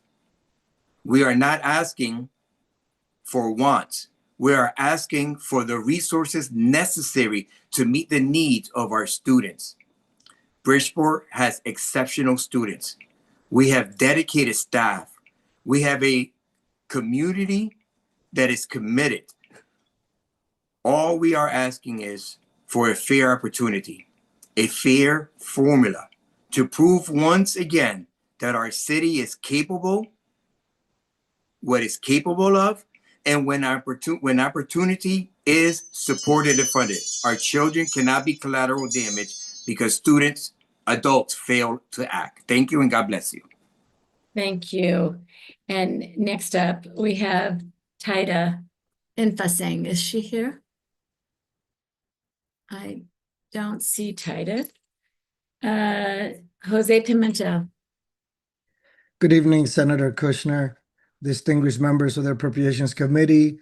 Thank you, Kathy Austin, and happy birthday, Tony Walker. My name is Jose Lucas Pimentel. I'm the CEO of the Alliance for Connecticut Charter Schools. I urge all the members of this committee to confront a painful reality that there are two Connecticut's. There is a Connecticut that has abundance in some districts, over $46,000 per student, while other districts don't even have half of that. This disparity in funding is even worse for charter schools, who have the foundation amount that has not changed since 2013. And this is something that affects all students. We do believe that every single child needs to have better investment. And I think we need to adjust the funding, that foundation formula, to make sure that it is now current with the inflation and also the cost of living. I think it's unfair to have our poorest communities have to have that burden. The other one is the ECS weighted formula. This should be addressed, especially in charter schools that are receiving 56% of that weighted formula. And it's something, again, that puts a burden on families and communities that is unnecessary. I'm also calling for the funding of the unfunded schools. We still need to kind of address the fact that some schools are funded and they're not being funded across the state. And on top of that, we want to make sure that we are here to work as a team, work together collaboratively to make sure that we bring more resources to communities. Thank you, Kushner, for all your fight for working families across the state. And we hope that we can cooperate in the future for a more equitable and fair Connecticut. I do urge this committee to take some bold actions. We know we have a governor that cares about fiscal responsibility and wants to make sure that we have guardrails, and we do appreciate the fact that we are paying down our debt, but we do need to have more investment in our education, in our children, in our families, in our communities. And that's something that I think we all agree, that education is probably the single best way to raise families out of poverty. Thank you for all your work, for the willingness to to have the conversations, the tough conversations, and to move forward. Our children are the best thing that we have, and the best resource and the best treasure. And we're here to work together towards having a more equitable and fair state. Thank you. Thank you. Next, we have Dr. William Rice. Good evening, Senator Kushner and distinguished members of the Appropriations Committee. I get to say good evening for about 10 more minutes, right? My name is Dr. William Rice, and I'm Assistant Executive Director at ACES. And I thank you for the opportunity to testify regarding HB 5032. I like to frame my remarks in a simple metaphor. It feels like the state of Connecticut and magnet schools have been in a long-term relationship. We've built something meaningful together. Magnet schools reflect Connecticut's commitment to education as a right and to provide families the opportunity to exercise this right through school choice. Over time, there has been many important gestures, such as approvals for construction projects and formula adjustments to recognize free and reduced lunch and multilingual learners in magnet schools. But long-term relationships require more than gestures, they require commitment. Recently, the additional $12 million in magnet funding felt like the next step, like an engagement. It provided stability in an already constrained funding environment. However, HB 5032 removes that $12 million from the magnet school line item. So our first ask is straightforward. We need to urge you to maintain that $12 million in magnet funding. For RESC-operated magnets, especially those outside of the chef region, that funding represents stability, predictability, and fiscal responsibility. Without it, we are forced to absorb rising costs without structural support, which is not sustainable. Second, we respectfully ask you to maintain that $1.5 million line item for the TRP program, which strengthens the educated workforce diversity and reduces the long-term recruitment costs for districts. It's a strategic investment with a measurable return. And third, we ask the state to work collaboratively with magnet school operators to build a long-term sustainable funding structure. And if keeping the $12 million represents an engagement, the development of a predictable formula together represents the marriage. Marriage requires vows, commitments that are honored even during tight fiscal cycles. The issue for me is both personal and professional. All three of my daughters attended Wintergreen Inter-District Magnet School, and all were very well prepared for high school and college. Magnet schools deliver results for families across the state. We are not asking for extravagance, we are asking for commitment. Maintain the $12 million, preserve TRP funding, and work with us toward a stable, long-term funding partnership. We are ready for the next step. Thank you for your time. Thank you. And next up, we have Queen Freelove. Is Queen here? I don't see her. Erin Dumeyer. Thank you. Dear honorable members of the Appropriations Committee and everyone who's still awake, I am testifying today with concern regarding the governor's proposed cut of $140,000 to Connecticut Library Services in his proposed budget. My name is Erin Dumeyer. I am the Connecticut Library Association president, which is a volunteer-led professional organization of librarians, library staff, friends groups, and trustees who work together to improve library service to our state of Connecticut. Our members are deeply concerned about this cut to the Borrow It CT program, which was formerly known as ConnectiCard. This vital resource sharing initiative has long enabled Connecticut residents to access the collections of public libraries across our municipal boundaries. The program allows residents of any Connecticut town with a valid home library card to borrow materials from any of the 191 participating libraries across our state. Under this cooperative model, libraries are reimbursed by the Connecticut State Library for lending items to non-residents, facilitating equitable access to books, media, and other resources, regardless of a person's hometown. This program enables residents who can't easily make it to their home library because of its operating hours to use a library closer to their work instead.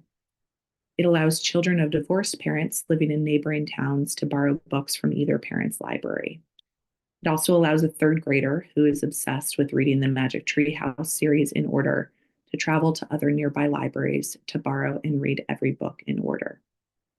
For more than 50 years, Borrow It CT or Connecticard has been a cornerstone of equal access for all of our Connecticut residents and a powerful cost-sharing program that helps local municipalities stretch their budgets further. If its funding is reduced, the cost burden will switch to the towns and they will be forced to make up this cost difference. Many can't afford it. Right now, this funding incentivizes libraries to share their collections with out-of-town residents, which helps even this playing field. The incentives are used to purchase books, furniture, or even partially fund staff positions. These all help stretch library budgets. Connecticut's direct aid to public libraries is already modest. We rank 32nd in the nation in direct aid given to public libraries. And after listening to so many people tonight mention libraries in their testimony, I know how valued we are by the people in this state. We respectfully urge you not to diminish our funding further. We're not requesting new funding, only the restoration of the existing budget line that sustains this vital, decades-old program. Thank you for your consideration and for your continued support of Connecticut's libraries and the communities they serve. Thank you. Next, we have Kate Rivera. Madam Chair, if I may, just one point of housekeeping. We've been trying to promote several attendees to be panelists, and they have automatically been declining. And usually what that means is that something is wrong with Zoom on their end. So they just need to log off out of Zoom completely and then log back in, and they should be able to then accept the panelist invitation. Okay, so I hope everyone could hear our administrator that if you have not been able to accept the promotion to be a panelist, then you need to log off of your computer, log back on, and try again. And then our administrator will make me aware of folks that have been successful. So hopefully some of you will still be able to do that. Next, I believe, so we don't see Kate Rivera. Brandon Kiola, is Brandon there? I don't see him as well. After that, we have David Weinreb, who I do see. Thank you, David. Go ahead. Thank you. My name is David Weinreb. I'm a proud executive board member of the New Haven Federation of Teachers, a public school parent, co-chair for the Ward 14 Democratic Town Committee, here representing the Connecticut All for Coalition. I'm here testifying, advocating for a historic and humane shift in the ECMS Formula Foundation. I've been working as a public school educator since 2010, currently at a public charter school, previously taught at a neighborhood public school just 5 blocks from where I live now. All of our children need to have fully funded schools, and they need a legislature that would laugh at the governor's maintenance of a formula and throw out absurdist budgets that consistently underfund schools. Why would we ever underfund schools? Our students and their families have tremendous unmet needs, neglected and exacerbated by an inability to access well-paying jobs, adequate housing, and over time accumulated wealth. But why would we ever let anybody underfund schools? If we continue to offer empty pocket funding for schools, how do we expect them to survive, let alone to thrive? This is a moment when we need to gather the available resources necessary so our most typically marginalized neighbors live in communities and attend schools that are flooded with resources, flush with social services and supports, brimming with opportunities. This legislature should be listening to the practical dreams of constituents, wondering how many mental health professionals we should be adding to schools, considering the magic of providing outstanding special education and multilingual programming to all schools, thinking about how we can provide free childcare for children ages 0 to 5, instead of pondering the possibility of protecting our inadequate ECS. It's truly ridiculous. I am a new dad. My daughter Dahlia is 4, who attends my school, and my son Jude just turned 1. And my understanding of what it is to be able to meet my child's needs, to provide for them, to protect for them, and reminds me of the deep desire that every family has to protect and provide for their children. As our governing body, I urge you to be the responsible parent and find the courage necessary to fully fund our schools this session. I thank you for the opportunity to testify and wish you all a great next day. Thank you. We're 1 minute away from the next day. Thank you, David. I do not see, so the next would be Evelyn Daniela Gasky Leon, and I don't see her here. Allison Foster. Brian Grindrod. Kimberly Bobbin.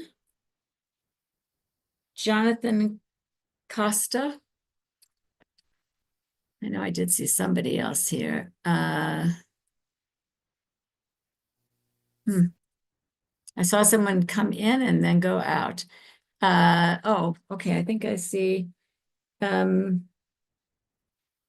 Parrott. Hi there. Kiera, are you here? Yes, can you hear me? Yes, now I can. Go right ahead. Hi, everyone. Good evening. Members of the Appropriation Committee, thank you for the opportunity to testify. My name is Kiera Parrott. I am a resident of Norwalk and the library director at the Darien Library. I'm here tonight to speak in opposition to the proposed cut in funding to the Borrow It program, also known as Connecticut, which is a part of the state library's budget. As my colleague Erin said shortly before, the Borrow It program allows all Connecticut residents to use their hometown library card to check out books and other materials from any other public library participating in the state. Without Borrow It, each library's collection of resources would operate in a silo, with only residents of each town allowed to borrow materials just from their own town library. Borrow It gives Connecticut residents access to a wide and diverse range of resources available to them regardless of which town they live in. Darien Library is the largest net lender in the state, meaning we lend more materials to non-residents than any other public library. And we're a great example of how this program can work so well and benefit so many. Here in Darien, we're very privileged to have a wonderful, robust collection. We're also open late, making us very accessible for folks who work during the day, and we're conveniently located. Through the Borrow It program, our neighbors from surrounding towns and cities can borrow books from our collection and enjoy the many other resources our library has to offer. If the Borrow It program lost the proposed 20% of its funding and the annual incentive grants were therefore reduced, it would have an immediate negative impact. The Borrow It grant we receive for participating in the program is used directly for the purchase of books and materials. Losing any of that funding would not only mean fewer books purchased and available to everyone, but it could seriously jeopardize our ability to continue participating in the program long term. The governor's budget proposes a $140,000 cut to the program. In the context of the state's overall budget, it's a relatively small amount, but the impact that that has on your constituents cannot be overstated. Last year, residents checked out over 2.5 million items through this program, representing a value to taxpayers of over $38 million. There are very few public benefits that have a better return on investment than your public libraries. This is a critical program for making books and library resources equitable and accessible to everyone in our state. I urge you to please support your public libraries and fully restore the Borrow It funding. Thank you so much for your time and consideration. Thank you. Next, I believe the mayor of the city of West Haven, Dorinda Boer, was supposed to be here, but I really don't see her. Frank Santora. I don't see him either. Desi Nesmith. Luis Malave. Kayla Medina. Leslie Carabello. Kayla also has not accepted our panelist invitation, if she can Kayla? hear us. Okay. So Kayla, if you're listening somewhere else, you need to maybe log off and log back on and accept the promotion to panelist. She's rejoining as a panelist right now. I see Kayla now, yes. Kayla, can you hear us? Because you're up. Can you hear me? Now we can. Go right ahead. So much. Thank you. Good evening, distinguished members of the Appropriations Committee.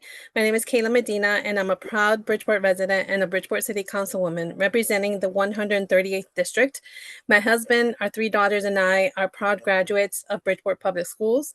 For years, I have advocated for our schools as a parent, as a taxpayer, as a community organizer, and now as an elected official. My role has evolved, but my message has not. Our children deserve full and fair funding. My daughters have graduated, still waiting for an ECS formula that is equitable and truly reflects the needs of districts like Bridgeport.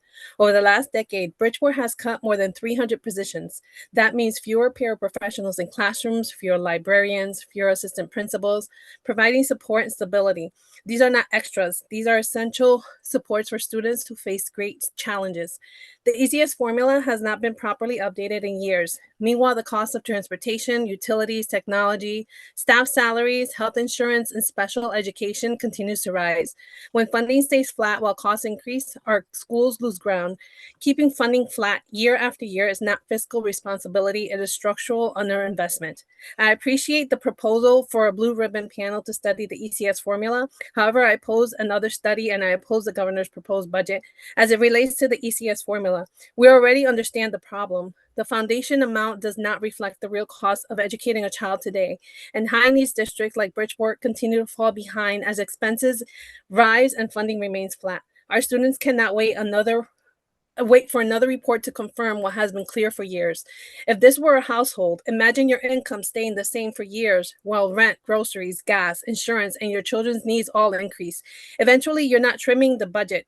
You are deciding on what your family can live without. This is not stability. This is survival. At some point, you are not tightening your belt. You are sacrificing what your children need just to stay afloat. This is what districts like Bridgeport have been forced to do. When the state underfunds education, the cost does not disappear. It shifts to local communities. Bridgeport already provides free meals to all of our students. All of our families already carry a heavy local tax burden. For years, we have said the same thing. We know the formula is outdated. We know the formula does not reflect true costs of education, a child, and today's economy.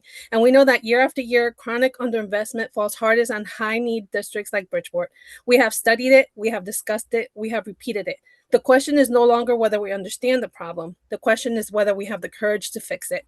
Bridgeport is Connecticut's largest city. Our children are resilient, but resilience should never be the requirement for receiving an adequate education. They deserve predictable, structural, and equitable investment. As a graduate of the system, as a mother, and as a soon-to-be grandmother, and as a proud Bridgeport resident and city councilwoman, I'm asking you to act with urgency and conviction. Our children cannot afford another year of delay, another year of quiet dismantling, or another year of underfunding. It's time to move from conversation to action. It's time to invest in them fully, fairly, and without hesitation. Thank you for staying up to listen. Thank you. And I do see that Kate Rivera was able to log on. So Kate, you're up. Good evening, Senator Julie. My name is Kate Rivera, and I'm a mom of 4, a grandmother of 1, and a former Board of Education member in Bridgeport. Over the last decade, I've testified tons of times. I've probably spent 40 hours just waiting to testify for my 3 minutes. And usually I keep it cute, okay? I'm angry. And I think that all of the people that have been testifying have been very professional, but I think we all need to understand that we're angry. We are watching firsthand the harm that is inflicted on our community when our budget is short. What are we doing? We live in Connecticut, one of the richest states in the richest country in the world. Yet my district is short over $100 million. Failing to fully fund our schools is a choice. It's a racist and classist choice, but it's a choice. The current ECS formula is the epitome of institutional racism. I'm exhausted with this seemingly futile fight that is causing such harm in our scholars. Additionally, I've used birth to 3 services for my own children and for my grandson. It is a vital service and we have to fully fund it. And when I was in grad school, I used Care for Kids. And if we want people to work to support the economy, to assist people with childcare, especially when we're not paying folks a living wage. In closing, tax the wealthy in our state and equitably distribute that money so that everyone in our state has the chance to succeed and have an education. Thank you. Thank you, Kate. Again, I'm going to ask if Leslie Caraballo is there. Hey, can you hear me? Is that Leslie? Yes, it is. It's Leslie Caraballo. Are you Yes, able to I hear can me? hear you. I can hear Okay. you. I just Go want to ahead. make sure because I had 2 devices going that one was off. All Now right. I can see you. So good morning. Thank you for giving me the opportunity to speak on behalf of the city of Bridgeport, but also as a sounding voice throughout the entire state of Connecticut. My name is Leslie Caraballo, the Executive Director of Accomplishing Real Change and leader of Parents Matter. I want to open up with a bold statement made by Ned Lamont's quote unquote mission leading into 2026. He stated that his core mission within the administration is to prioritize education for students and teachers. Historically, in the worst way possible, he has made this vow and has not once delivered. I must emphasize, as I have since day one, education is not a privilege, it is a right. Yet it is treated as though it is something that must be earned and not given.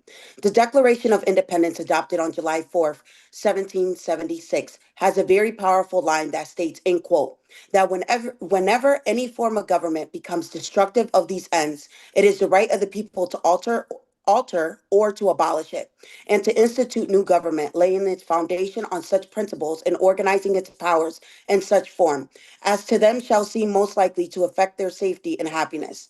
Ironically, continuing to underfund education does affect the student, parent, and teacher safety and happiness. The Declaration of Independence was written in cursive. However, critical programming and student services, as well as needs, continue to be cut, which are vital towards the success of their education. Yet and still, things such as cursive writing has been removed when that historic document was written in cursive. I propose that this committee gets together and organizes on its responsibilities rather than what benefits their status, pockets, and leans into abuse of power.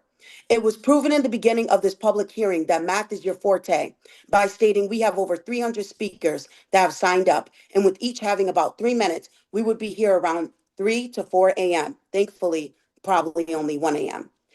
I would like to go home. Allow me to state that that statement alone proves money, power, but there's no respect. We as a community fight 24 hours, 7 days a week, and 365 days a year, time after time.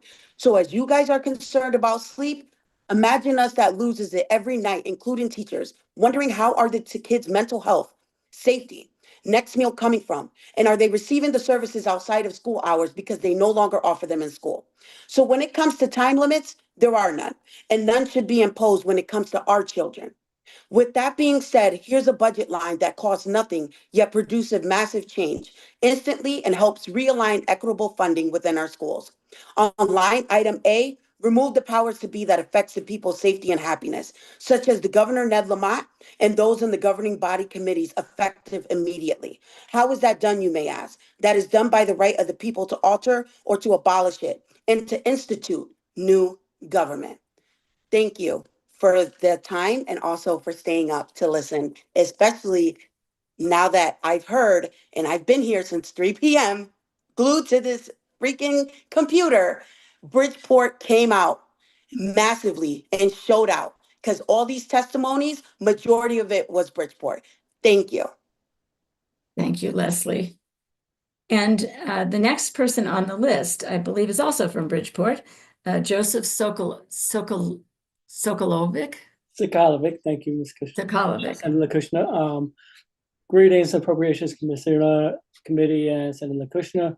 I can't say anything that hasn't been said before. My name is Joe Sakalovic. I'm Vice Chair of the Board of Education, but perhaps saying it in a different way will make it land different. I formed my testimony in the form of a poem. Today was the 100th day of school in Bridgeport. On the 100th day of school, they shout. Paper crowns, joy spilling out. They count by tens. They trust the floor. They think the system was built for more. They think the ground is solid, fair, the same wherever their teachers care. But ground was priced before they came, mapped with money, sealed with race. In districts where the numbers speak, Black and brown kids carry the leak. Districts rich in grit and grit alone, while the funding base stays overthrown. We tied school worth to property tax, to land, to wealth, to racial tracks. We call it local, call it a choice. Then we mute equity's only voice. So when schools are Black and brown or poor, the funding drops again, once more. Not by accident, not by chance, by rule, by design, by finance. Bigger classes, fewer hands, high schools with no marching bands. Teachers stretched past human scale, told love should cover what budgets fail. And let's say it plain, without delay, schools without librarians exist today. No media center, no guided choice, no keeper of knowledge, no literacy voice. Kids told research, handed a screen, no trained adult in between. No time to teach how truth is found, just test prep, drilled year after year, round after round. Children of color paid a price for a system created for whiteness, not an equal slice. They're told to wait, to be patient, to try, to be patient as their future success flies on by. Equity delayed is equity denied. Delay is harm and can be quantified. Delay is policy saying just wait, falling behind at the starting gate. If the base is weak, the structure lies. No reform survives a rigged design. No speech outruns the budget line that keeps injustice right on time. So don't say phased in, don't say wait. Children grow while adults procrastinate. Fix the foundation, not with spin, not with false promises, paper thin. $17,000 per child. That is not extreme. That is not wild. It's the floor where librarians return, where help arrives before kids burn, where race stops predicting who gets less, where equity moves from the word no to the word yes. Today, our children counted 100 days with trust and grace. In the future, they realize the cost of this rigged place. They've done the math. Now it's your turn. Connecticut is waiting. Don't let it burn. Thank you, everybody, and you have a great night. Well, thank you. I have to say that is the first time I've heard a poem in the way of testimony. I hope you will submit that. Yes, and it's transparency and education. It's a mix of Joseph Kalovic and AI. Okay. Thank you, everybody. Have a great night. Thank you. Next up, we have Julie Luby. Good evening. Can you hear me okay? Yes, we can. Go right ahead. That's a tough act to follow. Yes. Good evening, Senator Kushner and distinguished members of the Appropriation Committee. Thank you for the opportunity to speak tonight. I am the proud superintendent of the Winchester Public Schools, and I'm here to share my significant concerns regarding the fiscal year 27 budget. Winchester is the fourth most distressed municipality in the state, and we are facing a fiscal crisis this year that will drastically change the way our schools operate. Over the last dozen years, inflation has risen 38%. My district's appropriated budget has increased only 20%, and our ECS funding has not increased at all. To add insult to injury, our per pupil ECS funding works out to roughly only $8,000 per student, much less than the formula suggests, because we are penalized for using an endowed academy for our high school, even though we are 100% fiscally responsible for all of the students' education. If the ECS funding had kept pace with inflation, we would be receiving approximately $3 million more right now. This would truly do what the ECS funding is supposed to do, reduce our reliance on local property taxes and ensure consistent, equitable, and quality education. But it hasn't. As a result, over the last many years, our district has eliminated positions and programs to live within our community's ability to pay. We are now in the position of having not one thing left to give. Any further cuts will cut into the structural integrity of the school system. To simply maintain what we have, we are facing a 9% budget increase. That's a status quo budget. The town leaders have expressed their expectation that either we reduce the budget by $1 million or by $2.5 million, depending on which board you're listening to. In either scenario, we literally won't be able to effectively educate our children. To reduce our budget by merely $1 million, which is the lowest demand floating around, we will have to eliminate special area classes entirely. No art, no music, no library, which would require us to shorten the school day. Eliminate one of our two principals and have only one principal oversee both schools. Eliminate classroom teachers and eliminate both school safety officers. In Winchester, we need the immediate relief of an increase in our ECS funding for fiscal year 27. We can't wait for a Blue Ribbon Commission and another year. In addition to fully funding ECS, fully funding the special education excess cost grant is also necessary. After our partially funded excess cost reimbursement, 14% of my entire appropriated budget will be spent on 26 students in out-of-district placements. These costs have seen an almost 30% increase over just last year. For these reasons, I respectfully urge the Appropriations Committee to increase ECS funding immediately with a commitment to annual growth and fully fund the Special Education Excess Cost Grant.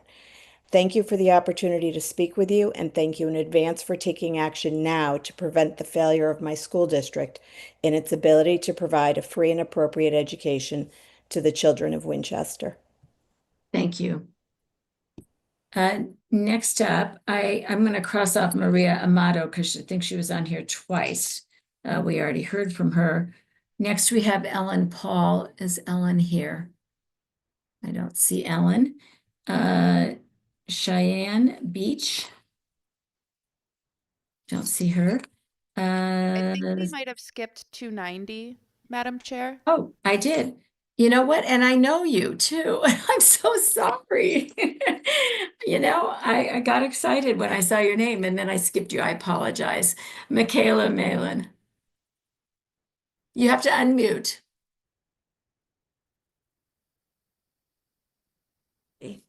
That's crazy that I skipped you. I apologize. No, that's okay. It's so nice to meet you face to face. I know that we've exchanged emails. And good morning. Good morning. Wow. First of all, thank you for staying up. Well, staying up this early in the morning. Wow. I have been glued and I've watched all the testimonies and it's incredible. If I didn't appreciate the work you guys are doing at Capitol Hill, I appreciate you now. There's a lot of work to be done for our state. Okay, so good morning and thank you for the opportunity to testify. My name is Michaela Malin Bernstein and I am the Director of Development at St. Joseph Parenting Center. I'm here today on behalf of the parents, the caregivers, and children we serve across Connecticut. St. Joseph Parenting Center works at the intersection of family stability and educational success. We partner with parents, often during the most vulnerable moments of their lives, to ensure children enter school safe, supported, and ready to learn. Recently, SJPC experienced an abrupt and devastating loss of federal funding. Overnight, we lost 40% of our annual revenue, which equates to $700,000 annually. This loss was not due to performance, compliance, or outcomes. It was the result of federal level cuts that are now having immediate and serious consequences for community-based organizations that support children long before they ever enter a classroom. The families we serve are raising young children during critical developmental years. Over 80% of the households we serve are Spanish-speaking only, and many parents come to us without access to early childhood education resources, parenting education, or school-based support systems. When parents lack support, children feel it in the classrooms through delayed readiness, behavioral challenges, chronic absenteeism, and increased need for intervention. Our programs exist to prevent those outcomes. At SJPC, we work with parents to build protective factors that directly impact a child's ability to succeed in school. stable home environments, positive parenting-child relationships, and confident caregivers who can advocate for their children's education. The cost of our work is modest, approximately $3,000 per family. By comparison, the cost of later intervention when families reach crisis can exceed $45,000 per case. So essentially, on an annual basis, that's $700,000 annually that was cut by the federal government could cost the state $10 million annually. Prevention is not only humane, it is fiscally responsible and educationally sound. Despite the funding instability we are facing, parents continue to show up. Just last week, families graduated from our Bridgeport Center, our first graduating cohort there. Many entered our program disconnected from their children and unsure of their role in their child's education. I know I'm out of time, but I just want to thank you for your time and your leadership and your commitment to Connecticut's children. And all we're asking for is a bridge to fund our programs for the rest of the year until we can continue to figure out how we can pivot from that loss. Thank you. Thank you. And I know you have communicated with me about the serious loss of federal funding, and you do have a center in Danbury, and I appreciate all that you've been doing in Danbury. It's a really tough situation to be in where we've had such huge cuts from the federal government. It's good for us to take note. That's a very special circumstance that you're in, that not, we're talking about a lot of very important things around ECS, but your circumstance is a little bit different. So I appreciate you being here tonight and staying on. Thank you. Thank you. Thank you. Next we have, so I didn't see Ellen Paul or Cheyenne Beach. Stephanie Deason is here. Hello, I'm here. Go ahead, Stephanie. Hi, good evening, good morning, Senator Kushner. Thank you so much to the esteemed General Assembly members and the Appropriations Committee for being here tonight, this morning. Obviously, we all share passion in what we do, right? So we wouldn't be here at this hour if it wasn't for that passion.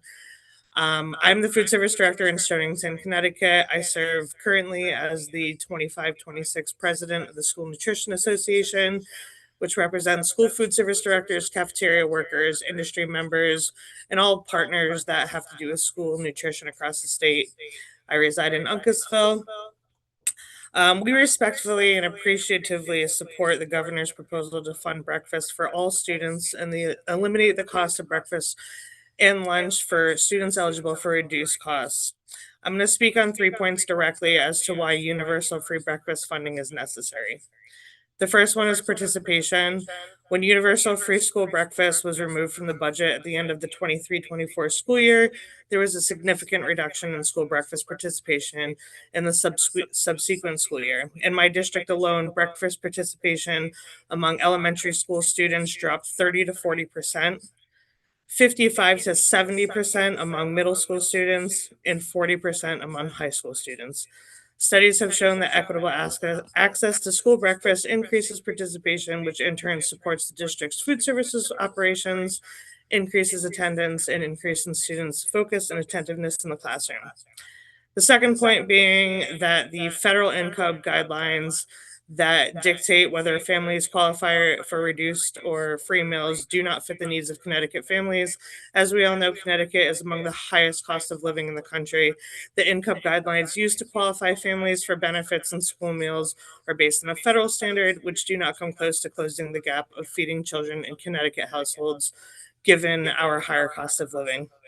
Not only is free school breakfast for all students beneficial from an income-based and stigma standpoint, but it also helps school food service operations to be able to attain the highest reimbursement rate for every breakfast meal sold. This is especially important when trying to offer higher quality, more nutritious breakfast options. From an operational standpoint, with the governor's proposal of universal free breakfast and his latest related press release, social media backlash criticized school breakfast as overprocessed, green, or highly dessert-based and not wholesome. What is not understood is there are situational and logistical barriers that school food service operations face regarding school breakfast. In order to keep up with the educational demands of the school day schedule, breakfast times are made shorter, meals are largely grab and go, and the amount of time we have to serve students between bus and parent drop-off and the classroom bell is limited. This significantly impacts what we serve and how we serve it. This lends to the prepackaged items that are largely scrutinized in the media. What you may not know is there are federally mandated school lunch pricing tools, which directs districts to set school lunch prices at a level that protects federal funding for free and reduced price students. This tool does not exist for breakfast pricing. And to wrap up, what we are reimbursed for breakfast is just not enough to meet the demands of the upcoming dietary guidelines for Americans, asking for less ultra-processed and more scratch-made cooking. Universal free meals in Connecticut would be a great starting point, and we are very appreciative of the consideration of putting that into the budget. I thank you all for your support and for being up at this hour and for listening to us all. It's been a very intriguing and informative afternoon. Have a good night.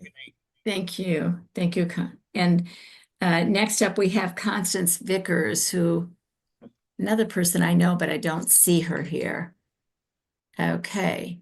I am going to move on to Eric Carson, who I did see. Go ahead, Eric. Hi, good evening, Senator Kushner, Senator Austin, Representative Walker, Senator Summers, Representative Nuccio, Representative Candelaria, and esteemed members of the Appropriations Committee. My name is Eric Carson. I've been a special education teacher with Area Cooperative Educational Services for 24 years, and I currently serve as the membership chair for the ACES Education Association, representing nearly 100 magnet school educators. As a former magnet school teacher myself, I've witnessed firsthand the unique contributions that the magnet model affords our communities. We connect families from across the region with specialized programs that expand on traditional curricula with a focus on the arts and STEM. Across Connecticut, RESC magnet schools support integration, offer specialized programs, and serve thousands of students statewide. There is a desire for magnet schools in our state. Districts utilize ACES to meet the needs of students they cannot fully serve in district. Parents value the choice of enrolling their children in a program with one of our magnet themes. Cutting $12 million in state funding would undermine these programs and shift costs back onto already strained local districts. Undoubtedly, you are aware that school districts are already under enormous pressure to balance quality educational services with responsible budgets. Magnet schools are in a unique position to provide districts without the resources of ACES to deliver high-quality STEM and arts programming to children of those districts. But ACES and other magnet schools would struggle to continue providing this service with a decrease to our funding. On the contrary, magnet schools would be able to provide districts with more services, giving increased funding, benefiting the sending school district, but more importantly, the students themselves. The children of Connecticut need more educational funding, not less. Cutting magnet school funding forces already strained districts to pick up the bill. That means fewer supports for students, fewer educators in the classroom, and greater inequity across communities. Fully funding magnet schools is a commitment to every child in Connecticut. I thank you very much and have a good morning. Thank you for your testimony. Next up, I see David Brown. Good morning, especially to Senator Kushner. Sorry I've not met you in person, but I'm looking forward to it. And the members of the Appropriation Committee. My name is David Brown. I'm the founding principal of Proud Academy. For the last 15 years, I've served Connecticut students as a teacher, instructional coach, and principal across traditional public, magnet, and charter schools. I'm also a father of 3, born and raised in the state of Connecticut. Shout out to all Posey and Grayson. I know this is recorded, and the thousands of students and families I've served over the years. I'm beyond grateful. Connecticut leads the nation in many educational outcomes. Yet we know we continue to hold some of the widest academic opportunity gaps in the country. Those gaps are not about student ability. They reflect on equal access to environments that combine rigorous academic stability and, most importantly, belonging. In every school I've led, I've seen the same truth. Students rise when expectations are high and when they know they matter. When students feel marginalized or unseen, performance declines. when schools intentionally create structured, supportive environments grounded in dignity and respect, and achievement improves. Proud Academy is built to close that gap. Our model is designed to unlock student confidence and academic success. We are state-approved public middle school that prepares students in grades 6 through 8, beginning with 50 students per grade and scaling responsibly. Our academic model is complete. Our governance board is in place. Our operational and financial plans are finalized.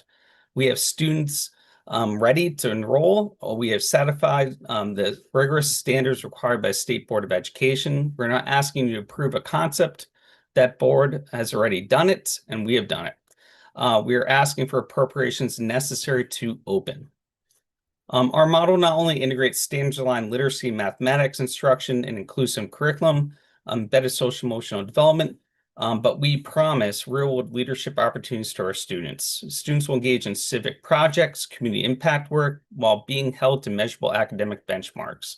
We are focused on proficiency, growth, attendance, and readiness for college and beyond. We're building the next generation of engaged, confident leaders for this state. Through the Valley Proud Center, we're already serving students for free in Ansonia and the Valley with free high-impact tutoring and leadership programming. The foundation is set and it's in motion. This is a lean launch. We receive no property tax revenue. Our year one budget prioritizes direct student services to students. A modest state allocation unlocks federal charter school program funding and allows us to open with minimal fiscal impact across board. Families in Naugatuck Valley are asking for a rigorous public school where excellence and dignity coexist. No student should have to choose between academic rigor and being fully respected for who they are. The approval is secured, the infrastructure is ready, the families are waiting. We are ready to open. I respectfully urge you to allocate the funding necessary for Proud Academy to begin closing gaps within the Naugatuck Valley. Thank you, Senator Kushner and Candelaria, for your time, and everyone else on the call. So thank you, and good morning. Good morning. Thank you. Next up, I think we have Eli Sabin, who is actually, I see you here already. Go ahead, Eli. Thank you so much, Senator Kushner, Chair Austin, Chair Walker, and members of the Appropriations Committee. Thank you for the opportunity to testify early this morning. My name is Eli Sabin. I grew up in New Haven and served on our Board of Alders for 6 years, including 2 years as Education Committee Chair. Tonight, I'm here to testify in support of a desperately needed increase in state funding for our public schools. I also want to talk about why I believe that the path to securing that critical funding should include working with our school districts on budget transparency. In New Haven, budget constraints are causing teacher and staff shortages and building maintenance issues. These challenges make it very clear how much we need additional state investment to ensure our students and teachers have the resources they need. Fully funding our schools is absolutely crucial for building a more fair and equal future where all our kids, no matter their zip code, can get an amazing public education. I also believe that we need to do more to build the local and statewide coalitions to secure more funding. To make that possible, the state and our school districts should collaborate to set high expectations around districts' financial transparency and long-term planning. We need to invest much more in our schools while also improving public confidence. With that approach, we can fully fund education and ensure financial sustainability so our kids have access to world-class schools. Before I say more, I want to thank this committee, particularly Chair Walker and our hometown delegation, including Representative Candelaria, who I see on right now, for their work over many years fighting for additional funding for our schools. As an alder and a lifelong city resident, I've seen up close the impact of the slow growth of state education funding. In New Haven, the district's lack of resources means that many of our schools are in disrepair, in part because NHPS has only been able to spend $1.70 per square foot a year on maintenance when double that is recommended. We're far short of needed librarians, social workers, and psychologists. In most recent negotiations, the city couldn't afford high-quality health insurance for our teachers, and we feel it in the cost of living because slow state education funding growth pushes up property taxes. To fully fund our schools, I respectfully ask that the state substantially increase the ECS Foundation grant this year.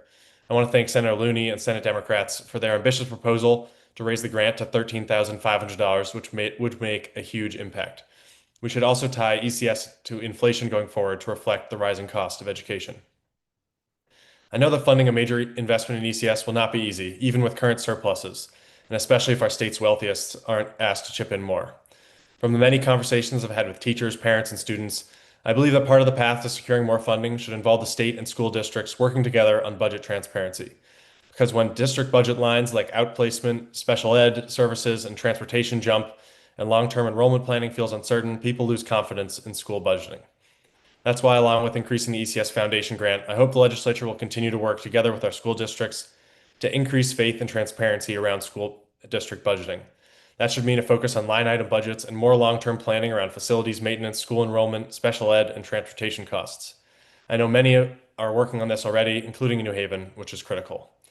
Overall, our schools need more state support. Education is the foundation of Connecticut's future, and our kids should get the best. I respectfully ask the legislature to significantly increase the ECS Foundation grant this year and tie it to inflation going forward. To make that possible, I believe the state and local districts should partner on budget improvements to ensure financial transparency and sustainability. With this approach, we can make sure all of our kids in every district in Connecticut get the amazing education they deserve. Thank you so much.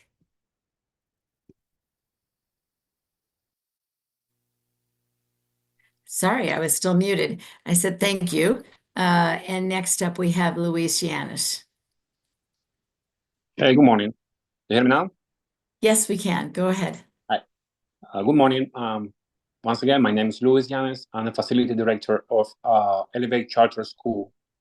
And I'm here to support the allocation of funds for our school, Denbury International Academy Charter School, which has already been approved since 2018 from the state. These funds are required to begin operations and provide service to our community. From my perspective as a facility director, I can say we have created a safe environment and suitable space to meet the educational needs for our community, and we are ready to provide the high standard education service that our students deserve. But from the perspective of a member of Elevate Charter School team, I must say that I am very proud of my coworkers. They strive every day seeking actions and knocking doors like this for secure the necessary funds. I have witnessed every tear, every moment, every joy. But above all, I have witnessed examples of tireless resilience and achieving our goals, which is nothing less than providing our service with the tool for life, education. Our community have a beautiful building with new technology, fully furnished, which meets the high safety standards, just sitting there waiting for these funds being approved to start and contributing, helping our community, our families. A lot of people talking in this and all this meeting about how important it is to support the community. I had to repeat the same. We are here for them. We are ready for Elevate Charter School, and Denbury is ready for the community. We just need the funds to start it. We're ready to go. Thank you so much. Thank you in advance for all the support. Thank you. Next up, we have Hamish McPhail. Good morning, Senator Kushner, Representative Candelaria, and members of the Appropriations Committee. Thank you for the opportunity to testify this morning. My name is Hamish McPhail, and I'm the Deputy Director for CONCAM. My colleague Stephen Hernandez spoke earlier on the totality of the proposed budget, so I'm going to focus primarily on Connecticut's educator pipeline. Our belief is simple. Every child in Connecticut deserves a qualified educator in their classroom.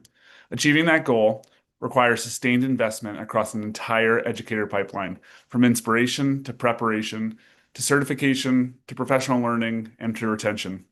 The educator workforce is not produced in a single moment. It is intentionally built over time, and this is where the proposed budget misses the mark. First, inspiration. This is where someone first considers teaching as a viable and meaningful career, whether in high school, college, or later in their career. There are a few distinct programs that are worthy of our investment. Teach Connecticut is central. It serves as a statewide recruitment engine that connects candidates to preparation programs, provides coaching and test prep, and intentionally reaches underrepresented communities in shortage areas. Connecticut led the nation in building the first state-level partnership with Teach. Fracturing this partnership now risks weakening recruitment at a time of ongoing shortages. This program should be fully funded. Educators Rising also plays a critical role in giving high school students structured coursework and early classroom experience aligned to preparation programs. If we're serious about long-term workforce diversity and stability, we must start with our middle school and high schools, connecting early passion to opportunity.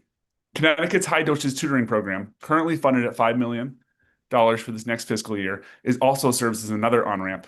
Tutors gain real instructional experience while strengthening student outcomes. Further investments here will build both academic recovery and future teacher pathways. Second is preparation. Preparation is one of the greatest barriers to entry, especially because of the cost and inflexibility of the system. The Aspiring Educator Scholarship provides up to $10,000 annually and has been transformative for many candidates, particularly candidates of color, first-generation college students, and career changers. The proposed $2 million reduction would signify instability at the very moment we need consistency. We urge you to maintain that line item at $6 million and consider scaling for future years. We do strongly support the governor's proposed expansion of registered apprenticeships, but not by shifting $2 million from one line item to another. These programs should complement each other, not replace the Aspiring Educator Scholarship. We also must address unpaid student teaching. We need to pay student teachers a living wage so that they are able to make ends meet, so that when they're ready to go to the classroom, they have a stable living situation that they can build from. Third is certification. We appreciate the recent commitment of eliminating educator certification fees. This is practical and meaningful. And then finally, professional learning and retention. Our professional learning supports and structures often make all the difference. This budget invests $4.5 million for literacy coaches throughout the state. This is a great way to deepen learning, expand practices across schools and districts, and improve intervention practices. Programs like ReadCon and hopefully opportunity in the future for MathCon should strengthen instructional practices in affordable and replicable ways. In closing, if we want to sustainably reduce vacancies and increase the diversity of our educator workforce, we must invest consistently across the entire pipeline, not shift funds from one stage to cover another. Our children cannot wait. Every classroom deserves a qualified educator, and every stage of the pipeline deserves strategic and consistent investment. Thank you. Thank you. Next up is Danilo Bella here. I don't see her. Margaret Valentine. Emma Balter. Yamira Santiago. Luz Ramirez. Mariela Batanowski. The only one I see up there is 320. Lillian Perone. Yeah, I just like to read them just in case I don't see them, because sometimes they're hiding over there on the right of my screen. Maybe you can see them all. Yeah. Let's see. So it was Luz Ramirez, Mariela Batanowski, Maria Sanginez, Jennifer Gaines, Kate Diaz, Mark Durbick, Madeline Negron, and yes, next would be Lillian Perone. Lillian, you're there. You can go ahead. Well, good morning, everyone. I'm up to 320. Excellent. Thank you, Senator Kushner and Representative Candelaria. My name is Lillian Perone, and I'm a retired teacher with 36 years in the Greenwich Public School System. I served as president of the Greenwich Education Association, and I'm recently retired as of July 1st, 2025. That's why I'm still smiling right now. I'm a proud member of CEA Retired, where I serve on the Legislative Committee. I thank you for maintaining your commitment to fully funding the Teachers' Pension Fund and continually paying down the state unfunded liability. I am also testifying to ask you to allow active teachers the same voting rights as retired teachers in the election for any open seats on the Teachers' Retirement Board. As a recently retired teacher, I cannot support the idea of withholding voting rights for active teachers for any reason. Active teachers contribute 7% of their salary every year to pension fund, depriving them of their voice An election of board members who will vote on their behalf is undemocratic and ignores the important contributions they all make towards making sure the fund remains solvent. Allowing all active and retired teachers to vote on TRB elections ensures that active teachers have a voice in decisions that will affect them upon retirement. Furthermore, active teachers are nearing retirement age. Limiting these members' ability to participate in fair elections denies their right to have a say in how their pension and other benefits will be managed in their near future. This is what I know. On February 4th, 2026, Governor Ned Lamont addressed the Connecticut General Assembly. This is one of his statements. I feel fortunate to be in Connecticut, and I hope that you do too. We were a birthplace of freedom. 4 signers of the Declaration of Independence, penning the words that we live by. All men and women are created equal. These words should still be our North Star 250 years later. Governor Lamont said he lives by these founding words when he thinks about our values and our budget. I am asking all of you to do the same. Please pass legislation restoring active teachers' voting rights in TRB elections. Our active teachers do right by us.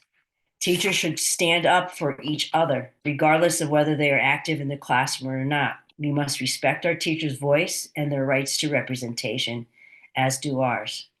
I thank you for your time and your leadership and staying up so late. Thank you very much. Thank you. Next up, Jeff Morrissey. Hi, thank you. Good morning, members of the Appropriations Committee. My name is Jeff Morrissey, and I am the president of the Bridgeport Education Association. And prior to this, have been teaching in Bridgeport since 1998. Before coming to work for Bridgeport Public Schools, I served in the U.S. Peace Corps as a volunteer in the country of Ukraine from 1993 to 1996. And have also taught in Torreon, Mexico, and Lahore, Pakistan. I'm here before you in a plea to modernize the ECS formula to promote equity across the state as it pertains to funding our schools. It is not a surprise to anyone that this formula has not been running parallel with the cost of educating the students of this great state. Simply put, this current formula must account for inflation, as it has remained stagnant for too many years. Many of the basic services to successfully run a school district have increased significantly in price without the current ECS accounting for this surge. This puts districts in a monetary peril, especially Bridgeport, where the absence of funding has been catastrophic to our teachers and students.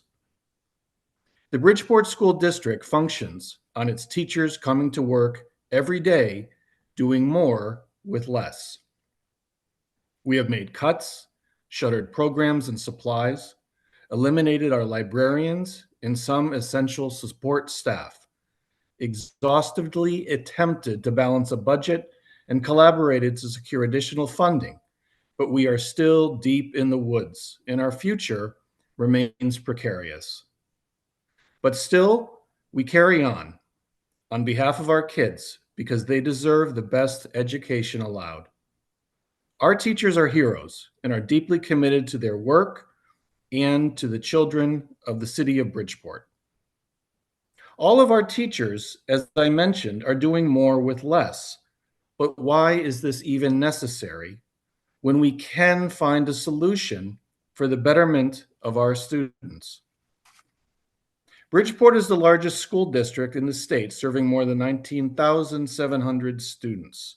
Many of our students require special education and multilingual support, and enrollment in these areas have been increasing annually.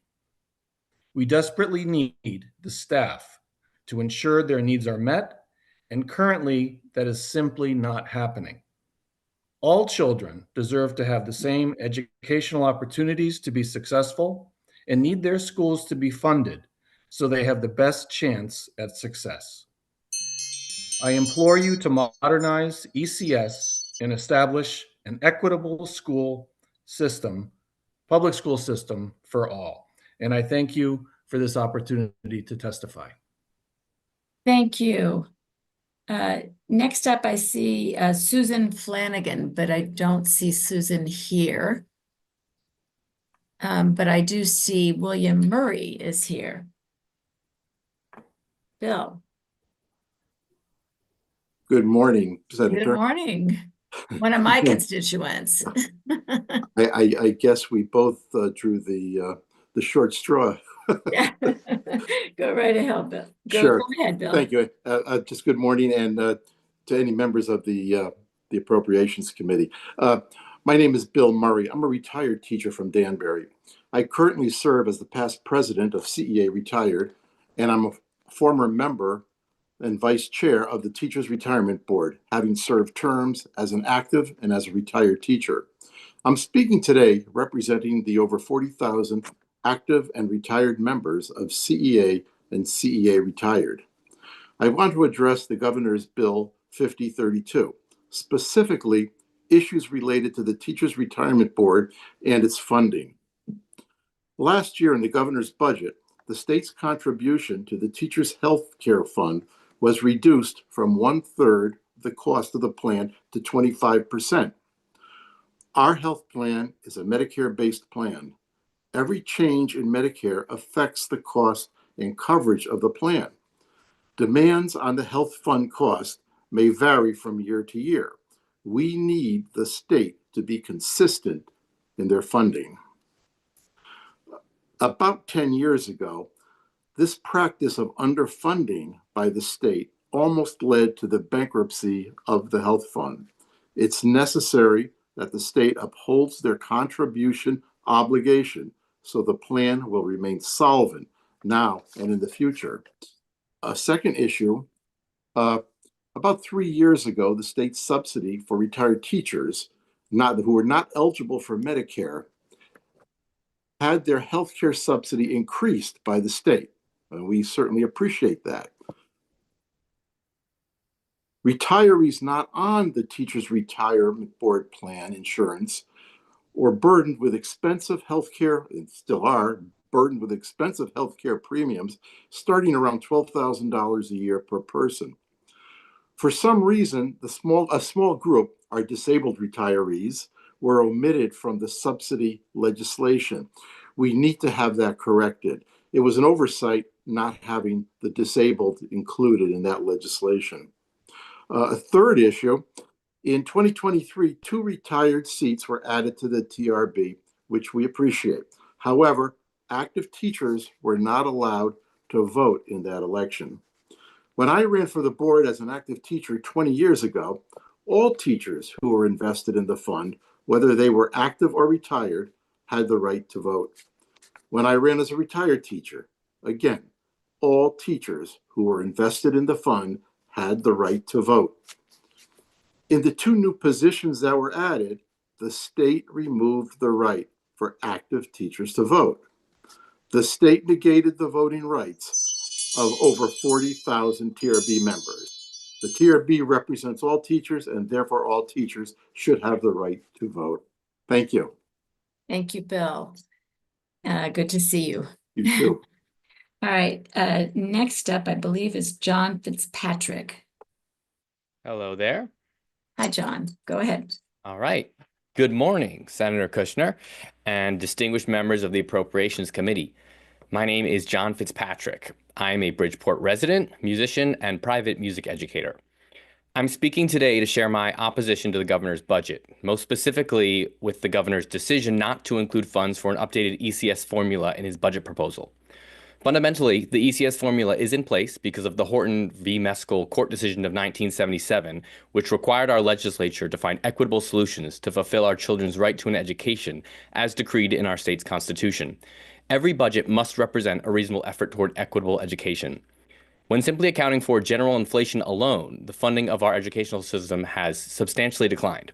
The School and State Finance Project and the Connecticut Conference of Municipalities have both released estimates that point to hundreds of millions of education dollars lost to inflation in the last few years alone. Current decisions on the budget in Connecticut are fundamentally tied to policies toward fiscal constraint in response to our state's pension debt.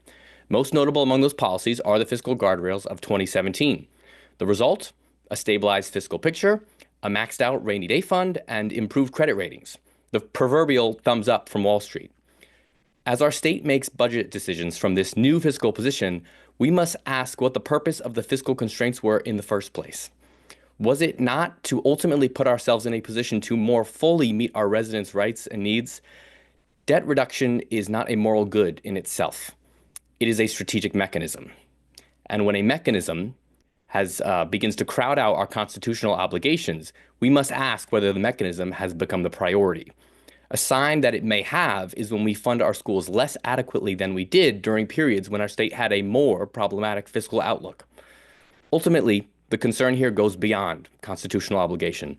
It fundamentally lives in our responsibility toward the stewardship of Connecticut's future.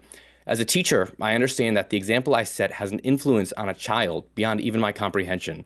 My ability to offer a safe learning environment and to practice trust, empathy, and patience is the backbone of a learning process which helps children realize their unique gifts. The importance of such a process goes beyond teaching and learning. These are the lessons of human understanding and connection. Overcrowded classrooms, lack of materials, lack of staff, unacceptable learning conditions, lack of access to technology, the list goes on.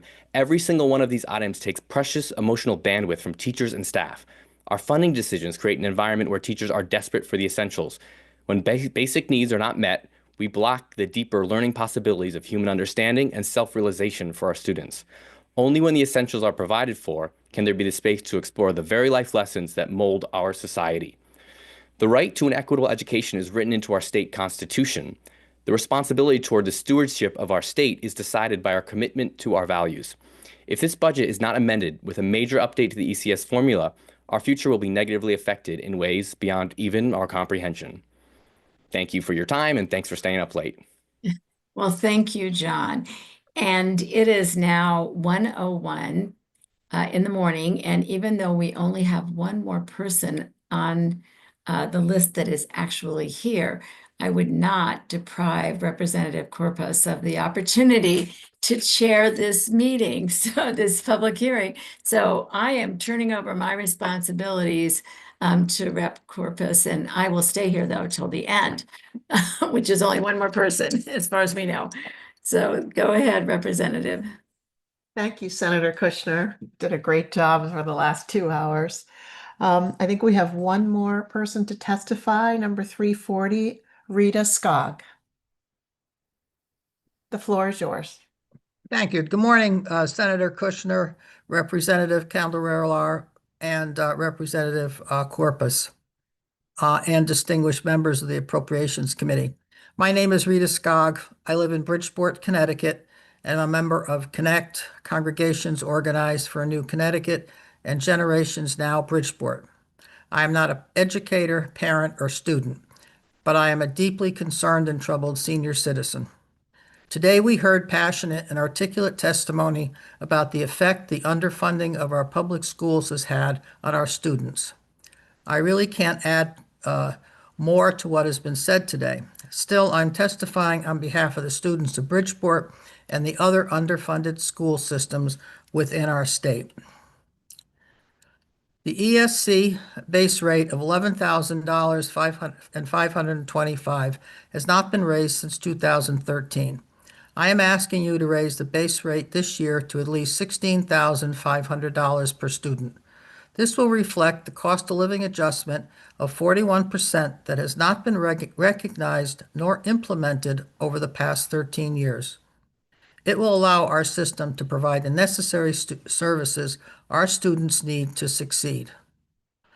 At a time when Connecticut has a multi-billion-dollar surplus and new tax proposals are being introduced to the legislature, which will generate billions more in new tax revenue, it is unconscionable that we continue to underfund the education of our most vulnerable young people.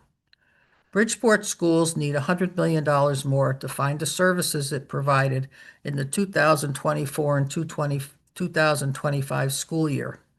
Half to keep the services we now have, and half to return libraries within each school, counselors, paraprofessionals, and other resources that were eliminated for this school year. I'm a proud product of the Bridgeport Public Schools and the Connecticut State University system. I've been able to build a successful career in business on my public school education, and as a single mother of 2 sons, raised them in a home of their own. Students in Bridgeport today should have no less opportunities than I had 70 years ago. We as a society should be appalled at the measly resources we provide our children. Yes, our children. All children are ours. All children are our future, as a city, as a state, and as a country. Are you not ashamed of our lack of commitment to them? I am. We can't brag that Connecticut has one of the best education systems in the country, with one of the highest student achievement scores, with less than 40% of our inner city kids are performing at less than grade level. I ask you to increase the ECS base rate and help make Connecticut a more equitable place to live and work. Remember, from the Gospel of Matthew, we are reminded, where your treasure is, there your heart will be also. As a society, where is our heart? Where is our conscience? Thank you. Good evening. Thank you for staying up. I do appreciate the opportunity to testify tonight. Thank you. Thank you very much for your testimony. Is there anyone who had signed up to testify that hasn't been able to speak yet? Okay, with that, thank you to our clerks, Ariana and Taylor, for all your good work today. Thank you to the other members of the committee. And with that, our meeting is adjourned, and good night to everyone. Good night, everybody. Thank you.